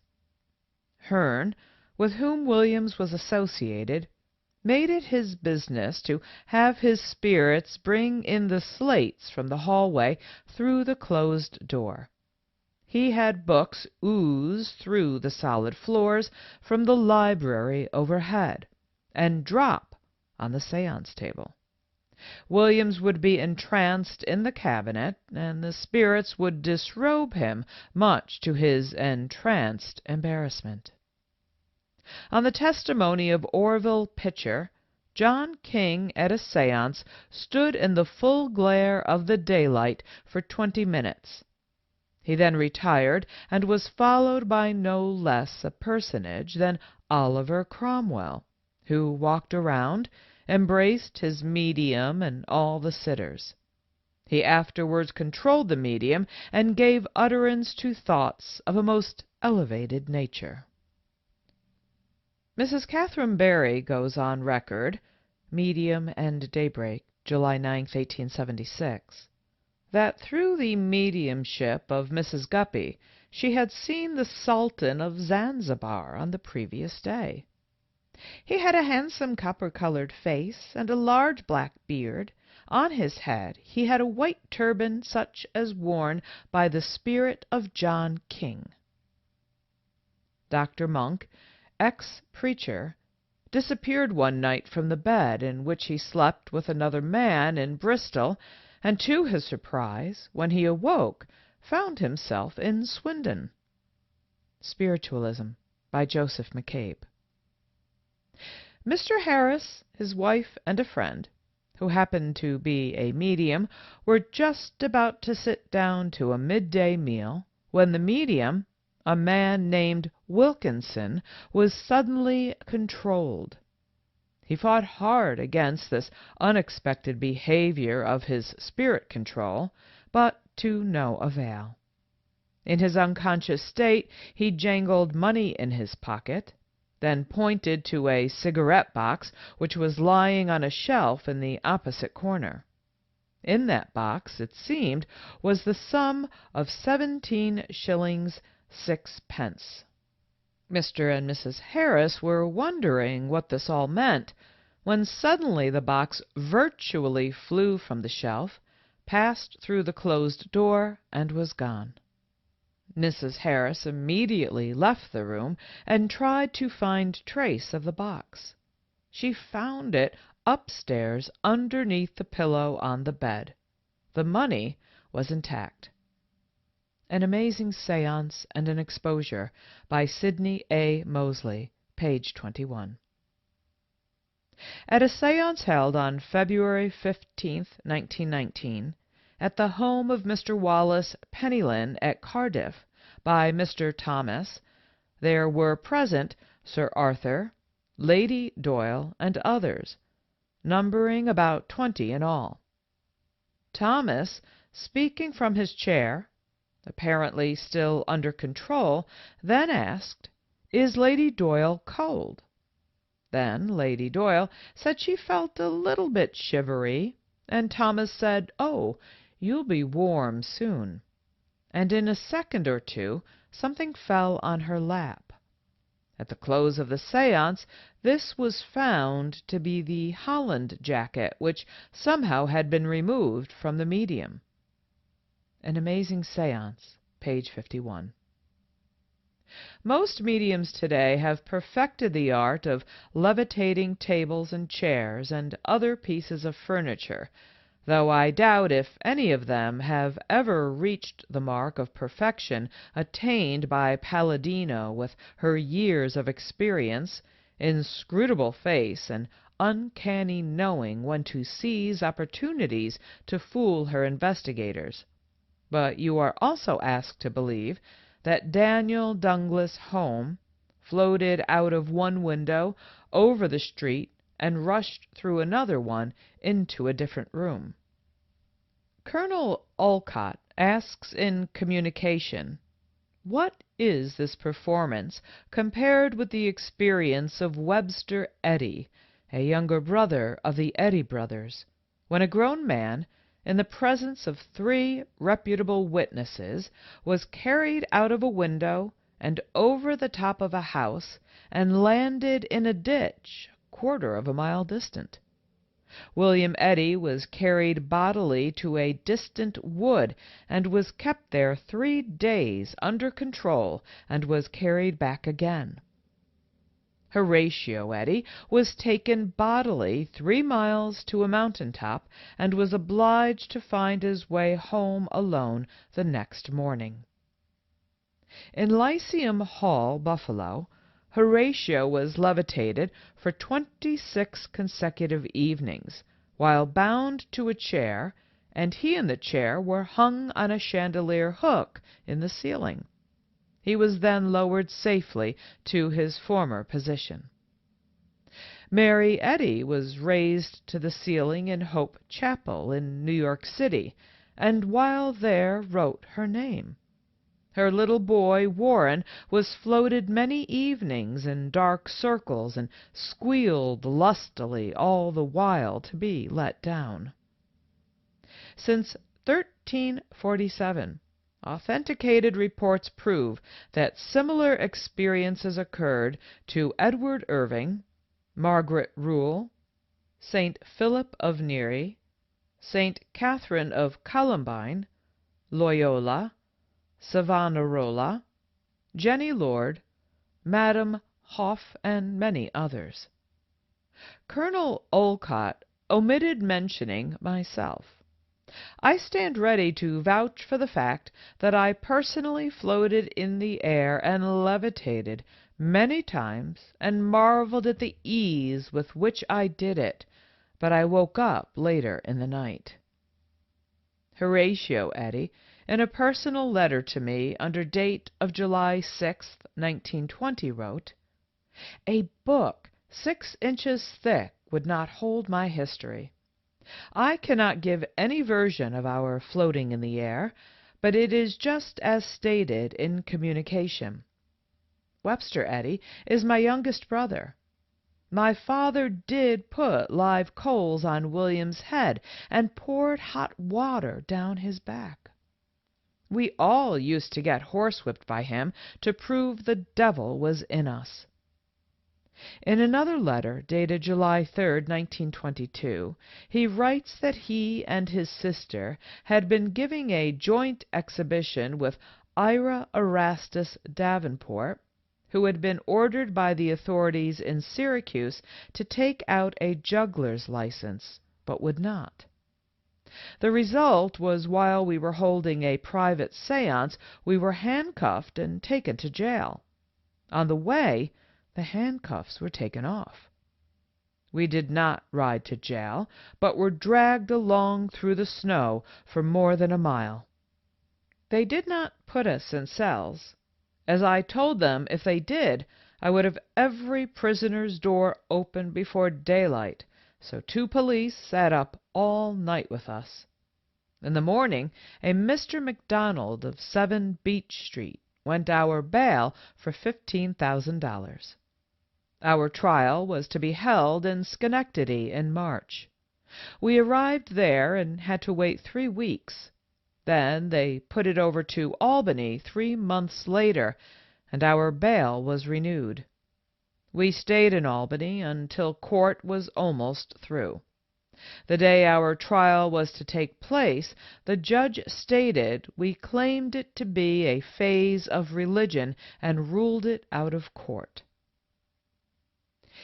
If you are to be a spiritualist, you must believe that 15 persons, several of them reporters, met in Mrs. Young's parlors in 27th Street, New York City, and at the request of the spirit, several English walnuts were placed near the piano, and that the piano rose and descended on the walnuts without crushing them. Colonel Olcott writes that 7 of the heaviest persons in the room were asked to sit upon the instrument. The invitation being accepted, Mrs. Young played a march, and the instrument and the persons surmounting it were lifted several feet. A portfolio containing Eliza White's Katy King note and John's duplicate was at this time in my coat pocket, where it had been constantly since the preceding evening. John broke in upon our expressions of surprise by rapping out, "Do you folks want me to commit forgery for you?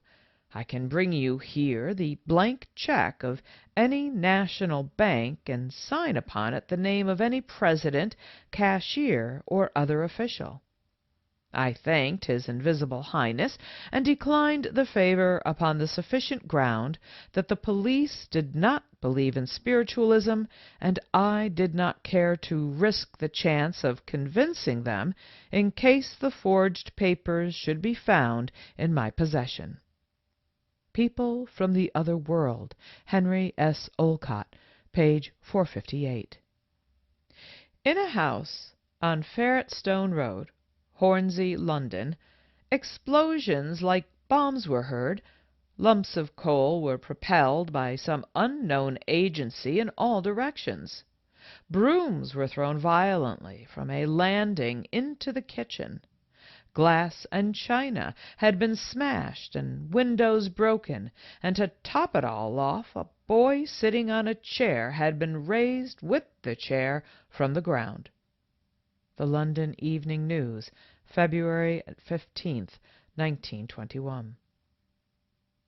Vincenzo Gulatz, a Sicilian violinist at Batavia, Illinois, well known by reason of his Chautauqua concerts, decided to take a bride chosen for him after death by the companion of my most thrilling hours, my departed wife.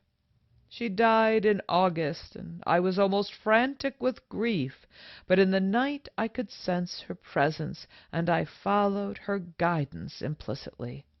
My new mate will comfort her.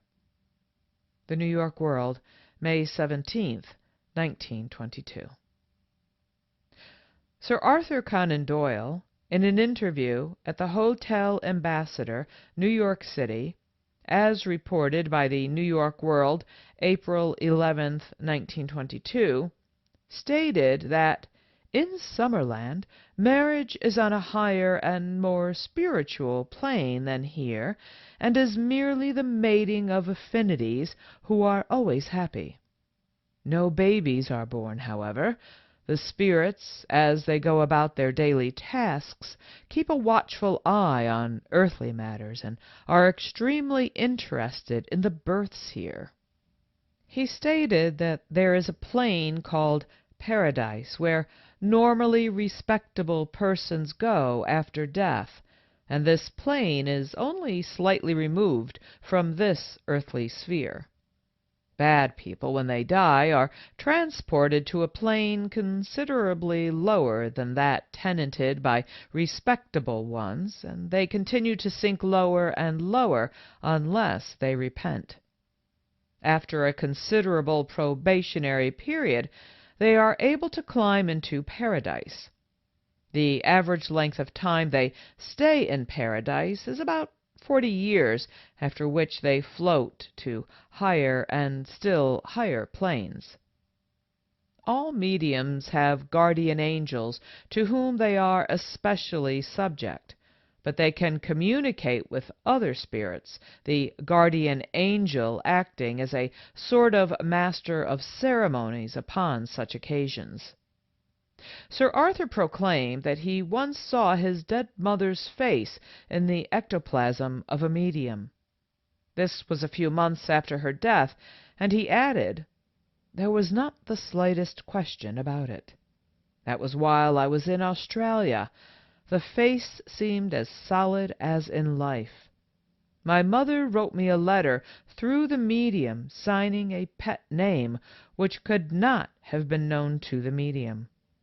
There is no question about having been in communication with my son either." An account in the New York American, April 5, 1923, says that Sir Arthur Conan Doyle told the reporters that he had recently hurt the ligaments in his right leg from the shin to the thigh, and that his son Kingsley, who had died in the war, had massaged the limb with beneficial results. "I was sitting with Evan Powell, a very unusual and powerful medium," he said, "when my son Kingsley appeared, saying, 'It will be all right, Daddy. I will get you fixed up all right,' and began massaging my leg." In an article in the London Magazine, August 1920, Mr. C. W. Leadbeater, a prominent member of the Theosophical Society and an authority on occult theories, speaking on the apport of spirits, says, "Living astrally as they do, the fourth dimension is a commonplace fact of their nature, and this makes it quite simple for them to do many little tricks which to us appear wonderful, such as the removal of articles from a locked box, or an apport of flowers into a closed room." Sir Arthur Conan Doyle, in his book Wanderings of a Spiritualist, devotes 7 pages to Charles Bailey, who was known as an apport medium. Sir Arthur defends Bailey, notwithstanding that he has been exposed many times. Among the things Bailey claims to have apported are birds, oriental plants, small animals, and a young shark, 18 inches long, which he pretended the spirit guides had brought from India and passed through the walls into the séance room. Mrs. Johnston, of Newcastle-on-Tyne, England, told me personally that the spirit of her deceased son was very mischievous at times and caused her a great deal of embarrassment. One of his favorite jokes when she was on a journey was to open her traveling bag and allow all her belongings to be strewn about. She also told me that the boy's spirit would light the fire for her to get breakfast. A widow in Brooklyn, New York, became a mother and claimed that the spirit of her husband was the father of the child. The celebrated Professor Hare, a professor of chemistry in the University of Pennsylvania, graduate of Yale and Harvard, and associated with the Smithsonian Institute of Washington, tells that when traveling with a boy and while in his room, after they had locked up the iron-balled spirit-scope, shaving case, etc., in his carpet-bag, in some inscrutable manner all the contents were taken from the bag and fell about him in a shower. Anna Stewart, a medium of Terre Haute, could produce spirits that would weigh from practically nothing to more than 100 pounds, and spiritualists are expected to believe that one human being can go into a trance and bring forth 3 or 4 beings with his own spirit form. W.T. Stead, one of the most brilliant spiritualists, now dead, claimed to have seen the spirit of an Egyptian who left the earthly life in the time of Samir Amid 3,000 years ago. For several minutes the spirit was distinctly visible to us munching an apple, but I felt so exhausted by the loss of magnetism and nervous as well that I begged him to leave us. I will never forget his soulful expression. Florence Marryat, the daughter of Captain Marryat, the famous writer of sea stories, has written a number of books on spiritualism. She wrote one of the best introductions in favor of spiritualism that I ever read. Nevertheless, some of the things she claims to have witnessed and lived through are of such a nature that I will only give a brief mention of them without comment, letting the reader form his own opinion. They are taken from her book, There Is No Death.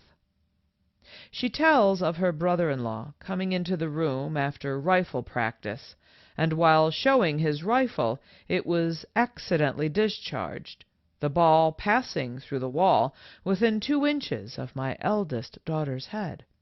She claims that she foresaw the occurrence the night previous. She writes of having joined Mr.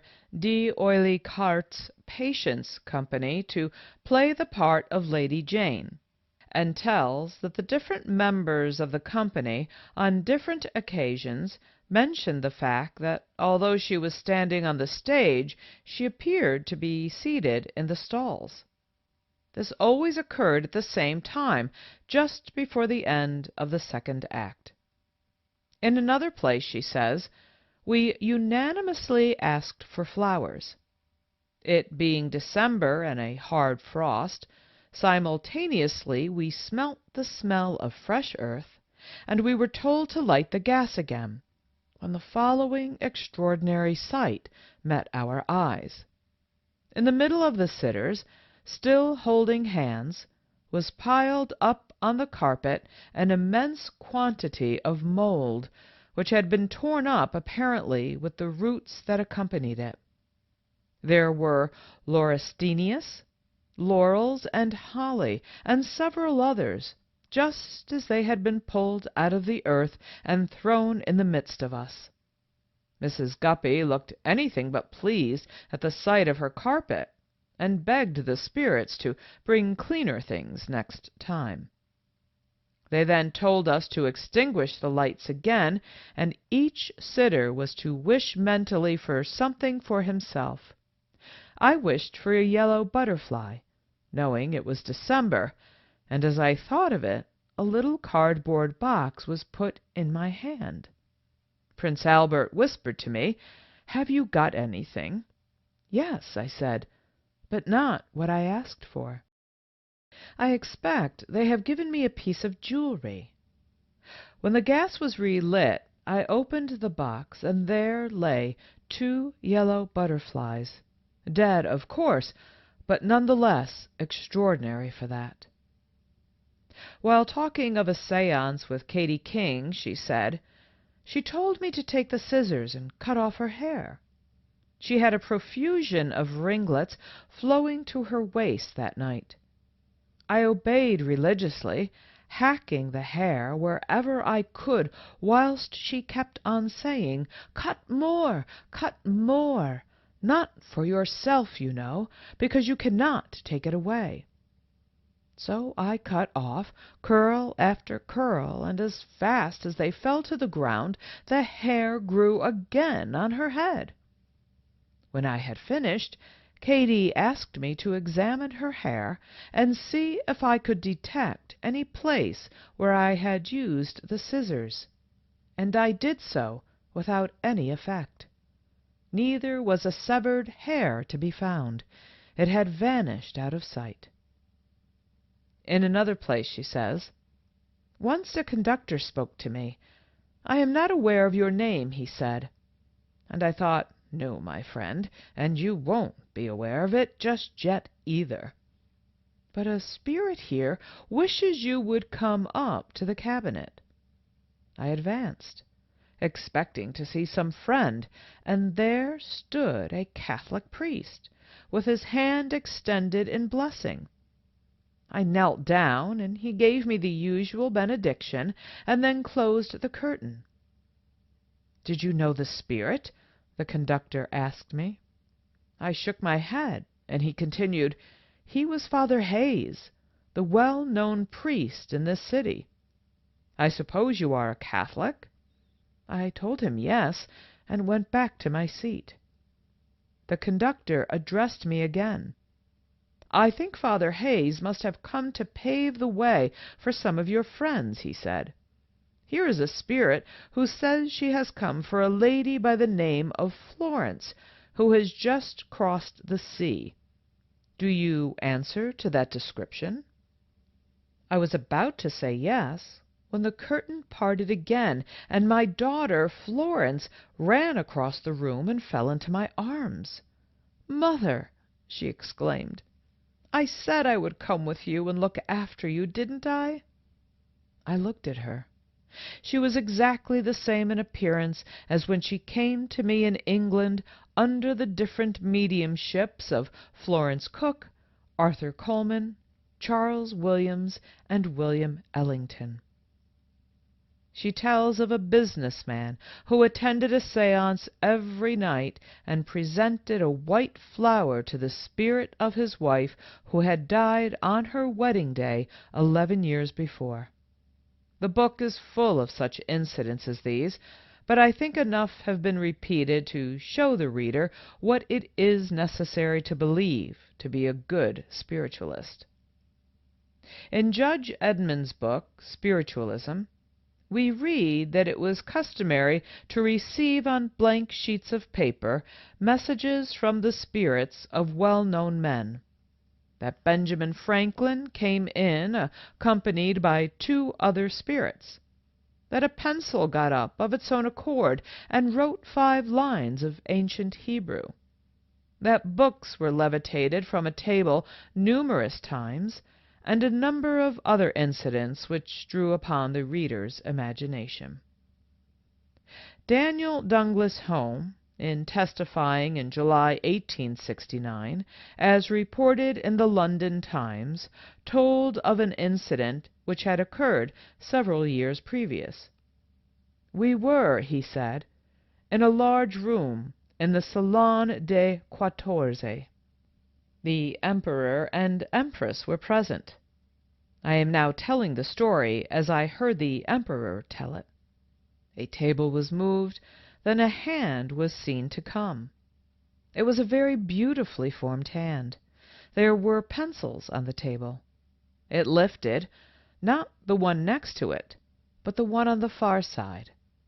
We heard the sound of writing, and saw it writing on fine notepaper. The hand passed before me and went to the Emperor, and he kissed the hand. It went to the Empress. She withdrew from its touch, and the hand followed her. The Emperor said, 'Do not be frightened,' and she kissed it too. The hand seemed to be like a person thinking, and as if it were saying, "Why should I?" It came back to me. It had written the word Napoleon, and it remains written now. The writing was the autograph of the Emperor Napoleon I, who had an exceedingly beautiful hand.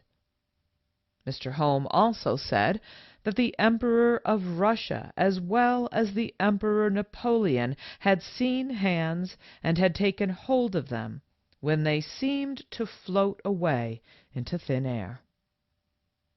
Such are the things spiritualists are expected to believe and do believe. I could continue to recite incidents ad infinitum, ad nauseam, but I believe the reader can form his own judgment from the above. It is the kind of material which drives people insane, for when some poor, sick human being is just on the verge of recovery, such nonsensical utterances often overthrow reason. Is it any wonder that the population of our insane asylums is swelled with followers who have attempted to believe these things?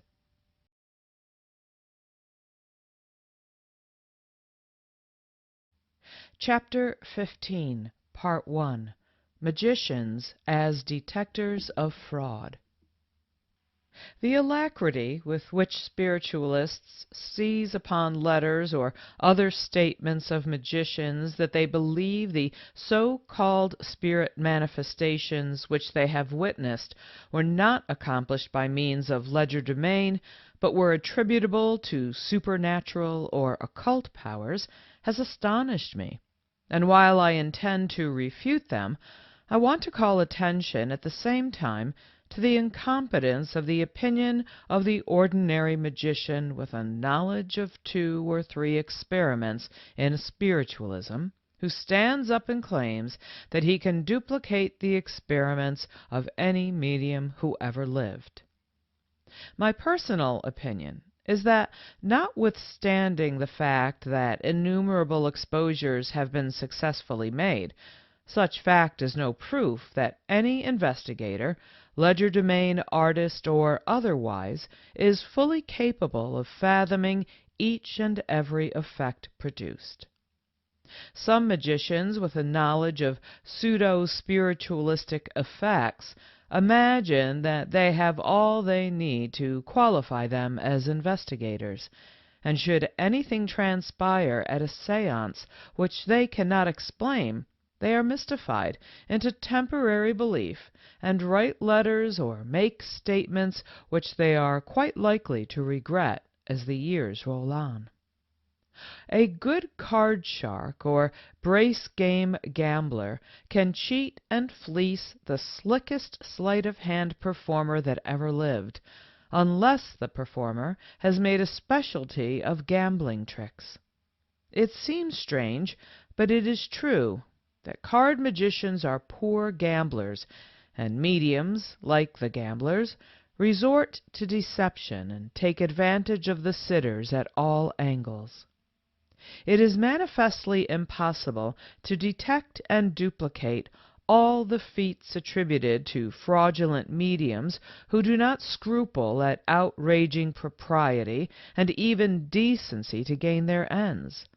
A slick medium will even resort to drawing on the sitters for desired information by recourse to what may be palmed off for a mere lark.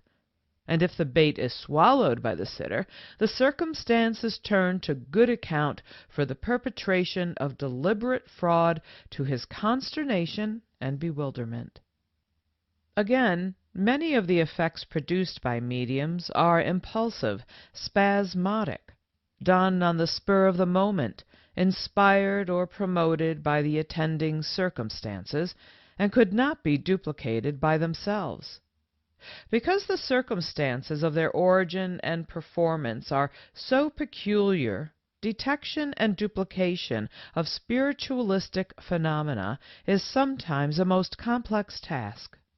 Not only are mediums alert to embrace every advantage offered by autosuggestion, but they also take advantage of every accidental occurrence.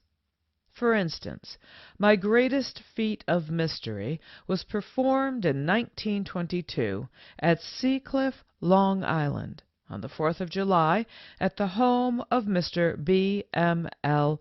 Ernest. The children were waiting to set off their display of fireworks when it started to rain. The heavens fairly tore loose.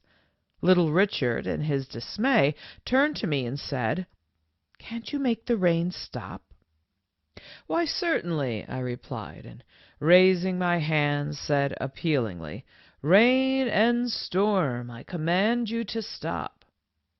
This I repeated 3 times, and as if by miracle, within the next 2 minutes the rain stopped and the skies became clear. Toward the end of the display of fireworks, the little fellow turned to me, and with a peculiar gleam in his eyes said, "Why, Mr. Houdini, it would have stopped raining anyway." I knew I was risking my whole life's reputation with the youngster, but I said, "Is that so? I will show you." Walking out in front, I raised my hands suppliantly toward the heavens, and with all the command and force I had in me, called, "Listen to my voice, great commander of the rain, and once more let the water flow to earth and allow the flowers and trees to bloom."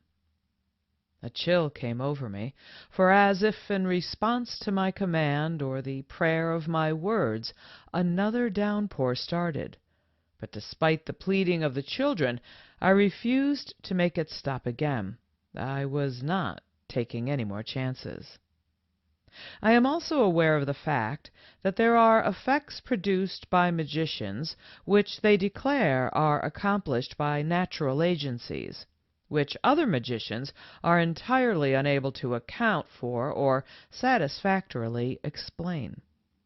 A notable case was a card performance by Dr. Samuel C. Hooker, which included the levitation of a life-sized head of an animal, possessed of lifelike movement while in a state of suspension, and still there were no visible means of support.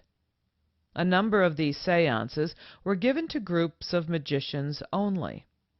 On one occasion, a dozen or more of the most expert professional magicians were in attendance, but no one could offer a satisfactory solution.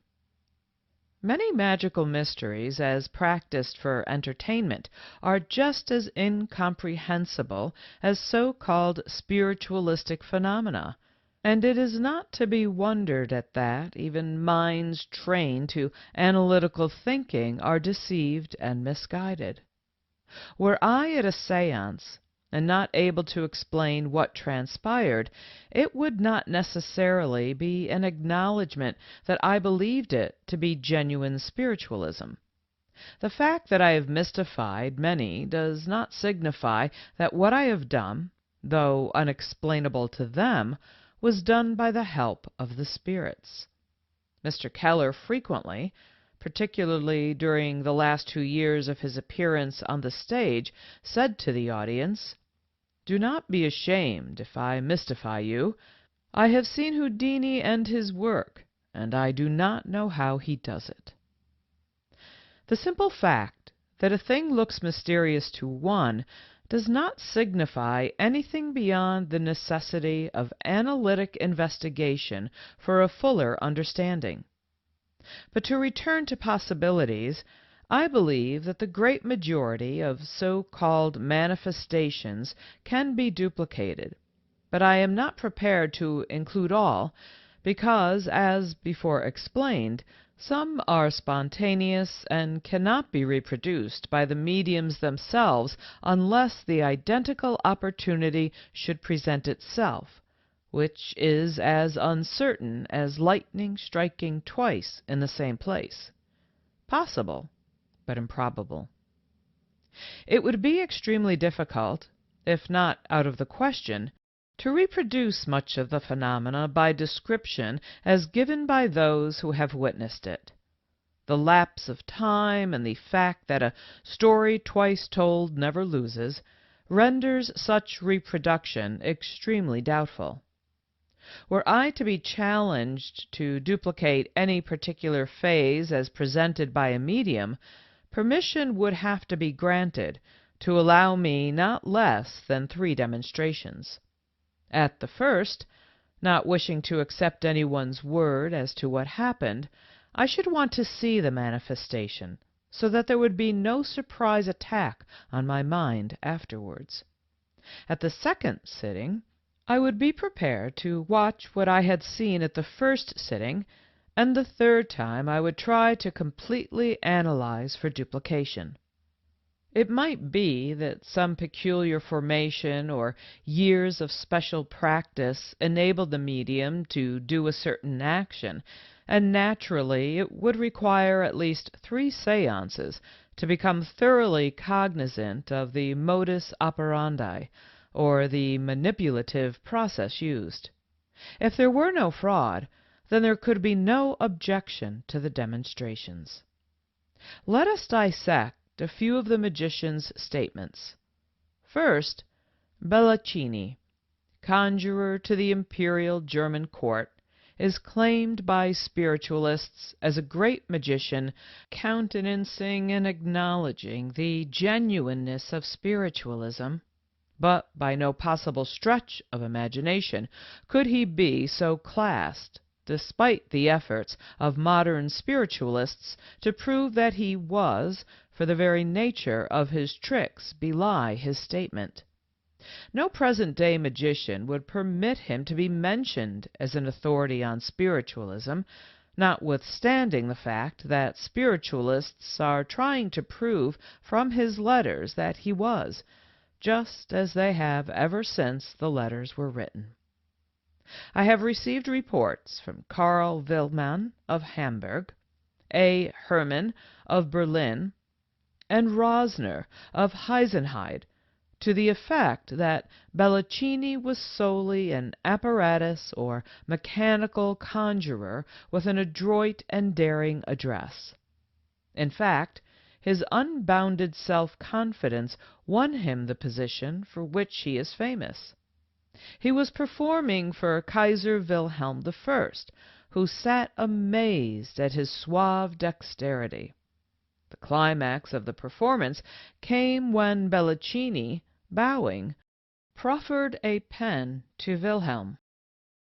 "Take this, your Majesty," he requested, "and attempt to write with it. I warn you, it is a magical pen, and subject only to my control. I can write anything with it, or cause anything to be written. You cannot." Wilhelm laughingly took the pen with a confident mien, hiding his real awe of Bellaccini. He applied it to the paper before him, but in spite of his most careful efforts, the pen balked, spluttering and splashing ink, while Bellaccini stood by smiling. "Well," said the Kaiser, "tell me what to write." Bellaccini reflectively caressed his chin, then replied with a dry smile, "Write this: I hereby appoint Bellaccini court conjurer." The monarch chuckled at the wit, and without difficulty wrote and signed the order. A second, famous in his day, was Herr Alexander, a magician whose full name was Alexander Heinberger. He gave seances at the White House for President Polk, who sent him to South America once on a man-of-war. The president was willing to believe that Heinberger was guided and aided by the spirits, but Heinberger would neither affirm nor deny the suspected origin of his feats, but like a good showman left his observers to their own deductions, as was the practice of the Davenport brothers. He lived to be 90 years old, and was a most remarkable old man. I visited him at his home in Munster, Westphalia. Sometimes a misunderstanding entangles a magician with spiritualism. The following instance comes to my mind. It is a popular belief among spiritualists that certain letters and statements bearing the signature of Robert Houdin are acknowledgments of his belief in spiritualism. On the contrary, they refer simply to certain acts of clairvoyance purported to have taken place at the instance of one Alexis Didier. The first statement has been translated as an interview of considerable length, which is concluded as follows. "Ah, mon cher," Alexis Didier, as addressed by Houdin, "that may seem so to a man of no experience in these matters, to the ordinary person, though even then such a mistake is hardly admissible.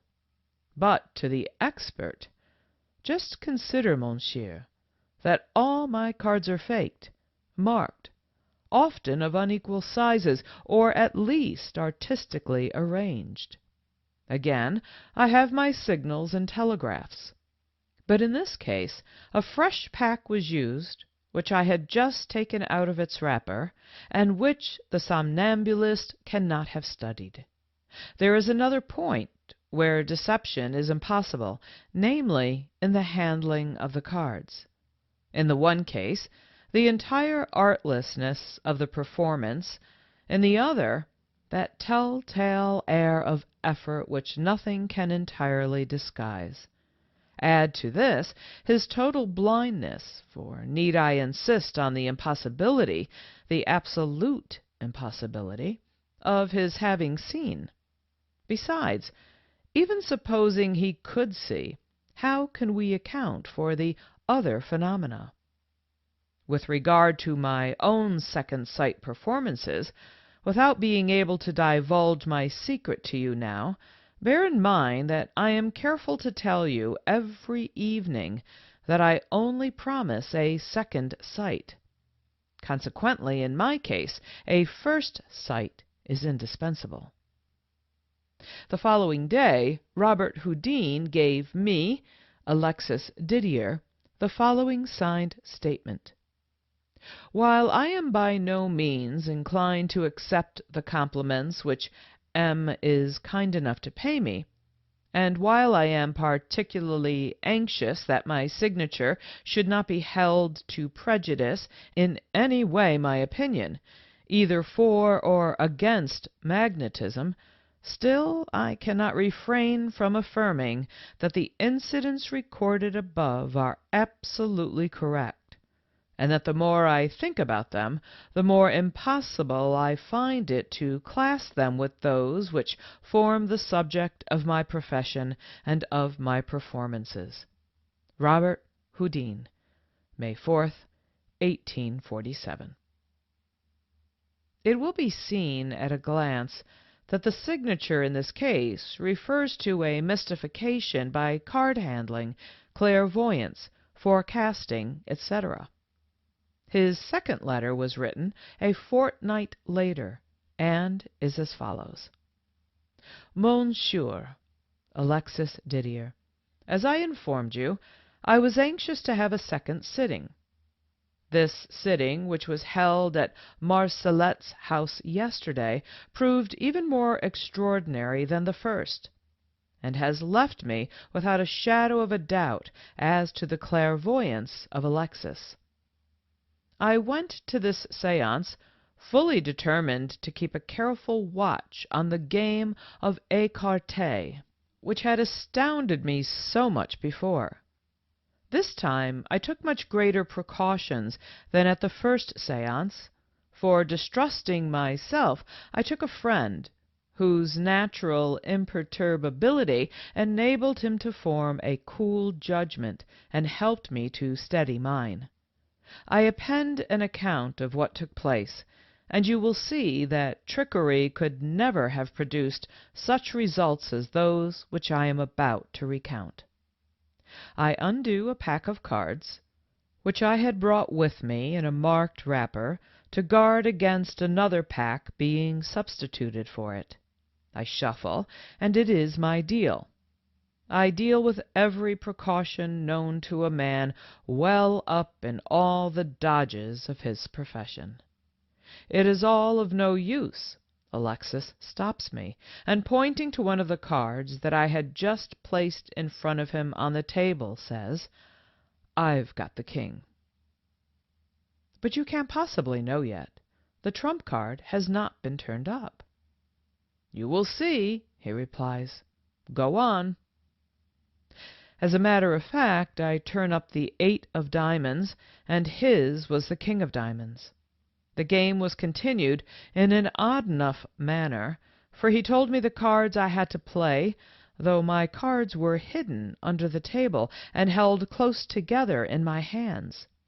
To each lead of mine he played one of his own cards without turning it up, and it was always the right card to have played against mine.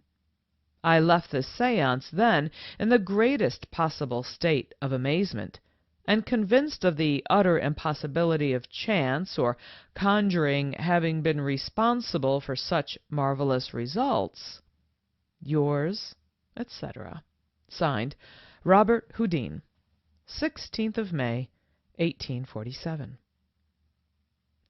I here embrace the opportunity to make a correction of a statement in the Unmasking of Robert Houdin, page 287. The record and source of information at that time was published in Berlin, Germany. It gave the impression that the letters cited above referred to spiritualistic phenomena, but now, having come into possession of a true translation of these documents complete, as published by the Society for Psychical Research, I am of the opinion that Houdin did treat the subject of spiritualism with conservative prudence and impartiality, as recorded by Professor Hoffmann. But I wish to say that in my estimation of Robert Houdin, despite his wonderful reputation and record as mentioned in Larousse's Encyclopedia, I cannot agree with his statements, because he misrepresented so much in his Memoirs of a Magician. In the Unmasking of Robert Houdin, I devoted a whole chapter to his ignorance of magic, and by investigating I have found that he was not competent as an investigator of the claims of spiritualists. It came quite as a shocking surprise to me to find that the letters which were supposed to refer to spiritualistic séances, and which have been quoted so often as being such, refer only to his experience with Alexis the clairvoyant. It must be apparent, even to the casual observer, that they have no bearings whatsoever on spiritualism, but refer only to sittings with a clairvoyant in a game of sharp card practice. Knowing, as I do now, what it all meant, the fact that he wrote the letters does not surprise me in the least. I believe a lot of things transpired in that room which he could not see, or know whether there was confederacy, for clairvoyants as well as mediums often get information from the most unexpected sources. Clairvoyance, like spiritualism, was not in the direct line of professional observation to Robert Houdin. What would he or any of his confrères, who were supposed to be adepts at that time, say if they could visit a séance of some of our present-day clairvoyants who are appearing before the public and making use of radio, wireless, induction coils, etc.? What a wonderful bunch of letters they might write because of the simple fact that they could not tell how the effects were produced. It is ridiculous for any magician to say that the work he witnesses is not accomplished by conjuring or legerdemain simply because he cannot solve the problem. As to his qualifications for adjudging the work of a clairvoyant, we have but to revert to his own narration of the origin and development of second sight as used by himself. This account can be found in the English edition of his memoirs. My two children were playing one day in the drawing-room at a game they had invented for their own amusement. The younger had bandaged his elder brother's eyes and made him guess the objects that he touched. And when later he guessed right, they changed places. This simple game suggested to me the most complicated idea that ever crossed my mind. Pursued by the notion, I ran and shut myself in my workshop, and was fortunately in that happy state when the mind follows easily the combinations traced by fancy. I rested my head in my hands, and in my excitement laid down the first principles of second sight. It is hard to reconcile this statement with truth in view of the fact that memory training, as he describes it, was in vogue and practiced long before his time, and is not the way second sight is learned. It could not have been discovered or invented by him except coincidentally by his utter lack of knowledge bearing on the methods of seership and clairvoyance as practiced either in his time or antiquity. Let me explain clearly, and I hope once for all, the valuelessness of his letters as far as they relate to spiritualism and clairvoyance. In the first place, the blindfold test as produced by Alexis Didier to mystify Houdini.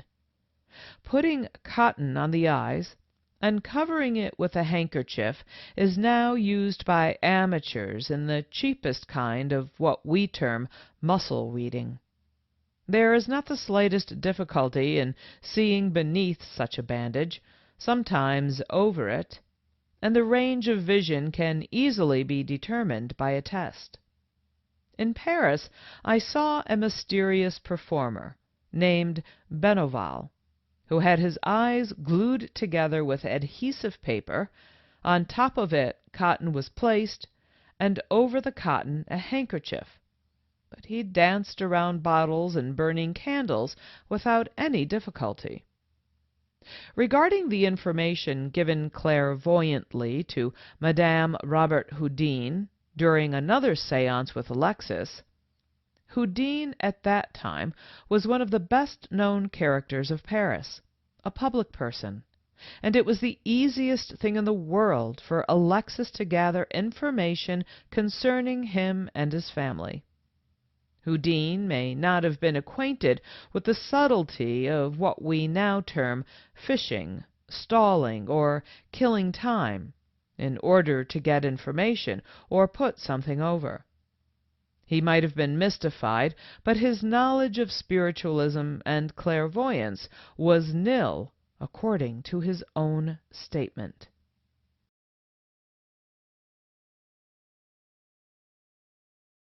Chapter 15, Part 2. Magicians as Detectors of Fraud. One of the demonstrations presented by Alexis to mystify Houdin was the reading from a book by the seer, several pages in advance of a page designated by the person holding the book at that time. There does not seem to be any really authentic details reported regarding the exact performance of this man, Alexis. Consequently, much must of necessity be left to conjecture and a knowledge of the orthodox methods for doing such things. Such information as there is available seems to have passed through several hands, and in all probability was first presented to the public through a spiritualistic publication.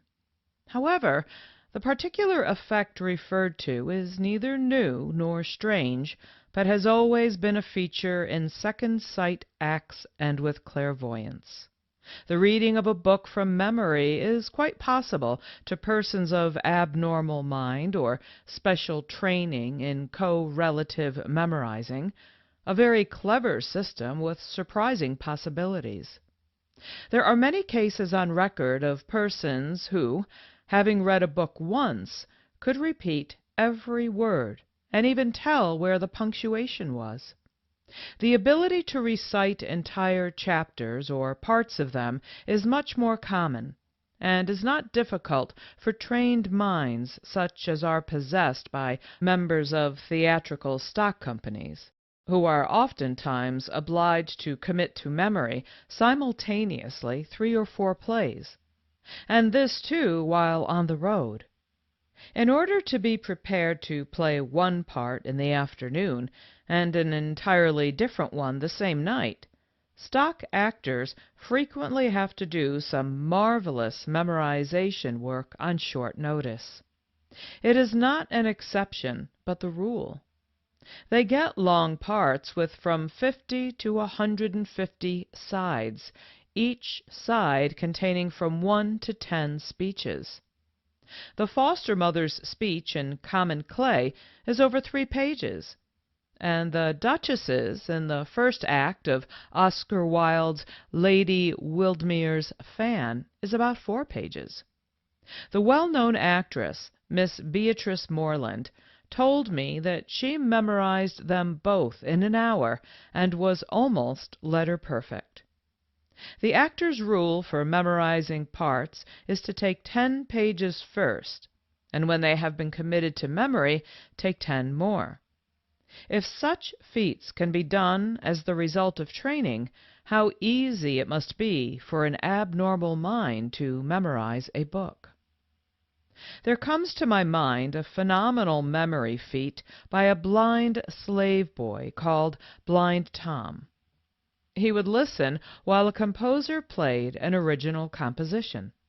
As soon as the composer finished, Tom seated himself at the piano and reproduced the entire piece with all the composer's delicacy of shading and technique. There is a case on record of a memory performance, I think in Rousseau's time, where a poet read a piece of poetry, a long monody, to the king. At its conclusion the king said, "Why, that is quite an old story. I have heard it before. As a matter of fact, the man who related it to me is in my palace now. I will send for him and have him recite it for you." He spoke to a servant who left the room and returned in a few minutes with the memory man, who stood in the center of the room and recited the entire poem. It appears that the king, wishing to mystify the poet, had the memory man hidden in a closet where he could hear the poem read. Inaudi, a Frenchman, has given performances both in America and Europe in which he looks at a blackboard covered with figures written by a committee, then turns around and immediately tells correctly every figure on the board and its position, adds, subtracts, and multiplies them with lightning-like rapidity, and all without looking at the board a second time. He makes no claim to psychic or clairvoyant powers, but simply explains his wonderful performance as being the result of a photographic memory. I might repeat such instances indefinitely, but I think I have given enough to substantiate my claim of precedence for God's natural laws and their marvelous, even incomprehensible working over any so-called supernatural endowment of a class of people so thoroughly disqualified by all known laws of moral sociology, as many professional mediums are admitted to be by their most ardent supporters. Even such an eminent mystifier as Robert Houdini can misjudge when it comes to fathoming the so-called manifestations of the professional medium. As I have explained in The Unmasking of Robert Houdini, page 291, he makes 2 flagrant errors in attempting to explain the Davenport brothers' trick. First, he claims that by dint of special practice on the part of the mediums, the thumb is made to lie flat in the hand when the whole assumes a cylindrical form of scarcely greater diameter than the wrist. Secondly, He declares that the Davenport brothers possessed the power of seeing in the dark as the result of practice or training. Releasing myself from fastenings of all sorts, from ropes to straitjackets, has been my profession for over 35 years. Therefore, I am in a position to positively contradict Houdini's first statement. I have met thousands of persons who claimed that the rope trick, as well as the handcuff trick, was accomplished by folding the hand together or by making the wrist larger than the hand. But I have never met the man or woman who could make the hand smaller than the wrist. I have even gone so far as to have iron bands made to press my hands together, hoping to make them smaller than my wrists eventually, but it was no use. Even if the thumbs were cut away, I believe it would be impossible to slip a rope that is properly bound around the wrist. Furthermore, I know that Houdin was wrong in regard to the Davenports because of what Ira Erastus Davenport himself told me. Equally preposterous is the gift of seeing in the dark with which Houdin endowed the Davenports. Professor Hoffman defends Houdin by citing instances of prisoners who have been confined in a dungeon for an indefinite period and had learned to see in the dark. Ira Erastus Davenport laughed at the idea, and Morel, who was confined in a dungeon for a number of years, told me that all the years he had spent in darkness did not accustom his eyesight at all, and that to have seen an article plainly he would have been forced to hold it close to his eyes, and even then would have had to stretch his imagination. Bagley, an investigator, a member of the Society for Psychical Research, London, England, emphatically records that he believes the Zanzigs are genuine telepathists, and my friend, Sir Arthur Conan Doyle, though he says that Zanzig has given proof numerous times that he works with a code, nevertheless has stated in writing that he believed the Zanzigs to be genuine. I want to go on record that the Zanzigs never impressed me as being anything but clever, silent, and signal codists. Zanzig has admitted freely to members of the Society of American Magicians, of which he is a member, that they were not telepathists, but, as we term it, second sight artists. They simply have a wonderful code which the public cannot detect. It is interesting to know that after Mrs. Zanzig's death, Zanzig took a streetcar conductor from Philadelphia and broke him in to do the act. This young man soon quit his teacher, married, and began presenting the act with his wife. Then Zanzig took young David Bamberg, an intelligent son of Theodore Bamberg, one of our well-known magicians. The boy proved exceptionally clever, but on account of unexpected circumstances he left and went abroad. Zanzig came to me for an assistant, and I introduced him to an actress. He said he would guarantee to teach her the code inside of a month, but they never came to an agreement on financial matters. Zanzig has now married again, this time a schoolteacher, and they are doing a very clever performance. In passing, I would note that in 1906 or 1907 I engaged Zanzig to go with my show. I had ample opportunity to watch his system and codes. They are swift, sure, and silent, and I must give him credit for being expertly adept in his chosen line of mystery. But I have his personal word, given before a witness, that telepathy does not enter into it. Charles Moret has a code for second sight which is very simple and can be taught to anyone in 30 minutes. He has given me the secret. He gave this code to a banker who performed it with his sister, and Moret although he had taught the signals, could not follow or detect them once they began to work smoothly. Of course, he knew what they were doing, but simply could not follow them. Regarding the possibility of using codes and cues before others without being detected, I can say positively that it is not only possible, but simple and practical. I had a fox terrier by the name of Bobby that I trained to pick up cards by a cue. On May 31st, 1918, I performed with this dog before the Society of American Magicians, and I do not believe that there was one in the audience who detected my silent cue. I spoke about this to a number of expert professionals who thought, to all intents and purposes, that Bobby was listening to my speech, whereas I was silently cueing him all the time. I do not wish to expose the silent cue, as I know that the great dog trainers of the world use it, and it would not be fair to them to make it public. I was able to give Bobby his silent cue in any room, or even a newspaper office, and the spectators could watch me closely all the time, because I never made a move they could see or a sound they could hear. It is common to train other animals in a similar way.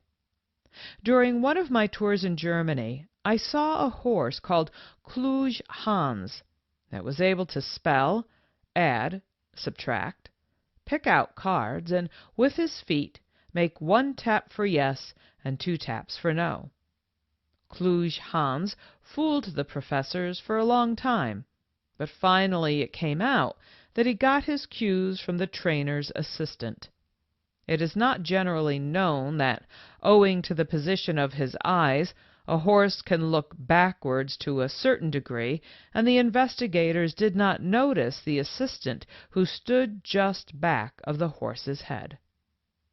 At one time, William Eglinton, an English medium, was undoubtedly considered by spiritualists the most powerful professional psychic, not only in England, but throughout a greater part of Europe. In 1876, he held the palm as a successor to Slade in slate-writing tricks. He was a strong card for the cause, and was extolled and lauded to the skies by the spiritualistic press. He produced varied phenomena in addition to his slate-writing effects, such as the movement of articles, production of spirit lights, and materialization. The spiritualists have told that he was so skillful that several practiced conjurers, as well as many investigators, were at a loss to detect or account for his methods.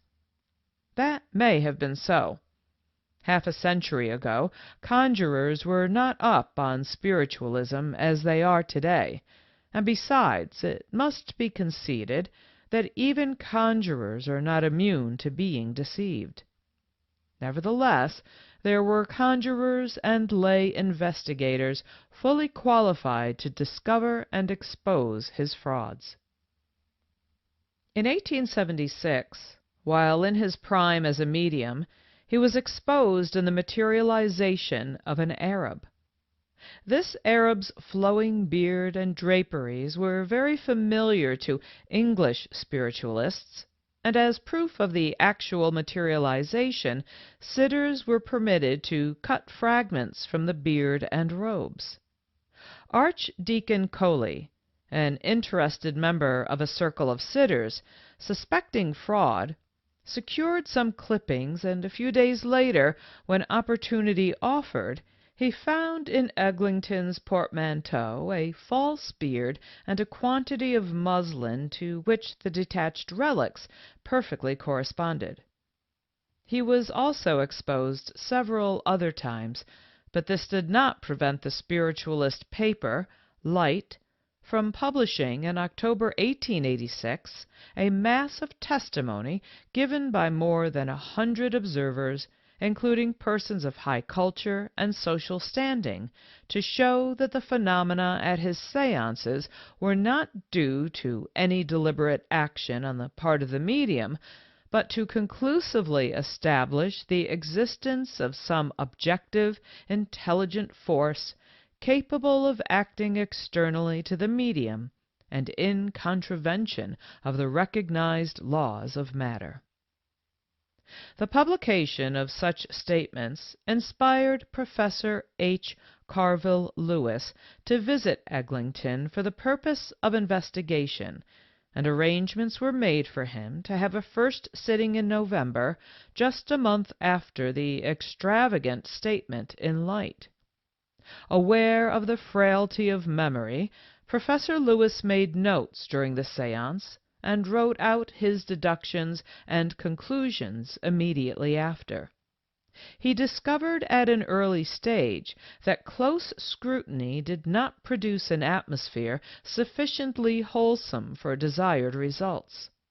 While his attention was concentrated on the medium, the objective intelligent force seemed totally inoperative.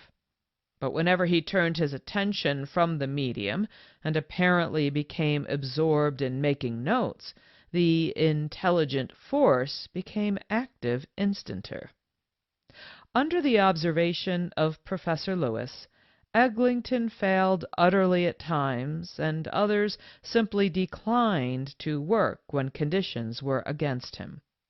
Professor Lewis quotes him as claiming that he had converted Keller to spiritualism, but refutes such a claim in the following words. So far is this from being the case that Mr. Keller, whom I know personally, is nightly offering in America £20 to anyone who will produce spiritualistic phenomena that he cannot imitate by conjuring. The facts are that Keller had a sitting with Eglinton in Calcutta to see if he could reproduce his effects by natural means. His mind was unbiased, and failing to detect Eglinton's method, he remarked, "If my senses are to be relied on, the writing is in no way the result of trickery or sleight of hand." But note the qualification in his remark.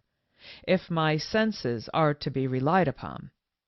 Evidently he had his misgivings then, and he must have worked out the problem soon after, for 2 years later, as Professor Lewis told, he was producing the effect in America, and not long after performed both the Slade and Eglinton slate tricks before the Sabert Commission in Philadelphia, to its complete amazement. It was not strange that Keller did not detect Eglinton's method instantly, nor is it strange that he acknowledged that he was baffled. No magician is immune from being deceived, and it is no way beneath a magician's dignity or demeaning to professional reputation to openly admit that he cannot always account for what he thinks he sees. Ernst Bosch, of the famous Bosch family, who made the major apparatus for the magicians of the world, told me that he made hundreds of wireless tables before wireless was so well known, under the name of the bewitched table. He was a great illusion inventor and builder with a wonderful knowledge, but in all his experience and contact with mediums he had never seen anything which would make him believe in spiritualism. Neither has Francis J. Martinka, who traveled around the world with Hasselmeyer, the magician, and who has sold magical apparatus in New York City for over 40 years. I have the following letter from him in regard to spirit communication. 146 East 54th Street, New York City, March 23, 1921. Dear Mr. Houdini, in answer to your question if I believe in spiritualism, or the possibility of the return to this earth after death, how can I believe in such a thing as spiritualism when for more than 20 years, as the prominent magical dealer and manufacturer of mysterious effects, I have supplied almost every known and thousands of unknown tricks or apparatus to the great majority of magicians, and indirectly to well-known mediums. One instance you may remember, owing to the hullabaloo it raised at the time, where I sold luminous paint to Hereward Carrington, at the exact time when he was manager of the celebrated medium E. Paladino, who had baffled the scientists of the world. Also to all the managers of magicians' supply houses in existence.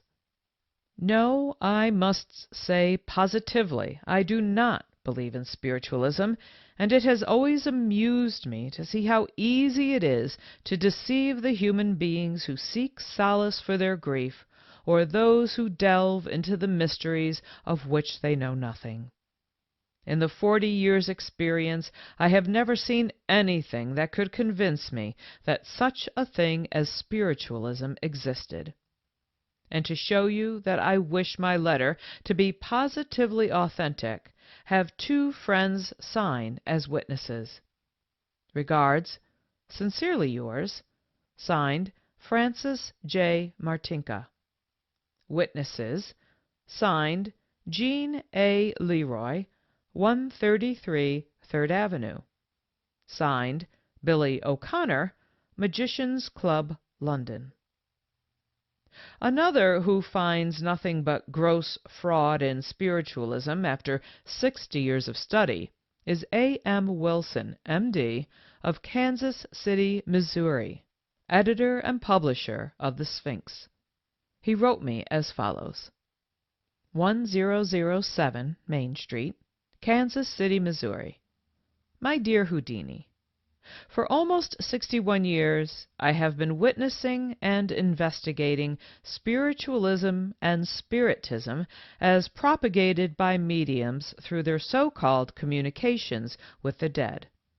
Up to this time I have not met a medium, celebrated or obscure, that was not a gross fraud, nor seen a manifestation that was not trickery, and that could not be duplicated by any expert magician, and that without the conditions and restrictions demanded by the mediums or explained by perfectly natural mental or physical methods. Sure, there are certain mental and psychic phenomena peculiar to a few persons who use their special gift to delude believers, as well as other credulous persons, with the belief that their work is supernatural. But even these phenomena can be analyzed and explained by any competent psychologist. The thing that first aroused my suspicion and disbelief and started me to thinking and investigating was, why could not the dear departed communicate direct with their relatives and friends? Why talk or rap or write or materialize through a medium, the majority of whom are ignorant men and women, though shrewd and cunning? And if through a medium, why should the medium need a control, especially of an old Indian chief or prattling Indian maiden? Why a control at all? True, there are a few well-educated, intelligent, and refined mediums in the business, and which advantage makes them the more dangerous, but none the less fraudulent, than their more ignorant confrères. I repeat that from my first séance in Aurora, Indiana, February 1863, until this date of 1923, I have never met a medium that was not a fraud, or seen a manifestation of any kind or character that was not fraudulent. In other words, was a more or less crude or skillful magical performance by a clever trickster or tricksteress. Signed, A. M. Wilson, M.D., editor, The Sphinx.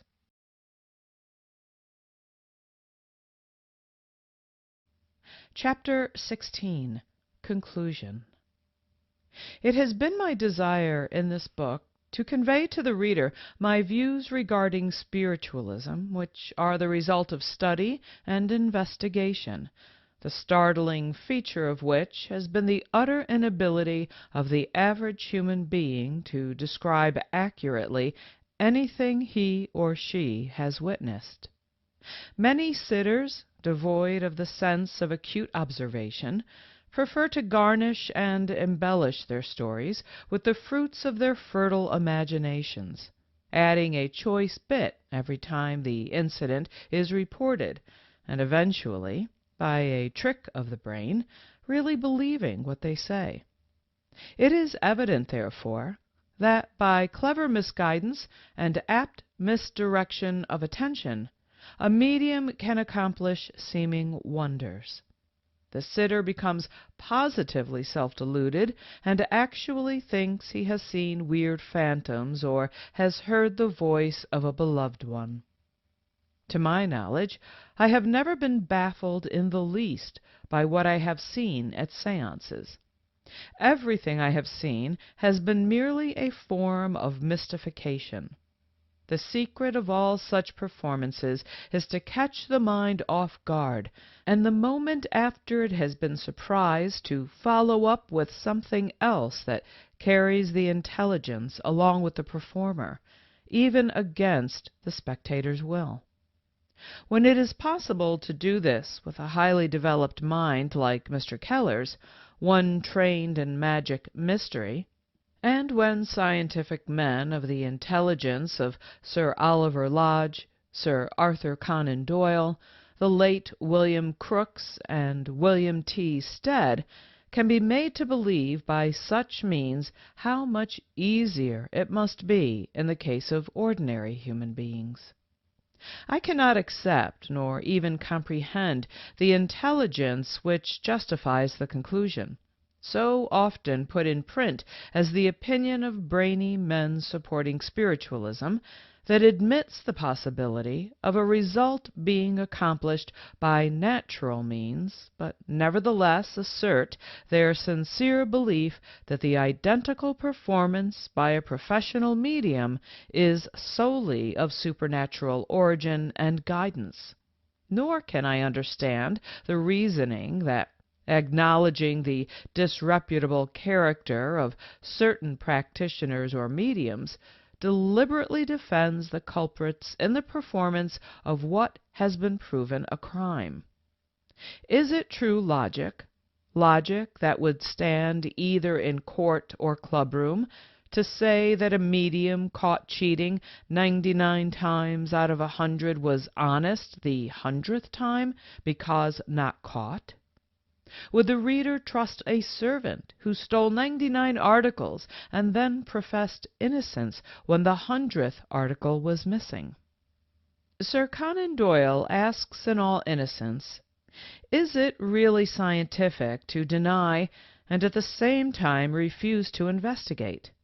My answer is most emphatically no. Nevertheless, they absolutely oppose all honest efforts at investigation, and justify the mediums in refusing to work when the conditions are not just as they want them. When one is invited to a dark séance for the purpose of investigation, and finds the conditions so fixed as to bar him from inquiring too closely and compel him to be content with merely looking on, he stands a poor chance of getting at the facts. And should he dare to disregard the rules of the circle, and the séance results in a blank, the investigator is charged with having brought an atmosphere of incredulity to bear which prevents manifestation. I do not affirm that the claims of spiritualism are disproved by such failures, but I do say that if under such circumstances one dared to investigate properly and sanely, and to cross-examine, as he most certainly would do in any other form of investigation, scientific or in the other walks of life, spiritualism would not be so generously accepted. In justification, the psychic says that darkness or excessively dim light is perfectly legitimate, and that tangible investigation might result in injury or even death to the medium. The folly of any such fear has been proven time and again by the unexpected play of a flashlight. Even the ardent supporters who lay emphasis on such an absurdity have, according to their own confession, made or had made flashlight photographs, and there has never been a single case of harm or disaster reported. This necessity for darkness seems but the grossest invention of the medium to divert, even to the point of intimidation, the attention of the sitters. Such a necessity cannot be accorded a logical reason for existing under test conditions to demonstrate a scientific subject. It can be supported only as a visionary, speculative superstition, an instrument to foster hallucinatory illusion, and as an admirable subterfuge to cover fraud. Sir Arthur says, "If you want to send a telegram, you must go to a telegraph office. If you want to telephone, you must first pick up the receiver and give your message to either an operator or a waiting automaton." Very well. I have gone to the operator between the beyond and this earthly sphere. I have gone to the telegraph office that receives the message in code to the so-called medium. What would be more wonderful to me than to be able to converse with my beloved mother? Surely there is no love in this world like a mother's love, no closeness of spirit, no other heart-throbs that beat alike. But I have not heard from my blessed mother, except through the dictates of the inmost recesses of my heart, the thoughts which fill my brain, and the memory of her teachings. Would not my private secretary, John William Sargent, come back to me and tell me the secrets of the beyond if it were possible? Did he not, just before he died, tell me that he would come to me if there was any way of doing it? More than being a private secretary, he was my friend, true, loyal, sacrificing, knew me for 30 years. He has not come back to me, and he would if it were possible. I had compacts with a round dozen. Each one promised me faithfully to come back if it were possible. I have even gone so far as to create secret codes and hand grips. Sargent had a certain word he was to repeat to me. William Beryl, the eminent mental expert, gave me the secret handshake a few hours before he died, and did not regain consciousness after silently telling me that he remembered our compact. Atlanta Hall, niece of President Pierce, a woman 90 years of age, who had had seances with the greatest mediums that visited Boston, called for me just before her death, clasped my hand, and gave me our agreed-upon grip, which she was to give me through a medium. They have never come back to me. Does that prove anything? I have attended a number of seances since their death. The mediums have called for them, and when their spirit forms were supposed to appear, not one of them could give me the proper signal. Would I have received it? I'll wager I would have. There was love of some kind between each of these friends who are gone and myself.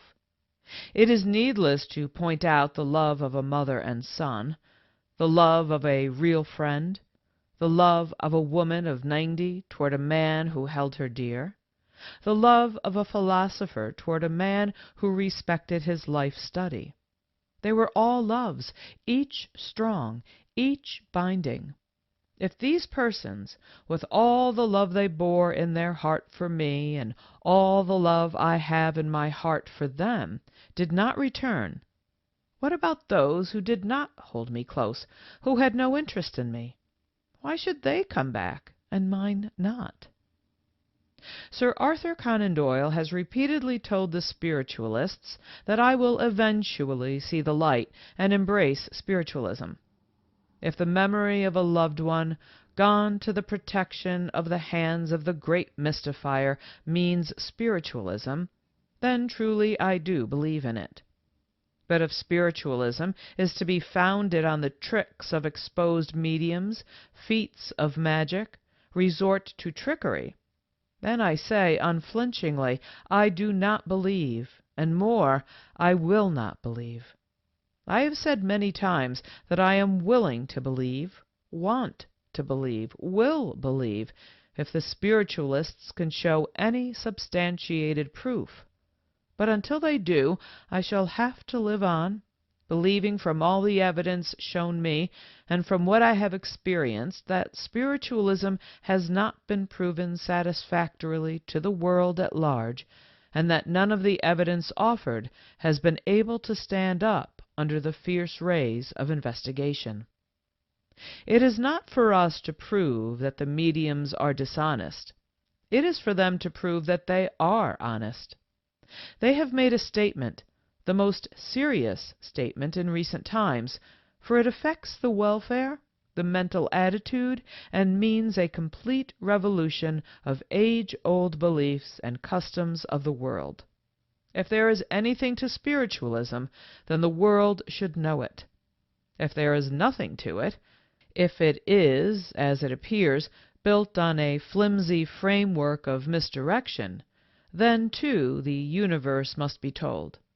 There is too much at stake for a flighty passing for unsubstantiated truths.